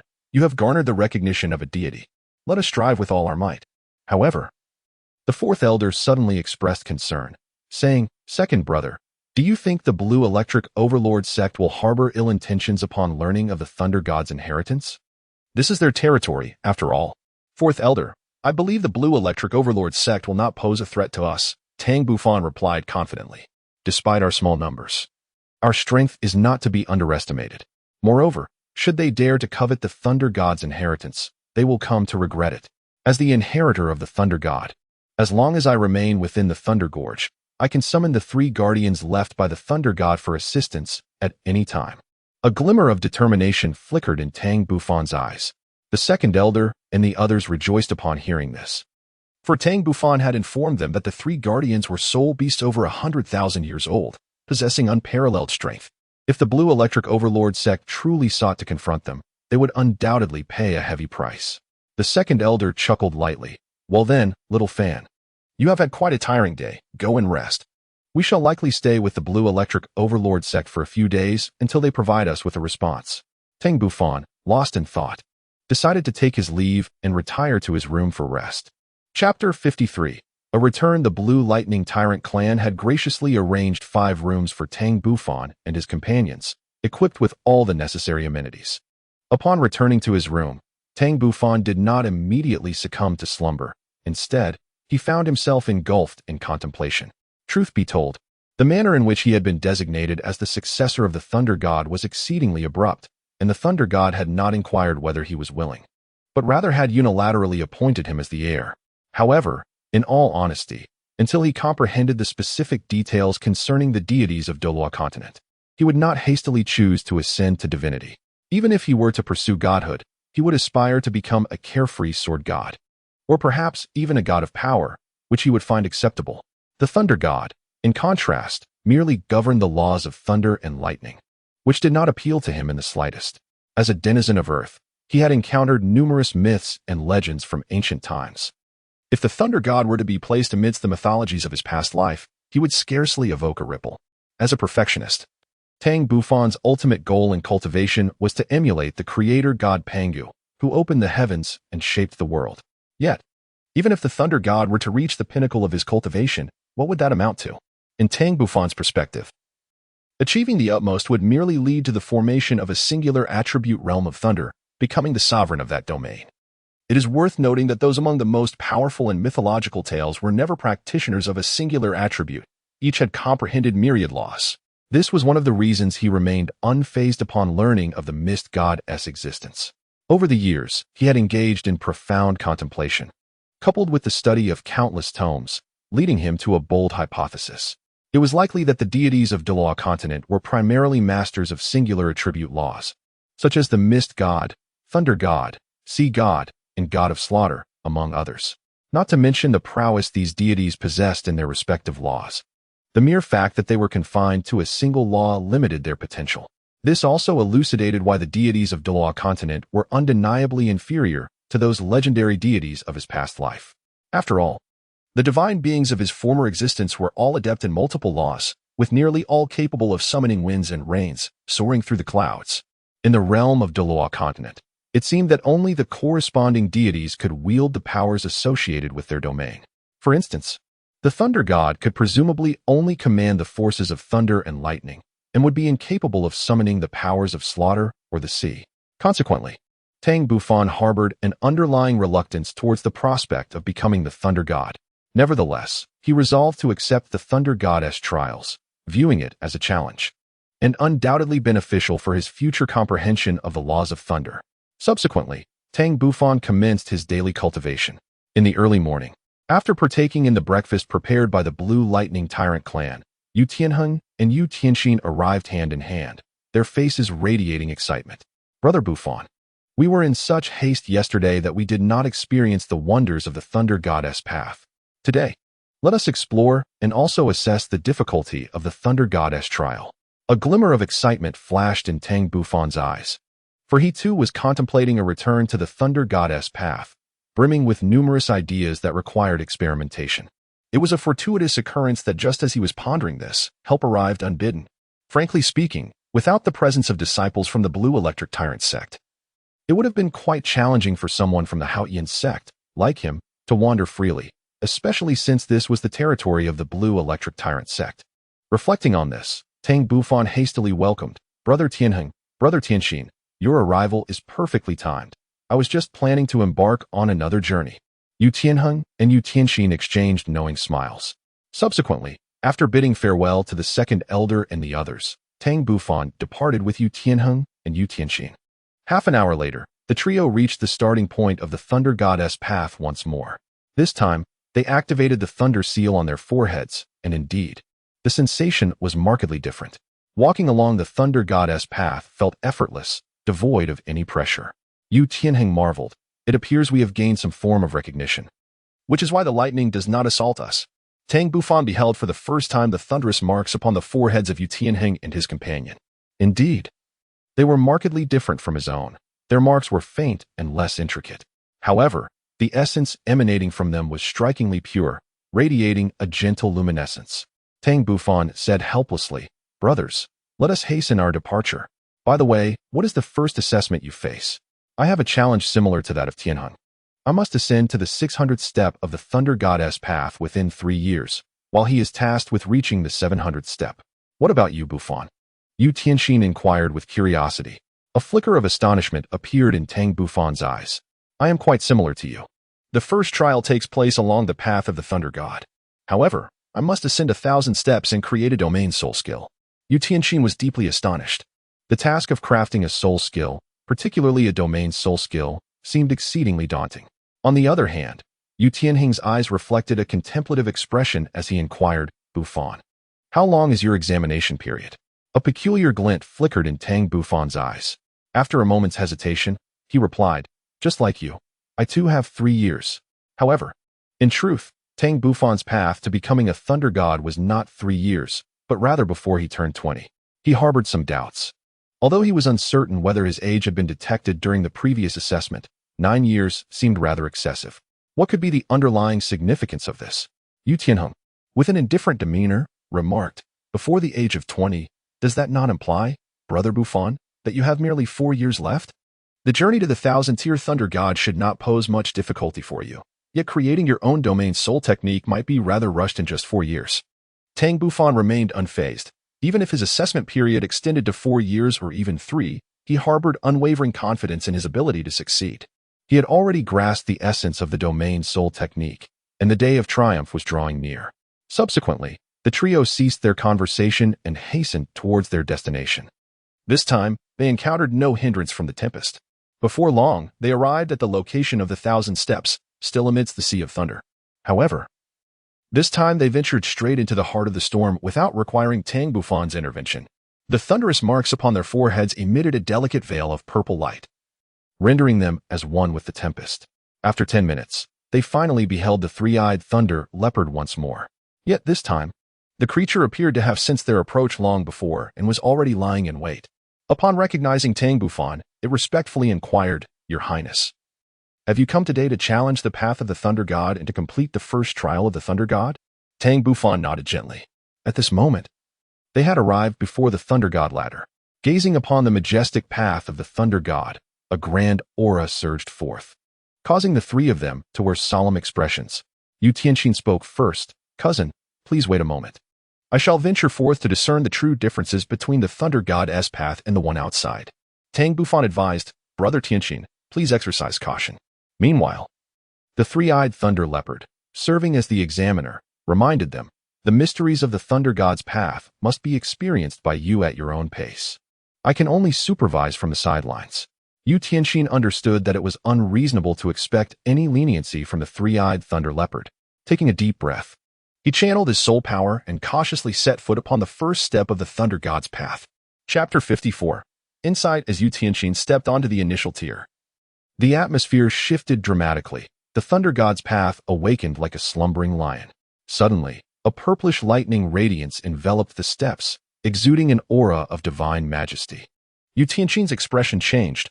Although he had mentally prepared himself, he was still taken aback. Simultaneously, a subtle pressure descended upon him, and faint arcs of lightning began to emerge around him, launching minor assaults. However, the intensity of these strikes was negligible. Unfazed, Yu Tianqin continued forward, each step seemingly increasing the pressure he felt. Fortunately, the actual width of the thunder god's path was a mere 40 centimeters, allowing for a step-by-step ascent. Undeterred, Yu Tianqin pressed onward, successfully reaching the 99th tier, though the pressure in the air caused beads of sweat to form on his forehead. Moreover, intermittent bolts of lightning crackled through the surrounding air, compelling him to summon his soul power for defense. Thankfully, the might of these bolts was manageable, allowing him to withstand them. After a brief respite, Yu Tianqin advanced again. Upon stepping onto the 100th tier, a lightning column as thick as a barrel struck towards him. Instinctively, he activated his martial soul. With a swift motion, he unleashed a lightning claw to counter the incoming bolt. However, to his dismay, the claw encountered an invisible, formidable barrier, and he was violently repelled, tasting the effects of his own soul technique before tumbling down from the thunder god's path. Below, Tang Bufan and Yu Tianheng were startled and hurriedly caught Yu Tianqin to prevent his fall. Moments later, Yu Tianheng, with a grave expression, inquired, "Cousin, what transpired? How did you become a victim of your own soul technique?" Yu Tianqin replied with a wry smile, "How should I know? However, I suspect that while ascending the thunder god's path, we must refrain from using soul techniques against the lightning strikes. Otherwise, we may find ourselves in a predicament like mine." Pausing briefly, Yu Tianqin continued, "You must be cautious. With each step taken on the thunder god's path, the pressure incrementally increases. Although the rise is slight, estimated at merely 1%, we aim to reach at least 600 tiers. Cumulatively, such an accumulation of pressure will become exceedingly formidable." Yu Tianheng's expression shifted in alarm. He had to traverse 700 tiers. Tang Bufan, deep in thought, recognized the challenge set forth by the deities, acknowledging its complexity and the difficulty it posed. Yet, what was the true purpose behind this trial? "Brother Tianqin, please restore your spiritual energy. Brother Tianheng and I shall also take a moment to immerse ourselves in this experience." Tang Bufan, while conversing with Yu Tianqin, beckoned Yu Tianheng to join him in ascending the path of the thunder god. With Yu Tianqin's insightful warning, Tang Bufan understood that physical attacks were futile, yet he felt compelled to verify this for himself. Yu Tianheng nodded gently in response to Tang Bufan and promptly unleashed his first soul skill, sending forth a violet lightning claw towards the path of the thunder god. In the next moment, the violet claw seemed to collide with an invisible barrier, rebounding at an accelerated pace, its trajectory aimed squarely at Yu Tianheng. Observing this, Tang Bufan, who had been prepared, activated his great Zhou Tian primordial skill and delivered a powerful punch to shatter the lightning claw. Indeed, Yu Tianqin's deduction was accurate. Physical attacks were ineffective against the path of the thunder god, and it appeared they could only passively endure the onslaught. The thunder god would not arbitrarily unleash lightning upon them, but the true significance of this phenomenon remained a mystery that necessitated personal experience to unravel. Tang Bufan and Yu Tianheng exchanged a glance before embarking together upon the first step of the Thunder God Road. Indeed, much like Yu Tianqin had experienced previously, Tang Bufan felt an almost negligible pressure. After a brief moment of acclimatization, the two continued onward, taking one step after another, swiftly ascending dozens of steps. Before long, they arrived at the 99th step, where the disparity in strength between Tang Bufan and Yu Tianheng became strikingly apparent. Tang Bufan did not even unleash his martial soul. He merely wore a slightly solemn expression. In contrast, Yu Tianheng, much like Yu Tianqin, although he too refrained from manifesting his martial soul, the beads of sweat upon his brow indicated that he was experiencing considerable strain. Tang Bufan reminded, "Brother Tian, the 100th step may be struck by lightning. Remember, you can only withstand it and must not retaliate." Yu Tian naturally understood, nodding vigorously, and then stepped forward with his right foot, ascending the 100th step. In the next moment, a tremendous bolt of lightning descended upon Yu Tian. Feeling the formidable power of the lightning, he was compelled to summon his martial soul. Instantly, it became evident as the purple lightning struck his body, the overwhelming force causing him to tremble slightly. Fortunately, it was merely a single bolt. Upon witnessing this, Tang Bufan promptly ascended the 100 steps, and in an instant, a tremendous bolt of lightning struck towards him. In a moment of inspiration, Tang Bufan, under the astonished gaze of Yu Tianheng, bravely endured the onslaught of the thunderous lightning beam, leaving him with a tingling sensation. Only by genuinely experiencing the might of the thunder could Tang Bufan accurately discern the mysteries of the thunder goddess path. Instantly, he found himself enveloped in a tempest of lightning. The sheer intensity of the bolts tore through his garments, revealing his robust physique. Even his formidable body felt a hint of pain. As he meticulously absorbed the intricacies of the electric forces, Tang Bufan realized that while the lightning inflicted suffering, it simultaneously tempered his physique. He also discovered that a portion of the essence of thunder had entered his body, seemingly nurturing his flesh and blood. Below, the three-eyed thunder leopard displayed an expression of admiration, equally astonished by the prince's formidable constitution. This was hardly the physique one would expect from a youth in his teens. Indeed, such a robust form could rival even the mightiest of Sol Douluo. After a brief moment, Tang Bufan opened his eyes, a glimmer of brilliance emanating from them. He believed he had comprehended the subtleties of the thunder goddess path. The entire path was shrouded in a mist of purple lightning, where each challenger faced progressively increasing pressure. Under such strain, their soul power would gradually deplete. The further one advanced along the thunder goddess path, the greater the pressure endured, and the more terrifying the ensuing lightning became. Should one fail to withstand the destructive power of the thunder, casualties would be inevitable. However, if one could endure the devastation, their body would undoubtedly become indomitable. Moreover, Tang Bufan estimated that cultivating soul power along the thunder goddess path would likely enhance their training speed. Unfortunately, he could not remain here for an extended period, as he would depart from the Blue Electric Tyrant Sect in a few days. Meanwhile, Yu Tianheng, seeing that Tang Bufan was unharmed, revealed a curious expression. As a member of the Blue Electric Tyrant Sect's twin stars, he was notably astute. Surely, Tang Bufan's audacious actions held profound significance. Chapter 55, The Divine Gift of the Soul Ring. Tang Bufan naturally noticed the perplexity in Yu Tianheng's eyes. However, he chose not to divulge any explanations at the moment. After all, their allegiances remained uncertain, and should they become adversaries, it would only serve to benefit their foes. Brother Tianheng, let us continue forward. Seeing that Tang Bufan offered no clarification regarding his earlier reckless behavior, Yu Tianheng suppressed his curiosity and nodded in agreement, proceeding onward.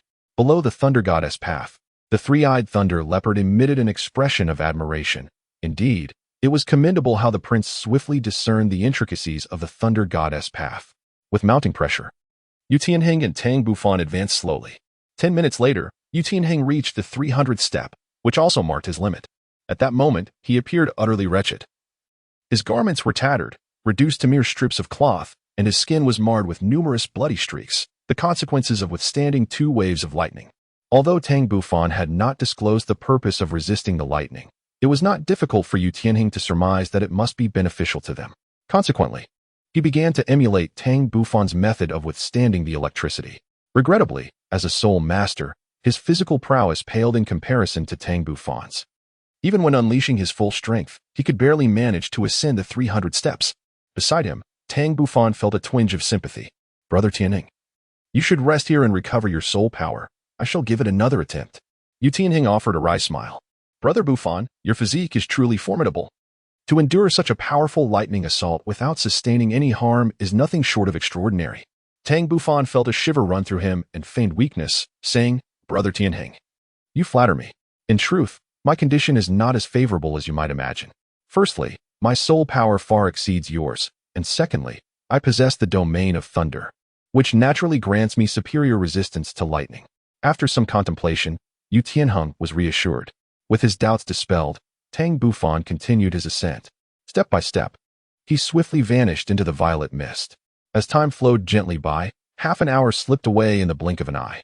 On the 700 steps of the path of the thunder god, Tang Bufan unleashed his full potential for the first time. A layer of purple domain enveloped him, with a striking purple horn, entwined with crackling lightning, adorning his forehead. In his left hand, he wielded the Haotian hammer, steadfastly resisting the onslaught of lightning. On one hand, the horn on his forehead absorbed the electric energy, while on the other, his thunder domain mitigated the lightning strikes. Only through this dual action could his body endure the relentless assault of the 7 violet lightning pillars. while simultaneously refining his physique. However, the 700 steps were nearly his limit. Tang Bufan surmised that he would likely need to attain the rank of Soul Emperor before he could conquer the 1,000 steps. What Tang Bufan was unaware of was that at the moment he unleashed his full soul power, beneath the steps of the Thunder Goddess path, the three-eyed thunder leopard exhibited a look of astonishment.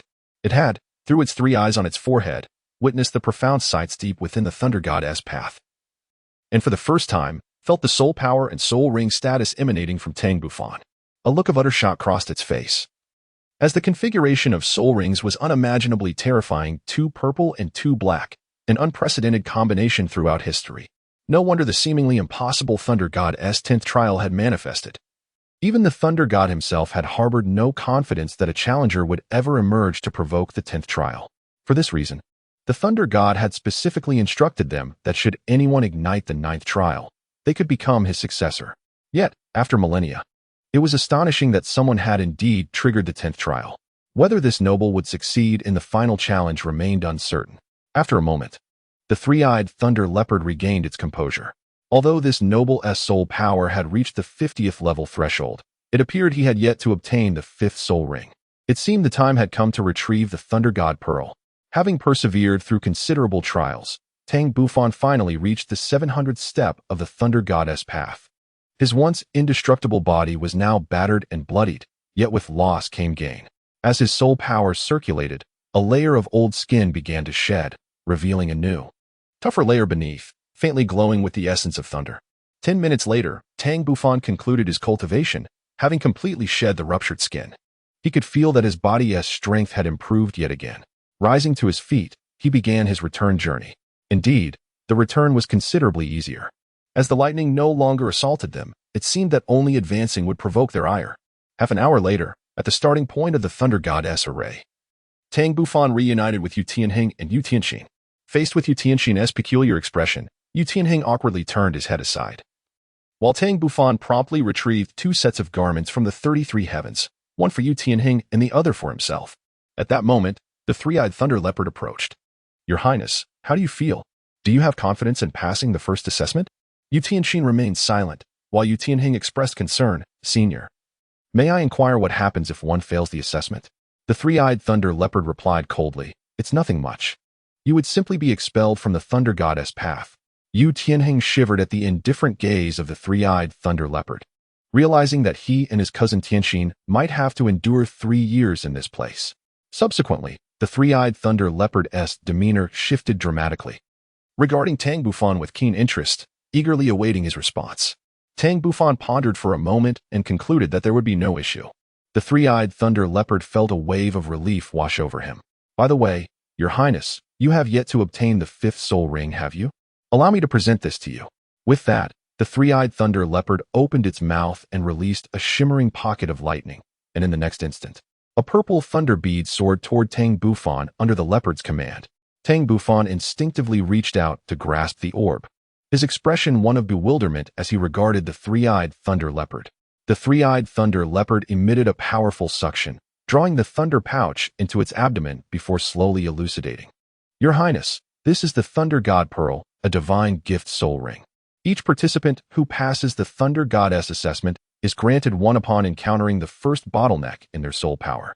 Upon hearing this, not only did Tang Bufan display an incredulous countenance, but even the brothers Yu Tianxin, standing beside him, revealed expressions of astonishment, casting envious glances toward Tang Bufan. Simultaneously, they both silently resolved to expedite their cultivation to the Soul Sect, thereby also obtaining a divine gift soul ring. The three-eyed thunder leopard gazed at the trio with a beaming smile and continued, "The divine gift soul ring is crafted by the Thunder God himself. There is no need to hunt soul beasts. This soul ring will bestow upon you the soul skills you most require, along with the highest level of soul ring you can endure." At this moment, Tang Bufan was genuinely astonished. The divine gift soul ring was indeed remarkable, surpassing the limits of human capability. However, this was precisely in line with his intentions, saving him the time needed to seek out soul beasts. Moreover, if what the Thunder God stated was true, then as long as his body could withstand it, the opportunity to embrace a 100,000-year soul ring was not out of reach. Contemplating this, a radiant brilliance ignited in Tang Bufan's eyes. Before arriving at the Blue Electric Tyrant Sect, He would have lacked the confidence to withstand the terrifying impact of a 100,000-year soul ring. Yet, after the tempering within the Thunder Goddess path, his physical strength had significantly increased. Perhaps he could endeavor to attempt it. Chapter 56. Departure. Tang Bufan carefully scrutinized the purple thunder pearl in his hand, which was approximately the size of a ping-pong ball, seemingly crafted from resplendent, translucent purple crystal. Within it swirled layers of violet mist, reminiscent of the divine light enveloping the Thunder Goddess staircase.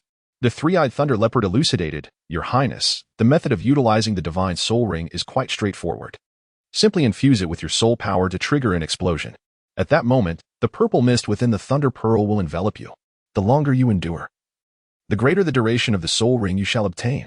In Tang Bufan's eyes, a hint of violet flickered as he cast a sidelong glance at Yu Tianheng and Yu Tianxin beside him, dispelling the notion of absorbing the divine bestowed soul ring in that moment.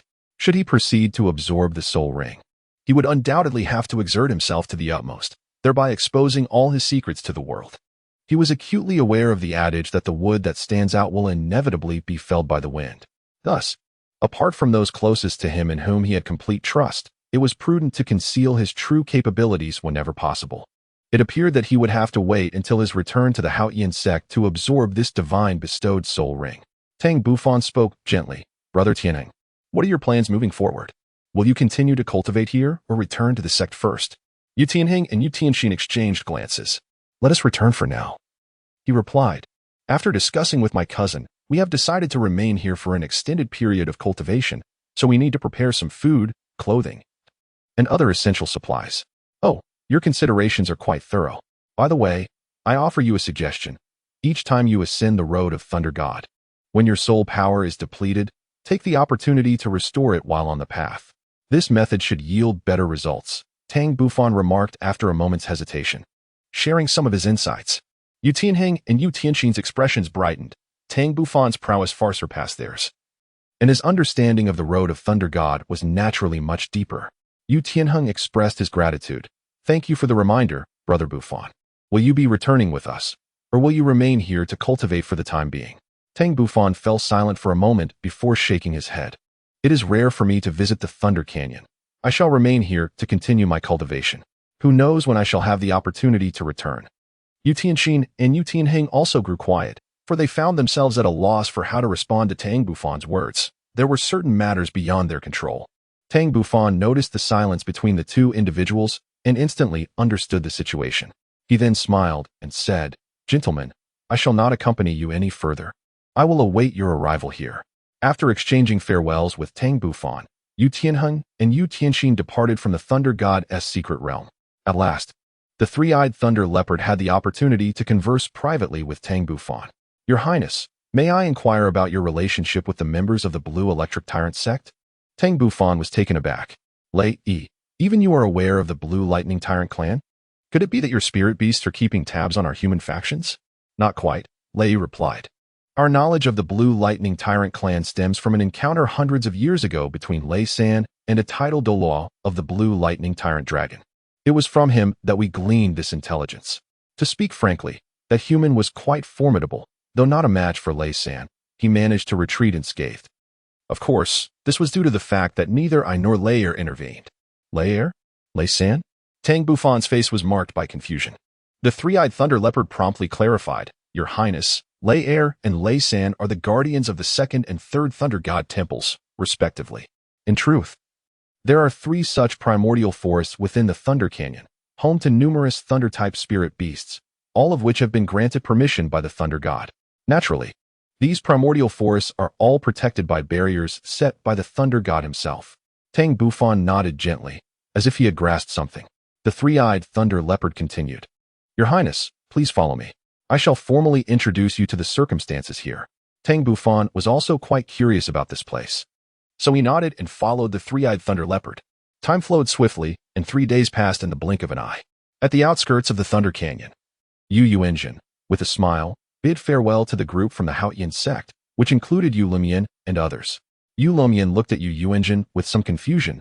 "Brother, are we truly going to assist the Haotian Sect in their confrontation against the Spirit Hall? This brings us no benefit at all." Yu Yuanjin's gaze was profound as he replied, "Second brother, Have you been keeping an eye on the situation across the continent in recent years? Ever since the Haotian Sect was forced into seclusion by the Spirit Hall 11 years ago, the continent has been much more tranquil than before. In contrast, the strength of the Spirit Hall has been growing increasingly formidable. If this continues, there may soon be no force capable of contending with them, which is not a scenario we wish to witness. An elderly man with white hair, standing nearby, chimed in, "Little Mian, why can't you grasp this? While we have agreed to align with the Haotian Sect for now, when the day comes for their emergence, the leaders of our three sects will undoubtedly need to reassess our strategies. The Haotian Sect is merely testing the waters at this point. If, on the day of their reappearance, our united strength can indeed rival the Spirit Hall, then I see no reason against it. After all, the Spirit Hall is far too powerful. Should they decide to act against us, how could our blue electric tyrant sect withstand such an assault?" Yu Luomian, taken aback, exclaimed, "Uncle, surely the Spirit Hall would not dare to strike against us." The white-haired elder remained non-committal, but what if they do? Thus, we must prepare in advance, otherwise, when that day arrives, how shall we face our ancestors? Yu Luomian's expression turned blank, followed by a bitter smile. Yu Yuanjin then spoke slowly. "This is precisely why I agreed to assist the Haotian Sect, and starting today, every disciple must diligently cultivate in order to strive for the resurgence of our blue electric tyrant sect." 50 miles away from the Thunder Canyon, Tang Bufan inquired, "Second Elder, are we heading to the Seven Treasures Glazed Tile School next?" The second elder shook his head. "No. We are first going to the Sunset Forest to find a suitable soul beast for your fifth soul ring." Tang Bufan smiled mysteriously, declaring that he had secured his fifth soul ring, assuring them not to worry. As he spoke, he retrieved the Thunder God Pearl from the 33 heavens.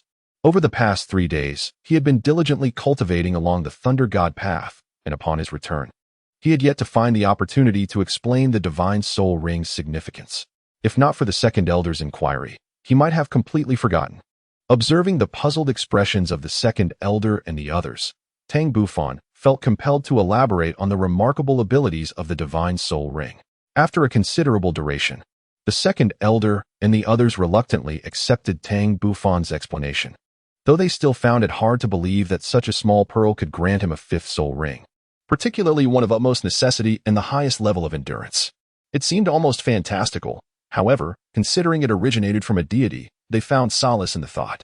After a moment, the second elder solemnly stated that they would wait until their visit to the Seven Treasures Glazed Sect was complete before he absorbed the fifth soul ring, so they could protect him during the process.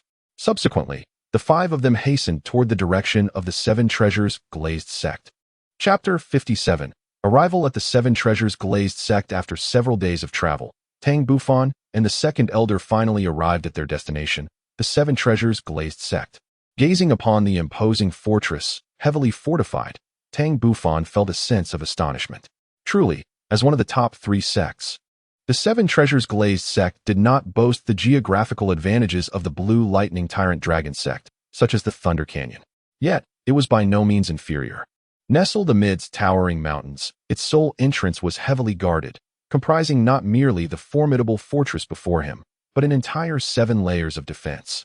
This conclusion was drawn from his discreet mental probing, revealing that beyond these 7 fortifications lay the true heart of the sect, where the direct disciples resided in opulent splendor.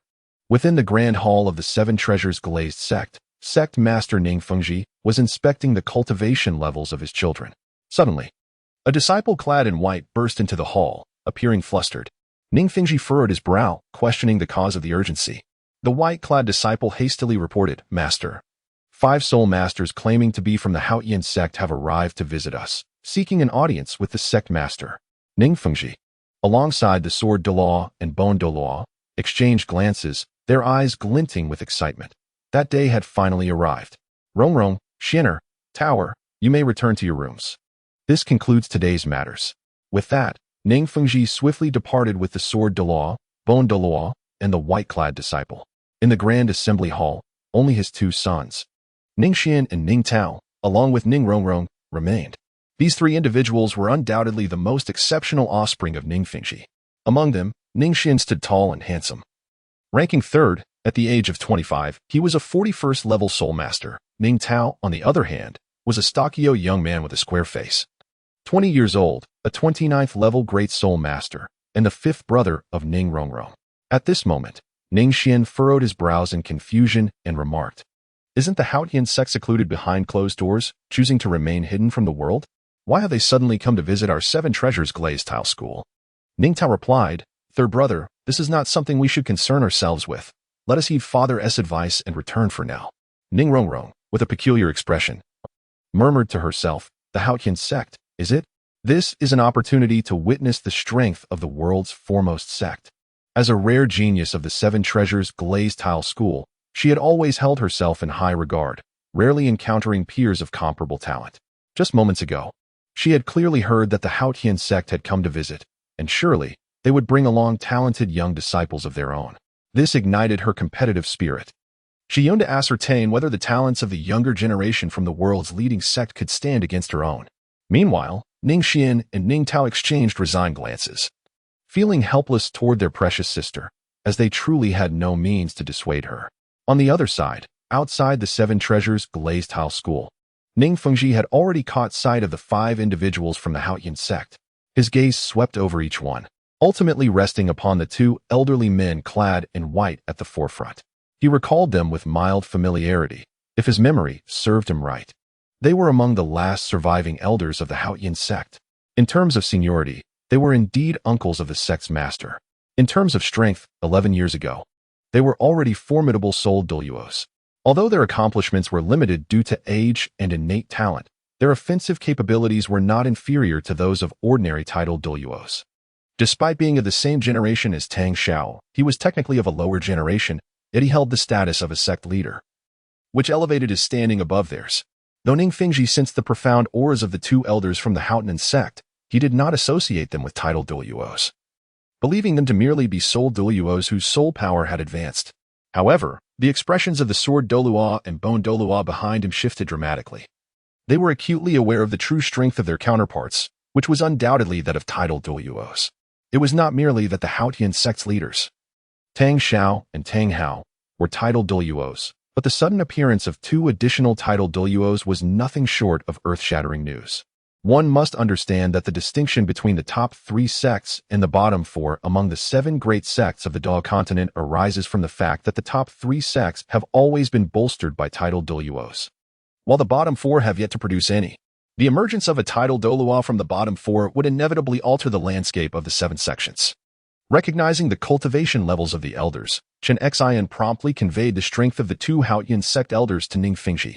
Although Ning Fengji's heart was tumultuous, his smile remained unwavering as he calmly said, "It has been many years since we last met, elders. Not only do you appear more impressive than before, but your strength has also ascended to new heights. Congratulations. My apologies for keeping you waiting. The affairs of the sect are numerous and have kept me occupied." The second elder, realizing that Ning Fengji had discerned the strength of him and the 4th elder, was not surprised, as the recent actions of the sword Douluo had not escaped his notice. "You flatter us, Sect Master Ning. It is we who should apologize for our sudden arrival." The 4th elder's gaze fell upon the imposing figures of the sword Douluo and bone Douluo, and he smiled slightly. "I presume these 2 are the sword Douluo and bone Douluo? It is truly a pleasure to meet you both." The sword Douluo and bone Douluo responded with smiles, astonished that in just over a decade, the Haotian Sect had acquired 2 more titled Douluos. Truly, they deserved their reputation as the foremost sect in the realm. A complexity and confusion lingered in their tone, for they believed that such elders from the Haotian Sect could not possibly reach the status of titled Douluos. After all, their ages were evident. The second elder had anticipated this reaction and sighed, "We old bones have toiled day and night to achieve our current levels of cultivation, merely seeking to contribute a final burst of energy. Surely, the younger generation cannot remain hidden in the mountains forever, can they? Wouldn't you agree, Sect Master Ning?" For a fleeting moment, Ning Fengji's smile faltered, but he quickly regained his composure, responding earnestly, "Elders, this is not the place for conversation. Shall we not discuss matters in detail within the sect?" The second elder naturally held no objections. Subsequently, a group of 8, under the guidance of Ning Fengji, proceeded towards the true sect of the 7 Treasures glazed tile school. Along the way, Ning Fengji and the second elder engaged in a lively conversation, while Tang Bufan could only silently observe from behind, all the while discreetly admiring the scenery of the 7 Treasures glazed tile school. True to its name, The Seven Treasures glazed tile school boasted an exceptionally advantageous geographical location, radiating a brilliant aura and presenting breathtaking vistas, with both mountains and waters harmoniously coexisting. It was no wonder that sect records proclaimed the Seven Treasures glazed tile school to be as wealthy as a nation, upon witnessing it firsthand. One could see that such claims were indeed well-founded. After all, cultivating such a feng shui treasure land would be unimaginable without a significant wealth. Not to mention the costs associated with defensive fortifications, the rows of buildings along the path, and the offerings to the sect. Of course, Tang Bufan's gaze was predominantly fixed on the two towering elders ahead, who were renowned titled Douluos specializing in assault, the sword Douluo and the bone Douluo. The second elder had already informed him of their identities. Among them, the sword Douluo intrigued him the most, as it was the first time he had ever heard of someone possessing a sword martial soul after many years in this world. Under Ning Fengxi's lead, Tang Bufan and the others quickly arrived at the sect's headquarters of the Seven Treasures glazed tile school. Chapter 58. The breath-concealing technique. Even though Tang Bufan was accustomed to the skyscrapers of his previous life, he couldn't help but be slightly taken aback upon seeing the Seven Treasures glazed tile school. Before him lay a magnificent architectural complex sprawling over an extensive area, with tall palaces visible everywhere, their exteriors adorned in vibrant hues of glazed tiles that complemented the essence of the sect. It was indeed a testament to the wealth of the richest sect on the Douluo Continent. In stark contrast, their own Haotian Sect appeared rather shabby. Passing through the main entrance of the Seven Treasures glazed tile school and traversing a grand square and several large halls, Tang Bufan and his companions finally arrived at a towering glazed golden hall, the assembly hall of the Seven Treasures glazed tile school. Upon seeing Ning Xian, Ning Tao, and Ning Rongrong within the hall, Ning Fengji furrowed his brow slightly. Had he not instructed them to return to their quarters? Observing this, the second elder's gaze flickered, and he chuckled lightly. Sect Master Ning, these three are your son and daughter. It seems they possess extraordinary talents. Ahead, Ning Xian and Ning Tao wore expressions of dismay, while Ning Rongrong eagerly rushed forward, exclaiming, "Daddy, you're back." Although her tone seemed to express concern for Ning Fengji, her gaze was fixated on the five unfamiliar figures, her curiosity evident in her eyes. As her gaze traversed the two elderly figures in white and the two middle-aged men, it ultimately settled on the last individual, Tang Bufan. He appeared to be a youth of around 15 or 16, handsome in appearance, exuding a unique aura, with calm and profound eyes that seemed indifferent to the world around him. As for his strength, she could not sense anything, perceiving him instead as an ordinary person devoid of soul power. However, since he was brought out by the esteemed elders of the Haotian Sect to experience the world, it is evident that his innate talent must be extraordinary.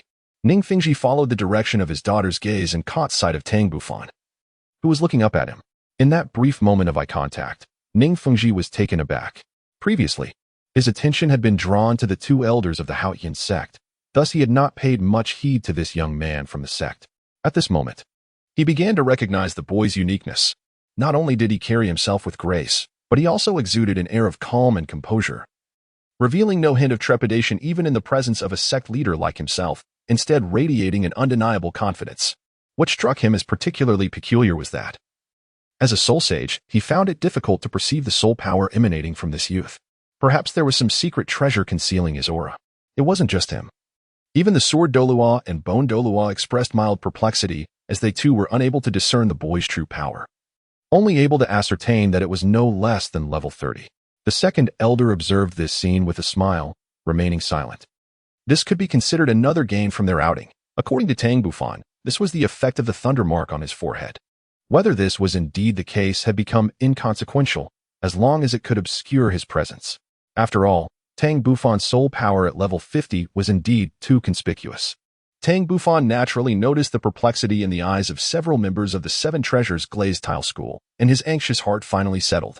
During the 3 days on the Thunder Goddess path, aside from honing his physique and cultivating his soul power, he dedicated all his remaining time to contemplating how to conceal his aura.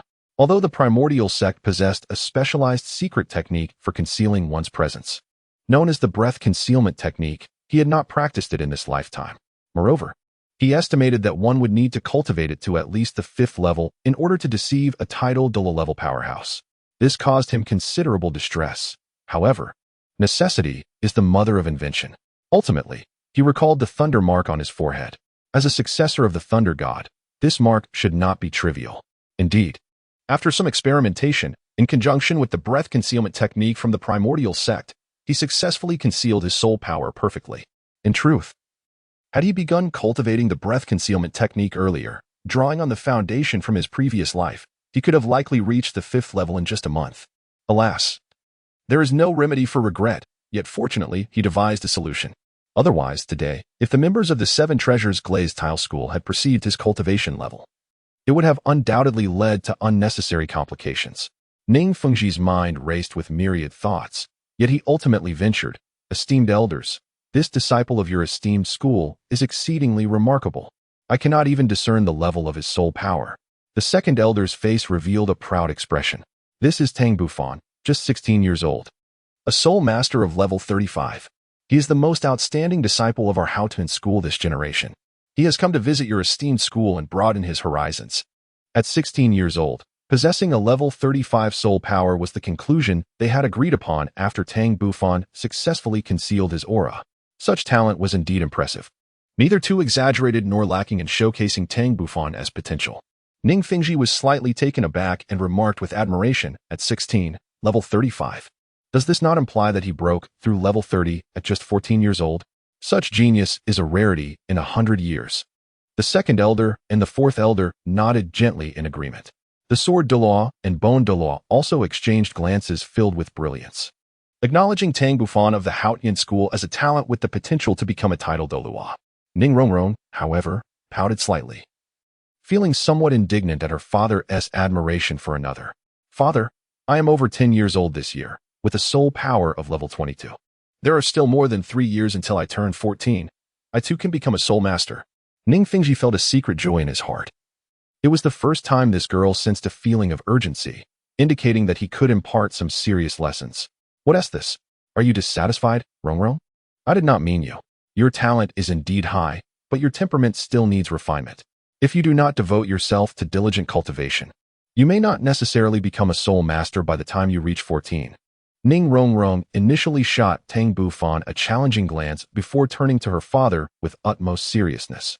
"Father, rest assured, I will not indulge in play until I become a soul master."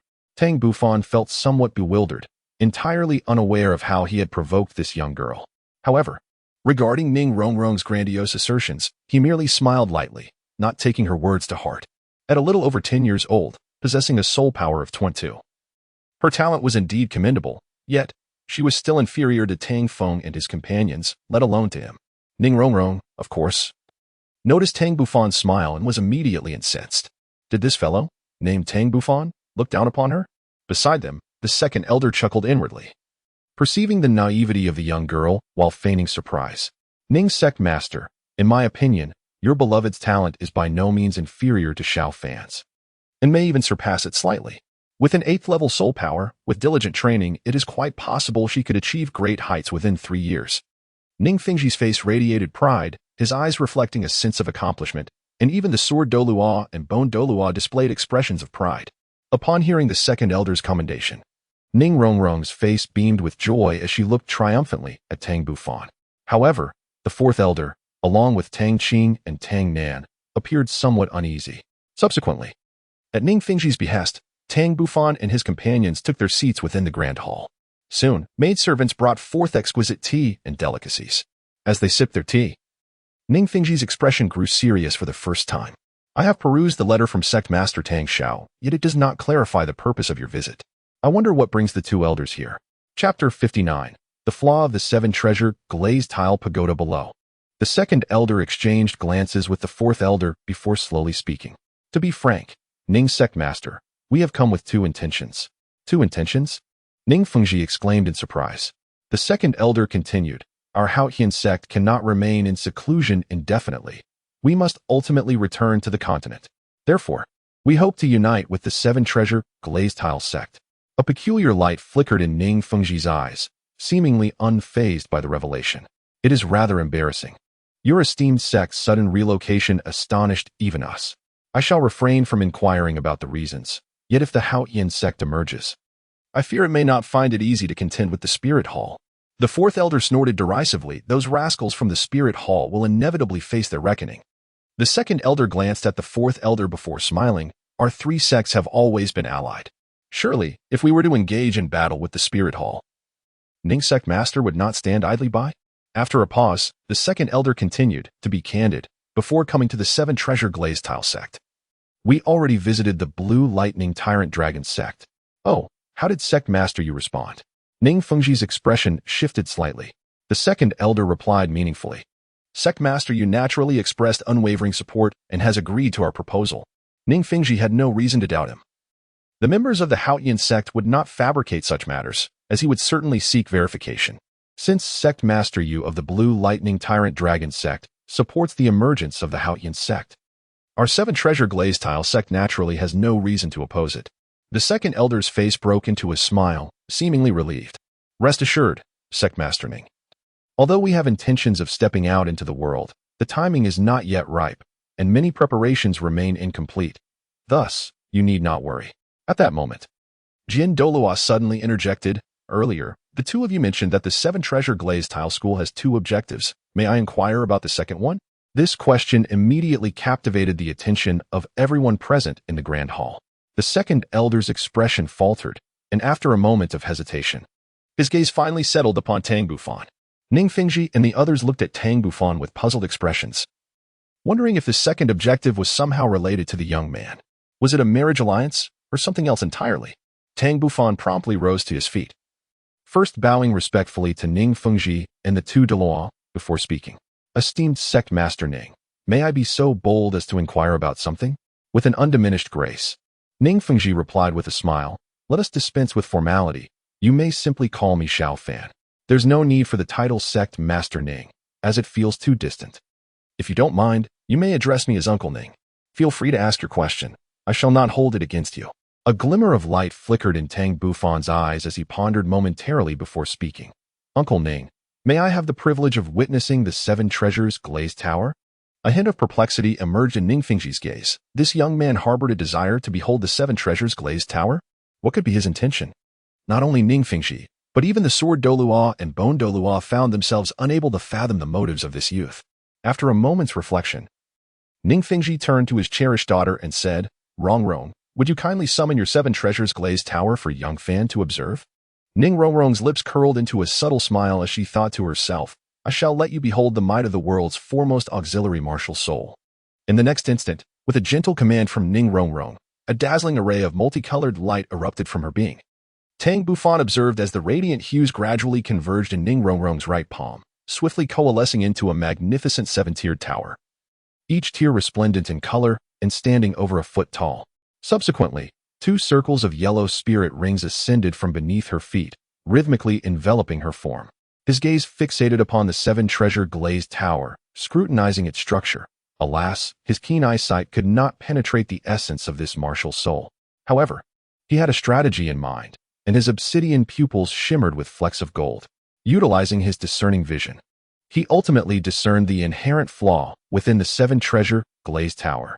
Through this keen perception, he noted that the first six tiers radiated brilliance uniformly. Yet the seventh tier's luminescence was markedly inferior. Particularly, the base of the seventh tier lacked luster, resulting in a deficiency that impeded the martial soul's evolution into its final two tiers. He surmised that the original soul master of the seven treasure glazed tower may have encountered an unfortunate incident prior to the formation of their martial soul, perhaps a mutation or injury sustained in the womb. In any case, this adversity had marred the development of what should have manifested as the nine treasure glazed tower, ultimately culminating only in the seven treasure glazed tower. Ning Rongrong, noticing Tang Bufan's dazed expression, could not help but giggle. So what do you think? Now you have witnessed our seven treasure glazed tower. Impressive, isn't it? Meanwhile, Ning Fengji, seated at the head of the table, had been attentively observing Tang Bufan's actions. They could perceive that he was examining the seven treasure glazed tower, yet they remained oblivious to the true thoughts of this young man. Ning Fengji couldn't help but feel a tinge of self-mockery. Despite his extensive experience in discerning people, he found himself unable to fathom the thoughts of a mere boy. After a moment's hesitation, he inquired, Xiao Fan, what are your thoughts on our seven treasure glazed tower martial soul? Tang Bufan was jolted awake, his tone hinting at deeper meanings as he spoke. Uncle Ning, Although the seven-treasure glazed tile tower is lauded as the premier auxiliary martial soul of the continent, I believe its supremacy is not as absolute as it may seem, considering it comprises only 7 levels. In contrast, other auxiliary martial souls of slightly lesser rank can indeed cultivate to the realm of the title Douluo. Ning Fengji felt a pang of distress in his heart, his complexion turning slightly pale. He clenched his right hand tightly. Should a day arise when a top-tier auxiliary martial soul, rivaling the seven-treasure glazed tile tower, emerges and is cultivated to the title Douluo level, the status of the seven-treasure glazed sect would undoubtedly face challenges. Of course, if the seven-treasure glazed tile tower were to transform into the 8-treasure or even 9-treasure glazed tile tower, Tang Bufan appeared oblivious, continuing his analysis with unwavering fervor. However, as he uttered his final words, a hint of unease crept into his tone. The somber mood of the grand hall was instantly dispelled, and Ning Fengji's eyes sparkled with intensity, fixated on Tang Bufan. Truly, a hero emerges in youth. After a prolonged silence, Ning Fengji finally diverted his gaze, releasing a soft sigh. Sword Douluo and Bone Douluo could not help but steal glances at Tang Bufan, astonished by the boy's sharp insight, as he unveiled the current state of the seven-treasure glazed tile school with remarkable clarity. Particularly, his last remark seemed laden with implications, suggesting that the Haotian school had meticulously prepared for their visit to the seven-treasure glazed tile school. In contrast, Ning Xian, Ning Tao, and Ning Rongrong wore expressions of bewilderment, seemingly unable to grasp the significance of Tang Bufan's words, and even displaying a hint of disdain. In response, a subtle smile crept across Tang Bufan's lips. In that moment, the entire hall descended into an unparalleled silence. Casting a glance at the composed second elder and fourth elder, a terrifying conjecture surfaced in Ning Fengji's mind. Observing the unruffled demeanor of Tang Bufan, he remained silent for a considerable time before finally voicing his thoughts. Xiaofan, are you suggesting that there might be a way to evolve our seven-treasure glazed tile martial soul? Chapter 60. Nine-Leaf Thunder Tribulation Grass. Tang Bufan did not respond immediately. Instead, he cast a glance at the two elders, his eyes conveying an enigmatic signal. The second elder and the fourth elder instantly comprehended his intention, their gazes reflecting a blend of melancholy and complexity, ultimately leading them to nod slowly in agreement. Upon receiving the elder's consent, Tang Bufan slowly nodded towards Ning Fengji. This time, Ning Fengji was truly astounded. Although the senior members of the sect had long left messages indicating that the seven-treasure glazed pagoda could evolve into the 9-treasure glazed pagoda under special circumstances, centuries had passed without a single disciple of the seven-treasure glazed sect encountering such an opportunity. However, Ning Fengji soon regained his composure. If the Haotian Sect truly possessed the method for the evolution of the seven-treasure glazed pagoda, they would likely not readily share it with them. Even if they were to share it, it would probably come at an immense cost. It appeared that the seven-treasure glazed sect would have to align itself with the Haotian Sect from now on. Contemplating this, a bitter smile crept across Ning Fengji's face. What could he do? Even if he understood this reality, should there truly be a method to facilitate the evolution of the seven treasures, he would undoubtedly seek it, no matter the price. Nevertheless, it was essential to first verify the feasibility of the Haotian Sect's approach before drawing any conclusions. With a glimmer of determination in his eyes, Ning Fengji said with a smile, Xiaofan, please share your method with Uncle Ning. To be honest, our seven-treasure glazed sect has contemplated countless strategies but has yet to find one that proves effective. I sincerely hope that your method is indeed useful. Tang Bufan remained unmoved. Uncle Ning, whether my method is effective can only be determined through trial. However, I must clarify in advance that I can only facilitate the evolution of one disciple's martial soul from the seven treasures glazed tile school. To ensure success, it is naturally preferable for the individual to be of a younger age. With that, Tang Bufan summoned a herb approximately a foot in length into his hand, emanating a refreshing aura. The purple stem bore 9 leaves of various hues, swaying gently in the breeze, while a faint, multicolored radiance radiated from it, signifying its extraordinary nature. This was a treasure Tang Bufan discovered in the Thunder God's secret realm. To be honest, he felt a twinge of reluctance to part with it, for it was indeed too precious. Fortunately, he had already absorbed all the thunder essence contained within the root, leaving only the 9 leaves imbued with the essence of the sun and moon. Instantly, this revelation caused a stir within the grand hall, especially for Ning Fengji, who appeared particularly exhilarated. As the sect master of the seven treasures glazed tile school, his expertise in identifying treasures was unmatched throughout the continent. Although he did not recognize this herb, he could sense the unimaginable essence of heaven and earth contained within it. The pure energy resonated with the essence of the glazed tower at its core. At that moment, Ning Fengji experienced a moment of enlightenment, seemingly grasping Tang Bufan's intentions. Yet he could not help but inquire, "Xiao Fan, what is this herb?" This celestial herb is known as the nine-leaf thunder tribulation grass, a rare find that is sought after yet seldom encountered, often appearing only once in a millennium. Tang Bufan replied with a calm demeanor. "Curious," Sword Douluo interjected. "Then this nine-leaf thunder tribulation grass must be exceptionally unique, is it not?" Tang Bufan mused inwardly. How extraordinary indeed. As far as he knew, the thunder tribulation herb was a principal ingredient in the concoction of the thunder tribulation pill, which was renowned as an elixir in mythological tales. Alas, he possessed no recipe. Otherwise, he would have undoubtedly procured it for the evolution of the seven-treasure glazed pagoda. His knowledge of the thunder tribulation herb was gleaned from an ancient tome discovered during his explorations of a certain relic, a book titled Herbal Compendium, presumably left behind by a long-ago alchemist, detailing a myriad of plants and medicinal herbs. Otherwise, how could he have known of the mystical nine-leaf thunder tribulation herb? Nevertheless, he elucidated, the thunder tribulation herb is a miraculous plant that survives the thunder tribulation, capable of absorbing the essence of the sun and moon to thrive. It only produces a single leaf every millennium. Do you not find it precious?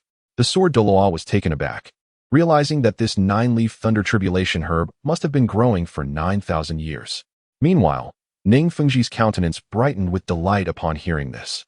"Little fan, how is this nine-leaf thunder tribulation herb to be consumed?" Tang Bufan was momentarily taken aback. All that was required was to pluck the leaves and savor them slowly, though only a small portion could be chewed at a time. It was uncertain whether Uncle Ning had anyone in mind to consume the nine-leaf thunder calamity grass, which continually emanated spiritual energy and needed to be ingested promptly. "I could provide guidance to ensure nothing went awry." Ning Fengji paused, fully aware that he must now make a decisive choice. Previously, he had hesitated about whether to allow Rongrong to partake, but now he could afford no further delay. The opportunity was too rare, and with their presence, Rongrong was unlikely to encounter any danger. Taking a deep breath, Ning Fengji spoke gravely, "Rongrong, you heard what was just said. Prepare to consume the nine-leaf thunder calamity grass." Upon finishing his words, Ning Fengji, along with the Sword Douluo and Bone Douluo, approached. Rongrong's small face registered surprise. Although she found Tang Bufan somewhat unreliable, she nonetheless moved toward him. Moments later, at Tang Bufan's gesture, Ning Rongrong sat cross-legged and began to consume the nine-leaf thunder calamity grass, taking a full 10 minutes to finish all 9 leaves. Subsequently, she commenced her meditation to cultivate her soul power as instructed by Tang Bufan, while Ning Fengji anxiously observed from the side, even summoning his martial spirit. A radiant spectrum of colors enveloping Ning Rongrong.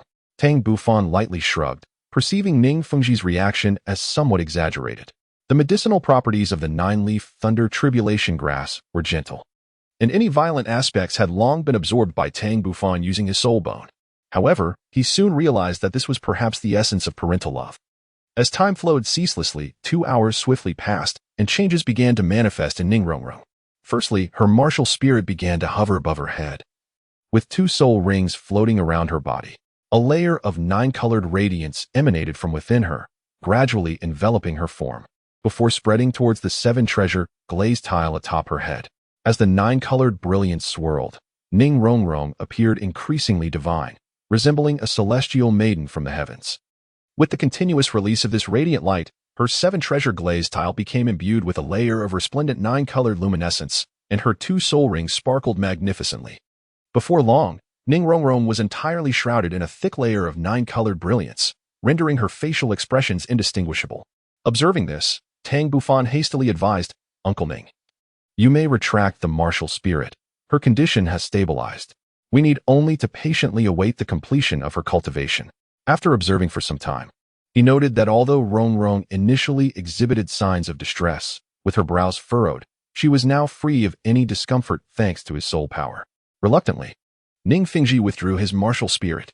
Though his expression bore traces of fatigue, a smile spread across his face, regardless of whether his daughter's martial spirit would evolve. One thing was certain, her soul power would undoubtedly surge.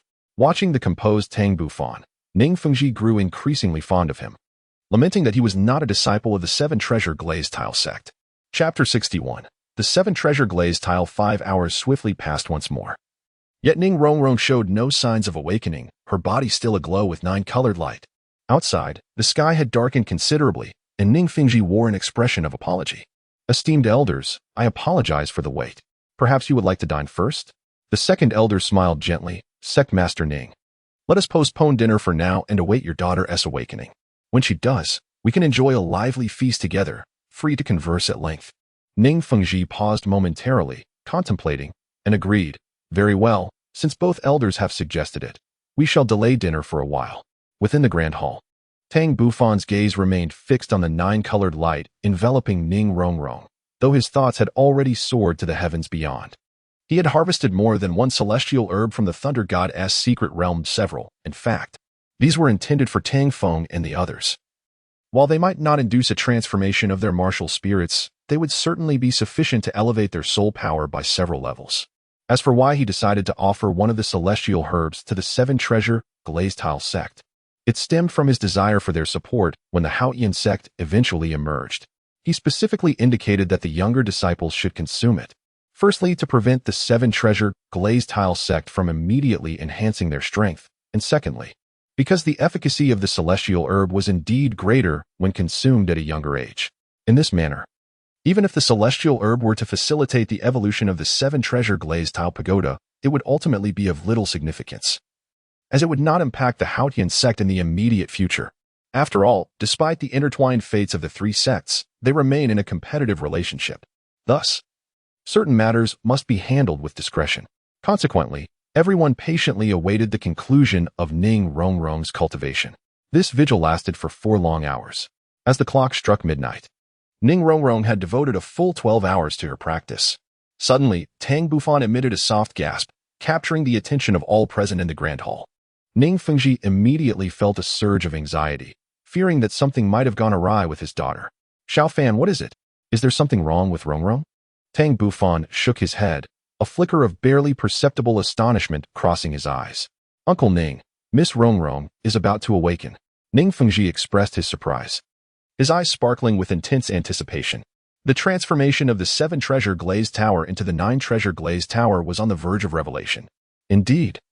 In the next moment, a quivering radiance of 9 colors enveloped Ning Rongrong, gradually fading away until, after a minute, it completely vanished. She then opened her eyes, which shimmered with excitement. Her entire being was invigorated. Even after 12 hours of cultivation, she felt no trace of fatigue, but instead was brimming with vitality. The Seven Treasure Glazed Tower that had been hovering above her head gracefully descended into her right hand. Perhaps it was no longer appropriate to refer to it as the Seven Treasure Glazed Tower, for it had now transformed into the Nine Treasure Glazed Tower. The tower, now featuring a total of 9 layers, radiated the same resplendent 9-colored brilliance as before, making it utterly impossible to go unnoticed. Tang Bufan showed little reaction to this development, as he had anticipated such an outcome and had already detected it earlier with his keen insight. At this moment, Ning Fengji was so overwhelmed with excitement that he could hardly articulate his thoughts. His face flushed with emotion, he swiftly approached Ning Rongrong. Grasping her right hand and intently observing her martial soul, this had been the ambition of his lifetime, and he never imagined he would witness its fruition through his daughter so easily today. A short distance away, the second elder and others displayed astonishment, their expressions softening with relief. On their journey, Tang Bufan had mentioned he did not possess absolute confidence in the evolution of the Seven Treasure Glazed Tile Pagoda. Now that success had been achieved, the forthcoming negotiations would be considerably smoother. However, a hint of displeasure lingered in the second elder's heart, feeling that the young girl from the Seven Treasure Glazed Tile Sect had benefited too easily. Ning Rongrong winced slightly and said, "Father, you're hurting my right hand. You've seen my martial soul before. Is such a reaction really necessary?" Ning Fengji chuckled lightly. "Rongrong, do look at how many levels your Seven Treasure Glazed Tile Pagoda has now." Ning Rongrong's small face lit up with excitement as she seemed to grasp the significance. Hastily glancing at her martial soul. 1, 2, 3, 4, 5, 6, 7, 8, 9. How is this possible? In the next moment, she couldn't contain her astonishment and looked up at Tang Bufan, realizing he had indeed spoken the truth. He had facilitated the evolution of her 7-treasure glazed tile pagoda into the 9-treasure glazed tile pagoda. For the first time, Ning Rongrong felt a sense of curiosity towards this young man from the Haotian Sect. In response to Ning Rongrong's inquisitive gaze, Tang Bufan remained unperturbed. In fact, it wasn't just Ning Rongrong. Even Ning Fengji, Sword Douluo, and Bone Douluo regarded Tang Bufan with newfound respect. At that moment, the second elder and fourth elder stood up and smiled. Congratulations, Sect Master Ning, on your daughter's martial soul evolving into the 9-treasure glazed tile pagoda. This is indeed a moment of great joy. Ning Fengji, beaming with joy, expressed his gratitude, saying, "It is truly thanks to all of you that my daughter's martial soul has evolved. I extend my heartfelt thanks." He then bowed sincerely to the second elder. The second elder did not decline the gesture, responding with significance, "Sect Master Ning, you are too kind. We are allies, and this is merely a token of our alliance. Furthermore, if you wish to express your gratitude, you should thank young Bufan, for this 9-leaf thunder calamity celestial herb is indeed his personal possession. This time, it is as if the sect has appropriated his belongings." Ning Fengji was taken aback, realizing that this celestial herb had originated from Tang Bufan, prompting him to ponder the implications of this revelation.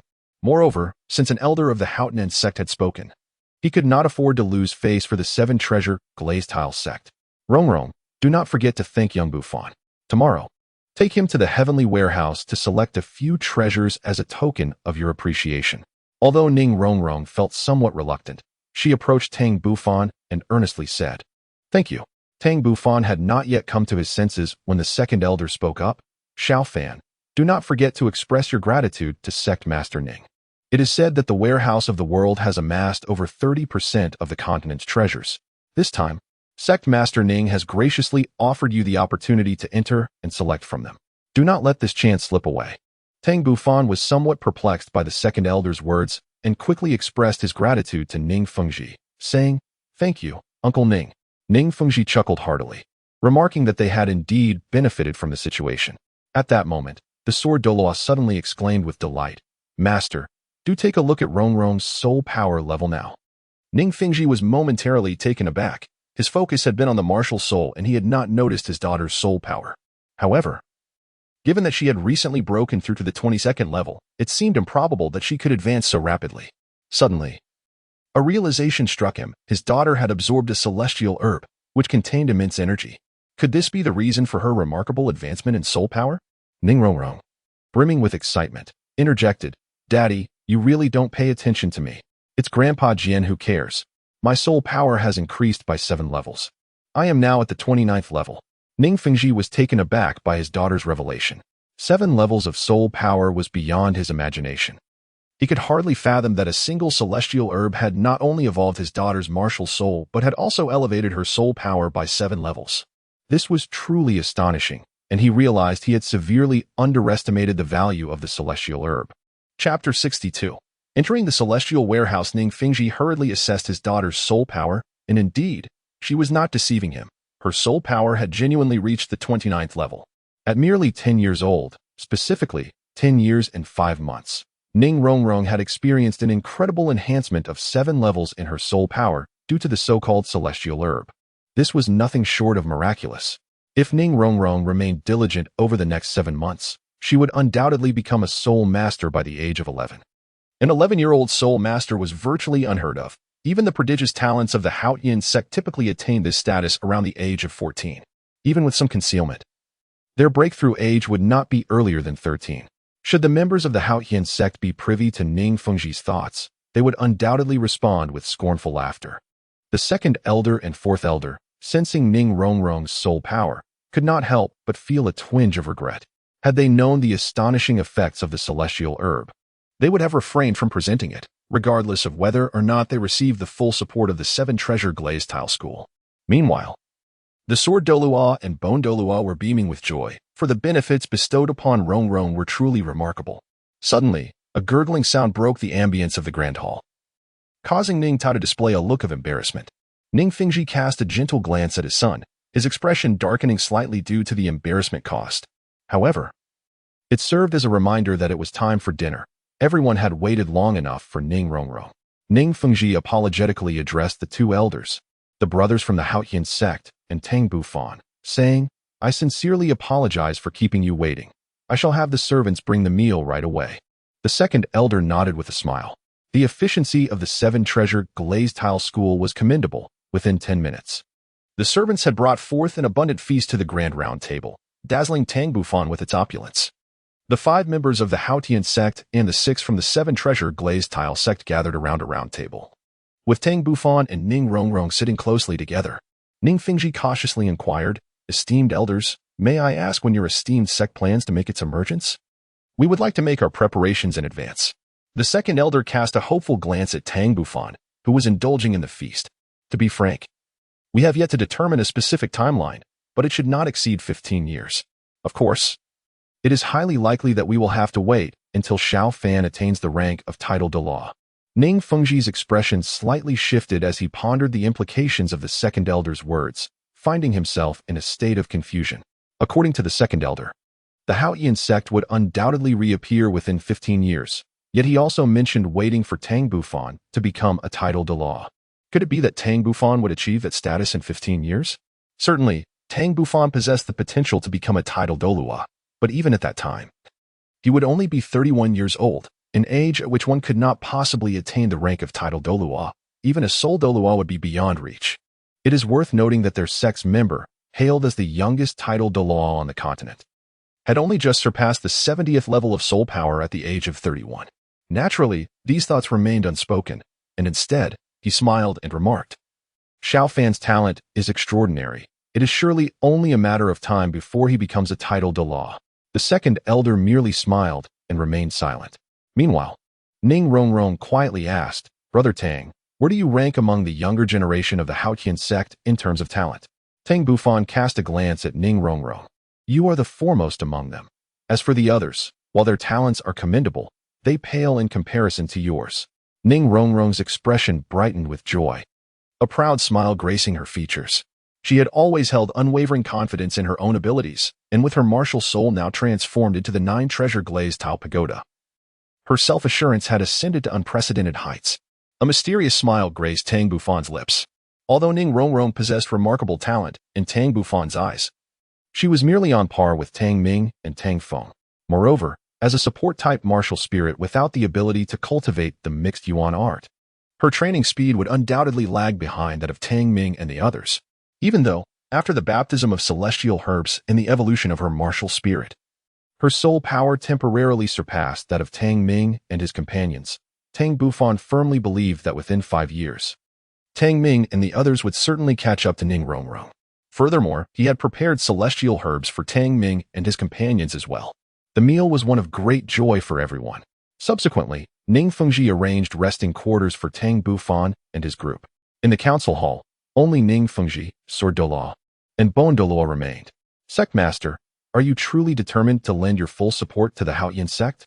Given the immense cost the Haotian Sect has incurred, how could we not wholeheartedly support them?" Ning Fengji nodded thoughtfully. He perceived the situation with great clarity. Exchanging the value of a celestial herb for the backing of the 7-treasure glazed tile school was indeed a prudent transaction. Although Rongrong's martial spirit had evolved, it would not enhance the sect's strength in the short term. This was their shrewdness. However, for him, the balance sheet looked favorable, especially since the 7-treasure glazed tower had evolved into the 9-treasure glazed tower. As for contending with the spirit hall, that was a matter set for 15 years hence. In his view, the combined strength of the 3 sects would not be inferior to that of the spirit hall. When tallied, the 3 sects boasted 7 title Douluo. With the support of the 7-treasure glazed tower, they need not fear the spirit hall. Moreover, in 15 years, the strength of the 3 sects would undoubtedly surpass their current capabilities. Thus, he had readily agreed to support the Haotian Sect, albeit with some reservations, as he had yet to meet the leader of the Blue Lightning Tyrant Dragon Sect. In this light, the Heavenly Treasure Store ignited his curiosity. As dawn broke and a night of cultivation came to an end, Tang Bufan's eyes sparkled with anticipation. This was because Ning Fengji had promised that Ning Rongrong would take him to select treasures from the Heavenly Treasure Store today. Indeed, shortly after finishing breakfast, a lively figure appeared before him. Moments later, Ning Rongrong stood before Tang Bufan. "Big brother Tang, come. I will take you to the Heavenly Treasure Store to select treasures." Tang Bufan responded directly, "All right." Having said that, He followed Ning Rongrong as they departed.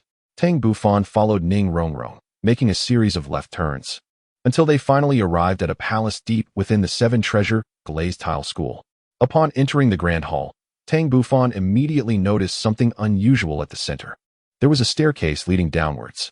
It seemed that the treasure of the world lay beneath the ground rather than on the surface. At the entrance, a tall figure stood waiting for him. This person was none other than the Bon Douluo, Gurong. Tang Bufan, not daring to be negligent, respectfully said, "I have the honor to meet Bon Douluo." Bon Douluo smiled and replied, "There is no need for such formalities. In fact, I owe you my gratitude. Although I possess one of the 3 keys to the Heaven's warehouse, this is my first time entering it." Tang Bufan felt a jolt of realization. It seemed that the heavenly warehouse held immense significance. Otherwise, the members of the Seven Treasures Glazed Tile School would not have chosen to access it prematurely. Ning Rongrong smiled and remarked, "Brother Tang, I must express my gratitude to you, for this marks my inaugural entry into the heavenly warehouse." Tang Bufan was genuinely astonished. As the sole daughter of the sect's master, it was unexpected that Ning Rongrong had never set foot in the heavenly warehouse, which intensified his curiosity about it. Chapter 63. The choice. Subsequently, Tang Bufan, guided by Bon Douluo and Ning Rongrong, descended the spiral stone staircase, which gleamed a resplendent gold, a clear indicator of its extraordinary nature. They continued their descent for 5 minutes before pausing. Ultimately, they arrived in a spacious underground chamber, which was anything but dim, as the walls were adorned with dazzling crystal chandeliers. Bathed in the light of these crystals, Tang Bufan immediately spotted 2 grand golden doors at the end of the chamber, firmly shut. After a brief moment, the trio stood before the golden doors, and an overwhelming sense of insignificance washed over them. Tang Bufan then observed Bon Douluo producing 3 peculiar keys and inserting them into 3 unique keyholes on the golden doors, indicating that entry required these keys.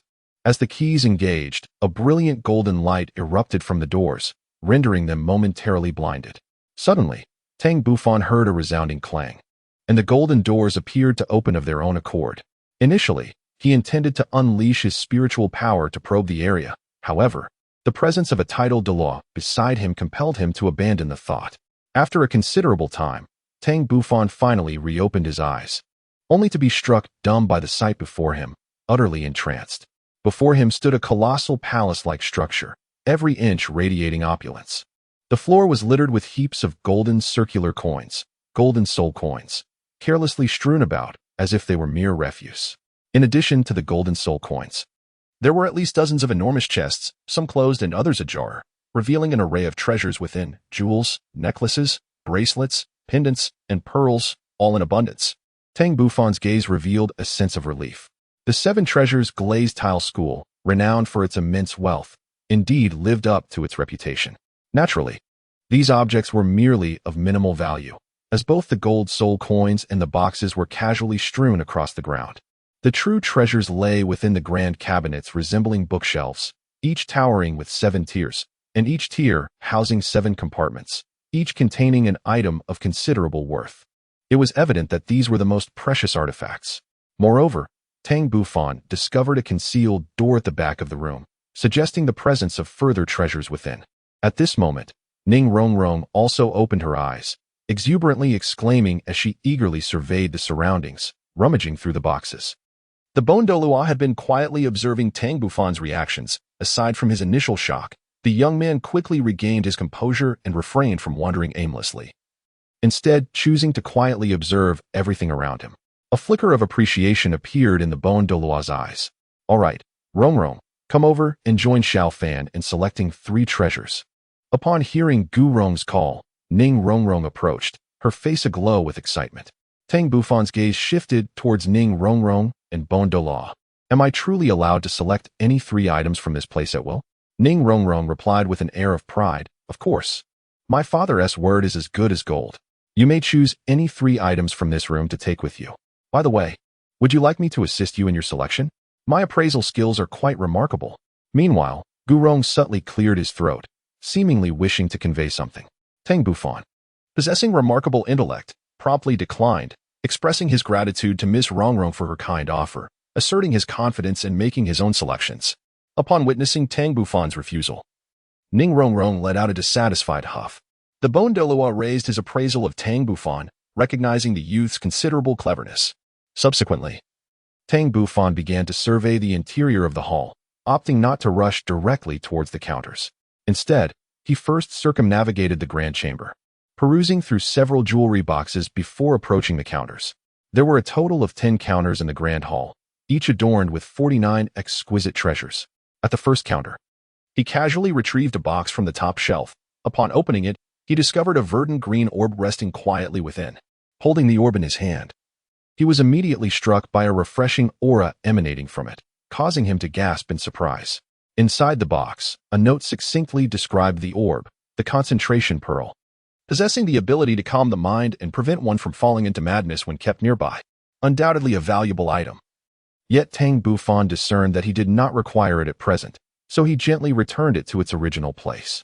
Next, he extracted another item from the shelf. It was a dagger, measuring a foot in length, entirely shrouded in darkness, as if it could absorb light itself. Exuding an unsettling aura that caused Ning Rongrong to furrow her brow and instinctively distance herself from the dagger, reluctant to approach it. Nevertheless, Tang Bufan felt an inexplicable sense that this dagger was extraordinary, far more than it appeared, emanating a mysterious essence that resonated with familiarity. Regrettably, the shelf provided scant information, merely stating its origin from the abyssal realm, a place Tang Bufan had never even heard of. Observing Tang Bufan's meticulous examination of the dagger, the Bon Douluo could not resist inquiring, "Xiaofan, are you particularly interested in this dagger?" Tang Bufan regained his composure and nodded, exclaiming, "Indeed. I find this dagger quite commendable. I have made my decision. I shall select it." Subsequently, he continued to scrutinize the treasures displayed upon the counter, which boasted an array of exquisite items such as the immensely valuable water-repelling pearl and fire-repelling pearl, alongside various rare metallic minerals, including extraterrestrial meteorite iron and deep-sea secret silver, materials that could be employed in the crafting of divine artifacts.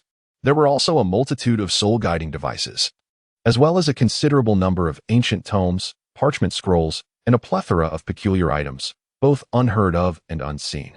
After an exhaustive hour of deliberation, Tang Bufan finally settled on 2 additional treasures. One was a cube-shaped metallic box, each face comprised of 9 smaller squares, each adorned with a fragmented design. These squares were movable, seemingly capable of forming one or even multiple complete patterns, reminiscent of the Rubik's Cube from his past life on Earth.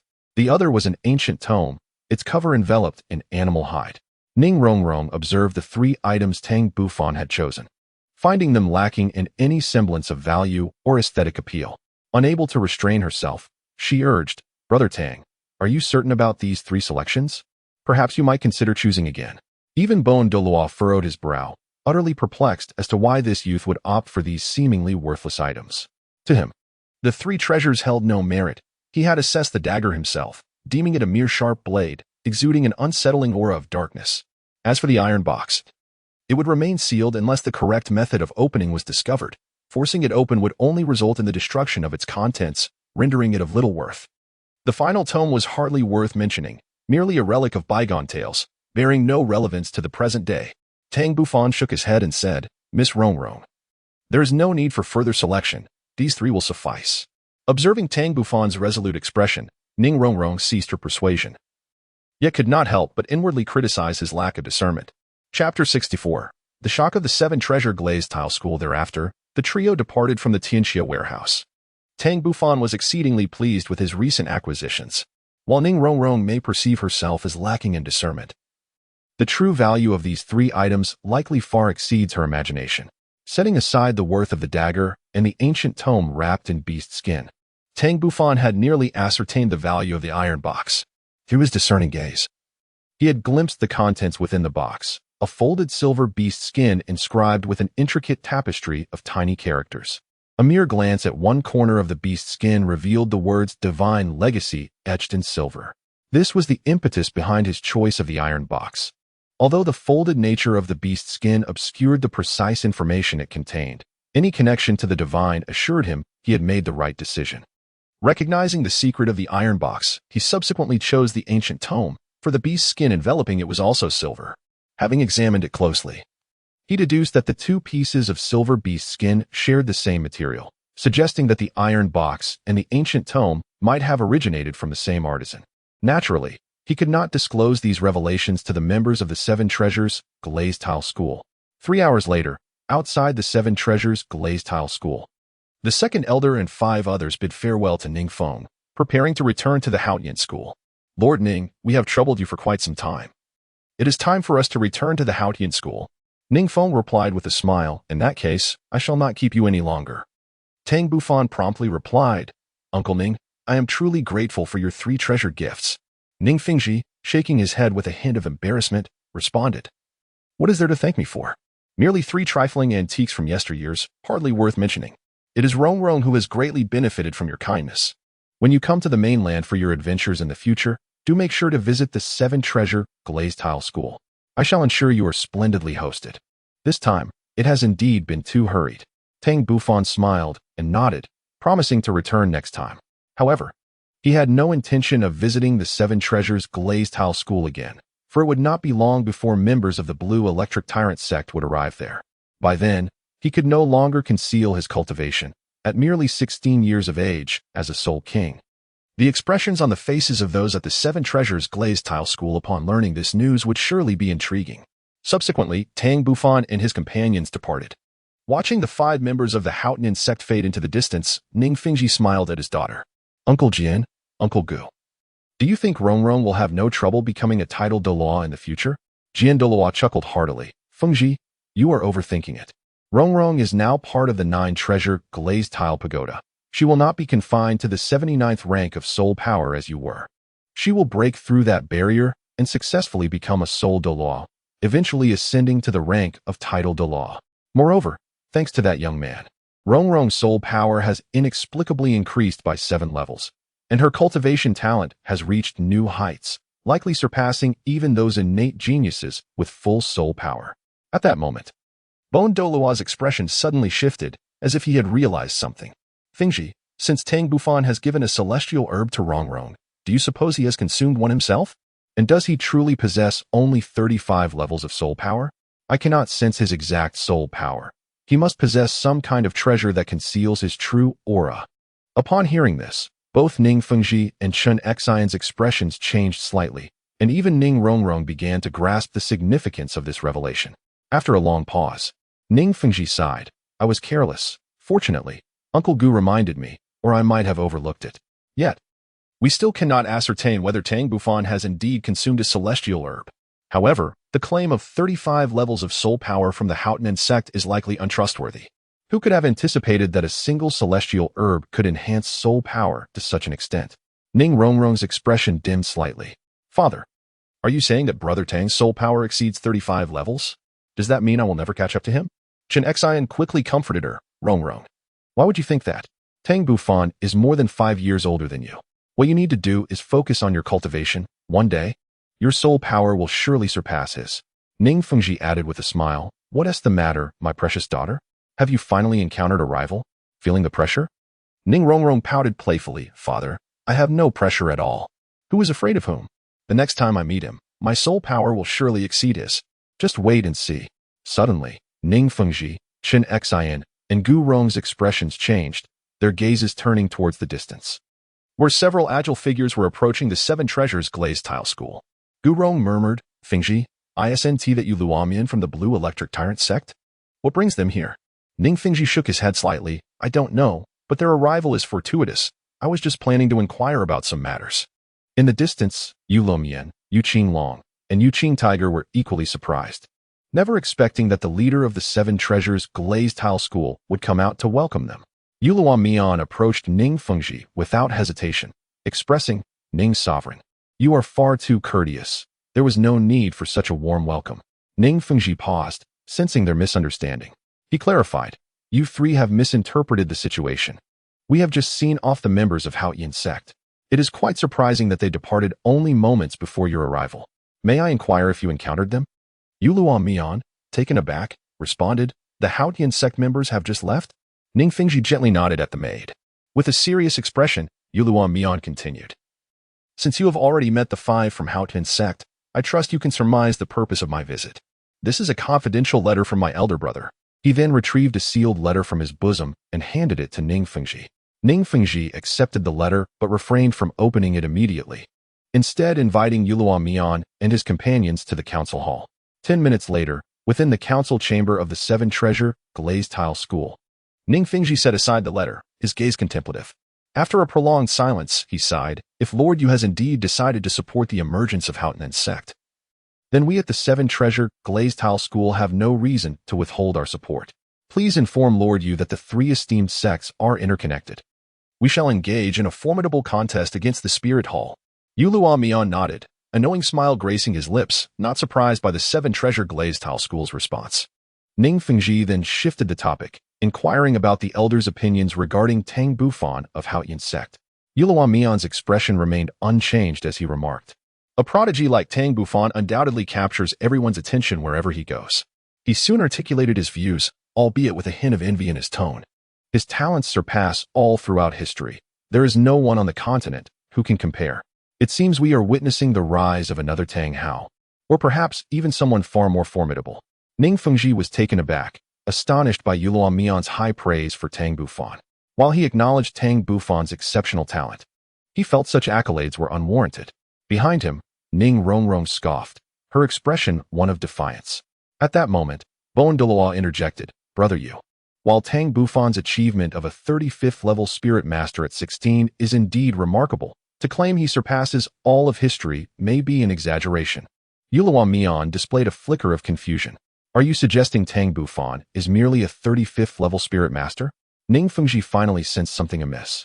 Douluo Mian's expression turned peculiar. Logically, the members of Seven Treasure Glazed Tile School should not have misjudged Tang Bufan's spirit power. How could they believe he is only at 35 levels? After a moment of silence, Douluo Mian whispered, "Tang Bufan is not a 35th level spirit master. He is a 50-level spirit king. Moreover, he possesses a mutated spirit." Upon uttering these words, the council hall fell into an eerie silence, the faces of Ning Fengji and the others reflecting sheer astonishment. Chapter 65. An explanation. It took a considerable amount of time for Ning Fengji to regain his composure as he solemnly gazed at Douluo Mian. "Elder, is it true that Tang Bufan is indeed a 50-level spirit king, not merely a 35-level spirit master? But he is only 16. How could he possibly attain such a level?" Douluo Mian let out a gentle sigh, refraining from inquiring further about why Qibao Liuzong had misjudged Tang Bufan's soul power. "Indeed, Sect Master Ning, Tang Bufan's soul power has reached level 50. With the acquisition of a single soul ring, he could ascend to the rank of Soul King. This is beyond dispute, and I can assure you of its veracity. To be candid, when I first sensed the fluctuations of his soul power, I was equally astounded, just as all of you were. Yet, the truth remains, and one can only say that Haotian Sect has stumbled upon a stroke of incredible fortune, having nurtured such a prodigy." Behind Ning Fengji, Ning Rongrong appeared to be profoundly affected, her complexion pale, embodying a visage of utter desolation. "Tang Bufan is not merely a 35th level soul master. He is, in fact, a 50-level soul king." How ironic it is that she stood before him, brimming with confidence and pride, oblivious to the fact that to others, she might merely appear as a jester. Moreover, her current transformation is a direct result of Tang Bufan's influence. While she might have felt a glimmer of hope in chasing him down at 35 levels, the chasm of 21 levels at 50 is insurmountable. No matter how diligently she strives, it seems unlikely she could bridge that gap unless Tang Bufan ceases his training. But how probable is that? Chen Xian and Gu Rong observed the despondent Ning Rongrong, each contemplating offering words of comfort. Yet when the words hovered on the tip of their tongues, they ultimately swallowed them back. Ning Fengji sighed, reflecting, at this rate, it appears that Tang Bufan may very well shatter the record set by Tang Hao for the youngest title Douluo on the continent. I suspect that Master Yu has considered this as well. Master Yu nodded in agreement. Indeed, as my elder brother speculates, it is highly probable that Tang Bufan could ascend to title Douluo by his early 30s, marking the day when the Haotian Sect fully emerges. Thus, our two sects have merely around 15 years to prepare. Only then did Ning Fengji come to a profound realization. No wonder the two elders of the Haotian Sect had previously asserted that they would undoubtedly emerge within 15 years. They likely believe Tang Bufan will attain title Douluo within that time frame. It seems prudent for me to strategize carefully, considering our opponent is the Spirit Hall. Meanwhile, the second elder retrieved the meticulously prepared provisions from Yuxian and, accompanied by Tang Bufan, returned to the Haotian Sect. In the study of Tang Xiao, The two elders promptly reported the outcomes of their visit to the two major sections. Tang Xiao was quite pleased upon hearing this. Yet he couldn't help but feel that the Seven Treasures glazed sect had gained an advantage. After a moment, the second elder continued, Sect Master. Xiao Fan has returned from his journey with unexpected fortune. Within the Thunder Canyon, he has acquired the legacy of a deity. Tang Xiao was instantly taken aback. Rising from his chair in astonishment, his expression one of sheer disbelief. Could he have misheard? Xiao Fan had actually garnered the recognition of a deity. Tang Bufan had no choice but to secretly channel his energy, and at once, a mysterious mark of thunder appeared on his forehead. Tang Xiao gazed intently at Tang Bufan's forehead, where a mysterious aura lingered, suggesting the possibility of a divine legacy. Tang Xiao was instantly filled with excitement. What does this signify? It signifies that their Haotian Sect may also give rise to a true deity in the future. Why is the Spirit Hall so formidable? It is simply because it is a force established by the God of Angels, possessing the legacy of divinity. Tang Bufan disregarded Tang Xiao's fanciful musings and reported, Master, the celestial herbs I acquired in the Thunder God's secret realm are invaluable. I intend to distribute them among Tang Ming and the others, allowing their strengths to further enhance. A glimmer of surprise flickered in Tang Xiao's eyes as he pondered for a moment. Very well, you may decide for yourself, after all. These celestial herbs are your personal possessions. Tang Bufan nodded and said to the sect leader, I plan to absorb the divine bestowed soul ring in 3 days. This process may take quite a while. The divine bestowed soul ring? Tang Xiao inquired, perplexed. Tang Bufan could only explain that this was the soul ring bestowed by the Thunder God, allowing one to acquire the most essential soul skills and the maximum endurance years of the soul ring without the need to hunt soul beasts. As he spoke, Tang Bufan retrieved the Thunder God pearl from his belt. Tang Xiao gazed intently at the orb, sensing an abundance of energy within, yet remaining oblivious to its deeper mysteries, particularly how it could transform into a soul ring. Tang Xiao couldn't help but let out a bitter laugh, gesturing for Tang Bufan to depart. He required some time to thoroughly process the information he had received today. The news of Tang Bufan's return to the sect had long since spread. As soon as Tang Bufan arrived at the front courtyard, he noticed Tang Ming and a few others lurking furtively in a corner, their eyes fixed on the castle, clearly awaiting his arrival. Tang Bufan's face illuminated with a warm smile as he swiftly approached. Tang Ming inquired with curiosity, Boss, how do the Blue Lightning Tyrant Sect and the Seven Treasures Glazed Sect compare to our own? Do they possess the same flair as our sect? How is the talent of their disciples in this generation? How do they measure up against me and Tang Feng? Even Tang Feng gazed at him with intrigue, while the distant figures of Qin Shan, Qin Yu, and Yi Zihan also exhibited a hint of curiosity. Tang Bufan chuckled and said, There are not so many questions. Come, let us find a place to sit, and I shall tell you all gradually.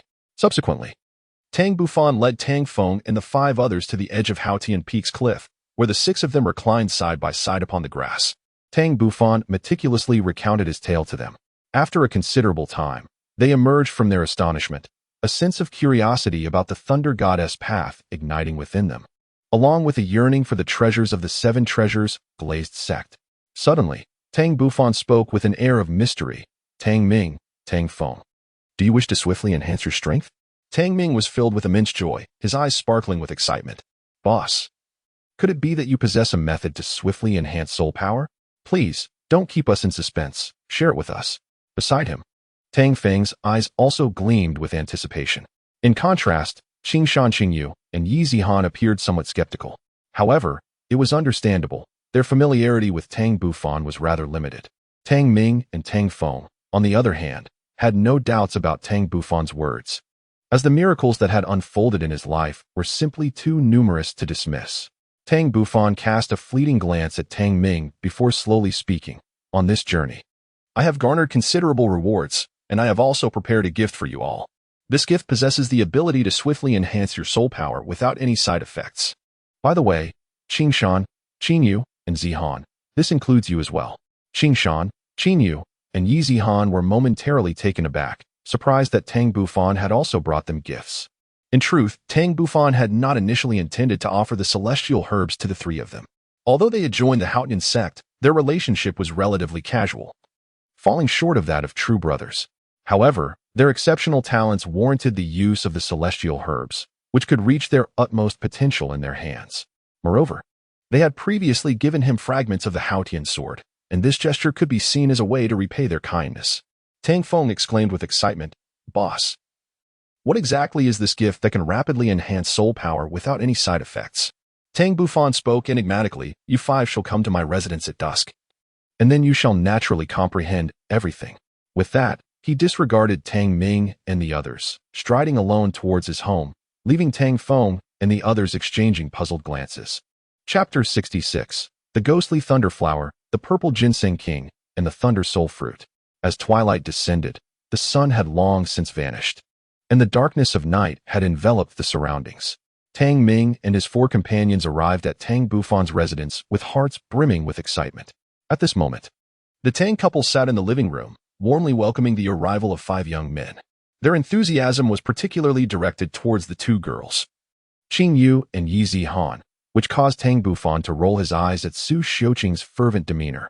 After a brief while, once all 7 individuals were comfortably seated in the living room, Tang Bufan retrieved a special wooden box from the 33 heavens and handed it to Tang Ming.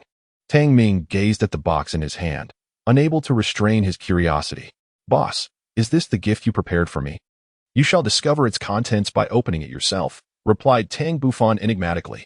The others also displayed expressions of intrigue, casting curious glances at the wooden box held by Tang Ming, secretly speculating about the treasures it might conceal.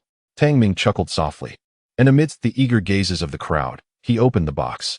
Instantly, a wave of fragrant aroma enveloped him, and in the next moment, a peculiar plant emerged from within. This strange specimen was entirely dark purple, possessing only a stem devoid of leaves, crowned at its apex by a singular purple blossom that exuded an air of oddity. Tang Ming's expression momentarily faltered as he regarded Tang Bufan with confusion. Could it be that the gift capable of enhancing soul power was the peculiar flower nestled within the box? In that instant, not only Tang Ming was perplexed, but even the Tang couple wore expressions of bewilderment and astonishment. Tang Bufan had anticipated their reactions. This was the thunderflower, an exceedingly rare specimen that typically thrived in areas rich with thunderous energy and shadowy ambience. It inherently contained the purest essence of thunder and the quintessence of the sun and moon, boasting formidable abilities to refine one's essence and strengthen one's foundation. In Tang Ming's eyes, a glimmer of brilliance flashed, revealing a sense of urgency as he eagerly inquired, "Boss, how should this be consumed? Should I swallow it directly?" "The essence of the Yulei flower resides entirely within its purple petals. You must pluck it, consume the petals directly, and brew the stamen in water to drink. Afterwards, sit down and cultivate the Hunyuan technique to assimilate the medicinal potency," Tang Bufan replied, casting a sidelong glance at Tang Ming. With that, Tang Bufan handed over a large bowl of pristine mountain spring water that he had prepared in advance. Tang Ming immediately displayed a distressed expression. If he were to finish this large bowl, it would undoubtedly lead to his demise. "Boss, is it possible to abstain from drinking?" Tang Bufan chuckled softly and said, "Certainly. You can give it to Tang Feng. When the time comes, if Tang Feng's soul power soars, it would be nothing short of a testament to my favoritism." Tang Ming smiled sheepishly. "Boss, I can't drink that. My soul power is already 1 level lower than his. If I consume this, wouldn't the gap between us only widen?" With that, he promptly snatched the large bowl from Tang Bufan's hands, adopting a wary demeanor that amused Tang Bufan greatly. Subsequently, Tang Ming casually found a spot in the living room and began to consume the ghost thunder flower, refining its medicinal essence. Shortly thereafter, Tang Bufan retrieved a brocade box from the 33 heavens. Upon opening it, a purple ginseng lay there quietly. Tang Bufan pointed to the purple ginseng and explained, "This is no ordinary ginseng. It is a mutated variant known as the 10,000-year purple ginseng king. It has endured the wrath of heavenly lightning, yet has miraculously survived, continuing to grow until now. My preliminary assessment suggests that its age may be close to 13,000 years, which renders it exceptionally extraordinary. It possesses remarkable properties that invigorate blood circulation, heal internal injuries, and strengthen one's foundation." Pausing for a moment, Tang Bufan cautioned, "Tang Feng, cultivation is a gradual process. One must never be greedy for quick success or exert excessive force, for the body may not withstand it. If it were not for the harmonious origin technique to regulate your body, you would be unaware of the numerous hidden injuries you carry. This 10,000-year purple ginseng king has been specifically selected for you. The method of consumption is quite simple. Just take a small bite and chew. As long as you refine this mutated 10,000-year purple ginseng king, You will undoubtedly eliminate your hidden injuries, strengthen your foundation, and significantly enhance your soul power. Tang Feng's eyes instantly sparkled with excitement. As Tang Bufan had mentioned, his excessive exertion during the practice of the chaotic raining hammer technique had left him with numerous hidden injuries. Now, with the acquisition of this millennia-old purple ginseng king, he was overjoyed and immediately set off to refine it. At that moment, even Qishan, Qingyu, and Yi Zihan gazed at Tang Bufan with fervent eyes, brimming with desire. With a slight smile, Tang Bufan produced 3 blood-red fruits, each the size of a fist, subtly pulsating with arcs of lightning. Among the 3, Yi Zihan was the most eager for power, thus she was the first to inquire, "Big brother Tang, what are these?"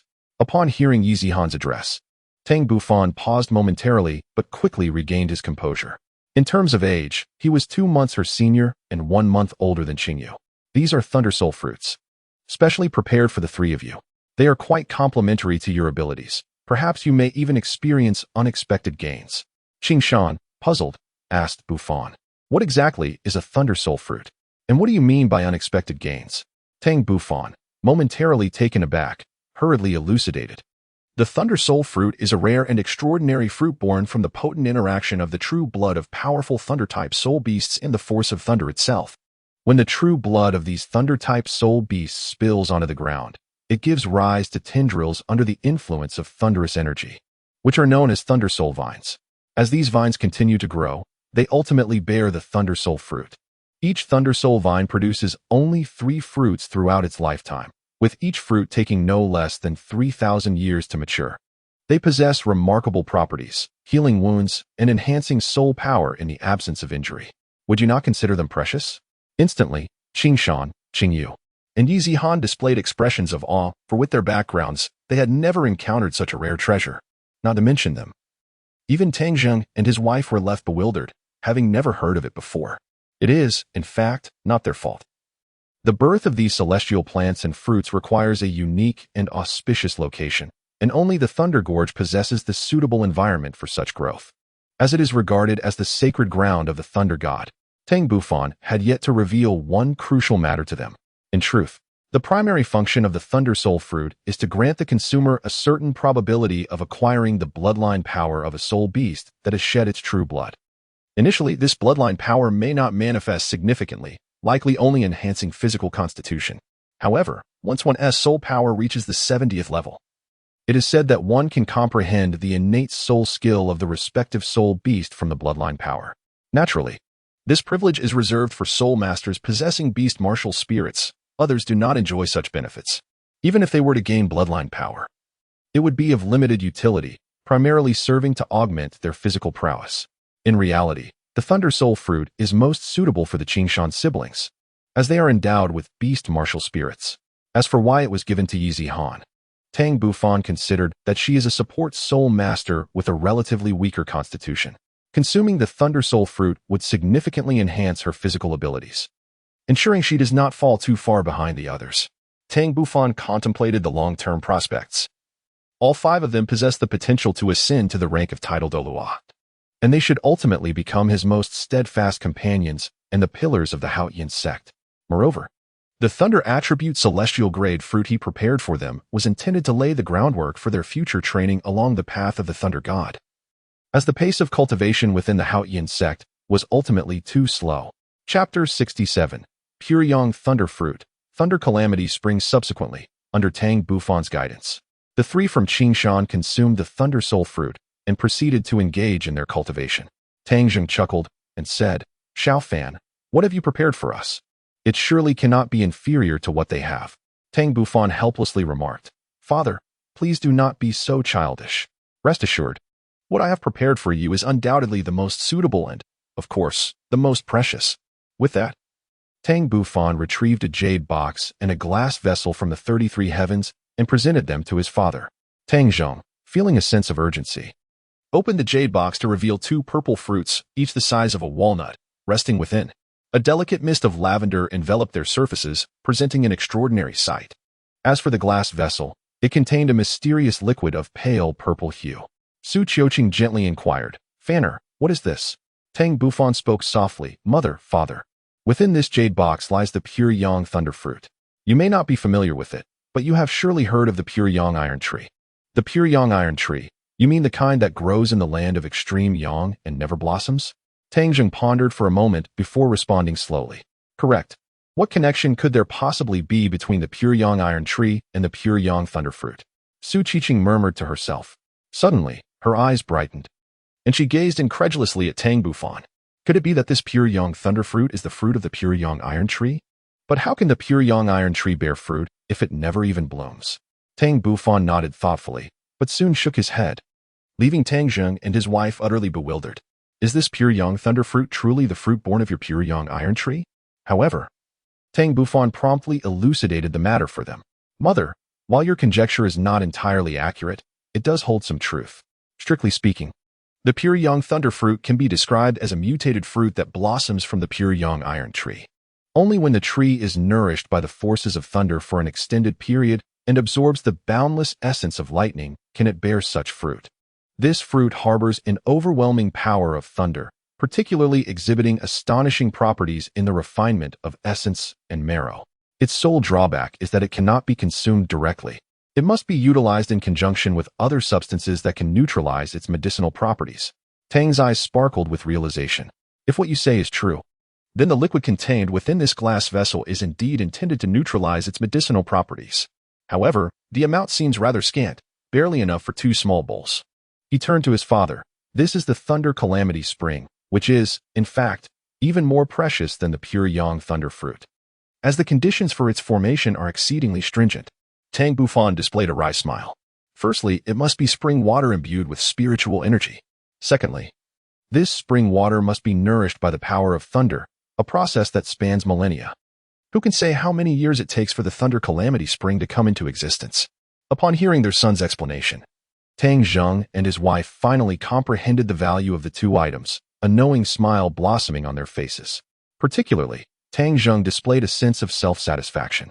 The preparation of these 2 treasures was a reflection of their consideration for their parentage. They had long since missed the optimal period for cultivation. Coupled with their inherent talents, it would be exceedingly difficult for them to ascend to the rank of title Douluo in this lifetime. However, with the pure yang thunder fruit and the thunder tribulation spring to enhance their physiques, a world of possibilities lay ahead. Suddenly, Su Qiqing seemed to recall something and inquired with concern, Fanner, having bestowed such precious treasures upon us, what will you do for yourself? Mother, fret not. I have already partaken of them. You may use them with peace of mind. The method is quite simple. First, consume the pure yang thunder fruit, followed by drinking the thunder tribulation spring. Subsequently, engage in deep-level cultivation through the operation of the Haotian skill.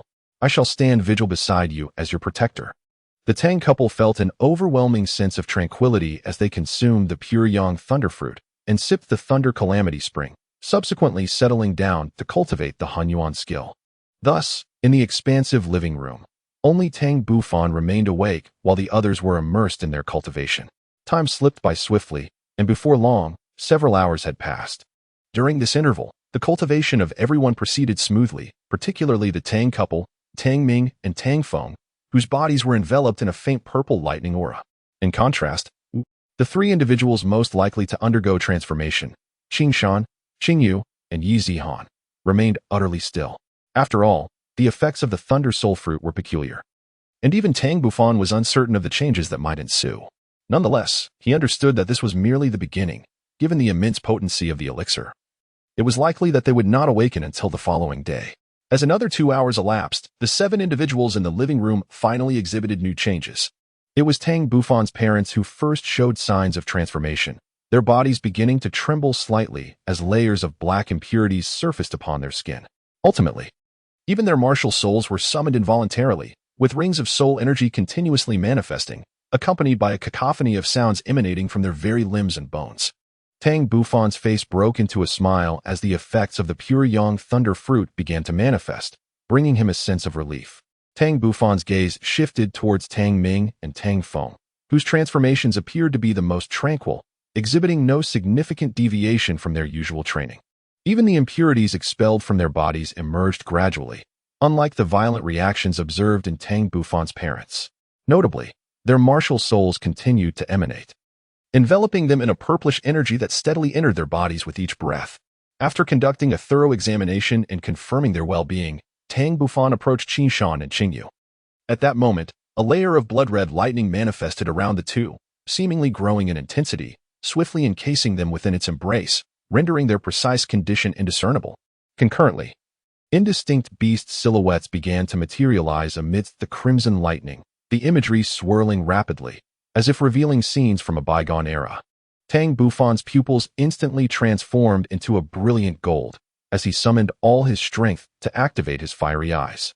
In that moment, he captured every detail of the crimson lightning, revealing 7 distinct images. Unfortunately, these images lacked coherence. Nevertheless, they were sufficient for Tang Bufan to infer the general situation.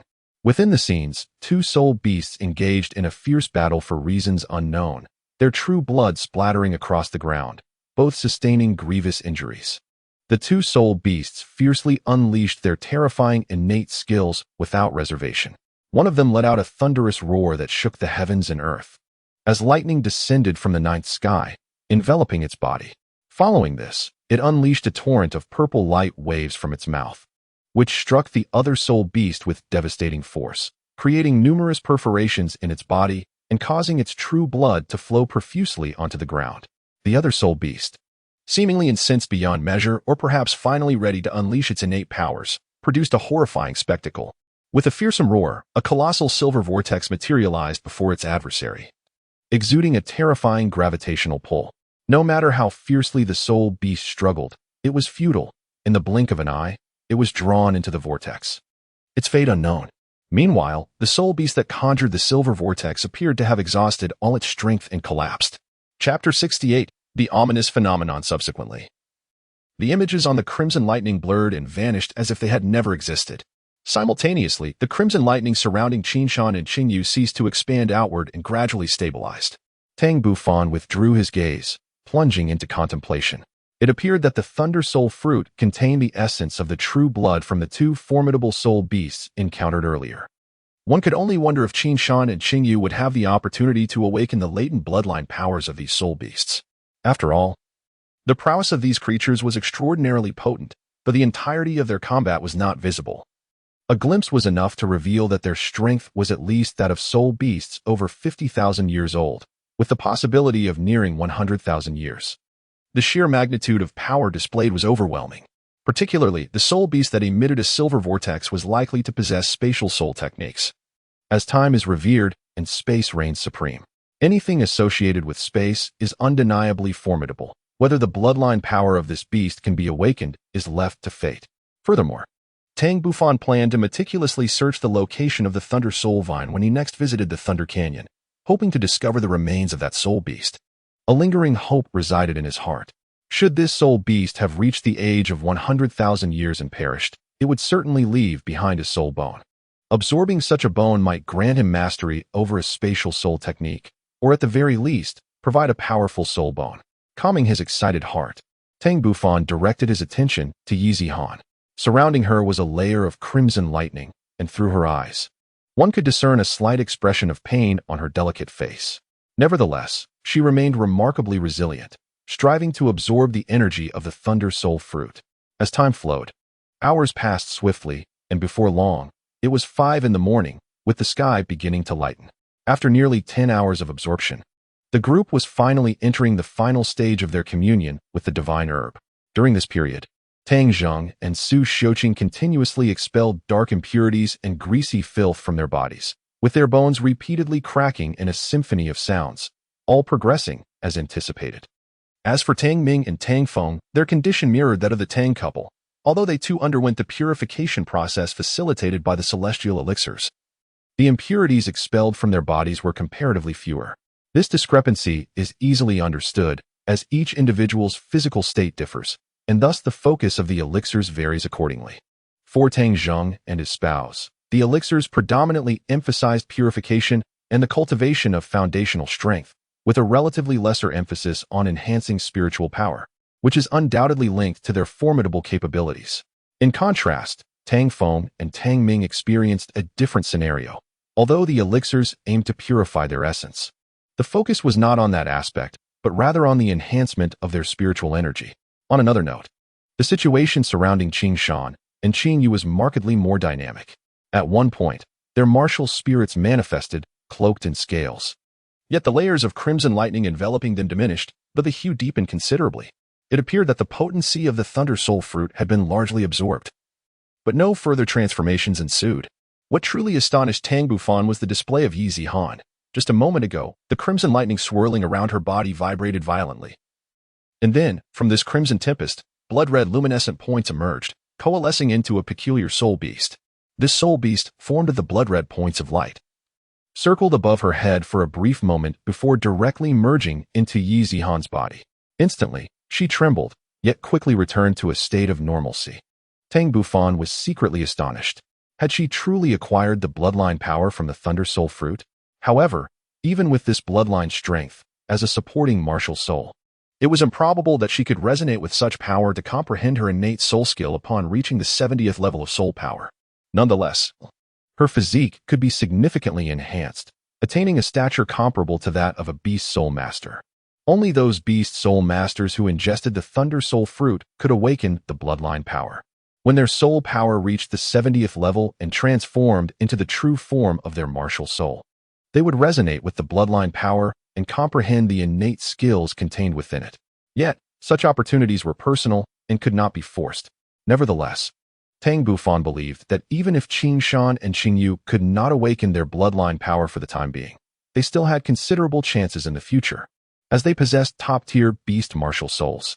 Just then, two faint beast roars suddenly echoed through the living room, interrupting his thoughts. Tang Bufan's expression shifted as he followed the source of the beastly roar, only to find that a deep crimson lightning had unconsciously converged above his head, where a small, blood-colored beast was baring its fangs and claws. A similar transformation occurred with Qingyu, although the blood-colored beast that appeared above her head was distinctly different from the one hovering over Qin Shan, indicating that their awakened bloodline powers stemmed from different origins. In contrast to the ethereal soul beast represented by the crimson light points above Yi Zihan's head, the soul beasts manifesting above Qin Shan and Qingyu appeared more corporeal and less illusory.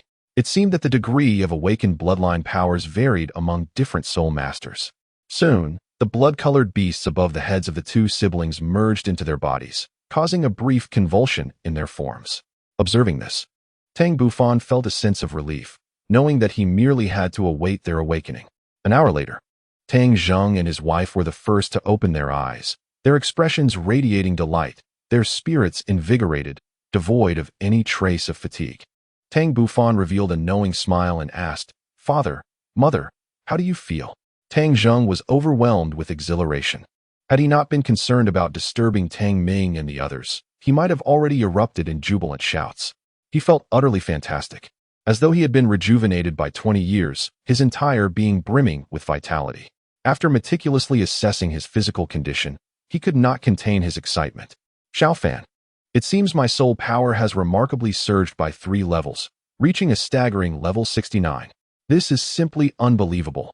At that moment, Su Shouqing also took stock of her internal state, casting a glance at Tang Zheng, her expression radiant with pride. "What are you so pleased about?" "My soul power has ascended by 4 levels, now standing at 60. Tang Bufan advised, "Father, Mother, your bodies have undergone a transformation through the baptism of the immortal fruit. You have been reborn. Henceforth, your cultivation speed will significantly increase, and it is even possible for you to attain the rank of a titled Douluo." Tang Zheng and Su Shouqing were filled with excitement, seemingly unable to believe their fortune. "Xiaofan, can we truly attain the title of Douluo in our lifetime?" "Indeed. You have consumed an exceptionally precious celestial fruit, the effects of which surpass your imagination. I can assure you that you have not fully absorbed its potency. A considerable portion remains dormant within you, requiring extensive cultivation for complete assimilation." Tang Bufan nodded vigorously in agreement. "By the way, Father, Mother, you should head to the bathroom to cleanse yourselves properly, and perhaps change into a fresh set of clothes." Su Shouqing caught a whiff of an unpleasant odor and, glancing at her attire, promptly dragged the bewildered Tang Zheng away from the living room, causing Tang Bufan to chuckle with amusement. Chapter 69. Individual Transformations 10 minutes later. Tang Ming and Tang Feng regained consciousness in succession. Upon seeing the beaming Tang Bufan, Tang Ming exclaimed with fervor, "This is incredible. Boss, your gift is truly remarkable." My soul power has surged by 5 levels or more. Once I acquire another soul ring, I will also become a soul master. Just imagine, an 11-year-old soul master. It's exhilarating. Tang Bufan remained unfazed, treating his brother with familiarity, insisting there was no need for formality. He further remarked that since they acknowledged him as their leader, their lack of strength would only serve to tarnish his reputation. Meanwhile, Tang Feng, unable to tolerate Tang Ming's smugness, teased him, suggesting that not everyone was a soul master, and reminded him to lower his voice, as brother Qi Shan and the others were still engrossed in their training. Prompted by Tang Feng's reminder, Tang Ming belatedly recalled that the living room was not solely occupied by the 3 of them. He quickly covered his mouth and cautiously glanced around, relieved to see that Qi Shan and the others remained focused on their cultivation. Casting a glance at Tang Feng beside him, Tang Ming, with a hint of defiance, declared, "Don't get too carried away, Tang Feng. Just because you had the upper hand in the past doesn't mean you will always do so. The tides of fortune shift. Next year, it will be my turn." Tang Feng disdainfully curled his lips, choosing not to retort. Upon witnessing this, Tang Bufan chuckled lightly and remarked, "Well, while you indulge in this banter, do you not feel an overwhelming sense of discomfort?" Tang Ming and Tang Feng were momentarily taken aback, but upon being reminded by Tang Bufan, they realized that they indeed felt somewhat unwell. A glance at each other's outer garments clarified everything. They hurried back home without delay.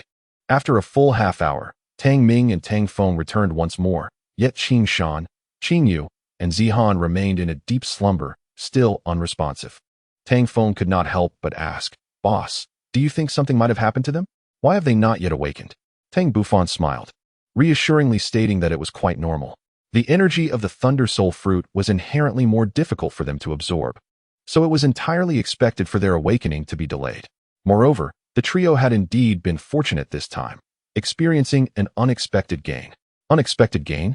Tang Feng and Tang Ming exchanged puzzled glances.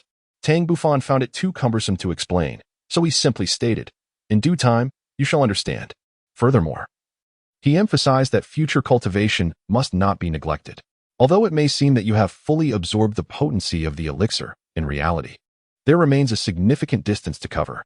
The essence of the medicine still lies dormant within your bodies, requiring a lengthy period to be entirely assimilated. Tang Ming and Tang Feng nodded in a semblance of understanding. Upon your return, do not rush into hunting soul beasts. Instead, devote a month to rigorous training before you seek the 3rd soul ring. Your current soul power is somewhat unstable. It requires thorough refinement to be fully mastered. Tang Bufan advised earnestly. Tang Ming and Tang Feng nodded solemnly. Subsequently, the 3 of them took their seats in the living room, awaiting the awakening of Qin Shan and his companions. After an interval of 2 hours, Qin Shan and his companions finally completed their meditation and emerged from their trance.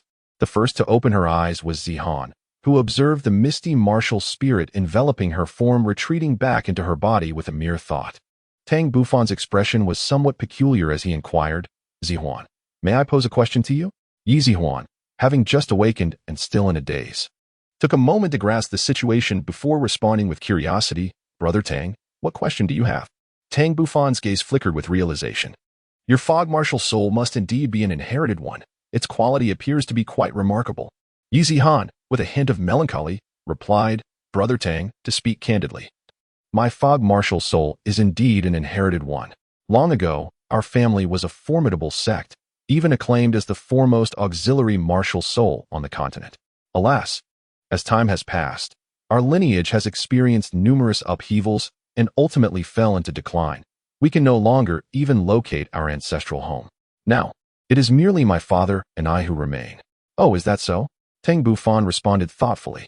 At that moment, Qin Shan and Qin Yu awakened, their excitement palpable. After a brief pause to compose themselves, Qin Shan earnestly expressed, "Bufan, we are immensely grateful to you for bestowing such a significant gift upon us. We are at a loss as to how we might repay your kindness." Qin Yu and Zihan echoed their sentiments of gratitude.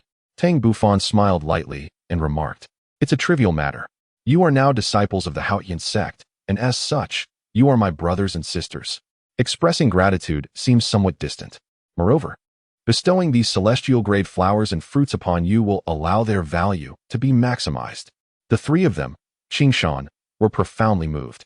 Regardless of Tang Bufan's motivations for gifting them a celestial-grade plant, the outcome was undeniably beneficial for them. When Qingshan first arrived at the Haotian Sect, his soul power was at the 31st level. After a year of diligent cultivation, he had reached the 34th level. Following the absorption of the Thunder Soul Fruit, his soul power surged by 6 levels, and with just one more soul ring, he would ascend to the Soul Sect. Could one blame him for his exhilaration? Qingyu and Zihan both possess soul powers at the 25th level, merely a step away from the 26th.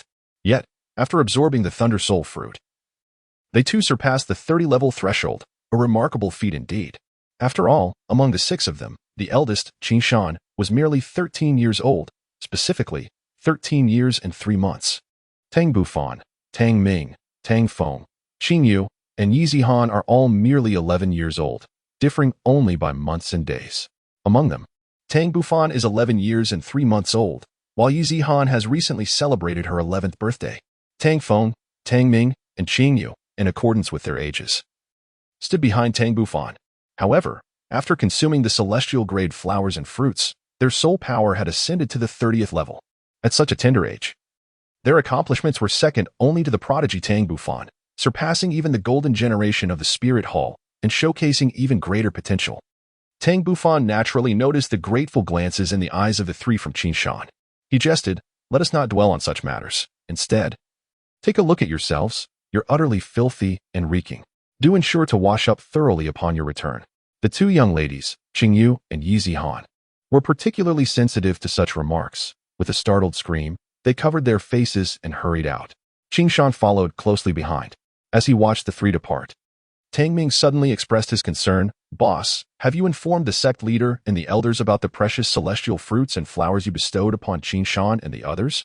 Furthermore, if the other clansmen become aware of this, it may incite discontent among them.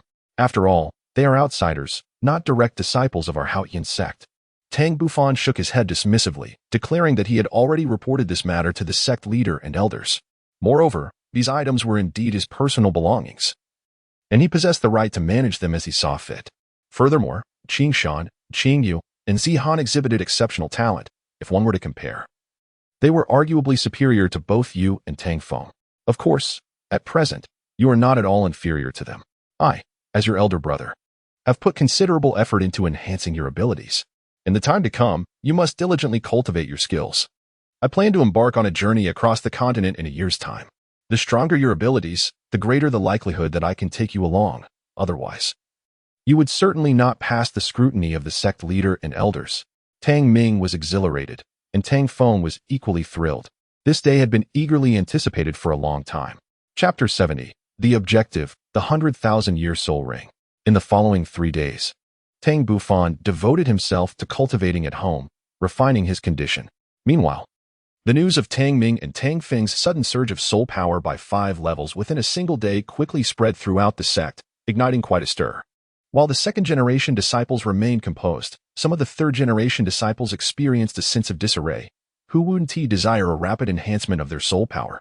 They flocked to inquire with Tang Ming and his companions about the methods to elevate their soul strength.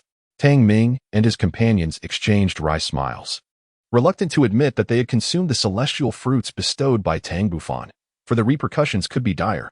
Ultimately, it was a few elders who intervened, chastising those disciples seeking shortcuts, thereby quelling the unrest. On this day, in the rear courtyard of Haotian Sect, Tang Xiao summoned all disciples of the sect to gather and witness Tang Bufan as he absorbed the divine-given soul rings. Tang Xiao had his own considerations.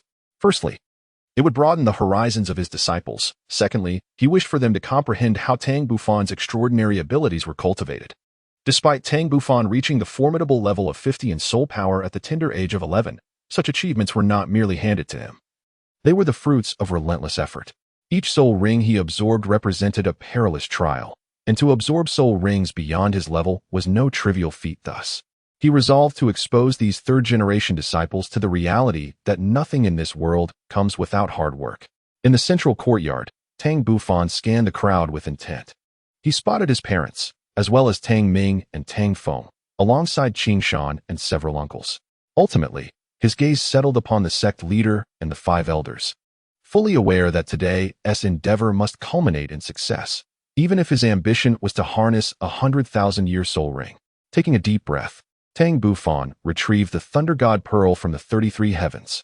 This exquisite orb, translucent and resembling crystal, pulsed with swirling violet mist within, emanating a mysterious radiance under the sun's gentle illumination. Tang Bufan no longer hesitated. He flicked the Thunder God Pearl upwards. With a soft pop, the pearl shattered, releasing a dense purple mist that cascaded downwards, engulfing Tang Bufan in an instant.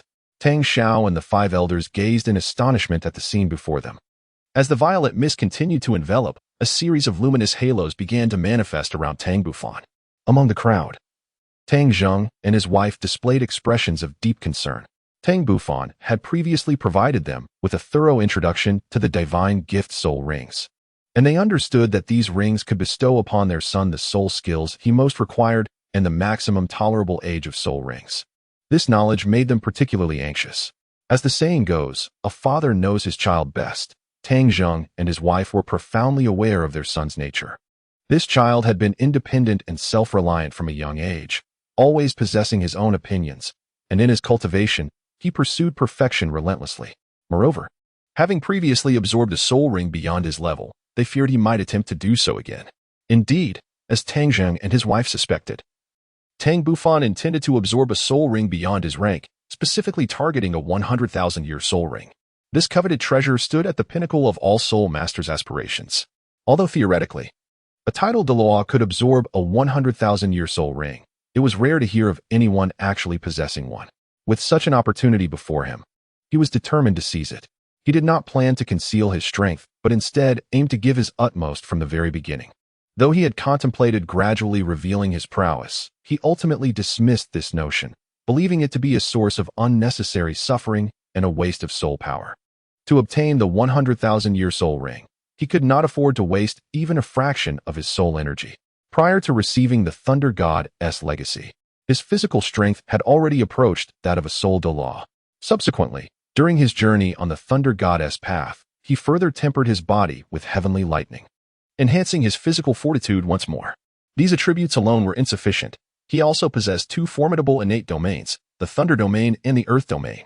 The power of these domains grew stronger with each advancement in his strength, transforming and increasing in might with each level he ascended. Additionally, he had 3 soul bones. The skull bone and the phoenix wing were both nearly 100,000-year soul bones, capable of providing him with significant enhancement. As for the thunder horn on his forehead, although it initially was merely a 1,000-year soul bone, after absorbing the power of lightning multiple times, it had evolved and was now nearly equal in prowess to the other 2 soul bones. Finally, a nascent form of divine consciousness had taken shape in his mind, ensuring that he remained aware even amidst great suffering. These were all his trump cards and the foundation of his confidence in striving for the 100,000-year soul ring. Immediately thereafter, a purple and yellow halo emanated from his body, expanding outward under his control until it reached a distance of 1 meter before halting. This was merely the beginning. In the next moment, a single horn erupted from Tang Bufan, crackling with electric light, releasing an aura of devastation. Then, a pair of fiery red wings unfurled from Tang Bufan's back, while his mind achieved a state of singularity.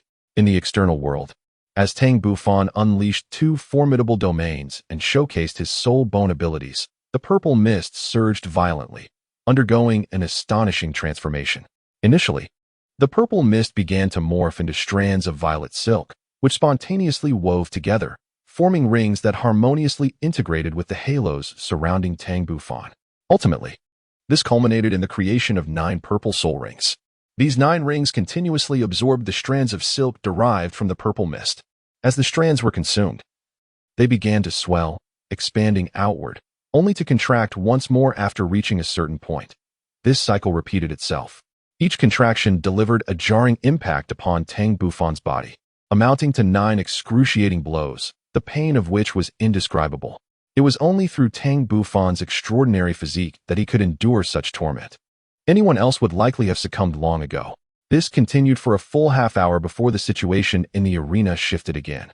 The 9 purple soul rings seemed to have absorbed a sufficient quantity of violet strands, their hue darkening, and after a violent tremor, they transformed into black rings.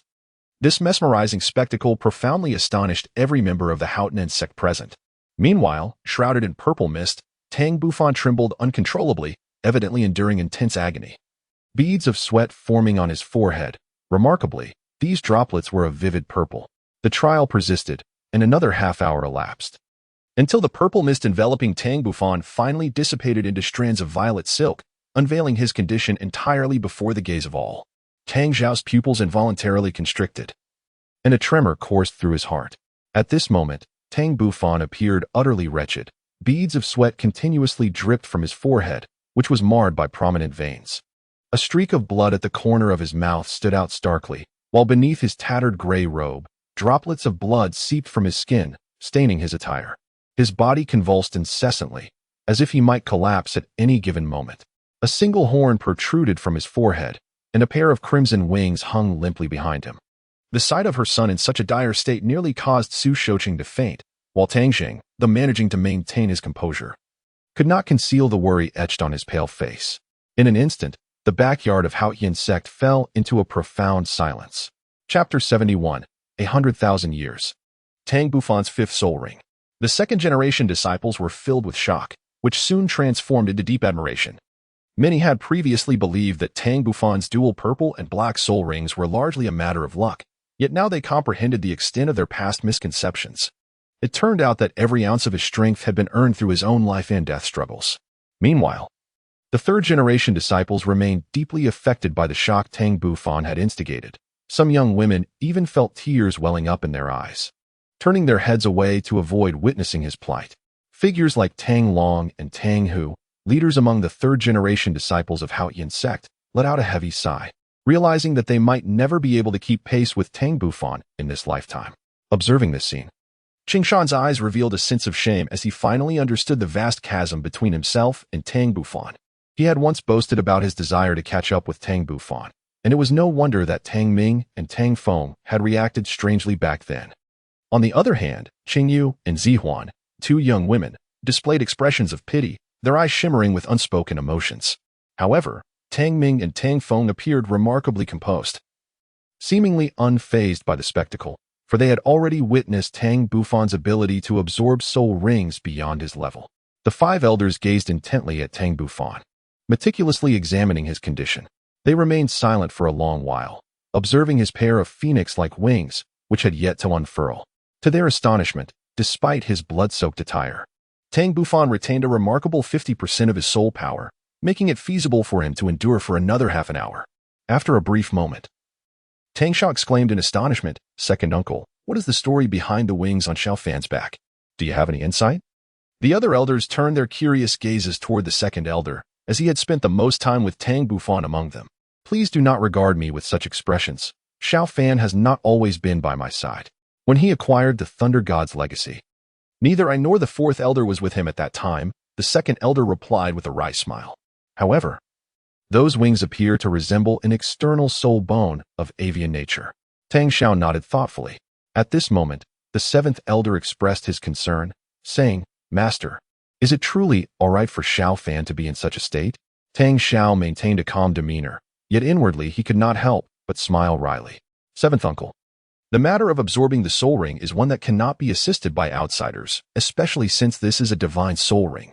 Moreover, it is evident that this child has no intention of giving up and continues to absorb soul energy. Elder 7 merely seeks peace of mind. He understands these principles well. However, Tang Bufan is the hope of the Haotian Sect, and we must ensure that nothing goes awry." Surrounded by 9 ebony soul rings, Tang Bufan continued to absorb the ethereal purple threads. As the absorption progressed, the hue of the black soul rings grew increasingly profound. With each contraction of the rings, Tang Bufan's body seemed to be struck by lightning, his visage contorted in excruciating agony, blood trickling steadily from the corners of his mouth. Ultimately, his body began to sustain damage. Yet at that critical moment, the phoenix wing played a pivotal role. Its unparalleled healing prowess not only mended his injuries, but also replenished his soul power.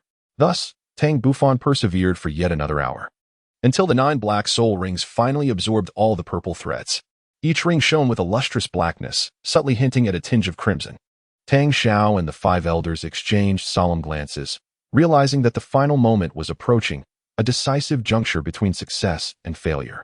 They speculated that Tang Bufan must merge his 9 black soul rings into a singular entity for the endeavor to be deemed successful. However, they could not ascertain what rank this new soul ring would possess. Yet, one thing was indisputable. The amalgamation of the 9 black soul rings would undoubtedly give rise to a soul ring of superior age. Could it possibly be the legendary 100,000-year soul ring? Tang Xiao and the 5 elders awaited with bated breath, their anticipation not unfounded but rather rooted in substantial evidence. The 9 black soul rings encircling Tang Bufan had a minimum age exceeding 90,000 years, not to mention the formidable level attained through the fusion of these rings. At that moment, the 9 black soul rings began to merge. A blinding radiance erupted from them, accompanied by a powerful surge of soul energy that rendered everyone, including Tang Xiao and the 5 elders, temporarily blind, obscuring their view of Tang Bufan's condition. Simultaneously, Tang Bufan was subjected to an unimaginable force. His body racked with excruciating pain, causing blood to flow from all 7 orifices.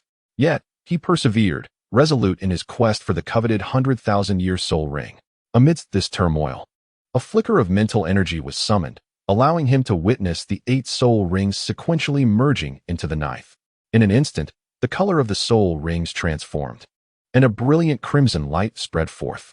Indeed, upon the unification of the 9 black soul rings, a metamorphosis occurred, culminating in the manifestation of the 100,000-year soul ring that Tang Bufan had longed for. As his body trembled violently, he coughed up a mouthful of blood, nearly becoming a figure of crimson.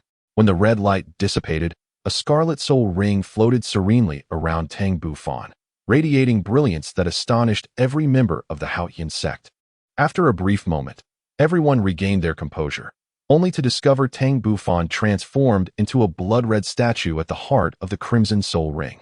Tang Xiao and the 5 elders were the first to regain their composure, their gazes fixated upon the Crimson Soul Ring, their bodies trembling with an overwhelming sense of incredulity that rendered them momentarily speechless.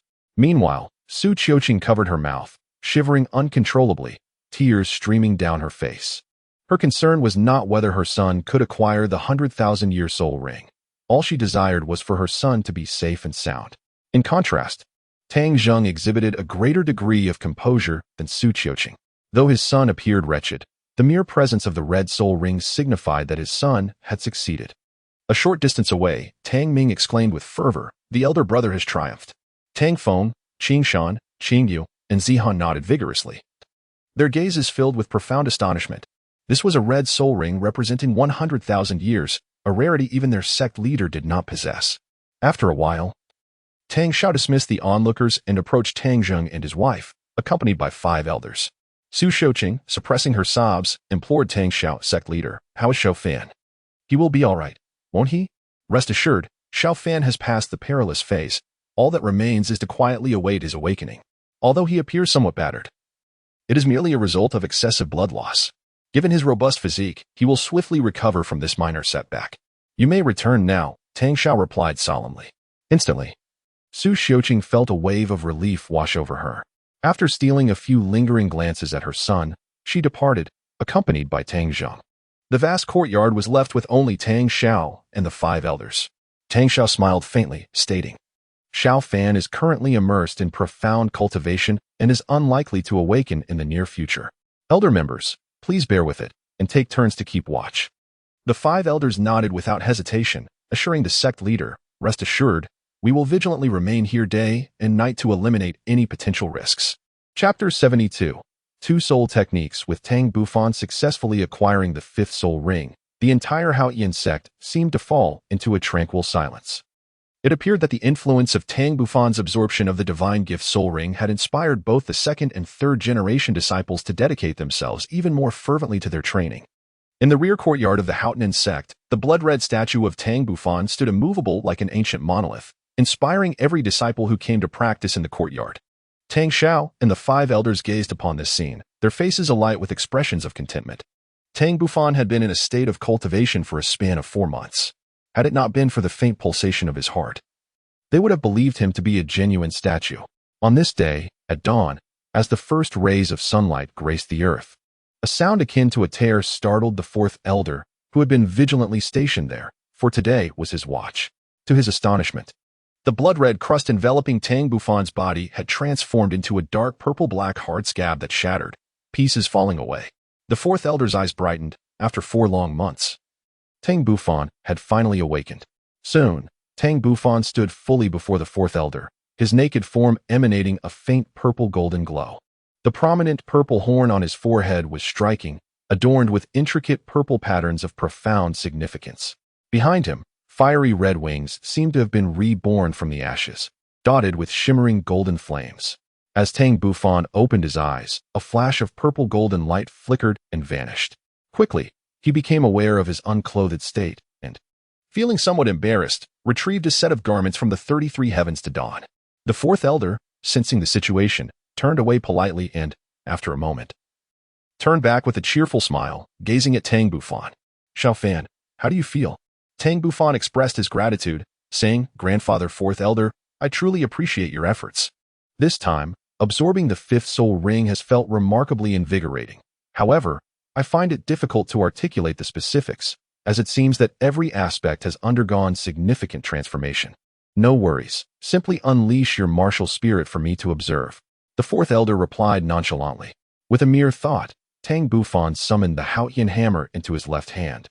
As 5 soul rings, 2 purple, 2 black, and 1 red, rose majestically from beneath his feet.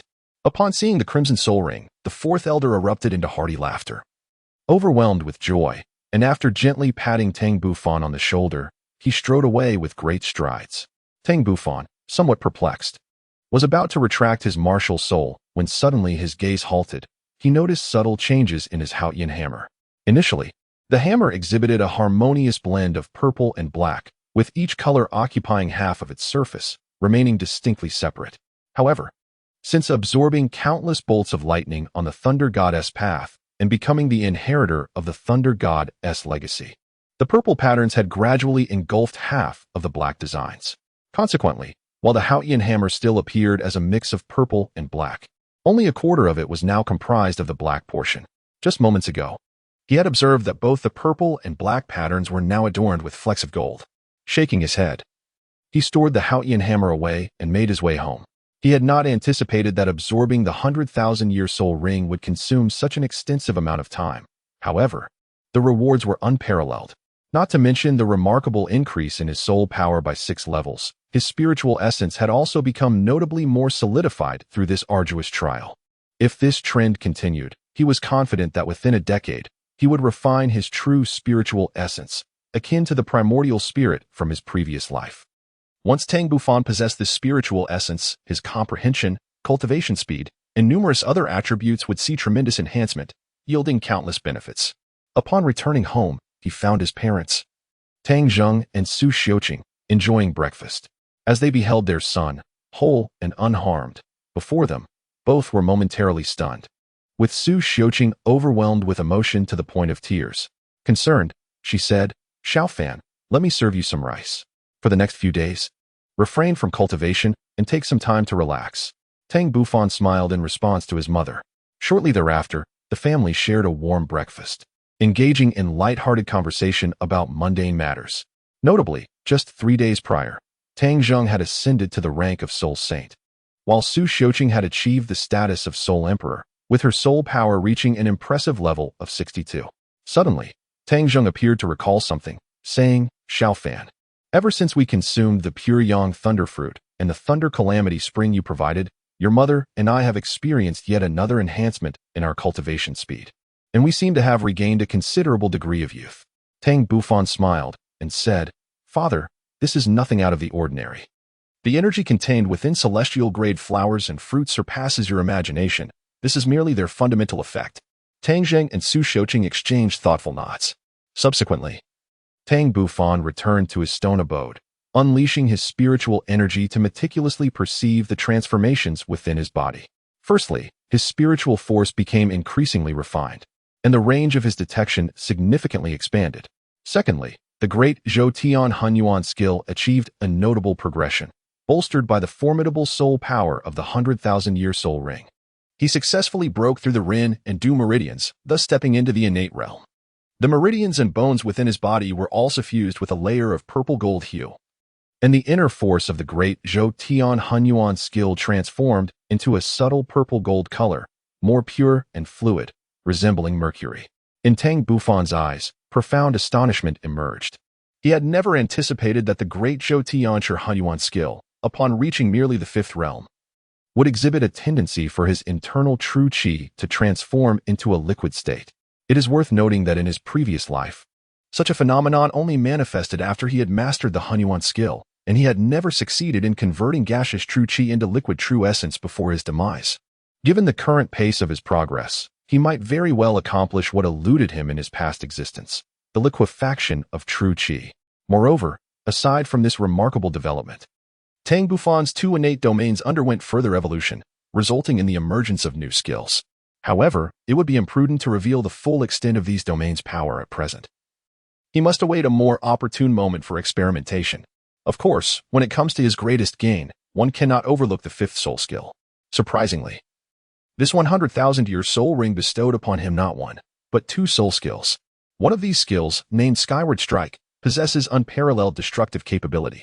The most terrifying aspect of this ability is its unavoidable nature. Once locked onto a target, there exists no alternative but to confront it head-on. When invoking this skill, a colossal figure manifests behind him, wielding a massive hammer that it brings down with tremendous force upon his adversaries. Tang Bufan could vividly envision that scene. The terrifying might of the Soul Emperor would undoubtedly be unbearable, potentially reducing him to mere pulp. It remained uncertain whether the Soul Sage could withstand such force. If he could, how many blows could he endure? Another soul skill at his disposal was the Haotian Guardian, which possessed absolute defense, rendering it impervious to any assault for a duration of 1 minute. Tang Bufan felt immense satisfaction with these two fifth-level soul skills, one for offense and one for defense, forming a splendid harmony. With the addition of domain abilities and the power of soul bones, he felt confident enough to contend with even the mightiest of opponents. Even if he were to encounter someone stronger, he believed he could retreat unscathed. It seemed that his plan to venture into the continent for training could soon be set in motion. However, before that, he needed to visit the Misty Forest to meet Shao Qi, as only half a year remained from their original 5-year agreement. Furthermore, he intended to bring along Yi Zihan. From the first moment he discovered her martial soul, Mist, he had harbored suspicions regarding the connection between the Mist God and Yi Zihan, as the coincidences were simply too remarkable. As he delved deeper into understanding her, Tang Bufan increasingly believed that Yi Zihan might be a descendant of the Mist God, and the ancestral land she sought could very well be the temple of the Mist God. Of course, all of this required further validation. Chapter 73. The ranking competition outside Haotian Peak. Tang Bufan gazed blankly at the distant peaks shrouded in mist. After a while, a serene young girl approached him. Tang Bufan did not turn back, exclaiming, "Zihuan, you have arrived. Brother Tang, may I inquire what matters you wish to discuss with me?" Knight Zihuan inquired, her face adorned with curiosity. "The last time we spoke, you mentioned your desire to locate the ancestral grounds of your family. Might you enlighten me about the nature of these ancestral lands? Perhaps I could be of assistance," Tang Bufan replied, shrouded in a veil of mystery. This was the first occasion Knight Zihuan had the opportunity to observe closely this young man who had repeatedly conjured legends within the Haotian Sect. His obsidian eyes resembled the enigmatic night sky, and a faint smile graced his handsome visage, exuding an unparalleled charm. Averting her gaze slightly, Knight Zihuan fell into a brief silence before responding, "Brother Tang, to speak candidly, our knowledge of the ancestral grounds is rather limited, confined to a single phrase that has been passed down through generations." Tang Bufan's eyes flickered with a hint of understanding, pondering the meaning of the phrase. By the shores of Qing Shui Lake stood the White Jade Pavilion, with the Valley of Mist shrouded in mystery beyond its exterior. Yi Zihan's delicate face was marked by exasperation, for this phrase had been deciphered countless times before, leading to the conclusion that the White Jade Pavilion was indeed the ancestral land and origin of the Yi family. Yet, the location of the Valley of Mist remained elusive. A glimmer of brilliance flickered in Tang Bufan's eyes as he hesitated for a moment before slowly speaking. "Perhaps I know the whereabouts of the Misty Valley." Knight Zihan's eyes revealed a look of disbelief as she regarded Tang Bufan with suspicion. The Yi family had searched for this elusive Misty Valley for countless years without a trace, so how could he possibly know its location? This seemed rather too coincidental. Did it not?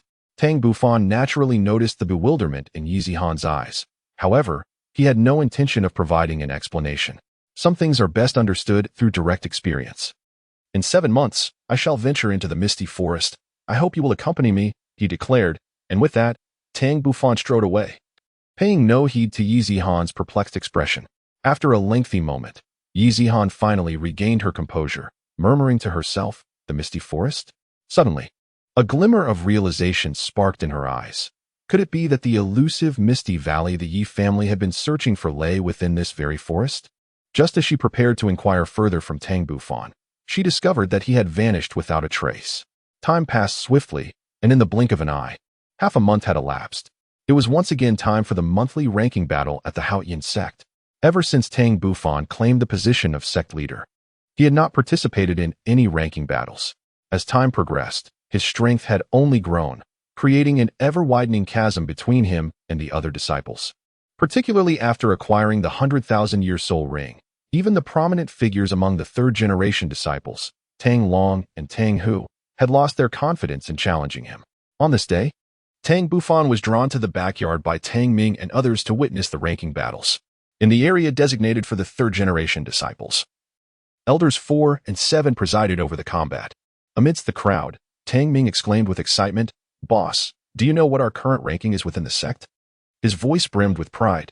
Tang Bufan pondered for a moment and recalled, "I believe it was slightly over 40, wasn't it? Boss, that was an achievement from more than a year ago.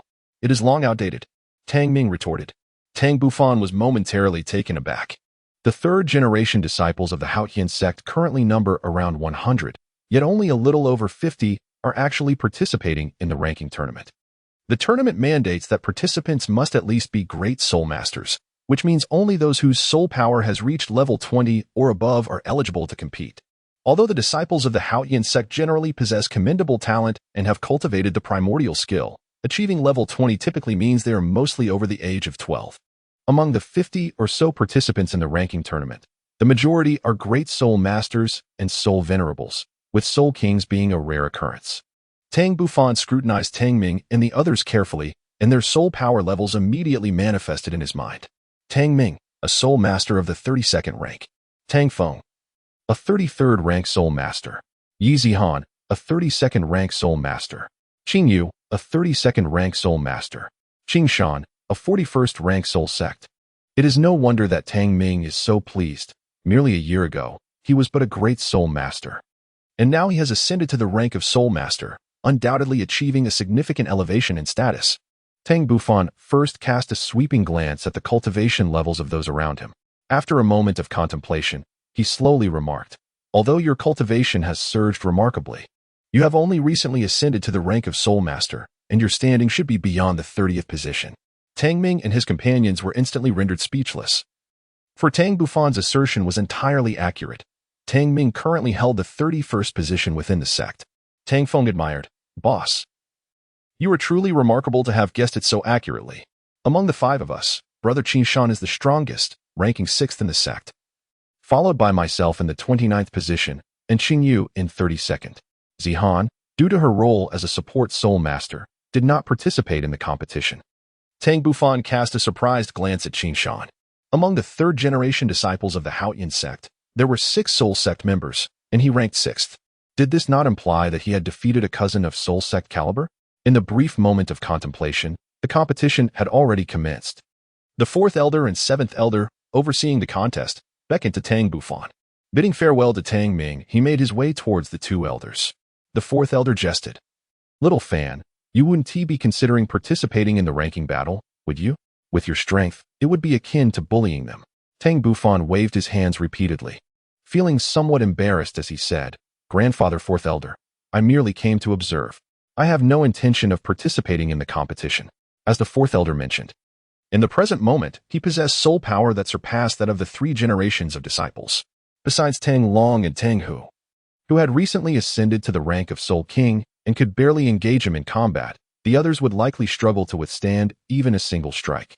Suddenly, the 7th elder, with a penetrating gaze, inquired, "Little fan, do you harbor any interest in engaging in a contest with your uncles and cousins?" Upon hearing this, not only was Tang Bufan taken aback, but even the 4th elder appeared astonished. Among the 2nd-generation disciples of the Haotian Sect, the weakest was already at the level of Soul Emperor, and excluding the sect leader, the strongest among them had attained the formidable rank of Soul Douluo at level 84. Tang Bufan is now a Soul King at level 56.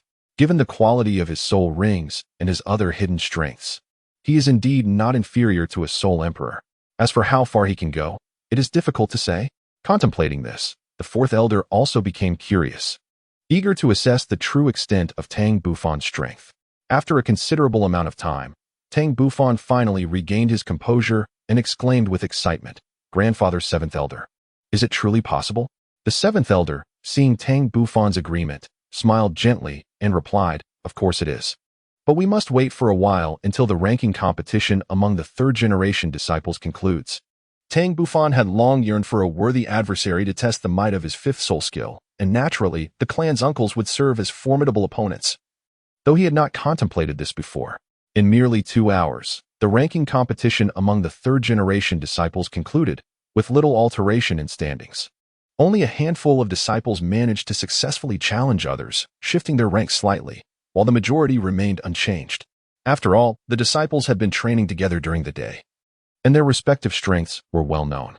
The purpose of the clan's ranking competition was to foster mutual competition and encourage one another. Chapter 74. Challenge of the Soul Sage. In this ranking competition, Tang Long once again dominated the field, for a level 52 Soul King is not to be trifled with. Following him was Tang Hu, whose soul power reached level 51, albeit slightly inferior to Tang Long. Then came Tang Hai, Tang Tian, Tang Yu, and finally, Qi Shan. Once more, Qi Shan failed to surpass Tang Yu. Aside from being 3 levels lower in soul power, his lack of combat experience was also a significant disadvantage. In Tang Bufan's perspective, it would be challenging for Qi Shan to surpass his cousin Tang Yu in the near future. Tang Yutong has been trained in the sect since childhood, and combined with his considerable talent, his comprehension of the Hunyuan skill surpasses that of Qi Shan.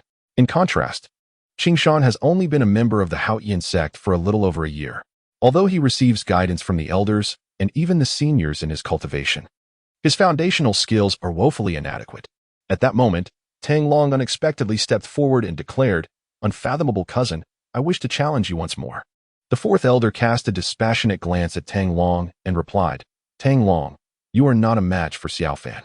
What purpose does this serve?" Tang Long's expression was solemn as he spoke. "Elder Fourth, I am fully aware that I am no match for my remarkable cousin. Yet I yearn to comprehend the extent of our disparity. Furthermore, my brothers are eager to witness the true prowess of our illustrious kin.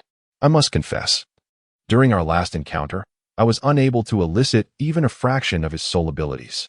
The fourth elder pondered for a moment, recognizing the validity in Tang Long's words. However, he shook his head and declined Tang Long's challenge. "Do not rush, Tang Long. You shall soon witness the full extent of Xiaofan's capabilities. Perhaps it would be wise to observe his strength before deciding whether to challenge him." Tang Long, filled with reluctance, inquired, "Fourth elder, why is that?" At this moment, the seventh elder spoke up, revealing a straightforward reason. Xiaofan is about to participate in the ranking competition for the second-generation disciples. Tang Long shuddered in disbelief as he gazed at Tang Bufan. Could it be that he intended to participate in the ranking competition for the second-generation disciples? He was acutely aware of the formidable prowess possessed by the various uncles and aunts within the sect. The youngest among them was already over 40 years of age, and even the weakest boasted a Soul Emperor rank of at least 65. Furthermore, their extensive training periods had endowed them with unparalleled combat experience. What could he possibly offer as a challenge? Tang Bufan did not respond to Tang Long, yet he nodded earnestly. Subsequently, the second elder and the fourth elder dismissed numerous third-generation disciples, taking only Tang Long and 7 other members of the Soul Clan, totaling 8 individuals, toward the training area designated for the second-generation disciples. There, 2 second-generation disciples were engaged in an ultimate showdown under the supervision of Tang Xiao and 3 other elders. These were 2 robust middle-aged men wielding colossal Haotian hammers, clashing relentlessly, their surging soul power radiating outward. Had it not been for the presence of the sect leader and several elders safeguarding the periphery, the potential for catastrophic destruction would have been immense. The 8 luminous soul rings hovered around them, clearly indicating that both men were formidable Soul Douluo. Tang Bufan's gaze flickered slightly. As far as he knew, among the second-generation disciples, only 3 uncles had attained the Soul Douluo realm. They were Tang Qing, the son of the second elder, Tang Yun, the father of Tang Long, and Uncle Tang Lin, Among them, Uncle Tang Yun's soul power had reached level 82, while both Uncle Qing and Uncle Tang Lin possessed a level of 81. Soon, the fourth elder led Tang Bufan and the others to stand behind the sect leader. Tang Xiao exclaimed in astonishment, "Elder 4, what is the meaning of this?" Elder 4 smiled and replied, "Firstly, I wish to broaden the horizons of Tang Long and the others. Secondly, Old 7 and I have decided to allow Xiao Fan to hone his skills." In Tang Xiao's eyes, a glimmer of understanding flashed as he comprehended the implications of the fourth elder's words. Indeed, Tang Bufan's prowess had already transcended that of the third-generation disciples, with only the second-generation disciples of the sect capable of challenging him. Although he possessed merely a soul power of 56 levels, he could undoubtedly engage in battles beyond his rank. Observing his eager demeanor, Tang Xiao found no reason to oppose. It presented a splendid opportunity to gauge the extent of his abilities. Meanwhile, the clash between Tang Qing and Tang Yun reached its climax, with their 8 soul rings illuminating the arena. A violent collision ensued, unleashing powerful shockwaves that reverberated outward, instilling a sense of trepidation in Tang Long and the others. Fortunately, the sect master and the elders stood before them as a protective barrier. After a prolonged period, the battle concluded with Uncle Tang Yun emerging victorious, thereby ending the ranking competition. At that moment, Tang Xiao stepped into the center of the arena, his gaze sweeping across his brothers. "Brothers," he proclaimed, "though the ranking competition has concluded, it does not signify the end of challenges. Next, third-generation disciple Tang Bufan shall issue a challenge to all of you." These words incited an immediate uproar among the gathered crowd. "Sectmaster, could this be deemed too hasty?" Regardless of the exceptional quality of Tang Bufan's soul rings, he remains merely a level 56 soul king, and at not yet 12 years of age, is it not premature for him to challenge us? An objection was promptly raised. Tang Xiao cast a meaningful glance at his 73rd level cousin, saying, "Tang Fei, ambition knows no age. Moreover, how could Xiao Fan be compared to an ordinary soul king? Even in the absence of a 100,000-year soul ring, his strength surpasses that of a typical soul king. Furthermore, one can easily surmise that the soul abilities bestowed upon him by the 100,000-year soul ring are extraordinarily formidable, likely exceeding the power of the 6 soul abilities of most soul emperors." Tang Fei still felt uneasy, although the sect leader's words seemed to hold some truth. What battle experience could a mere 11-year-old child possess? Upon witnessing this, Tang Xiao suddenly remarked, "Tang Fei, why not take the opportunity to assess Tang Bufan's prowess?" Tang Fei was taken aback. After all, he was a soul sage. How could the sect leader possibly ask him to engage in combat with a soul king? Was this not a profound insult? Did the sect leader truly believe that Tang Bufan's strength had ascended to the level of a soul sage? How could that be? Contemplating this, Tang Fei readily acquiesced to the leader's request, eager to ascertain just how formidable this Tang Bufan truly was. Upon Tang Fei's agreement, Tang Xiao summoned Tang Bufan and instructed, "All right, Xiao Fan, this is your uncle Tang Fei. You should be familiar with him. Showcase your abilities so he may offer you guidance." Tang Bufan naturally recognized Tang Fei and respectfully said, "Little Fan pays his respects to Uncle Fei. I kindly ask for your guidance." Although Tang Fei feigned reluctance, he held no ulterior motives. At that moment, seeing the child's exceptional politeness, he gently remarked, "Ah, you are the young one from the Tangzheng family. Do not hold back. Unleash your full strength, and I shall receive it." Tang Bufan responded politely. Upon witnessing this, Tang Xiao's lips curled into a subtle smile. Although he was uncertain about the extent of Tang Bufan's strength, he comprehended that a soul ring of 100,000 years would undoubtedly endow Tang Bufan with extraordinarily formidable soul abilities. If Tang Fei were to underestimate him, he might find himself at a significant disadvantage. In the distance, Tang Jing, who had just ascended to the rank of soul sage, wore a countenance filled with concern. He was acutely aware of the terrifying prowess of his brother, and while his son was indeed prodigious, could he truly contend with an opponent capable of manifesting their martial soul in its true form? Subsequently, Tang Xiao instructed everyone to clear the area, as he and several elders positioned themselves strategically, prepared to intervene at a moment's notice to avert any unforeseen occurrences. Tang Long and the others did not dare to blink. For this time, they would finally witness the full extent of Tang Bufan's abilities. Chapter 75, Suppression of the Soul Saint. Tang Fei stood with his hands clasped behind his back, a smile gracing his lips as he gazed at Tang Bufan, patiently awaiting his initiation.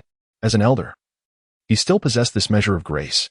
Tang Bufan took a deep breath, standing before a soul saint of the Haotian Sect, not daring to exhibit any carelessness. Without hesitation, he summoned the Haotian hammer. Simultaneously, a circle of violet energy emanated from the Haotian hammer, swiftly enveloping Tang Fei within its grasp. Inside this violet domain, flashes of lightning danced, intricate bolts weaving throughout the entire expanse, exuding an aura of annihilation. Tang Fei did not immediately depart from the thunder domain. Rather, he meticulously absorbed the formidable essence of the realm. After a brief moment, a frown creased his brow. Within Tang Bufan's thunder domain, his own strength was unexpectedly subdued, allowing him to exert only 90% of his true power. Nevertheless, even at this diminished capacity, he remained a force that a mere Soul King could not contend with. After the transformation of Tang Bufan's thunder domain, its true power gradually revealed itself.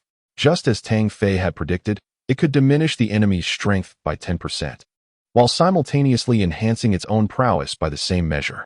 Thunder possesses the terrifying ability to annihilate all, so how could it merely be limited to the capacity for paralysis? Tang Bufan understood that although he had diminished his uncle Tang Fei's strength by 10%, the remaining power was still formidable. If he wished to secure victory, engaging in close combat would be a prudent choice, for it would ensure that Tang Fei remained under the influence of the domain. Tang Bufan was resolute, wielding the Haotian hammer as he charged forward with great speed. Upon witnessing Tang Bufan's advance, Tang Fei displayed a flicker of surprise in his eyes. This young lad surprisingly did not utilize his 10,000-year soul skill at the first opportunity, but instead opted for the chaotic cloak hammer technique. Was he not courting disaster? In light of this, allow me, as your elder, to impart some wisdom regarding hammer techniques. In the next moment, Tang Fei summoned his Haotian hammer and swiftly rushed towards Tang Bufan as well. A glimmer of astonishment flickered in Tang Bufan's eyes, for he had not anticipated that Uncle Tang Fei would not immediately withdraw from his domain. It appeared that he possessed a considerable degree of confidence in himself. Tang Bufan's lips curled into a subtle smile. Given the circumstances, he would not hold back any longer. This was a clash of pure might. As the two Haotian hammers, one large, one small, one purple, the other black, collided with tremendous force, sending waves of purple-black energy rippling outward. Remarkably, Tang Bufan did not get launched backward immediately, despite the staggering 17-level difference in soul power between them. However, he could only endure for a brief moment before being forced back, stumbling over a dozen steps, his left arm slightly numb. On the other hand, Tang Fei, the soul sage, also staggered back 7 or 8 steps, his face a picture of astonishment as he gazed at Tang Bufan, seemingly still reeling from the unexpected reversal. The crowd erupted in astonishment. It was utterly inconceivable that a 56th-level Soul King could push back a 73rd-level Soul Sage in such a direct confrontation. Tang Long and Tang Hu exchanged glances, pondering whether this was indeed the true extent of Tang Bufan's formidable prowess. Was he truly surpassing the Soul King and nearing the realm of the Soul Saint?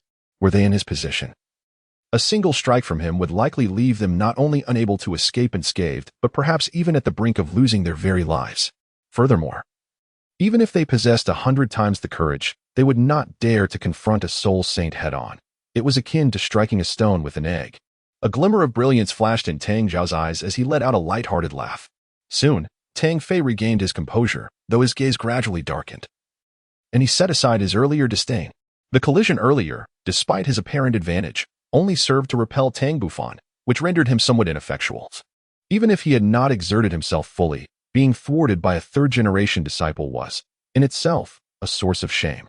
Suddenly, Tang Fei's brows furrowed once more as a slight numbness coursed through his body. However, with a mere flicker of his soul power, that sensation dissipated. It seemed imperative to resolve matters swiftly. The longer he lingered, the more unfavorable the situation would become. Meanwhile, an expression of excitement illuminated Tang Bufan's face as he could not help but emit a clear, resonant howl, brandishing the Haotian hammer once again to launch an assault on Tang Fei. Tang Fei's gaze flickered as he proclaimed loudly, "Tang Bufan, my uncle. I shall exert my utmost effort this time. If you cannot withstand it, I implore you to concede swiftly. Otherwise, my Haotian hammer is not a trifling matter. Please, do not hesitate to unleash your full power, for I shall receive it with open arms." Upon uttering these words, Tang Bufan activated his second soul ring, which shone brightly before releasing a beam of light that merged with his body. Subsequently, the purple Haotian hammer crackled with arcs of lightning, creating a breathtaking spectacle. Indeed, Tang Bufan had summoned his second soul skill, Thunderous Might. He understood that, relying solely on his own strength, he was temporarily no match for his uncle, Tang Fei. However, he believed that by employing his second soul skill, he could significantly alter the dynamics of their confrontation. This skill not only doubled his power, but also imbued him with the ability to paralyze his opponent. Coupled with the effects of his domain, he was certain it would catch his adversary off guard. Tang Fei, wary of his surroundings, promptly activated his fourth soul skill. Instantly, a surge of violet light enveloped him, significantly enhancing both his strength and defense. In the blink of an eye, Tang Bufan's figure vanished from the spot, reappearing several meters away in an instant. Tang Fei's pupils constricted. The speed was astonishing. However, he was not slow either, and the two figures clashed once more. Each strike met its target with precision. Not a single blow went astray. To everyone's surprise, Tang Bufan did not get repelled this time, and instead, he engaged Tang Fei in a fierce contest that was remarkably even. In Tang Bufan's eyes, a brilliant light surged forth, and in that moment, his aura reached its zenith, momentarily overpowering Tang Fei.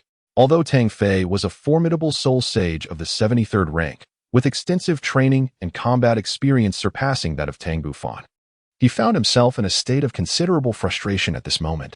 It seemed as if Tang Bufan had foreseen his every move, consistently interrupting his attacks and preventing him from unleashing his full power, resulting in his continuous retreat. Even more infuriating was his oversight of the lightning emanating from Tang Bufan's Haotian hammer, which possessed a potent paralyzing effect. Nevertheless, given his substantial soul power at the 73rd rank, the impact of this paralysis was minimal. Yet, within the confines of Tang Bufan's gifted domain, he was inherently suppressed, and the combination of these factors dulled his reflexes. As time passed, the accumulation of electrical energy within him intensified, further hampering his movements and rendering him even less capable of contending with Tang Bufan. Outside the arena, Tang Bufan's performance left the onlookers utterly astonished, particularly the second-generation disciples, whose expressions transformed dramatically. The Soul Emperors, in particular, wore bitter smiles, gazing at Tang Bufan with a complex mix of emotions, as if they had been outperformed by a mere Soul King. Meanwhile, the Soul Sages exhibited grave expressions, despite Tang Fei's minimal use of soul skills. His 73rd rank soul power was undeniably formidable, yet he found himself being overtly dominated by Tang Bufan, a Soul King. At this moment, Tang Bufan's combat prowess undoubtedly reached the level of a Soul Saint. Among those present, only the sect leader, the 5 elders, and the 3 Soul Douluo level second-generation disciples maintained their composure. Chapter 76. Victory and Defeat. At this juncture, Tang Long wore a bitter smile. Having extinguished the last flicker of hope in his heart, he glanced at his equally astonished fellow disciples, but soon regained his confidence. Although the first place was unattainable, he resolved to safeguard the second position. Let this remarkable cousin stride ahead while he follows closely behind, with the conviction that he would eventually catch up. In the crowd, Qingshan clenched his fists tightly, undeterred by Tang Bufan's terrifying strength. Rather, his resolve to pursue his own path only intensified. If one were to discern who was the most elated among those present, it would undoubtedly be Tang Bufan's father, Tang Zheng, who was grinning from ear to ear. In the arena, Tang Fei could no longer withstand the pressure exerted by Tang Bufan. If this continued, he would surely be defeated by his nephew, bringing great shame upon himself. Although he had contemplated unleashing his soul rings and techniques, Tang Bufan remained relentlessly on his tail, leaving him no opportunity to execute his skills. Suddenly, with a fierce glint in his eyes, Tang Fei braced himself to endure a blow from Tang Bufan, seizing the moment to escape the range of his nephew's attacks. Spitting out a mouthful of blood, he struggled to steady himself. Even though he had fortified his vital points with his energy, the impact of that strike was still excruciating. Tang Bufan, as a Soul King, delivered a blow of considerable weight. Tang Bufan looked at Uncle Tang Fei with astonishment. This strategy of sacrificing the pawn to protect the king was truly ingenious. Tang Fei took a deep breath and swiftly distanced himself from Tang Bufan's domain. He realized that he must summon all of his strength, otherwise, he would inevitably become a stepping stone for Tang Bufan's ascent. Tang Bufan did not pursue the victory relentlessly. Instead, he chose to recuperate his strength while awaiting the opportunity to strike. The Soul Saint would not be so easily vanquished. Indeed, had it been a life-or-death struggle, he would have long since dealt with Tang Fei's uncle. After all, his formidable mental prowess was no trivial matter. It was likely that even the sect leader could not rival him, for he had already begun to cultivate the embryonic form of his divine soul within his mind. As Tang Fei regained his strength, he pondered how to confront Tang Bufan. Engaging in close combat was evidently not an option.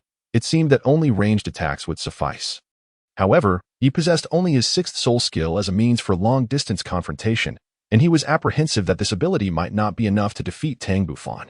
After all, Tang Bufan had yet to unleash his fifth soul skill, which was indeed a 100,000-year soul ring. Tang Fei lacked confidence that he could triumph over Tang Bufan with merely his sixth soul skill. If even that was insufficient to vanquish Tang Bufan, would he then be compelled to reveal his martial soul's true form? To resort to such measures against a Soul King would be a significant loss of face. Regardless of the outcome, suppressing the chaotic thoughts swirling in his mind, Tang Fei cast aside his reservations and directly activated his sixth soul skill. Instantly, the sixth soul ring around him glowed with brilliance. In the next moment, the obsidian Haotian hammer emanated a radiant light as Tang Fei let out a low growl. 6 dragons extinction. 6 luminous dragons erupted forth from the Haotian hammer, their target being none other than Tang Bufan. These 6 black dragons, each measuring no less than 6 meters in length, swiftly filled the sky, exuding an overwhelming pressure unique to dragonkind that firmly locked onto Tang Bufan. A profound instinct warned Tang Bufan that he must not allow them to strike. Failure to avoid them would spell his doom. On the sidelines, Tang Xiao was taken aback, astonished that Tang Fei had been driven to the extent of employing his sixth soul skill, which was indeed his sole means of ranged attack. The 6 dragons' extinction skill was exceedingly formidable. In terms of power, it rivaled that of a 7th soul skill. This was attributed not only to its origin from the 4,000-year-old Flood Dragon King, but also to its transformation into the mutated 2-headed Black Flood Dragon King, endowing it with exceptional might. It was precisely due to this soul skill that Tang Fei ranked prominently among the 2nd-generation disciples, attaining the 10th position. In Tang Xiao's eyes, a radiant light blossomed, filled with anticipation for how Tang Bufan would respond. Would he unleash the soul technique honed over 100 millennia? Tang Bufan's eyes darted back and forth, caught in a dilemma between unleashing the heaven-shattering strike or invoking the celestial guardian. Just as he grappled with his decision, a sudden warmth enveloped his back, igniting a unique sensation within him. In the next moment, a pair of crimson wings unfurled majestically from his spine, and the resounding cry of a phoenix echoed across the heavens. With a powerful flap of his wings, Tang Bufan ascended into the sky, his form transforming into a brilliant blaze of fire. Subsequently, a colossal fire phoenix erupted from his being, engaging in a fierce battle against 6 ebony dragons of light. Astonishingly, the fire phoenix stood its ground against the 6 foes, its flames incinerating the dragons one by one.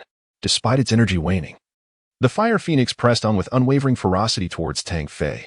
Such an unexpected turn of events left not only Tang Fei but also the onlookers outside utterly astounded. Tang Fei, wary of the situation, enlarged the Haotian hammer in his grasp and struck fiercely, dispersing the energy-formed fire phoenix. The flames immediately scattered onto the ground. Astonishingly, these flames burned a pit into the earth, which took a considerable time to extinguish. Tang Fei cast a lingering glance at the ground, then turned his gaze skyward towards Tang Bufan, feeling an unfamiliar sense of apprehension towards his nephew, now regarded as a formidable adversary. The ferocity of the fire phoenix's assault was truly alarming, surpassing even the might of his 6th soul skill. As the flames in the sky dissipated, Tang Bufan gracefully descended to the earth, retracting his wings with an expression of sheer exhilaration, stimulated by the presence of the 6 flood dragons. The phoenix wings upon his back seemed to awaken, bestowing upon him an additional soulbone skill, Phoenix Incineration. Consequently, his phoenix wings now boasted 2 soul skills, one for offense and one for healing, rendering them nearly flawless. Moreover, since this was a soulbone skill, its usage demanded minimal soul power. As the battle progressed, the situation had become increasingly clear. It was time to determine the victor. Tang Fei took a deep breath once more, disregarding any semblance of embarrassment, and unleashed his 7th soul skill, the true body of the Haotian. Instantly, a colossal Haotian hammer materialized in the air, measuring several dozen meters in length, adorned with gleaming black demonic patterns, causing the very air in the courtyard to shimmer with distortion. The second elder's expression shifted slightly, glancing toward Tang Xiao with a hint of concern for Tang Bufan's safety. Tang Xiao remarked lightly, "There is no need for concern. This child possesses a sense of propriety. Moreover, he has yet to unleash his fifth soul skill, which suggests he harbors considerable confidence in himself. Though Tang Xiao spoke in such a manner, his entire being was already taut, with his soul power surging at an accelerated pace, ever ready to strike. Conversely, Tang Bufan found himself ensnared by an overwhelming aura, rendering him with an inexplicable sensation of immobility. Yet, he was far from willing to concede. His internal energy surged forth with vigor and with a resounding roar. He shattered the confines of that oppressive force. At last, the crimson soul ring adorning him radiated with a brilliant glow. Tang Bufan let out a low growl, invoking the Haotian Guardian. In an instant, an energy-shaped Haotian hammer enveloped his body. In the air, Tang Fei's seventh soul ring suddenly illuminated, and the next moment, he struck fiercely towards Tang Bufan. A dazzling brilliance erupted at that moment, and terrifying shockwaves radiated outward in waves. This spectacle lasted for a full 50 seconds, after which Tang Fei emerged from his Haotian true form, spitting out several mouthfuls of blood before descending, his eyes vacant as he gazed bitterly at the unharmed Tang Bufan. Chapter 77. The arrangement of Tang Xiao. On the other side, Tang Bufan was not faring any better. Although he had defended against the assault of the Haotian true form with his fifth soul skill, Haotian Guardian, the impact generated from the clash of the two soul skills left an impression on him, and his soul power was nearly depleted. After 10 seconds, the Haotian Guardian automatically dissipated, and Tang Bufan retracted his martial soul, finding no further necessity for combat. As Tang Fei had not only sustained injuries but had also exhausted his soul power. Taking a deep breath, Tang Bufan approached and helped Tang Fei to his feet. "Uncle Tang, I apologize for the offense just now." Tang Fei was initially taken aback, but soon erupted into hearty laughter, gently patting Tang Bufan on the shoulder. "Well done, my boy. You've performed admirably. Your uncle has lost. This soul skill, after all, is truly formidable. It even withstood the manifestation of my martial soul. Pray tell, what is the name of this soul skill?" Tang Bufan was momentarily taken aback, but swiftly regained his composure. He replied to his uncle, "This defensive soul technique is known as Haotian Guardian, possessing absolute defense. Within 1 minute, no one can breach it." Tang Fei smiled wryly, exclaiming, "What a magnificent Haotian Guardian! What an impeccable absolute defense! I cannot complain about my defeat. Uncle, should we engage in battle once more, you may not necessarily emerge the victor. This time, it was merely a matter of your unfamiliarity with my soul skills. Once I unleash this Haotian Guardian, I am unable to cease its operation or move. If you were to wait just 1 minute before launching your attack, I would undoubtedly have to concede." Tang Bufan pondered thoughtfully. Tang Fei shook his head. He was well aware of Tang Bufan's comforting words. Without employing the true form of Haotian, he would stand no chance against Tang Bufan. Moreover, it was unlikely that Tang Bufan would easily utilize such a defensive soul skill. "Xiao Fan, there is no need for modesty among family. Furthermore, Tang Fei, you must not commit such a fundamental error in the realm of soul masters. Fortunately, your opponent is Xiao Fan. Had it been an enemy, you would have already succumbed. This is a lesson you must carry forward." At that moment, the sect leader and the 5 elders approached, with Tang Xiao wearing a broad smile. Seemingly in exceptionally good spirits, Tang Bufan and Tang Fei promptly greeted, "We pay our respects to the sect master and the 5 esteemed elders." Tang Xiao waved his hand and commented, "Xiao Fan, I have overheard your conversation just now. Is the Haotian Guardian a defensive soul skill granted by a 100,000-year soul ring? Its defensive capabilities are indeed remarkable, yet it is somewhat regrettable that it is not an offensive soul skill. After all, we, the Haotian Hammer, excel in offense." Tang Bufan, with a peculiar expression, said, "Master, in fact, my 5th soul skill consists of 2 abilities. What I just displayed was merely the defensive soul skill. There remains an offensive soul skill that I have yet to unveil." Tang Xiao gazed at Tang Bufan in disbelief, exclaiming, "What did you just say? You possess 2 soul skills from your 5th soul ring. How is that even possible? Are you suggesting that a 100,000-year soul ring can bestow 2 soul skills upon a soul master? If that were the case, then perhaps a 100,000-year soul bone could also grant a soul master 2 abilities." Tang Bufan could not help but be taken aback. According to the words of the sect master, did it not imply that his phoenix feather wings were indeed a soul bone of 100,000 years? As this soul bone possessed precisely 2 soul skills, Tang Bufan's conjecture was indeed astute. The wings behind him originated from a fire phoenix of 10,000 years. The scene he had witnessed was precisely that of the fire phoenix undergoing tribulation. When a soul beast reaches the 10,000-year mark, if it does not transform, it can only survive for a millennium. Surpassing this limit invites a great calamity. Surviving beyond its lifespan would extend its existence, but failing to do so would result in utter annihilation. This particular fire phoenix had not withstood the trials, yet this misfortune inadvertently benefited Tang Bufan. Meanwhile, Tang Fei stood beside him, equally astonished. This young entity possessed a soul skill of 10,000 years, and moreover, it was an offensive skill. It was evident that such a skill would be formidable, considering even the defensive soul skills were so extraordinarily powerful.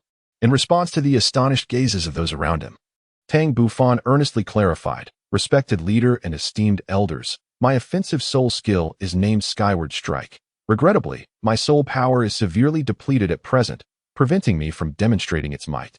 Otherwise, you could ascertain its true power." Soon, Tang Xiao and the others regained their composure, their eyes glimmering with approval. "No worries, we place our trust in you. Now, please take some time to rest." Tang Bufan was indeed weary, and he promptly took his leave from the sect leader. Half an hour later, in Tang Xiao's study, all 5 elders were present. Despite Tang Fei's lackluster performance in today's duel against Xiao Fan, it was evident that his prowess had ascended to the Soul Saint level.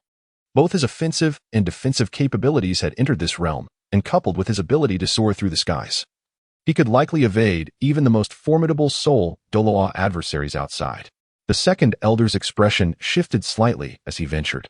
Is the sect leader contemplating sending Xiao Fan to hone his skills on the continent? Might this not be perilous, and perhaps a tad premature, considering he is yet to turn 12? The other 4 elders gazed at Tang Xiao in astonishment. Tang Xiao fell silent for a moment, then slowly spoke. "Second uncle, you have all witnessed Xiao Fan's prowess. The sect has little left to impart to him. Remaining here would only hinder his future development. Moreover, he has the trial of the Thunder God awaiting his completion. What plans does the sect master have for him? When does he intend to send him out to experience the world?" The 4th elder inquired solemnly. Tang Xiao smiled faintly. "I intend to send him to the city of slaughter to attain the realm of the god of killing, and then the realm of the god of killing. Might that be a tad premature?" "He has not yet turned 12, interjected Elder 7, furrowing his brow. "Even that prodigy, Tang Hao, only acquired the realm at the age of 28. However, considering the current strength of Tang Bufan, he is not inferior to Tang Hao. With this in mind, it seems plausible for him to venture to the city of slaughter. Indeed, the city of slaughter is the place where he can further enhance his abilities," Tang Xiao affirmed. After a careful deliberation, the elders ultimately concurred with Tang Xiao's decision. Suddenly, Elder 2 spoke up. "Master, what were you about to say just now?" Tang Xiao let out a gentle sigh, reflecting on how hastily the sect had withdrawn from the land years ago, particularly the 4 singular attribute sections. Several elders fell into silence, acknowledging that the Haotian Sect had indeed wronged them. After a prolonged pause, the second elder spoke up. "Sect Master, do you intend for Xiao Fan to probe their intentions?" Tang Xiao hesitated. "I have not yet made a decision. Today, I am here to discuss this matter with all of you." The 7th elder interjected once more. "Second brother, Sect Master, in my opinion, it is unlikely that the 4 major singular attribute sects will return to the Haotian Sect, especially since we were the ones who abandoned them. However, since our collective strength has significantly increased after practicing the primordial skill, if they wish to rejoin us, we could offer them some compensation. Yet, if they refuse, we shall not lament their absence." Tang Xiao smiled helplessly, conceding, "Very well, let us settle on this for the time being.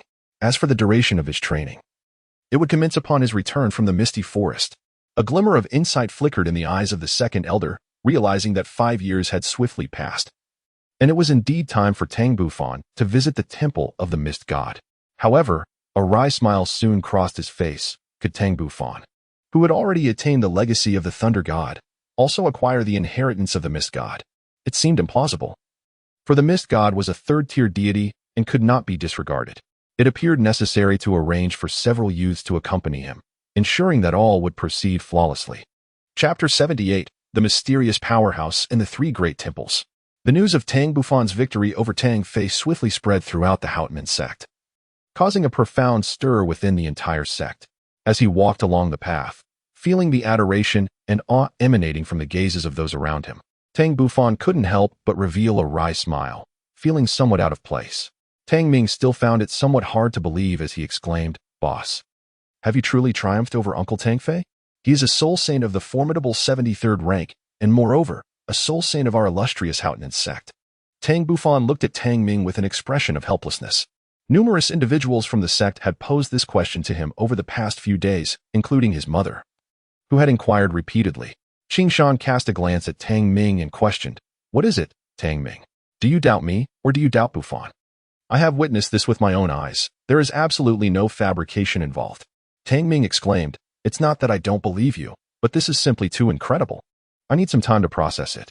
To which Tang Feng, standing nearby, remarked with a hint of disdain, "Honestly, it's been several days. If you still can't come to terms with it, your capacity for endurance is rather lacking. Don't let it be known that I am acquainted with you." In truth, Tang Feng was equally astounded, though he concealed his astonishment far better than Tang Ming.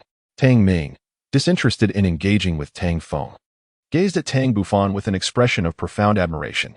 Beside them, Qing Yu and Yi Zihan also exhibited glimmers of reverence in their eyes. Tang Bufan coughed lightly and remarked, "Enough of the idle gossip surrounding me. It would be far more beneficial for you to return and devote your time to earnest cultivation. After all, the spirit master still lacks strength." Tang Ming wore a face of despair. "Boss, although the soul master is indeed formidable, he pales in comparison to your extraordinary prowess. After all, we are merely 11-year-old soul masters. I would wager that there is scarcely another soul master of this age throughout the entire Douluo Continent. Is that so? That may not necessarily be the case. At the very least, I am aware of an individual who possessed a soul power level of 29 at merely 10.5 years of age. If my calculations are correct, that person has likely ascended to the rank of soul master by now."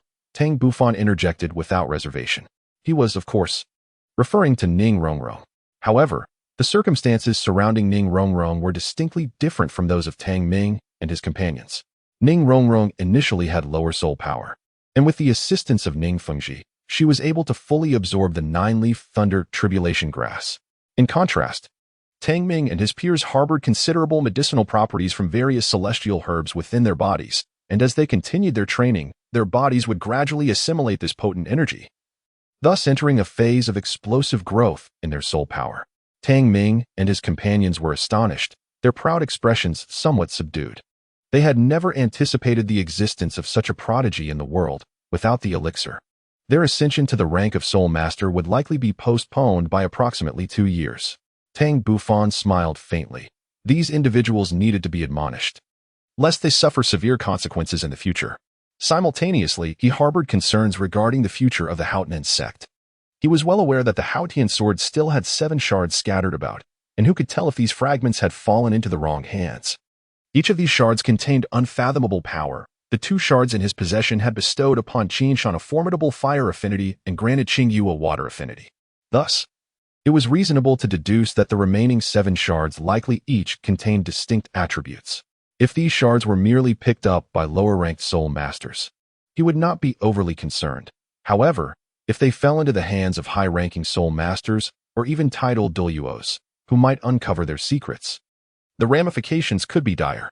Such a scenario could very well give rise to unparalleled powerhouses or even deities. Consequently, the situation on the continent would become increasingly intricate. New factions might emerge, and perhaps some had already begun to surface, making it difficult for the Spirit Hall to maintain its monopoly.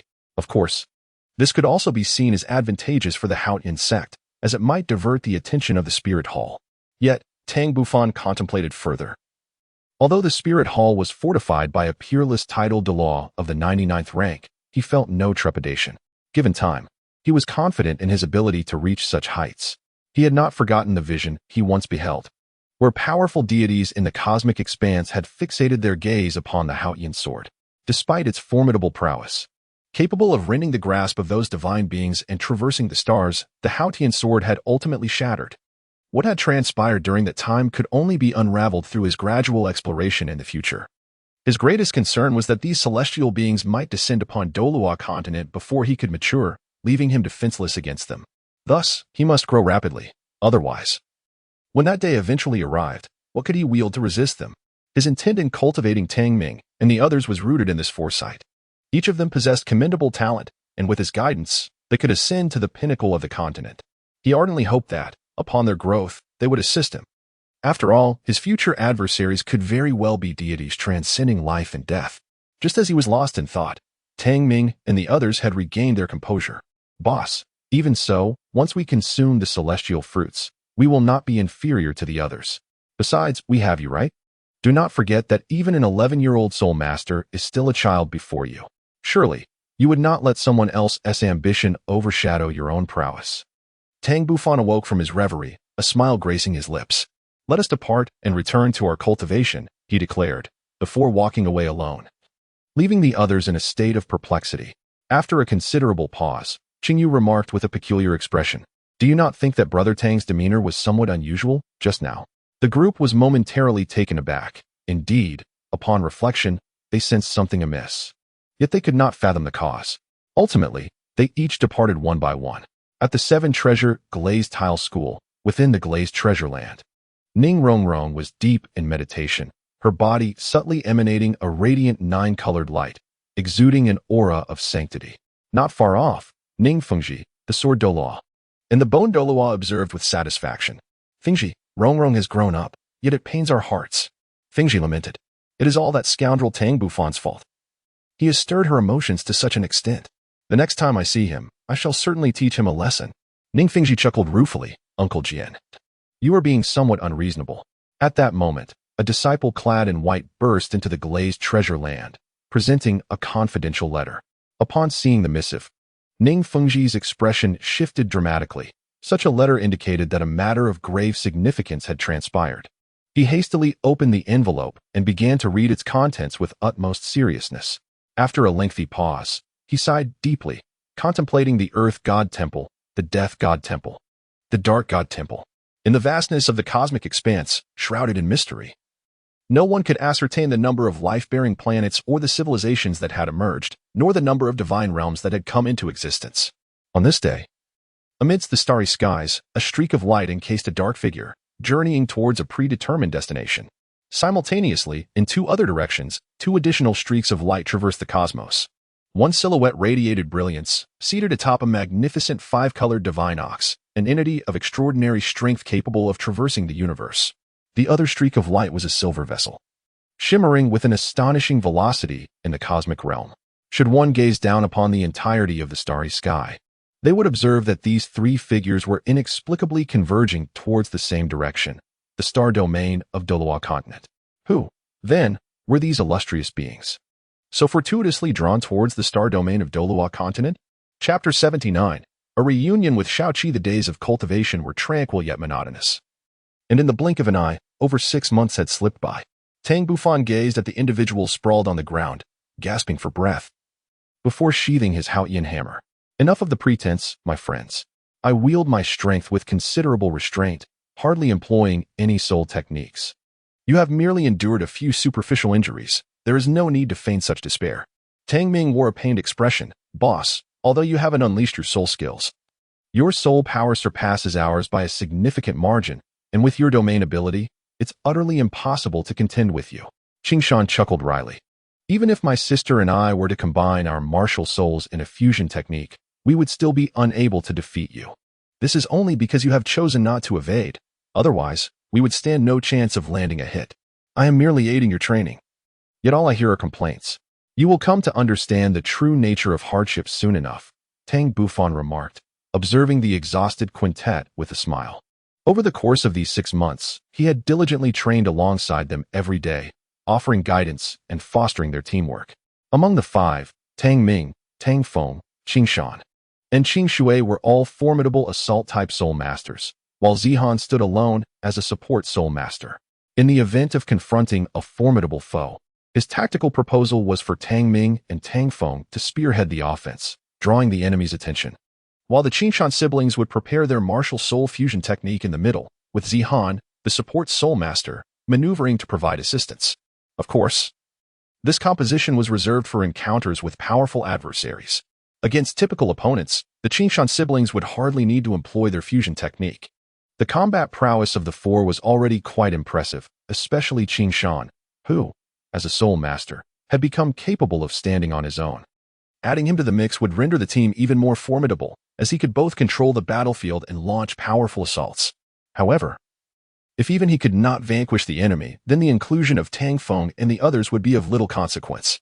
Through months of rigorous training, The bonds between Tang Bufan and the Qingshan siblings had rapidly strengthened, a stark contrast to their previous interactions.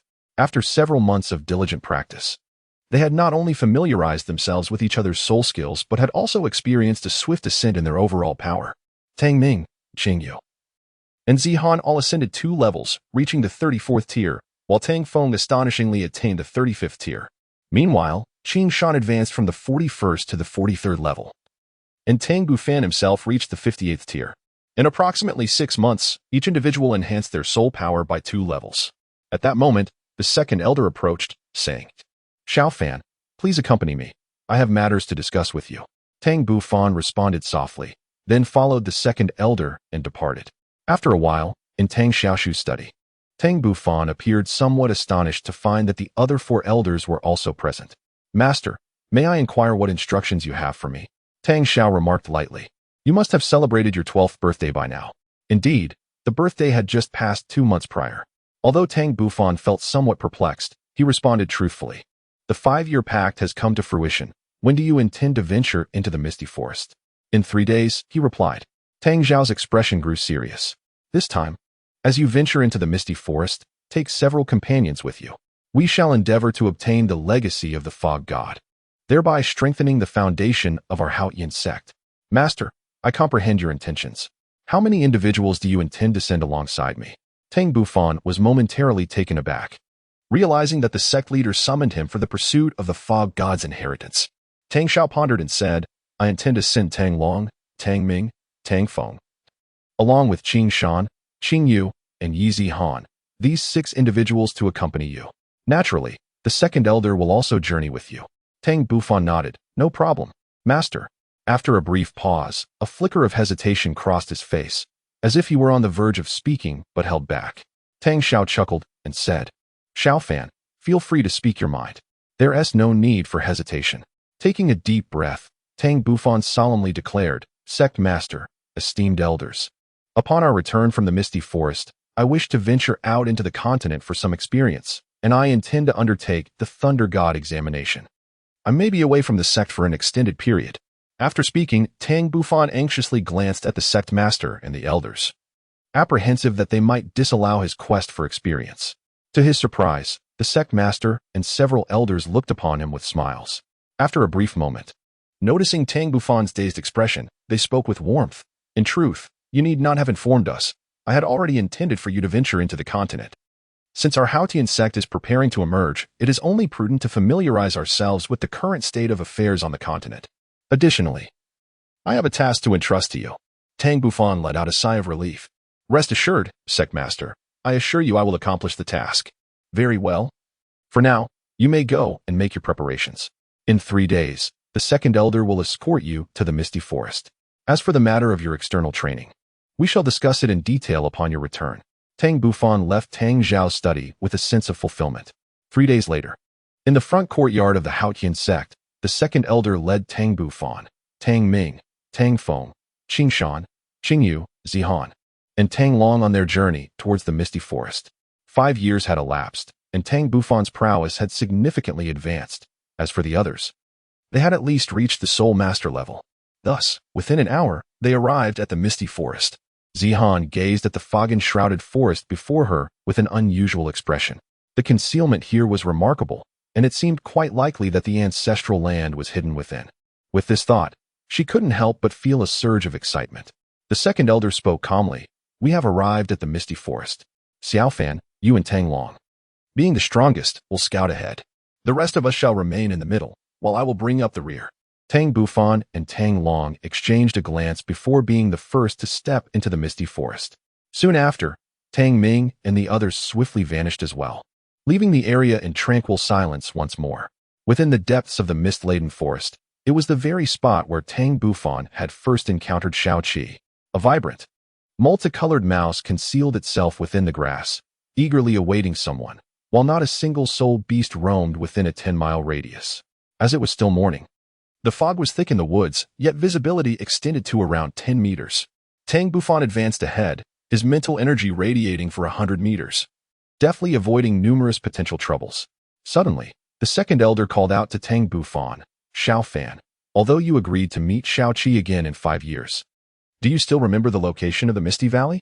Tang Bufan's expression turned sorrowful. Indeed, he could not recall the precise location of that valley. He cast a pitiful glance towards the second elder. Grandfather Second Elder, I can no longer remember the path to that valley.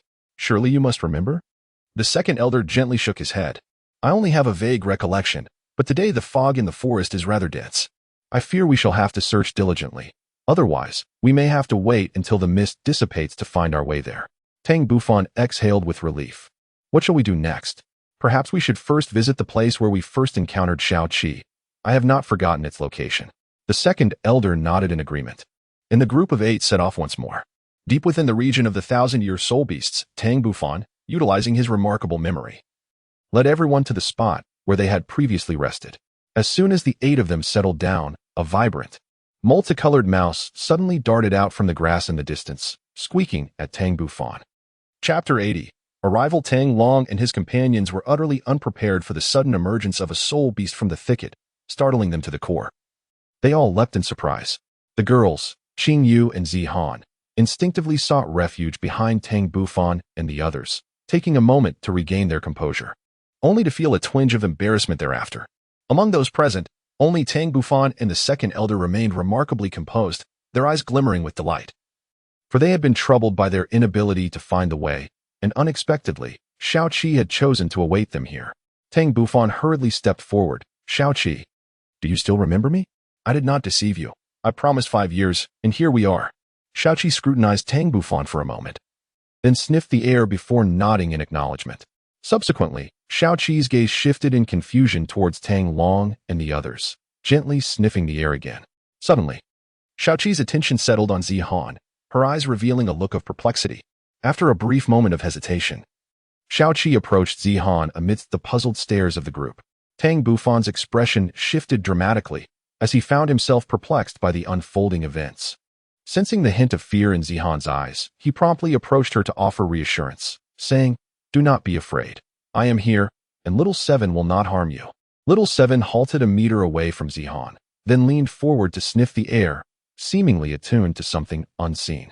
The onlookers were filled with astonishment, as none could have anticipated such a reaction from the creature towards Zihan. Beneath Tang Bufan's calm demeanor, a myriad of emotions flickered.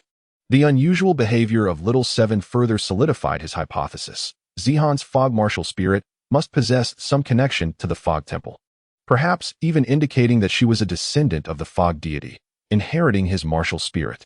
However, these remained mere conjectures that required further validation. After a brief moment, Little Seven withdrew its gaze, still laced with curiosity, and returned its attention to Tang Bufan. A smile adorned Tang Bufan's face as he swiftly retrieved the meticulously prepared delicacies from his belt, a special treat he had specifically arranged for Little Seven. Little Seven, behold, what gift I have prepared for you. Little Seven sniffed the air, instantly revealing an expression of excitement, gazing eagerly at Tang Bufan. Tang Bufan smiled as he opened the unique lunchbox in his hand and placed it before Little Seven.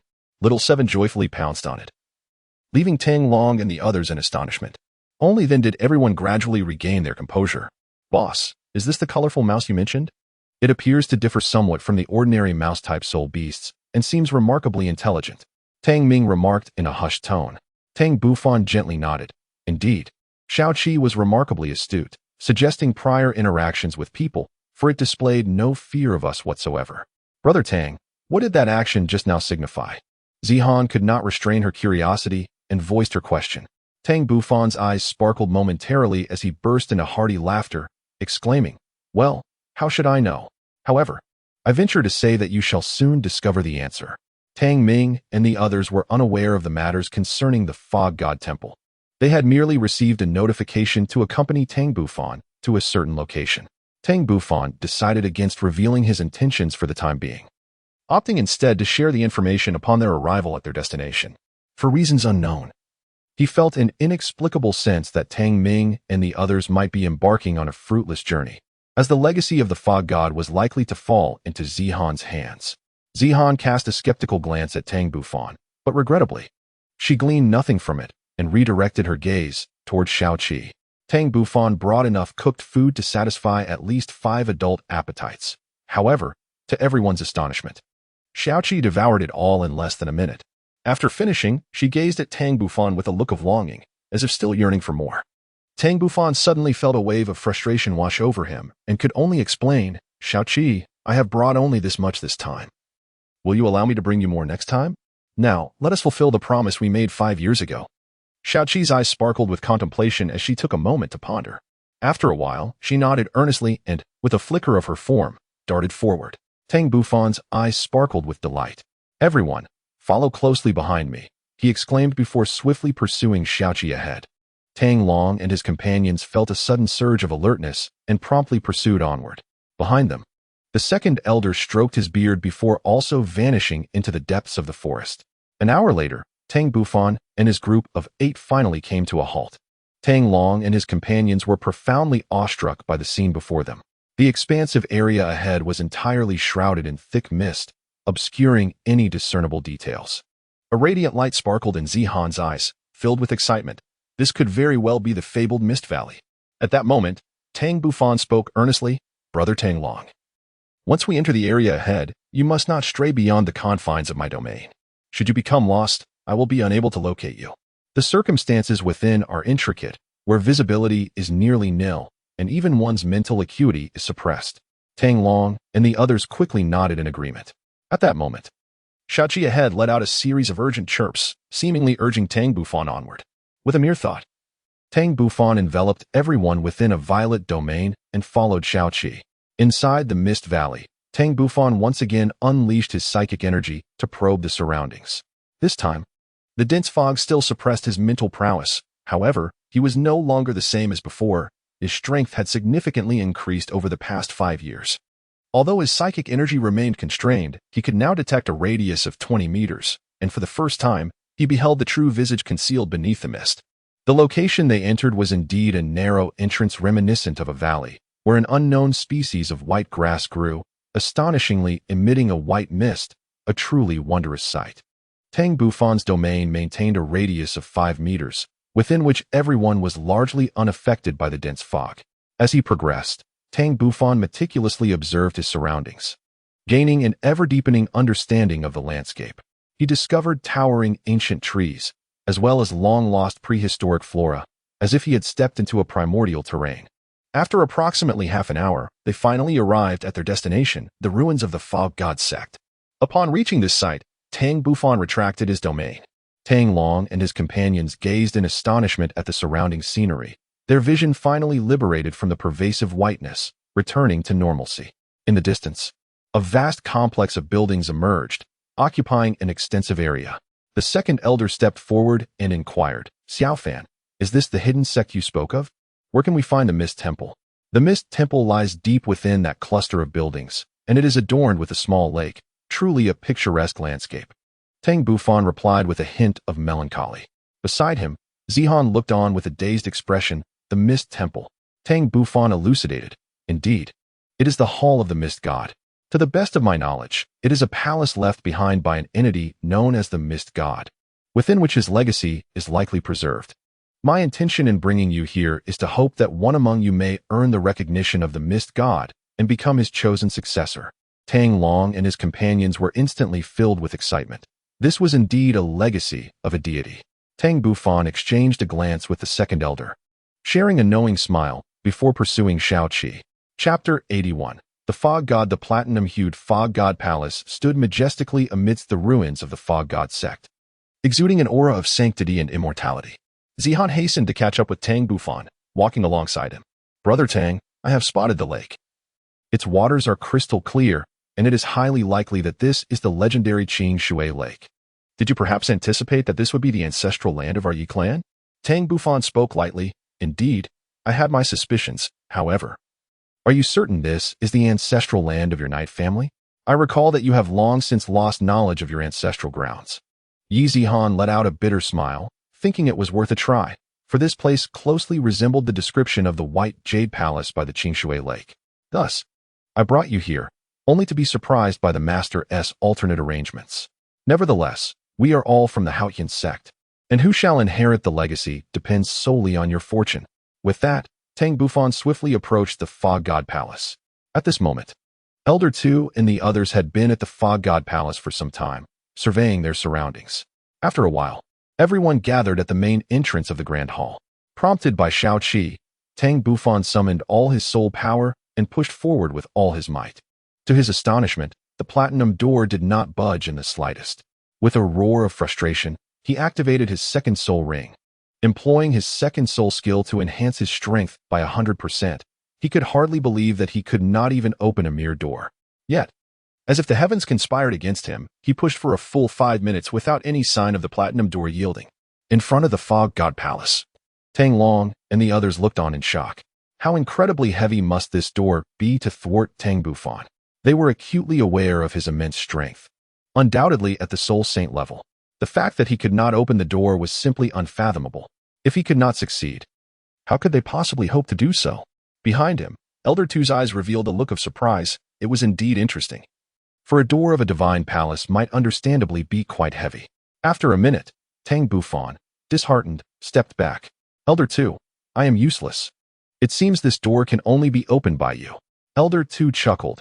Shao Fan, take a moment to rest. Allow me to give it a try. With that, Elder Tu stepped forward, extending his hands under the watchful eyes of the onlookers. 1 minute, 2 minutes, 3 minutes. Still, the door remained immovable. Elder Tu's face flushed. This was quite the embarrassment. Taking a deep breath, 9 resplendent soul rings emerged from him, exuding an overwhelming pressure. Tang Bufan and the others hastily stepped back. Even Shao Qi's eyes reflected a hint of trepidation, demonstrating just how formidable the elder, who had cultivated the Hanyuan skill, truly was. However, no matter how much strength Elder Tu exerted, the door of the martial god palace remained steadfastly closed, refusing to yield. Tang Bufan's gaze wandered incessantly. The second elder was a titled Douluo of level 94, and his martial soul was the formidable Haotian hammer, known for its immense power. If even he could not force open the gates of the Mist Temple, it was likely that even the sect leader would find it an insurmountable task. No, there must be a flaw in this process. Was it the method that was erroneous? Or perhaps the individual attempting the push was unsuitable? Tang Bufan fell into deep contemplation. Tang Ming whispered, Tang Feng, do you think our journey here has been in vain? Even the elder and the second elder could not open this grand door. We, too, should not entertain the thought of doing so. His words struck like a clarion call, awakening Tang Bufan from his reverie. He suddenly realized that perhaps only those acknowledged by the fog god could ever hope to push open this formidable portal. Tang Bufan's gaze swept over each individual. Brother Tang Long, why not each of you step forward and attempt to push the door? The second elder appeared somewhat perplexed. Shao Fan, do you truly wish for them to try? How could their strength possibly be sufficient to open it? Second elder, he replied, I believe it is not a matter of insufficient strength, but rather that we have yet to earn the recognition of the fog god. It seems likely that only the chosen successor of the fog god can unlock this door. Let them give it a try. After all, we stand to lose nothing. Tang Bufan spoke with unwavering confidence, increasingly convinced of his hypothesis. The second elder contemplated this for a moment before ultimately acquiescing to his reasoning. Subsequently, Tang Long, Tang Ming, Tang Feng, Qing Shan, and Qing Yu each took their turns attempting to push the door, yet their efforts yielded no results. The door remained firmly shut. Now, only the weakest among them, Zihan, had yet to make an attempt. In Tang Bufan's eyes, a spark of excitement ignited among the six. He held the highest hopes for Zihan. With trepidation, Zihan stepped forward, her heart racing. Upon reaching the grand entrance of the hall, she summoned her mist martial spirit, and 3 soul rings, 2 yellow and 1 purple, rose from beneath her feet. Taking a deep breath, she activated her primordial technique, gathering her soul power in her hands and forcefully pushing them forward. To everyone's astonishment, a resounding crack echoed as the platinum door swung open, and Zihan was propelled inside. By the time they came to their senses, the door had inexplicably closed on its own. Qing Shan and Qing Yu rushed forward, pushing against the door with all their might, yet their efforts proved futile. Tang Bufan spoke calmly. Brother Qing Shan, and Qing Yu, there is no need for you to exert yourselves in vain. Please, sit down and rest well. Qing Shan, somewhat anxious, replied, but what about Zihan? Tang Bufan spoke with profound significance. Do not fret over her safety. If my conjectures are correct, she should have gained the recognition of the fog god and become his successor. Perhaps she is currently within, receiving the inheritance. Inside the fog temple, Zihan was meticulously examining the grand hall. It was a hall of platinum hue, with countless ancient images carved into the walls, seemingly chronicling long-lost secrets. However, Zihan was captivated by a square altar situated at the center of the hall. Surrounding this altar was a shimmering barrier of platinum light, while a swirling mass of enigmatic mist atop the altar continuously morphed, displaying various extraordinary phenomena, drawing Knight Zihan ever closer. The barrier of light proved insubstantial, unable to hinder Knight Zihan's advance. Before long, she was enveloped by the mist. Outside, Tang Bufan suddenly felt a pang of anxiety. In the next moment, the fog temple erupted in a brilliant radiance, slowly ascending towards the heavens amidst their astonished gazes. Subsequently, a thick fog surged forth from unknown origins, swiftly engulfing the entire area. This was not the end. The dense mist continued to spread, and within the span of an hour, it shrouded the entirety of the misty forest. In the divine realm, deep within a fog-enshrouded area, a mysterious man burst into hearty laughter. It has been many years since a descendant has awakened the power of the fog god. I had nearly lost hope, yet here we are. Everyone believes that I, the fog god, am merely a third-tier deity, not knowing that I simply choose not to reveal my true strength. Chapter 82. The Inheritance. Thus, the platinum-hued fog temple hovered above the sea of dense mist. Suddenly, a mass of platinum mist descended from the heavens, enveloping the entire fog temple. At that moment, Tang Bufan's spirit stirred, sensing something elusive. He lifted his gaze towards the void, peering through layers of thick fog to behold the scene above. A vague silhouette of a middle-aged man emerged above the fog temple, obscured by the thick mist. This figure was none other than the fog god himself, albeit merely a projection of his essence. The fog god's eyes widened in surprise. Someone had managed to sense his presence despite the barriers of his domain. He was intrigued to discover who this individual might be, surely not another deity, for that would be too coincidental. As his gaze pierced through the fog, it landed directly upon Tang Bufan, instantly discerning his cultivation level. Simultaneously, the thunderous mark on Tang Bufan's forehead seemed to react to some stimulus, manifesting autonomously and radiating a violet gold glow. Through the veil of mist, Tang Bufan and the fog god locked eyes, astonishment reflected in their expressions. Was this ethereal figure amidst the fog truly the legendary fog god? Indeed formidable, even in absence of his true form. He instilled a profound sense of trepidation and immense pressure within him. Upon witnessing the mark on Tang Bufan's forehead, the fog god was momentarily taken aback, though he soon shifted to an expression of regret. At merely 12 years of age, possessing the rank of a 58th level soul king, and having formed a nascent spirit within his mind, such talent is virtually unparalleled throughout the ages. Furthermore, having inherited the legacy of the Thunder God, it is unfortunate that the Thunder God has completely perished. Thus, despite acquiring his inheritance, the path to divinity may be fraught with obstacles. After a brief moment, the fog god ceased to regard Tang Bufan and directly entered the temple. Within the fog temple, the fog god observed the girl engulfed by mist, nodding in satisfaction as his lips moved slightly. The previously bewildered Zihan suddenly experienced a thunderous awakening in her mind. Sitting cross-legged, she closed her eyes in meditation, absorbing the mist and awakening her martial soul. She felt an overwhelming familiarity with the voice and, without a hint of doubt, began to cultivate the primordial arts.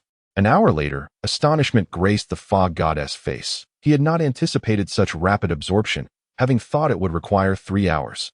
Once Zihan had fully absorbed the mist from the altar, her entire demeanor underwent a transformation, subtly revealing an ancient and noble aura, her presence becoming ethereal and enigmatic. The fog god nodded in approval, declaring, indeed, at 12 years of age, she has reached level 34. The Knight family has finally produced a genius. With the divine legacy bestowed upon you, I can venture forth into the cosmos with peace of mind. Upon hearing someone speak, Zihan promptly opened her eyes, only to be greeted by the sight of a handsome and amiable middle-aged man. As her mind raced to piece together the earlier conversation, a thrill coursed through her, and she exclaimed, Zihan of the Knight family pays respect to our ancestor. The fog god chuckled softly. Excellent, quite perceptive of you to deduce my identity. Now, to the matter at hand, I have come to bestow upon you the divine legacy. When you reach the 99th level, return to the fog temple for the final inheritance. By the way, your martial soul has fully awakened, and what you see now is its true form. I have inscribed the methods for future cultivation into your mind. Ponder them at your leisure. With that, the ethereal figure of the fog god vanished. In the outer realm, within the violet domain, Qingyu expressed her concern. Brother Tang, what shall we do next? Will Zihan be all right? Tang Bufan's gaze remained composed as he reassured Qingyu. Do not worry. I believe Zihan will emerge shortly. Yet, with the fog god palace having ascended into the sky, how could she possibly descend? Tang Bufan furrowed his brows and declared, very well. I shall ascend into the sky to take a look. You all remain here and do not move. With that, he summoned the wings of the phoenix, flapping them gracefully as he soared into the air, soon vanishing into the depths of the thick fog. Although the mist suppressed mental powers, it had no effect on the soul-bone skills. Thus, even while navigating through the fog, Tang Bufan was far from aimless.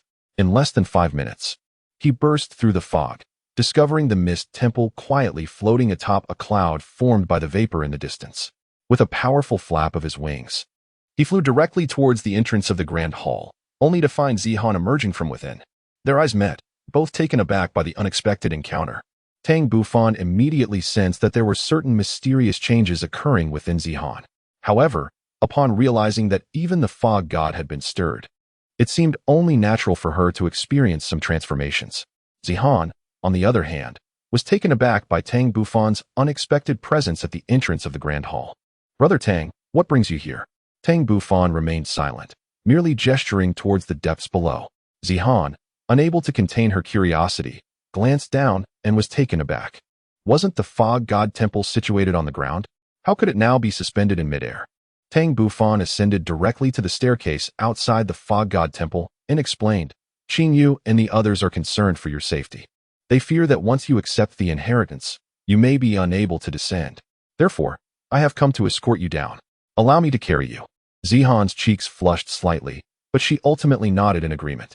Tang Bufan hesitated no longer. He swiftly lifted Zihan into his arms and soared downward.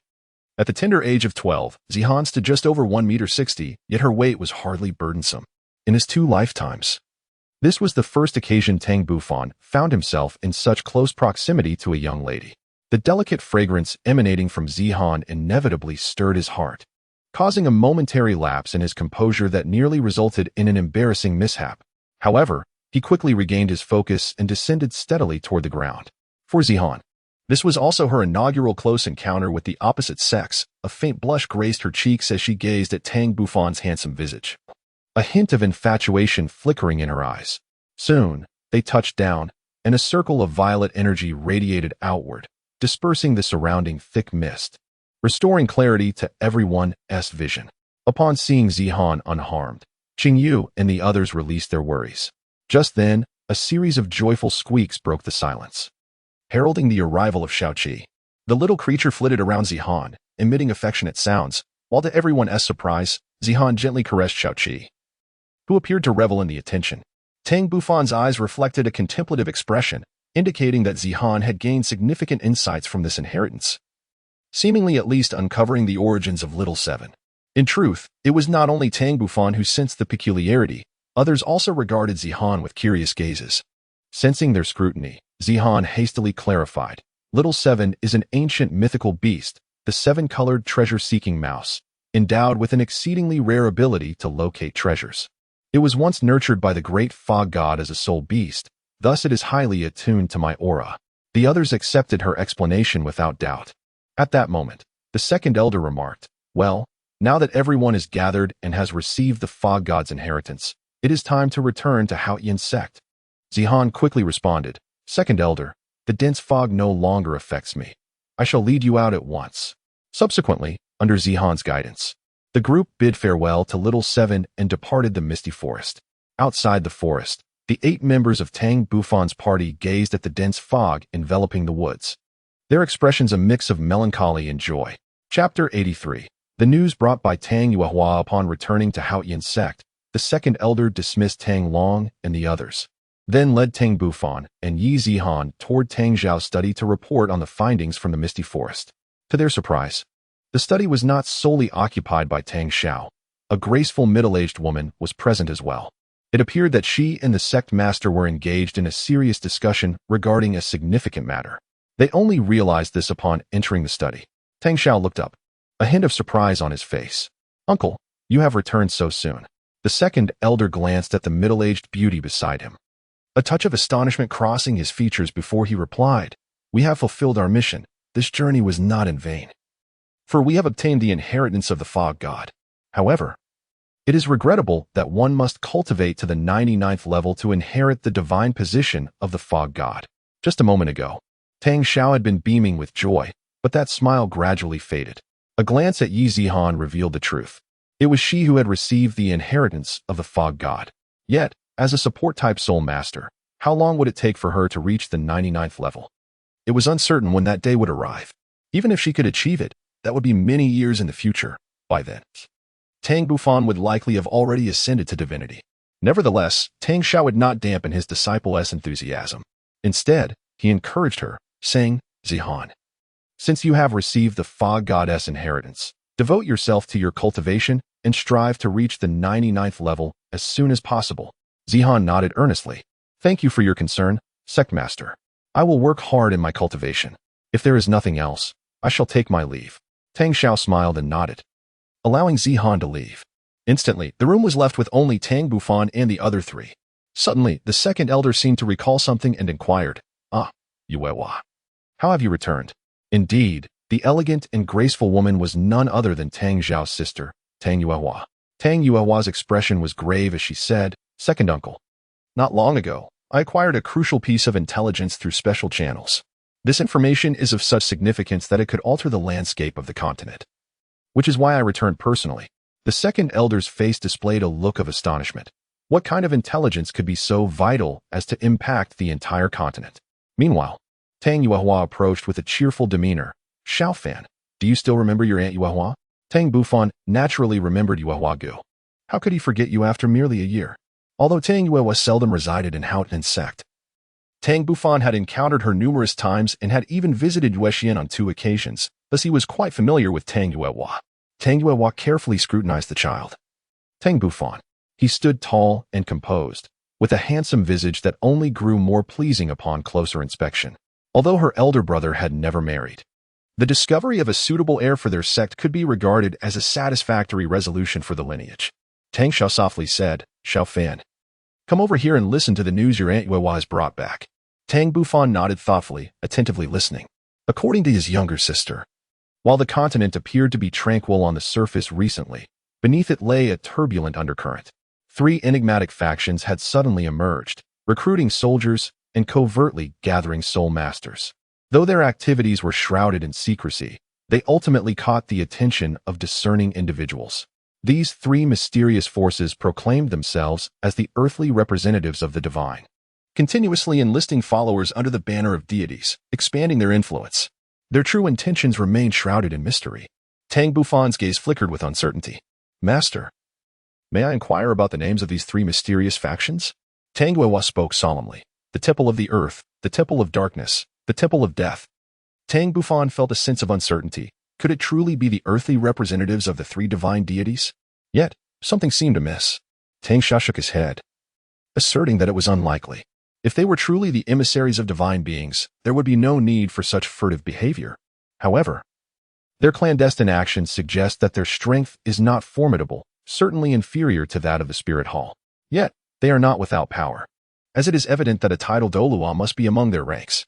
Nevertheless, this could prove to be fortuitous for us, as it has drawn the attention of the Spirit Hall towards our cause. Tang Bufan's eyes flickered with contemplation as he pondered the origins of the 3 great factions. Could they be the result of the fragments of the Haotian sword? After a brief moment, Tang Xiao chuckled and said, "Xiao Fan, there is no need for you to worry about such matters. Your sole task is to devote yourself to your cultivation and strive to become a title Douluo at the earliest opportunity. Let us set aside these discussions and turn our attention to your journey of experience." Tang Bufan felt a surge of excitement, his eyes sparkling with anticipation. Tang Xiao chuckled. "I intend to send you on a journey to the City of Slaughter to attain the realm of the God of Killing." "The City of Slaughter? The realm of the God of Killing?" Tang Bufan inquired, perplexed. Tang Xiao pondered for a moment, as if carefully choosing his words. After a while, he finally spoke. "The City of Carnage is a remarkable realm. Within its confines, one cannot wield soul techniques, but may only employ abilities intrinsically linked to oneself. It is said to be a domain left behind by a powerful being who ascended to divinity. By undergoing its trials, one can acquire a unique talent known as the domain of the god of slaughter, significantly amplifying personal strength. Tang Bufan was momentarily taken aback. Master, he replied, if what you say is true, the city of slaughter is indeed a remarkable place, and it could very well be a trial ground left by a deity. Tang Xiao shook his head, expressing uncertainty. However, it is indeed true that one can acquire a gifted domain. Tang Bufan acknowledged the command. Understood, Master. Is there anything else you wish to instruct? I may require several years before I can return to the Haotian Sect, as I must first undertake the trials of the Thunder God along my journey. It is uncertain whether I shall return within that time frame. If the opportunity arises, do inquire into the details of those 3 enigmatic forces. However, prioritize your own safety above all. The mission may falter, but your well-being must not be compromised. Do you understand? Beside them, Tang Yuewa expressed her astonishment. Elder brother, is it not a bit premature to send Xiao Fan, who is merely 12 years old, to the city of slaughter? The second elder shook his head. Yuehua, there is no need for your concern. Xiao Fan's prowess surpasses your imagination, and his array of skills is extensive, rivaling, if not exceeding, that of Tang Hao in his prime. Tang Yuehua gazed at Tang Xiao in astonishment. Is this truly the case? Tang Xiao nodded earnestly, and only then did Tang Yuehua believe him. After a moment's hesitation, Tang Bufan respectfully requested of Tang Xiao, Master, for this upcoming expedition, I wish to take Tang Ming and the others to the Thunder Canyon for their training, as it is a place where they can rapidly enhance their cultivation. Tang Xiao hesitated for a moment. After all, they were merely sole sovereigns. Was it too reckless? Master, I can assure you of their safety. They will only cultivate within the Thunder God's secret realm, and any expeditions will be undertaken solely by myself, as they are currently of no assistance to me, declared Tang Bufan earnestly. At that moment, the second elder spoke up. Xiao Fan, you should return and make preparations. We will discuss this matter and inform you of our decision. Reluctantly, Tang Bufan took his leave from the elders. Once he had departed, Tang Xiao expressed his concern. Second uncle, you cannot possibly agree to let him take Tang Ming and the others outside, can you? That is far too perilous. The master replied, to be honest, I do not oppose it. This child, Xiao Fan, possesses remarkable fortune and astonishing strength. With him looking after them, Tang Ming and the others will be safe. Furthermore, since he is willing to assist our clan's brethren, we have no grounds to object, given Xiao Fan's capabilities. As long as they do not encounter a tidal Douluo, they should be out of danger. Tang Xiao contemplated for a moment and ultimately conceded. In the holy city of Wuhuan, within the papal palace, Bibi Dong erupted in fury at the assembly of red-robed cardinals. Are you all utterly incompetent? Have you yet to uncover the details of these 3 formidable factions? After a prolonged silence, Bibi Dong appeared weary. Enough. Depart now. I grant you a mere 3 months. Should you fail to procure any useful information, I shall demand your heads. Soon after, the papal palace returned to its tranquil state. Chapter 84. Farewell. In the ensuing 3 days, Tang Bufan spent his time in anticipation. Aside from a few changes of clothing and a modest supply of provisions, he found little need for preparation, as any necessities could be readily acquired from the outside. He held a personal strategy for this expedition. The first destination would undoubtedly be the Thunder Canyon. However, he would not enter through the entrance occupied by the Blue Lightning Tyrant Dragon Sect, but rather through an alternative route. With his current strength, he should be capable of passing the first trial of the Thunder God, yet he remained indecisive. After all, the time frame for the Thunder God's trial was quite lenient, and he could easily wait until around the age of 20 to undertake the assessment, thereby affording himself ample time for exploration across the continent. Should he succeed in the first trial now, the subsequent trials would necessitate his prolonged presence in the Thunder Canyon, and who could say how long it would take to pass them? Thus, he might find himself unable to fulfill the task assigned by his sect leader. Moreover, adventure coursed through his veins. He was not one to remain complacent. Deep down, his inclinations leaned towards the latter option. Sighing softly, Tang Bufan chose to cast aside these vexations and decided to take one step at a time. He retrieved the iron box resembling a cube from the 33 heavens. Over the past months, he had dedicated an hour each day to deciphering its mysteries. However, he had underestimated the complexity of this iron box. With his formidable mental acuity, he had managed to piece together a complete image. At his current pace, he was confident he could unlock the box within 6 years, and obtain the silver beast skin contained within. The image he had assembled appeared to depict an ancient palace. However, it was only visible from the side, and its name remained elusive. It seemed that only upon fully unlocking the box would he uncover the secrets it harbored. As for the mystery of the iron box, he felt no urgency, even if it contained the legacy of a deity. He had already acquired the inheritance of one divine being. Could he truly claim the legacy of another? Upon reflecting on this matter, Tang Bufan found himself momentarily taken aback. He had indeed never pondered the grave question of whether an individual could inherit the legacies of two deities. If such a feat were possible, it would be most advantageous. However, if it were not, he would inevitably have to select the most formidable divine position to inherit. Yet, a sense of reluctance brewed deep within him, as he feared the constraints that these divine positions might impose. Soon, however, he donned a self-deprecating smile. Was it not overly ambitious for a mere Soul King to contemplate such matters? Perhaps such considerations were best reserved until he stood atop the continent. Having ascended to the pinnacle of the 9th degree, becoming an unparalleled Douluo. At that moment, a knock at the door jolted Tang Bufan back to reality. Just a moment. I'll be right there, he called out. Big brother, hurry and open the door. We have splendid news to share with you. Tang Bufan wore a look of mild surprise, uncertain of the good news that Tang Ming would share with him. Moments later, in the living room, Tang Ming, Tang Feng, Qing Shan, Qing Yu, and Zihan gathered together, all displaying an air of excitement. Tang Bufan, filled with curiosity, inquired, given your exuberant demeanor, do enlighten me. What matter has brought you such joy? Tang Ming was filled with excitement. Boss, are you really embarking on your journey to the mainland tomorrow? How did you find out? Tang Bufan replied, perplexed. I haven't informed you yet. The second elder visited us just now, they explained. He was the one who shared the news. And he also mentioned that the 5 of us could accompany you on your adventure. Tang Ming's face flushed with excitement, as he and Tang Feng were the most eager among the group to explore the world beyond. Tang Bufan responded softly, his expression neither warm nor cold. Tang Ming was instantly struck by Tang Bufan's expression, feeling utterly disheartened. Boss, why do you show no reaction at all? Tang Bufan glanced at everyone. The reason was quite simple. The only reason you were able to venture out is due to my suggestion to the sect leader. At that time, he did not acquiesce, and I had thought that you would not be permitted to accompany me. To my surprise, he ultimately consented to my earlier request. A few individuals familiar with the ways of Tang pondered, realizing the situation at hand.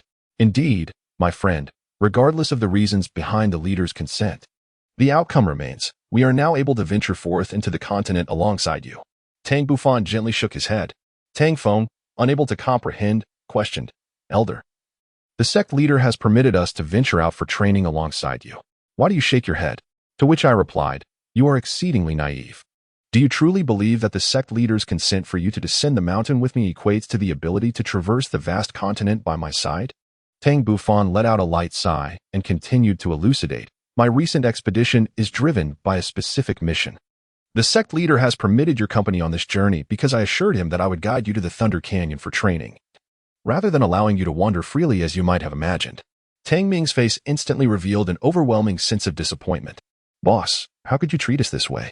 At that moment, Qing Shan, who had remained silent, spoke up. Unfan, are you suggesting that we embark on a journey to the Thunder Canyon for cultivation? Is it possible that it can aid us in accelerating our training? Tang Bufan cast an admiring glance at Qing Shan and said, Brother Qing Shan, you have hit the nail on the head. Although you excel far beyond your peers, it is still insufficient for venturing into the continent. However, once I have fulfilled the tasks assigned by the sect leader and your strengths have ascended to a higher level, you will be ready to accompany me in exploring the continent. Qing Yu and Zihan, on the other hand, were not as eager to traverse the continent. Instead, they placed greater emphasis on the enhancement of their own abilities. Despite their initial disappointment, Tang Ming and Tang Feng quickly regained their composure.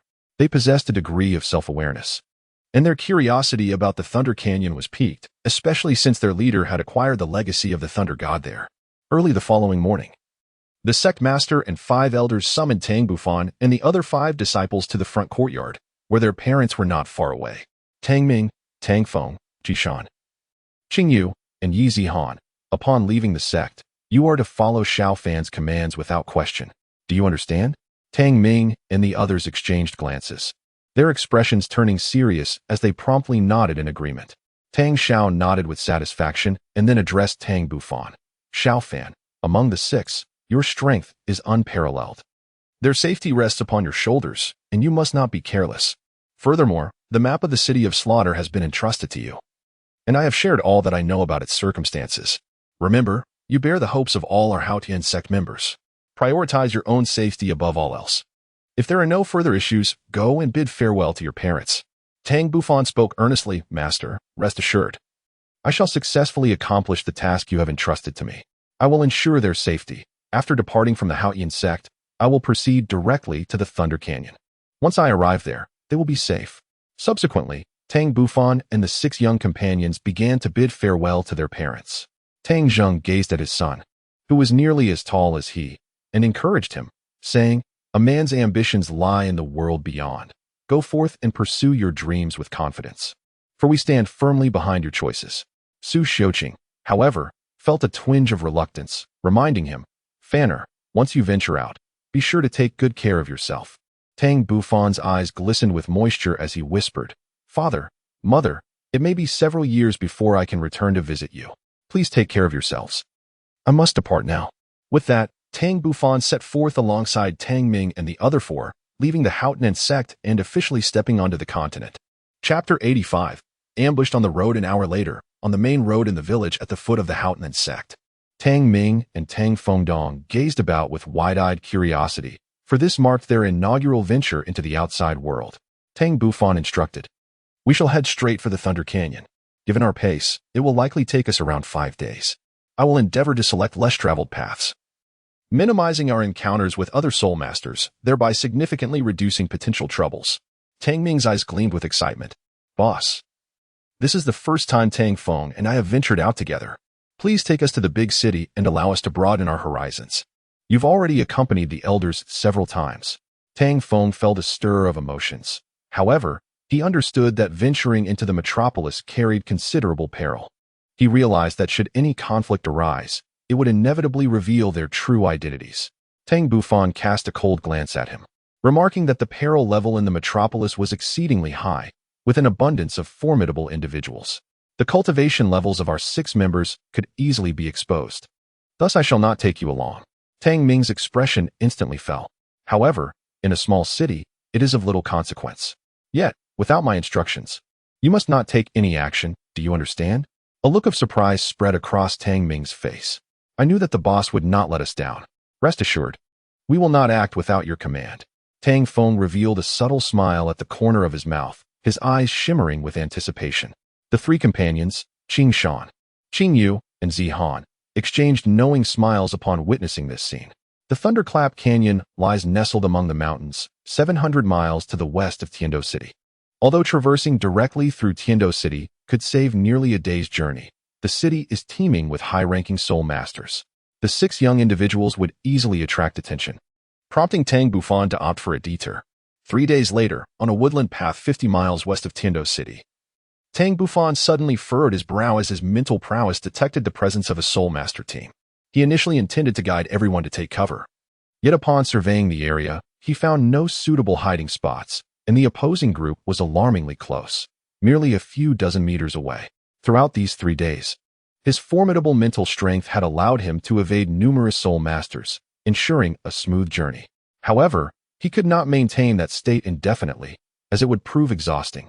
Unexpectedly, a lapse in vigilance led him to encounter a team of soul masters.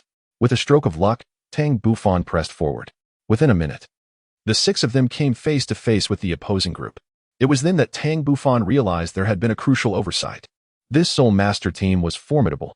Despite their small number of 5, their aura was fierce, suggesting they specialized in hunting soul beasts. The leader, a middle-aged man with gray hair, exuded the most potent presence, likely a soul emperor-level expert, while the other 4 were considerably weaker, 2 soul kings and 2 soul ancestors. Tang Ming and Tang Feng, walking in the front, exchanged anxious glances. Nevertheless, they adhered to Tang Bufan's instructions, refraining from scrutinizing their adversaries.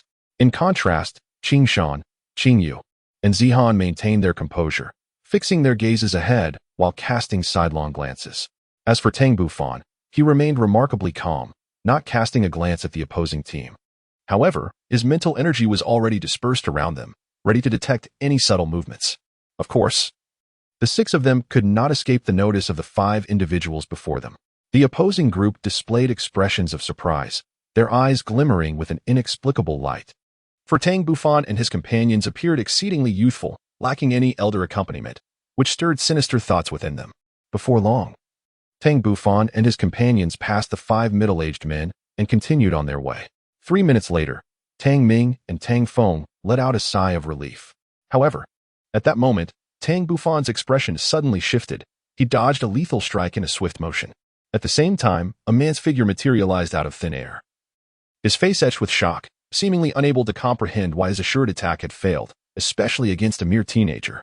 Such a commotion inevitably drew the attention of Tang Ming and the others ahead, who turned to witness the unfolding scene, their faces betraying astonishment. With the failure of the middle-aged man's ambush, the other members of the group no longer concealed themselves, revealing their presence. Tell me, how did you see through my invisibility soul skill? This is my 5th soul skill, and with it, I have successfully ambushed even soul emperors. Regardless of your age. You should not be able to see through it, should you? Tang Bufan coldly snorted and remarked, Esteemed gentlemen, why do you seek to take our lives? I believe we have not offended you in any way. At that moment, the middle-aged man with graying hair spoke up. Young lad, relinquish your belt to us, and this matter shall be resolved. Tang Bufan glanced down at his belt, revealing a look of understanding. It was likely that this soul emperor had discerned that his belt was a soul-guiding device, hence the ill intentions. However, they were unable to see through him, and were simultaneously concerned that an elder might be lurking in the shadows, or perhaps that an elder was nearby.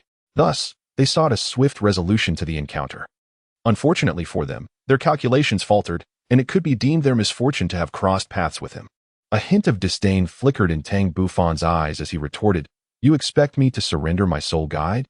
Surely, you must be still dreaming. The gray-haired middle-aged man momentarily froze, only to be overtaken by a look of astonishment as he realized, indeed, it was a soul guide.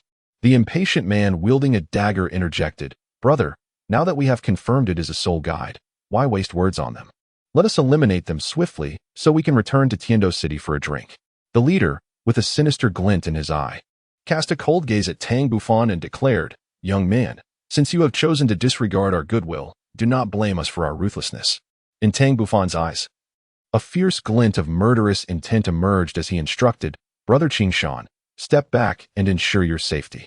With that, Tang Bufan unleashed his thunder domain, enveloping the 5 middle-aged men in an instant. The domain expanded, ultimately covering a radius of 30 meters before coming to a halt. Without hesitation, Tang Bufan summoned the Haotian hammer, opting not to conceal his strength, and directly employed his 4th soul skill, the gravity hammer. Instantly, 9 colossal energy hammers, under Tang Bufan's command, surged towards his adversaries. The 5 middle-aged men, ensnared within the thunder domain, felt the oppressive force immediately. Unfortunately, they were unable to evade it. Not only were their powers suppressed, but their bodies also experienced a slight numbness, leading to a significant delay in their reactions. Moreover, Tang Bufan's soul ring configuration struck directly at their psyche, and by the time they regained their senses, it was too late to dodge the gravity hammers. The terrifying might of the attack resulted in the immediate demise of the 2 weakest soul masters, while the 2 soul kings sustained severe injuries, leaving only the strongest, the soul emperor, with minor wounds. Given that their intent was to kill him, Tang Bufan saw no reason to hold back. With his martial soul fully unleashed, he had no qualms about delivering decisive retribution. In the next moment, Tang Bufan's figure flickered rapidly within the domain, targeting the 2 injured soul kings. Realizing their impending doom, they attempted to flee, but it was far too late. The Haotian hammer, imbued with purple light, swiftly extinguished their lives. The entire sequence unfolded in under a minute, leaving only the middle-aged soul emperor, whose face bore a look of sheer horror. As he observed the approaching, emotionless youth, the middle-aged soul emperor finally felt regret. An uncommon expression of fear etched upon his features. Author's note to all the charming boys and lovely girls. This book is officially launched today. Although it may seem sudden, it is indeed true. From December 16th to today, February 18th, marks exactly 2 months. I apologize for the brief hiatus during the updating period due to personal reasons. I would also like to express my gratitude to my editor, Xiao Yuan, for the strong recommendation, and to all of you for your unwavering support and generous rewards. This book may have its shortcomings and flaws, and I welcome your constructive feedback. I will diligently consider each suggestion and strive to improve the writing. Regarding updates, due to my chronic laziness and the abrupt launch, I do not have a backlog of chapters prepared. However, rest assured, I will upload 3 chapters this afternoon, and will continue to post as I write. After these few days, I will guarantee a minimum of 3 updates, aiming for 4, though if unforeseen circumstances arise, it may be reduced to 2, with promises to make up for any delays. I hope this book receives your affection. Lastly, I humbly request your subscriptions, recommendations, and monthly votes. May joy and prosperity be with each of you. Chapter 86. The Slaying of the Soul Emperor. What did he witness? 2 purple, 2 black, and 1 red soul ring. This youth astonishingly stands as a soul king. It seems implausible. He appears scarcely beyond 18, perhaps even as young as 15 or 16. Yet, how could his first soul ring be a purple 1,000-year ring? And what of that red soul ring? Could it possibly be the fabled 100,000-year ring? A privilege reserved for those powerful enough to ascend to the status of title Douluo? How could a mere soul king absorb such a formidable ring unscathed? This utterly shatters his previous understanding. Moreover, the youth's martial spirit bears a striking resemblance to the Haotian hammer. Yet, the Haotian hammer is distinctly black and lacks any thunderous power. Could it be a mutated Haotian hammer? Each of these questions is perplexing. Alas, no one is available to provide clarity, and Tang Bufan has once again approached with lethal intent. He is compelled to unleash his martial spirit, the Earth Bear. The Earth Bear is indeed a commendable martial spirit, renowned for its formidable defensive capabilities. In an instant, the middle-aged Soul Emperor completes his transformation into beast form. Nearly becoming the Earth Bear itself, one might mistake him for a soul sage, as the difference would scarcely be noticeable. Tang Bufan executed the art of shadow shifting to perfection, his figure darting swiftly within the confines of the battlefield. In no time, he approached the middle-aged Soul Emperor, the Haotian hammer in his grasp radiating with violet light as his second soul ring ignited. With a forceful strike, he brought the hammer down upon the ground, unleashing a bolt of lightning that surged forth towards the Soul Emperor. This bolt possessed the capacity to incapacitate its target for 3 seconds, ample time for Tang Bufan to vanquish his opponent, the middle-aged Soul Emperor. Initially anticipating an onslaught of the Haotian Sect's chaotic hammer techniques, instinctively activated his 5th soul skill, Earth Armor. He underestimated the potency of a mere 2nd soul skill, believing it could not possibly threaten him, even if it originated from a millennium-old soul beast. However, upon the lightning's impact, the realization of his grave error struck him with shocking clarity. The bolt exhibited an unimaginable paralyzing effect, though he did not entirely lose his ability to move. He found himself severely hampered. In that moment, he was grateful for having summoned the Earth Armor to shield himself. Yet, Tang Bufan did not relent after unleashing his 2nd soul skill. With a leap, he executed the chaotic hammer technique, seizing the fleeting 3 seconds of paralysis to deliver a devastating blow to the Soul Emperor. The violet glimmering Haotian hammer collided with the black armor, the sheer force propelling the middle-aged Soul Emperor into the air before crashing down onto the ground. The tremendous impact reverberated through the black armor, causing him to spew blood. The middle-aged Soul Emperor's expression was one of sheer terror. The chaotic hammer technique was indeed formidable, rendering him incapable of even blocking a single strike. Is this the might of the world's foremost sect? At that moment, the paralyzing effect of the lightning faded, and he endured the pain to rise. Casting a glance at the advancing Tang Bufan, he realized escape was futile. Perhaps only by fighting to the last breath could he find a glimmer of hope. He hastily summoned his soul power to invoke his 6th soul skill, Earth Fist. The black 6th soul ring flickered, and a colossal earth-toned fist materialized in the sky, crashing down towards Tang Bufan. Meanwhile, Tang Bufan furrowed his brow and let out a low growl, invoking his own formidable attack, the sky-soaring strike. Indeed, it was one of his 200,000-year soul skills focused on offense. Previously deprived of the opportunity to unleash it, today presented the perfect chance to collide it with the Soul Emperor's 6th soul skill and gauge its effectiveness. In the background, Tang Ming exclaimed with excitement, "Brother Qing Shan, I finally believe that the boss can defeat Uncle Tang Fei." Qi Shan shot him an incredulous glance. "So you never truly believed what I said?" Tang Ming erupted into hearty laughter. "Brother Qing Shan, it's not that I doubt you, but rather that it's simply too incredible. Some things must be witnessed to be believed, don't you think? All right, Tang Ming, look. The 5th soul ring has illuminated. It seems our leader is about to unleash his fifth soul skill. I've heard that he possesses two soul skills of 100,000 years, one for offense and one for defense. I wonder which one he will employ this time. Tang Feng remarked. Qing Shan's eyes gleamed with anticipation. He had previously witnessed Tang Bufan's Haotian guardian, whose defensive prowess was so formidable that even soul saints struggled to breach it.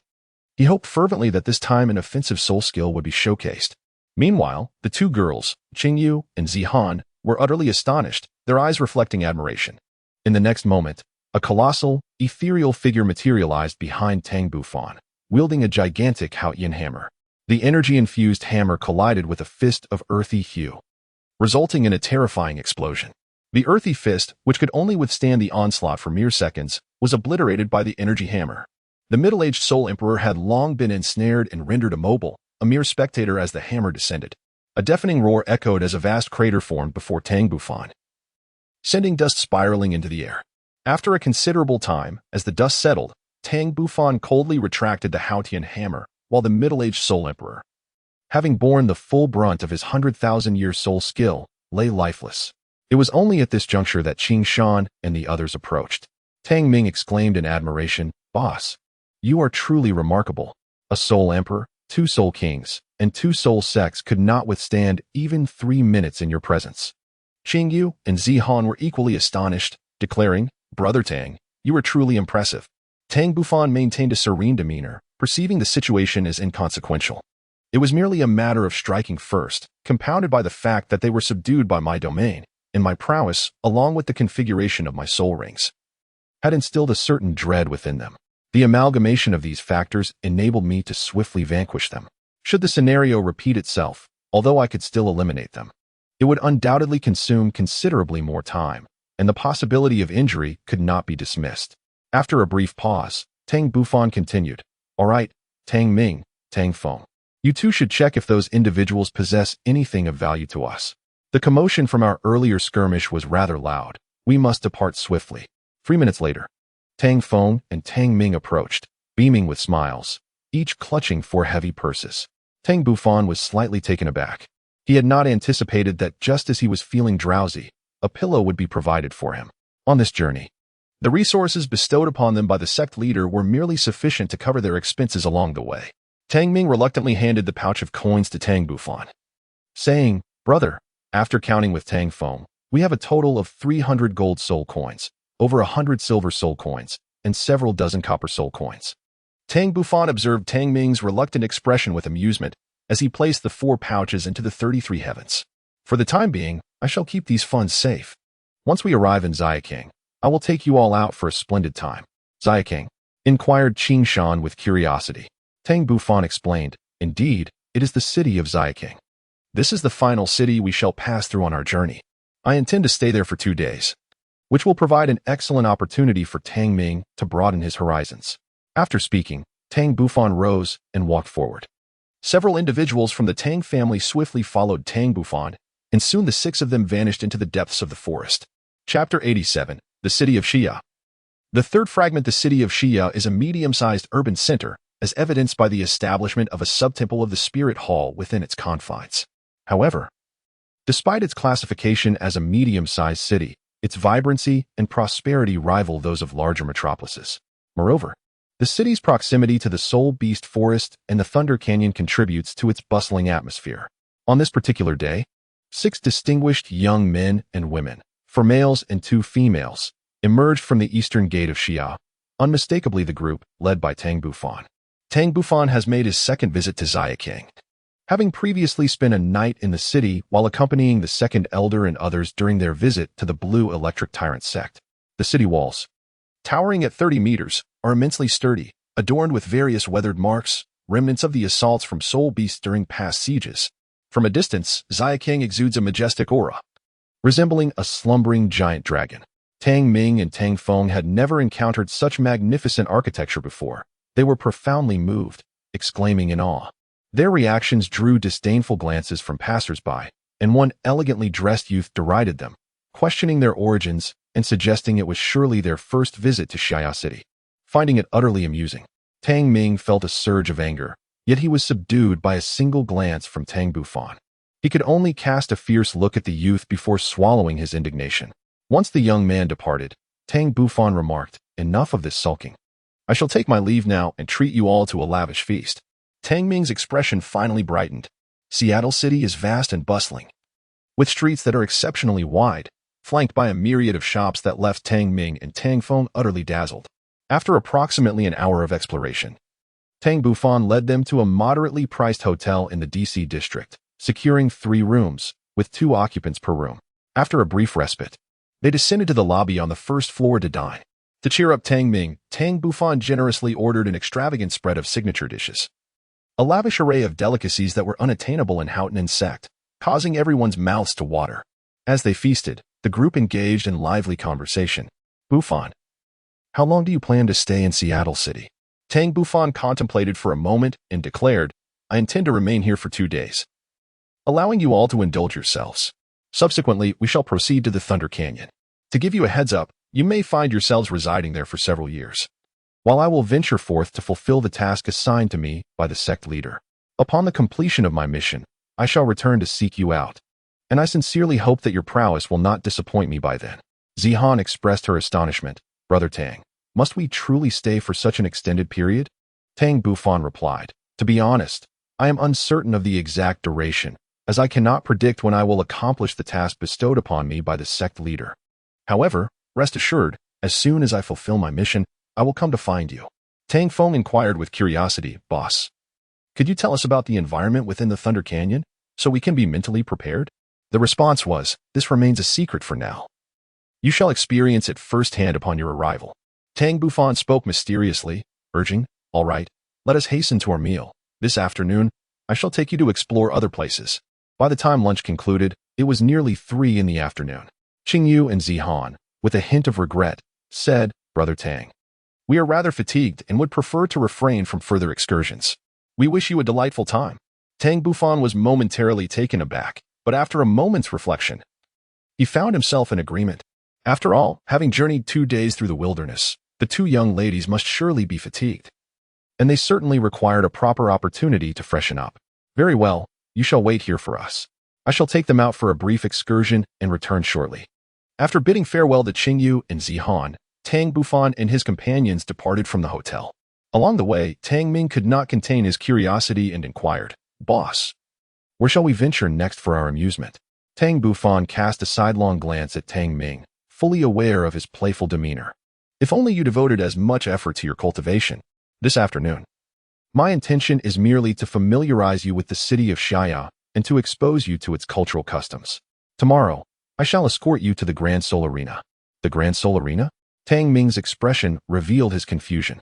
The so-called Grand Soul Arena is a venue for battling soul spirits, a battleground for soul masters. It was established by the 7 most prestigious soul master families across the continent and operates independently of the 2 empires or the Spirit Hall, positioning itself as a third-party entity of immense wealth.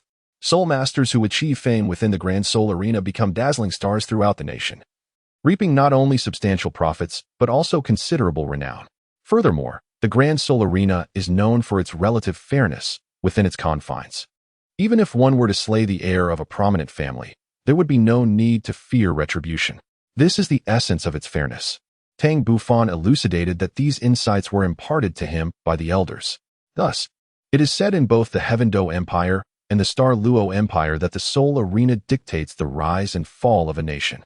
Originally, only cities of the main city level were permitted to possess a Grand Soul Arena. However, the city of Xia stands as an exception. Despite its size being inferior to that of a main city, its vibrancy is by no means lacking.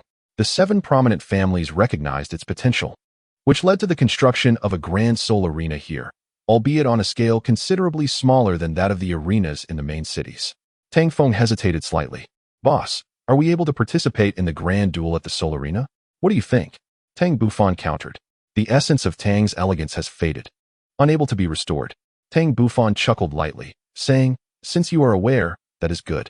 Although we cannot personally participate in the duel, we can observe it. Moreover, Brother Qingshan is eligible to engage in the Grand Spirit Arena battles." A glimmer of brilliance shone in Qingshan's eyes as he responded, "Is it truly acceptable for me to partake in the Grand Spirit Arena duel? Indeed, you are different from us. Even if your martial spirit were to be revealed, it would not matter.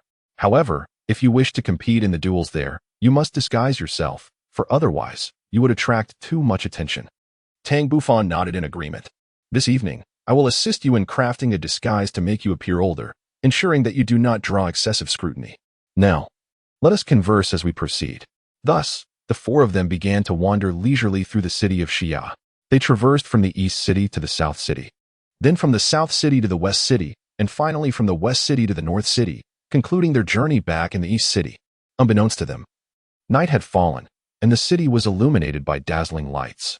Numerous vendors had begun to peddle snacks and various toys at their usual spots, infusing the city with a lively atmosphere.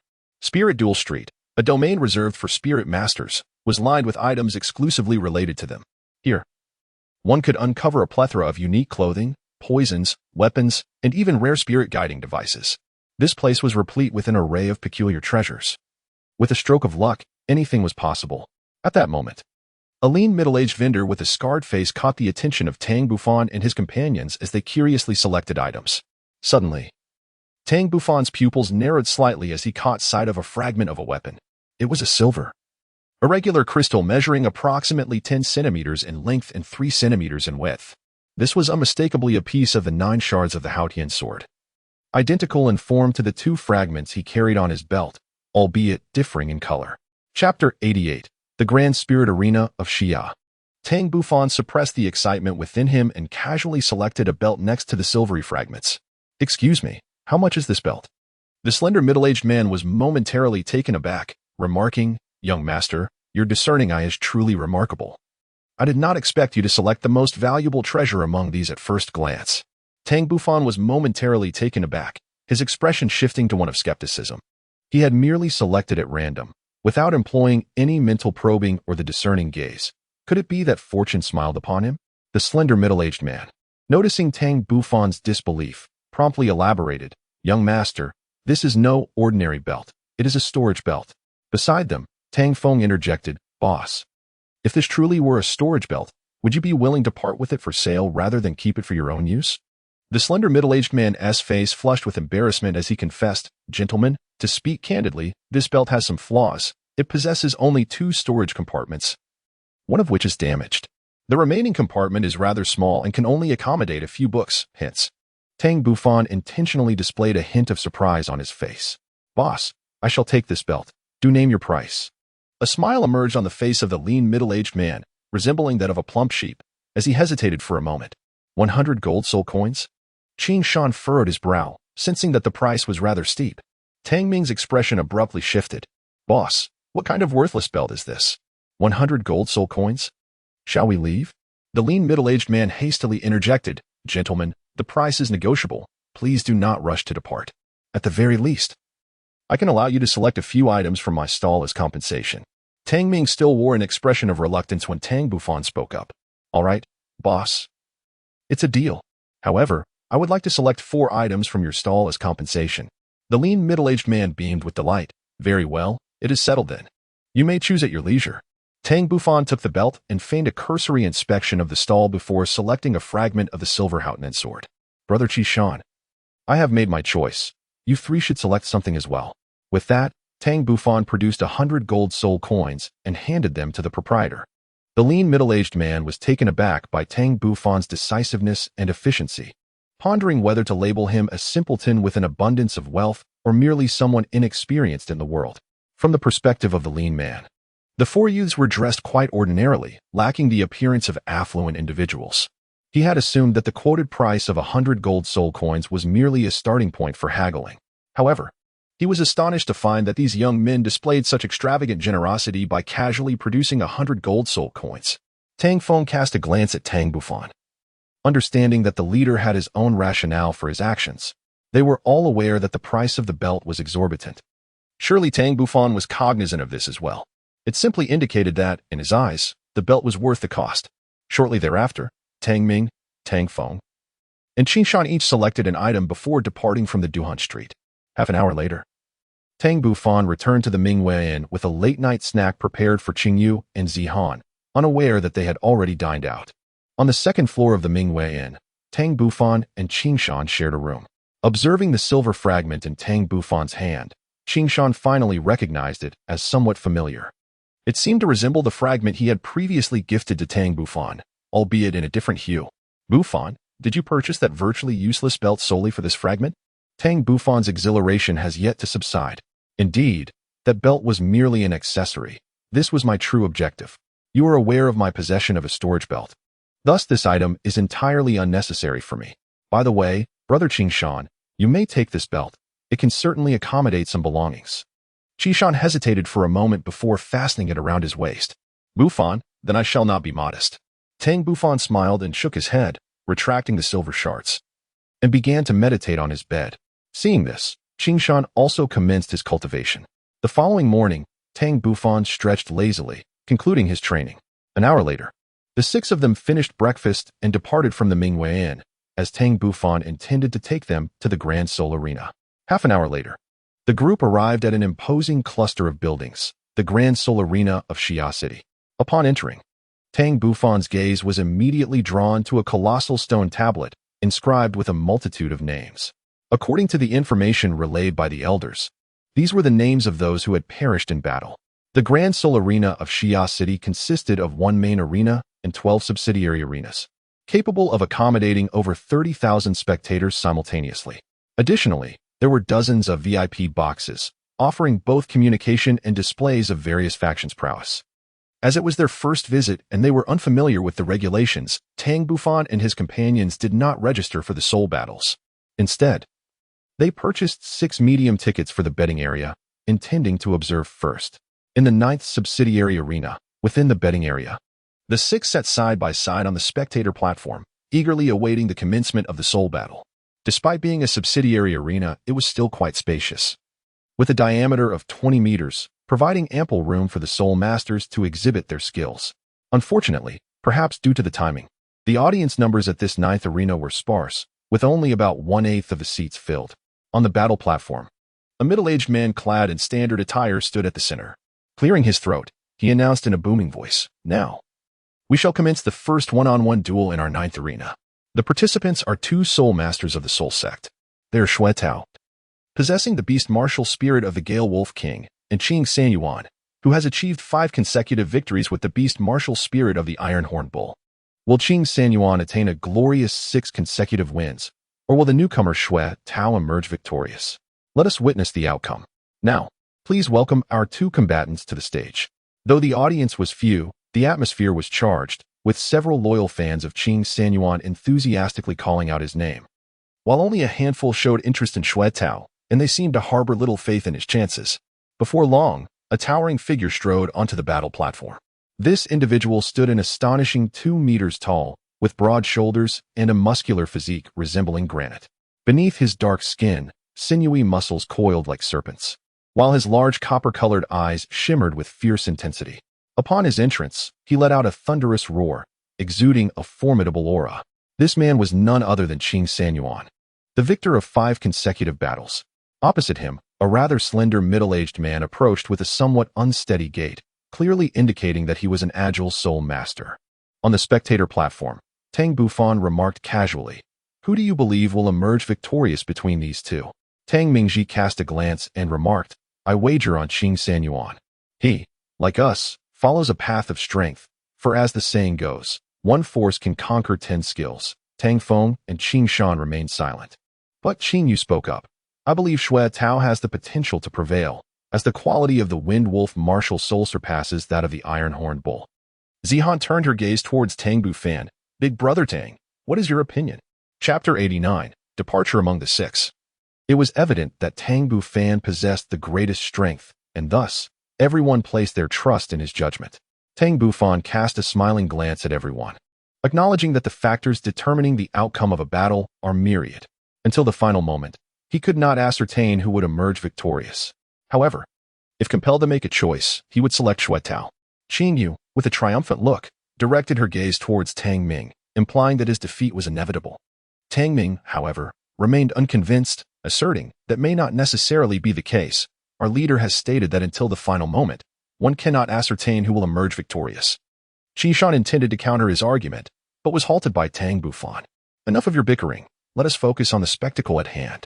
At that moment, both Shui Tao and Qing Sanyuan had completed their beast spirit possession and engaged in combat. Shui Tao, leveraging the attributes of his martial spirit, darted swiftly across the arena, occasionally unleashing a flurry of wind blades to assail Qing Sanyuan. The latter found himself in a most frustrating predicament. His strikes consistently missed their mark, while Shui Tao's wind blades, albeit lacking in sheer power, remained a constant threat, particularly to his more vulnerable areas. Qing Sanyuan, a strength-type soul master, possessed formidable power and defense as his fundamental capabilities. However, his speed was undeniably a weakness, and his agility was insufficient. Thus, despite the might of his strength, his inability to land a hit on Shui Tao rendered it utterly futile, and he found himself exhausting excessive soul power in the pursuit. Some spectators, perplexed by the unfolding events, began to chant Qing Sanyuan's name, mistakenly believing Shui Tao to be utterly overwhelmed. Qing Sanyuan, rally your strength to conquer your opponent. We await your 6th consecutive victory. Yet, perspiration steadily dripped from Qing Sanyuan's brow. Unbeknownst to him, he had already depleted a significant portion of his soul power. At this rate, defeat was all but certain. Shui Tao, if you have the guts, stop fleeing and let us engage in a true contest of manhood. Casting a glance at the crowd cheering for Qing Sanyuan, Shui Tao's eyes gleamed with a hint of derision. Qing Sanyuan had resorted to using his 3rd soul skill twice, and had employed his 2nd skill several times. Shui Tao estimated that Qing Sanyuan's soul power was nearly exhausted. Even if they were to confront each other head-on now, he surmised he would still hold the upper hand. With this thought, Shui Tao declared resolutely, Qing Sanyuan, since you are so eager to fail, I shall grant you your wish. In the next instant, Shui Tao charged toward Qing Sanyuan. Suddenly, his 4th soul ring, symbolized by a radiant purple, illuminated brilliantly. He crossed his wolf claws forward, executing a fierce slash that conjured a colossal cross-shaped wind blade, hurtling toward Qing Sanyuan with astonishing speed.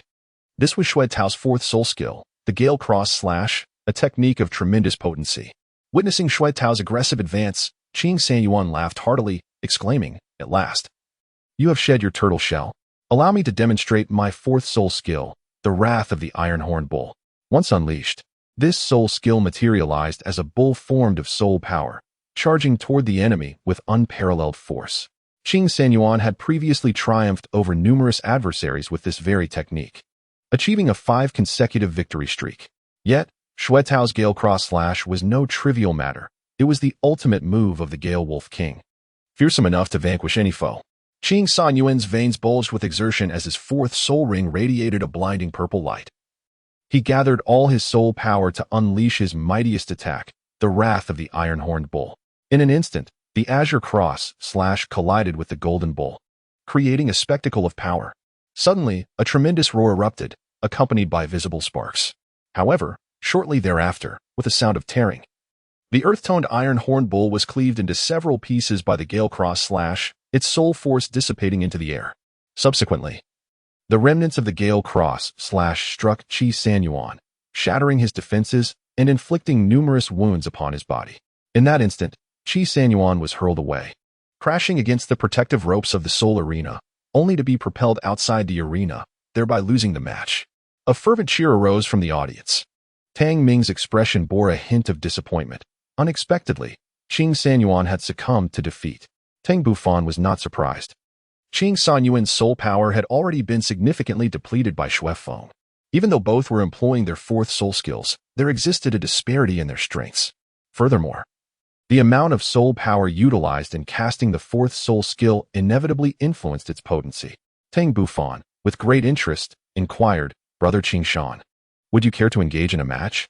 Qing Shan, displaying a wry smile, responded, although I am also a member of the Soul Sect, my soul power stands at a mere 43 levels, significantly lower than theirs. Even if my martial soul exceeds theirs in quality, it would be exceedingly difficult to triumph over them. Shui Feng and Qing Sanyuan both possessed soul power at 48 levels, making victory against them quite a challenge for your current strength. Tang Bufan merely smiled gently. Qing Shan, aware of his own limitations, felt an increasing yearning for strength within. Subsequently, Tang Bufan led the 5 of them to the spectator platform of the life and death battles. Each contest here delineated life from death, marked by unparalleled brutality and heart-stirring intensity. Especially the power unleashed in the throes of desperation, which profoundly impacted Tang Ming and the others, leaving them deeply shaken. 3 hours later, Tang Bufan departed from the Grand Soul Arena in Xia City. Aside from Tang Bufan, who maintained a composed demeanor owing to his 2 lifetimes, even Qingshan's face bore a pallor of despair, appearing utterly lost. The spirits of Tang Ming and his companions plummeted to an all-time low, their confidence utterly shattered. After consuming the celestial fruits, they had felt a sense of pride, but such an attitude, if continued, would be detrimental to their future growth. Thus, Tang Bufan spared no expense to expose them to the harsh realities of Soul Master's life and death battles, emphasizing that high soul power and strength did not guarantee survival. After a considerable time, Tang Feng solemnly declared, "Boss, let us set forth to the Thunder Canyon. I seek to embrace new trials and training. I must grow stronger. Until I ascend to the rank of Soul King, I shall refrain from discussing any ventures across the continent." Tang Ming and several others expressed a similar sentiment. They all recognized that, given their capabilities, they were utterly unqualified to traverse the continent, as they were simply too feeble. Tang Bufan chuckled and remarked, "Since you all possess such resolve, let us finish our lunch, procure some necessities, and then set off." The few individuals beside Qingshan responded solemnly. Observing their downcast expressions, Tang Bufan experienced a fleeting moment of regret. Had he allowed them to witness the brutal realities of life and death too soon? The Thunder Canyon lies to the north of Xiaking, stretching for an indeterminate number of kilometers. On either side of the gorge, there exists either the terrifying Soul Beast Forest or steep cliffs. Among these, the Blue Electric Tyrant Dragon Sect occupies the safest entrance. As for the other routes, they either traverse the Abyssal Forest or soar over the sky-high cliff. Regardless of the chosen path, each presents immense peril. And there is a considerable risk that these routes may lead directly into the depths and core of the Thunder Canyon. The Abyssal Forest is the most ancient Soul Beast Forest in the northwest region, while the sky-high cliff represents the steepest peak of the Sky Mountain Range. After much contemplation, Tang Bufan ultimately chose the path of soaring over the sky cliff. The Abyssal Forest was fraught with peril, and he lacked confidence in his ability to safeguard everyone. In contrast, although the sky cliff was steep, he felt assured in his capacity to escort them safely to their destination, thanks to his flight abilities. Chapter 90. Arrival at the Thunder God's mystic realm. The Sky Mountains are among the highest peaks on the Douluo Continent, with an average elevation exceeding 5,000 meters. And the pinnacle of the sky cliff reaches an astounding height of over 10,000 meters. Following the map, Tang Bufan and his group of 6 spent the better part of the day traversing to the base of the sky cliff. Gazing up at the towering mountain that pierced the clouds, Tang Qing and the others were overcome by a profound sense of insignificance. Tang Bufan addressed the group, stating, "I have already surveyed the surroundings. It is quite safe here. You should find a concealed spot to take refuge while I ascend the skyward cliff to investigate the path ahead." With that, Tang Bufan concentrated his thoughts, and a magnificent pair of phoenix wings unfurled from his back. With a powerful flap, he soared into the air, swiftly disappearing into the clouds. Tang Bufan was experiencing the exhilaration of soaring with all his might for the first time, and truly, the wings of a phoenix were remarkable, with a velocity that surpassed his wildest expectations. Furthermore, due to the external soul bone, the consumption of soul power was nearly negligible. It was likely that even with a companion, the expenditure would remain minimal. Approximately 5 minutes later, Tang Bufan reached the summit of the sky cliff. Gazing at the barren peak, he felt a tinge of disappointment. After resting for a while, he approached the side near the Thunder Gorge. As he surveyed the expanse, it was filled with clouds. After a moment's hesitation, he launched himself towards the Thunder Gorge and swiftly vanished from sight. Below the sky cliff, Tang Qing and his companions found a resting spot on a small hill and patiently awaited Tang Bufan's return. 2 hours later, Tang Bufan returned, weary and fatigued. And soon the 6 of them were reunited. By this time, night had already fallen. At the base of the hill, a fire had been kindled, and the group engaged in conversation while enjoying their rations. Tang Ming could not help but inquire, "Boss, will this journey proceed smoothly?" Tang Bufan lightly exhaled a breath of candlelight, a radiant smile gracing his face. "Of course, it went smoothly. Do you not see who your leader is? Such trifling matters could hardly pose a challenge for me. Tonight, you shall rest well, for tomorrow I shall escort you to the Thunder God's mysterious realm." Tang Feng inquired, "Boss, it is time to reveal the specifics of the Thunder God's secret realm, is it not? Furthermore, how do you plan to arrange our upcoming cultivation? Since you have brought it up, Allow me to elaborate on the general circumstances surrounding the Thunder God's secret realm. Tang Bufan was momentarily taken aback. Ordinarily, entry into the Thunder God's secret realm required passing certain trials. However, with my presence, I have spared you from that prerequisite. Once you enter the secret realm, you will undergo assessments, followed by the Thunder God's evaluation, which constitutes the true test, one that you must complete independently. I hope that the Thunder God's examination tomorrow will be somewhat lenient. Qing Shan, however, held a contrary view. Bufan, I believe a more challenging evaluation would be beneficial, as it would afford us ample opportunity for growth. Not only Qing Shan, but the other four, including Tang Feng, nodded in agreement with his perspective. Tang Bufan cautioned, "You have underestimated the Thunder God assessment. It is a trial specifically designed for soul masters with the Thunder attribute. With your current abilities, I do not mean to discourage you, but it is likely that even the most basic Thunder God examination would be beyond your reach. My initial intention was merely to have you cultivate through the path of the Thunder God." Zihan seized upon a key term, her brow furrowed in confusion. The path of the Thunder God? Tang Bufan felt a slight headache and explained. The path of the Thunder God was forged by the Thunder God himself to select a worthy successor. The intricacies of it cannot be succinctly conveyed in a few words. Even if I were to elaborate, it is unlikely that you would grasp its essence. It would be far more enlightening for you to experience it firsthand tomorrow. Furthermore, I must inform you that within the mystic realm of the Thunder God, 2 disciples from the Blue Electric Overlord sect are undergoing their assessments. In addition, there exists a guardian of the Thunder God's path, a soul beast that has existed for over 100 millennia. Tang Ming was taken aback, a flicker of curiosity crossing his face.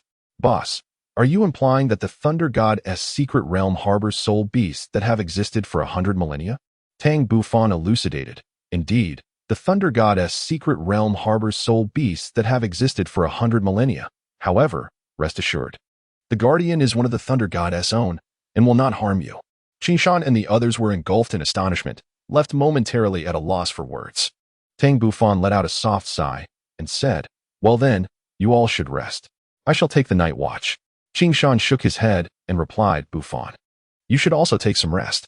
As for the night watch, it can be rotated among the 3 of us, Tang Ming, Tang Feng, and myself.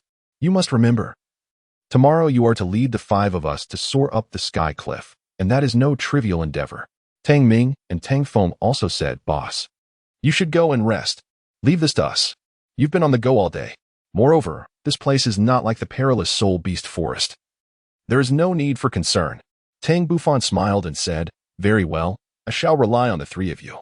I will now immerse myself in my cultivation." Soon, he delved deeply into his training.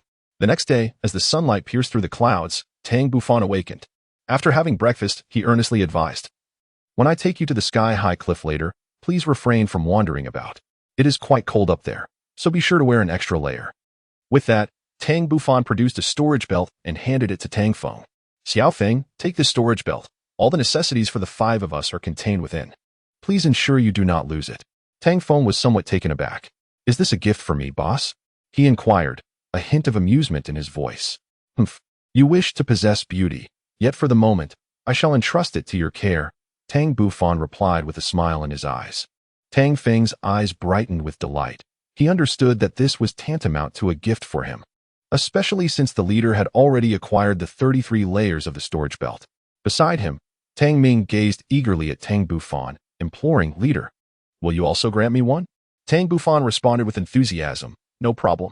Once I acquire the storage soul guide, I will provide one for each of you, including Qingyu and Zihan. I shall not forget." With that, he turned to Tang Feng and declared, "Let us depart." Immediately, Tang Bufan soared towards the peak of the sky-reaching cliff, his speed remarkable. Within 7 minutes, he reached the summit. 2 hours later, Tang Ming, Qing Shan, Qingyu, and Zihan were also brought up. The temperature at the pinnacle was exceedingly low, yet their profound soul power allowed them to endure it for a brief period. After a half-hour respite, Tang Bufan, accompanied by Tang Ming, leaped down. Tang Ming was so frightened that he did not dare to open his eyes. It took a full 10 minutes before they reached the ground, and only then did Tang Ming finally dare to open his eyes.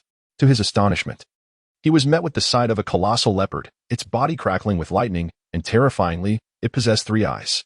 Startled, Tang Ming jumped up and screamed loudly. Tang Bufan spoke in a deep voice.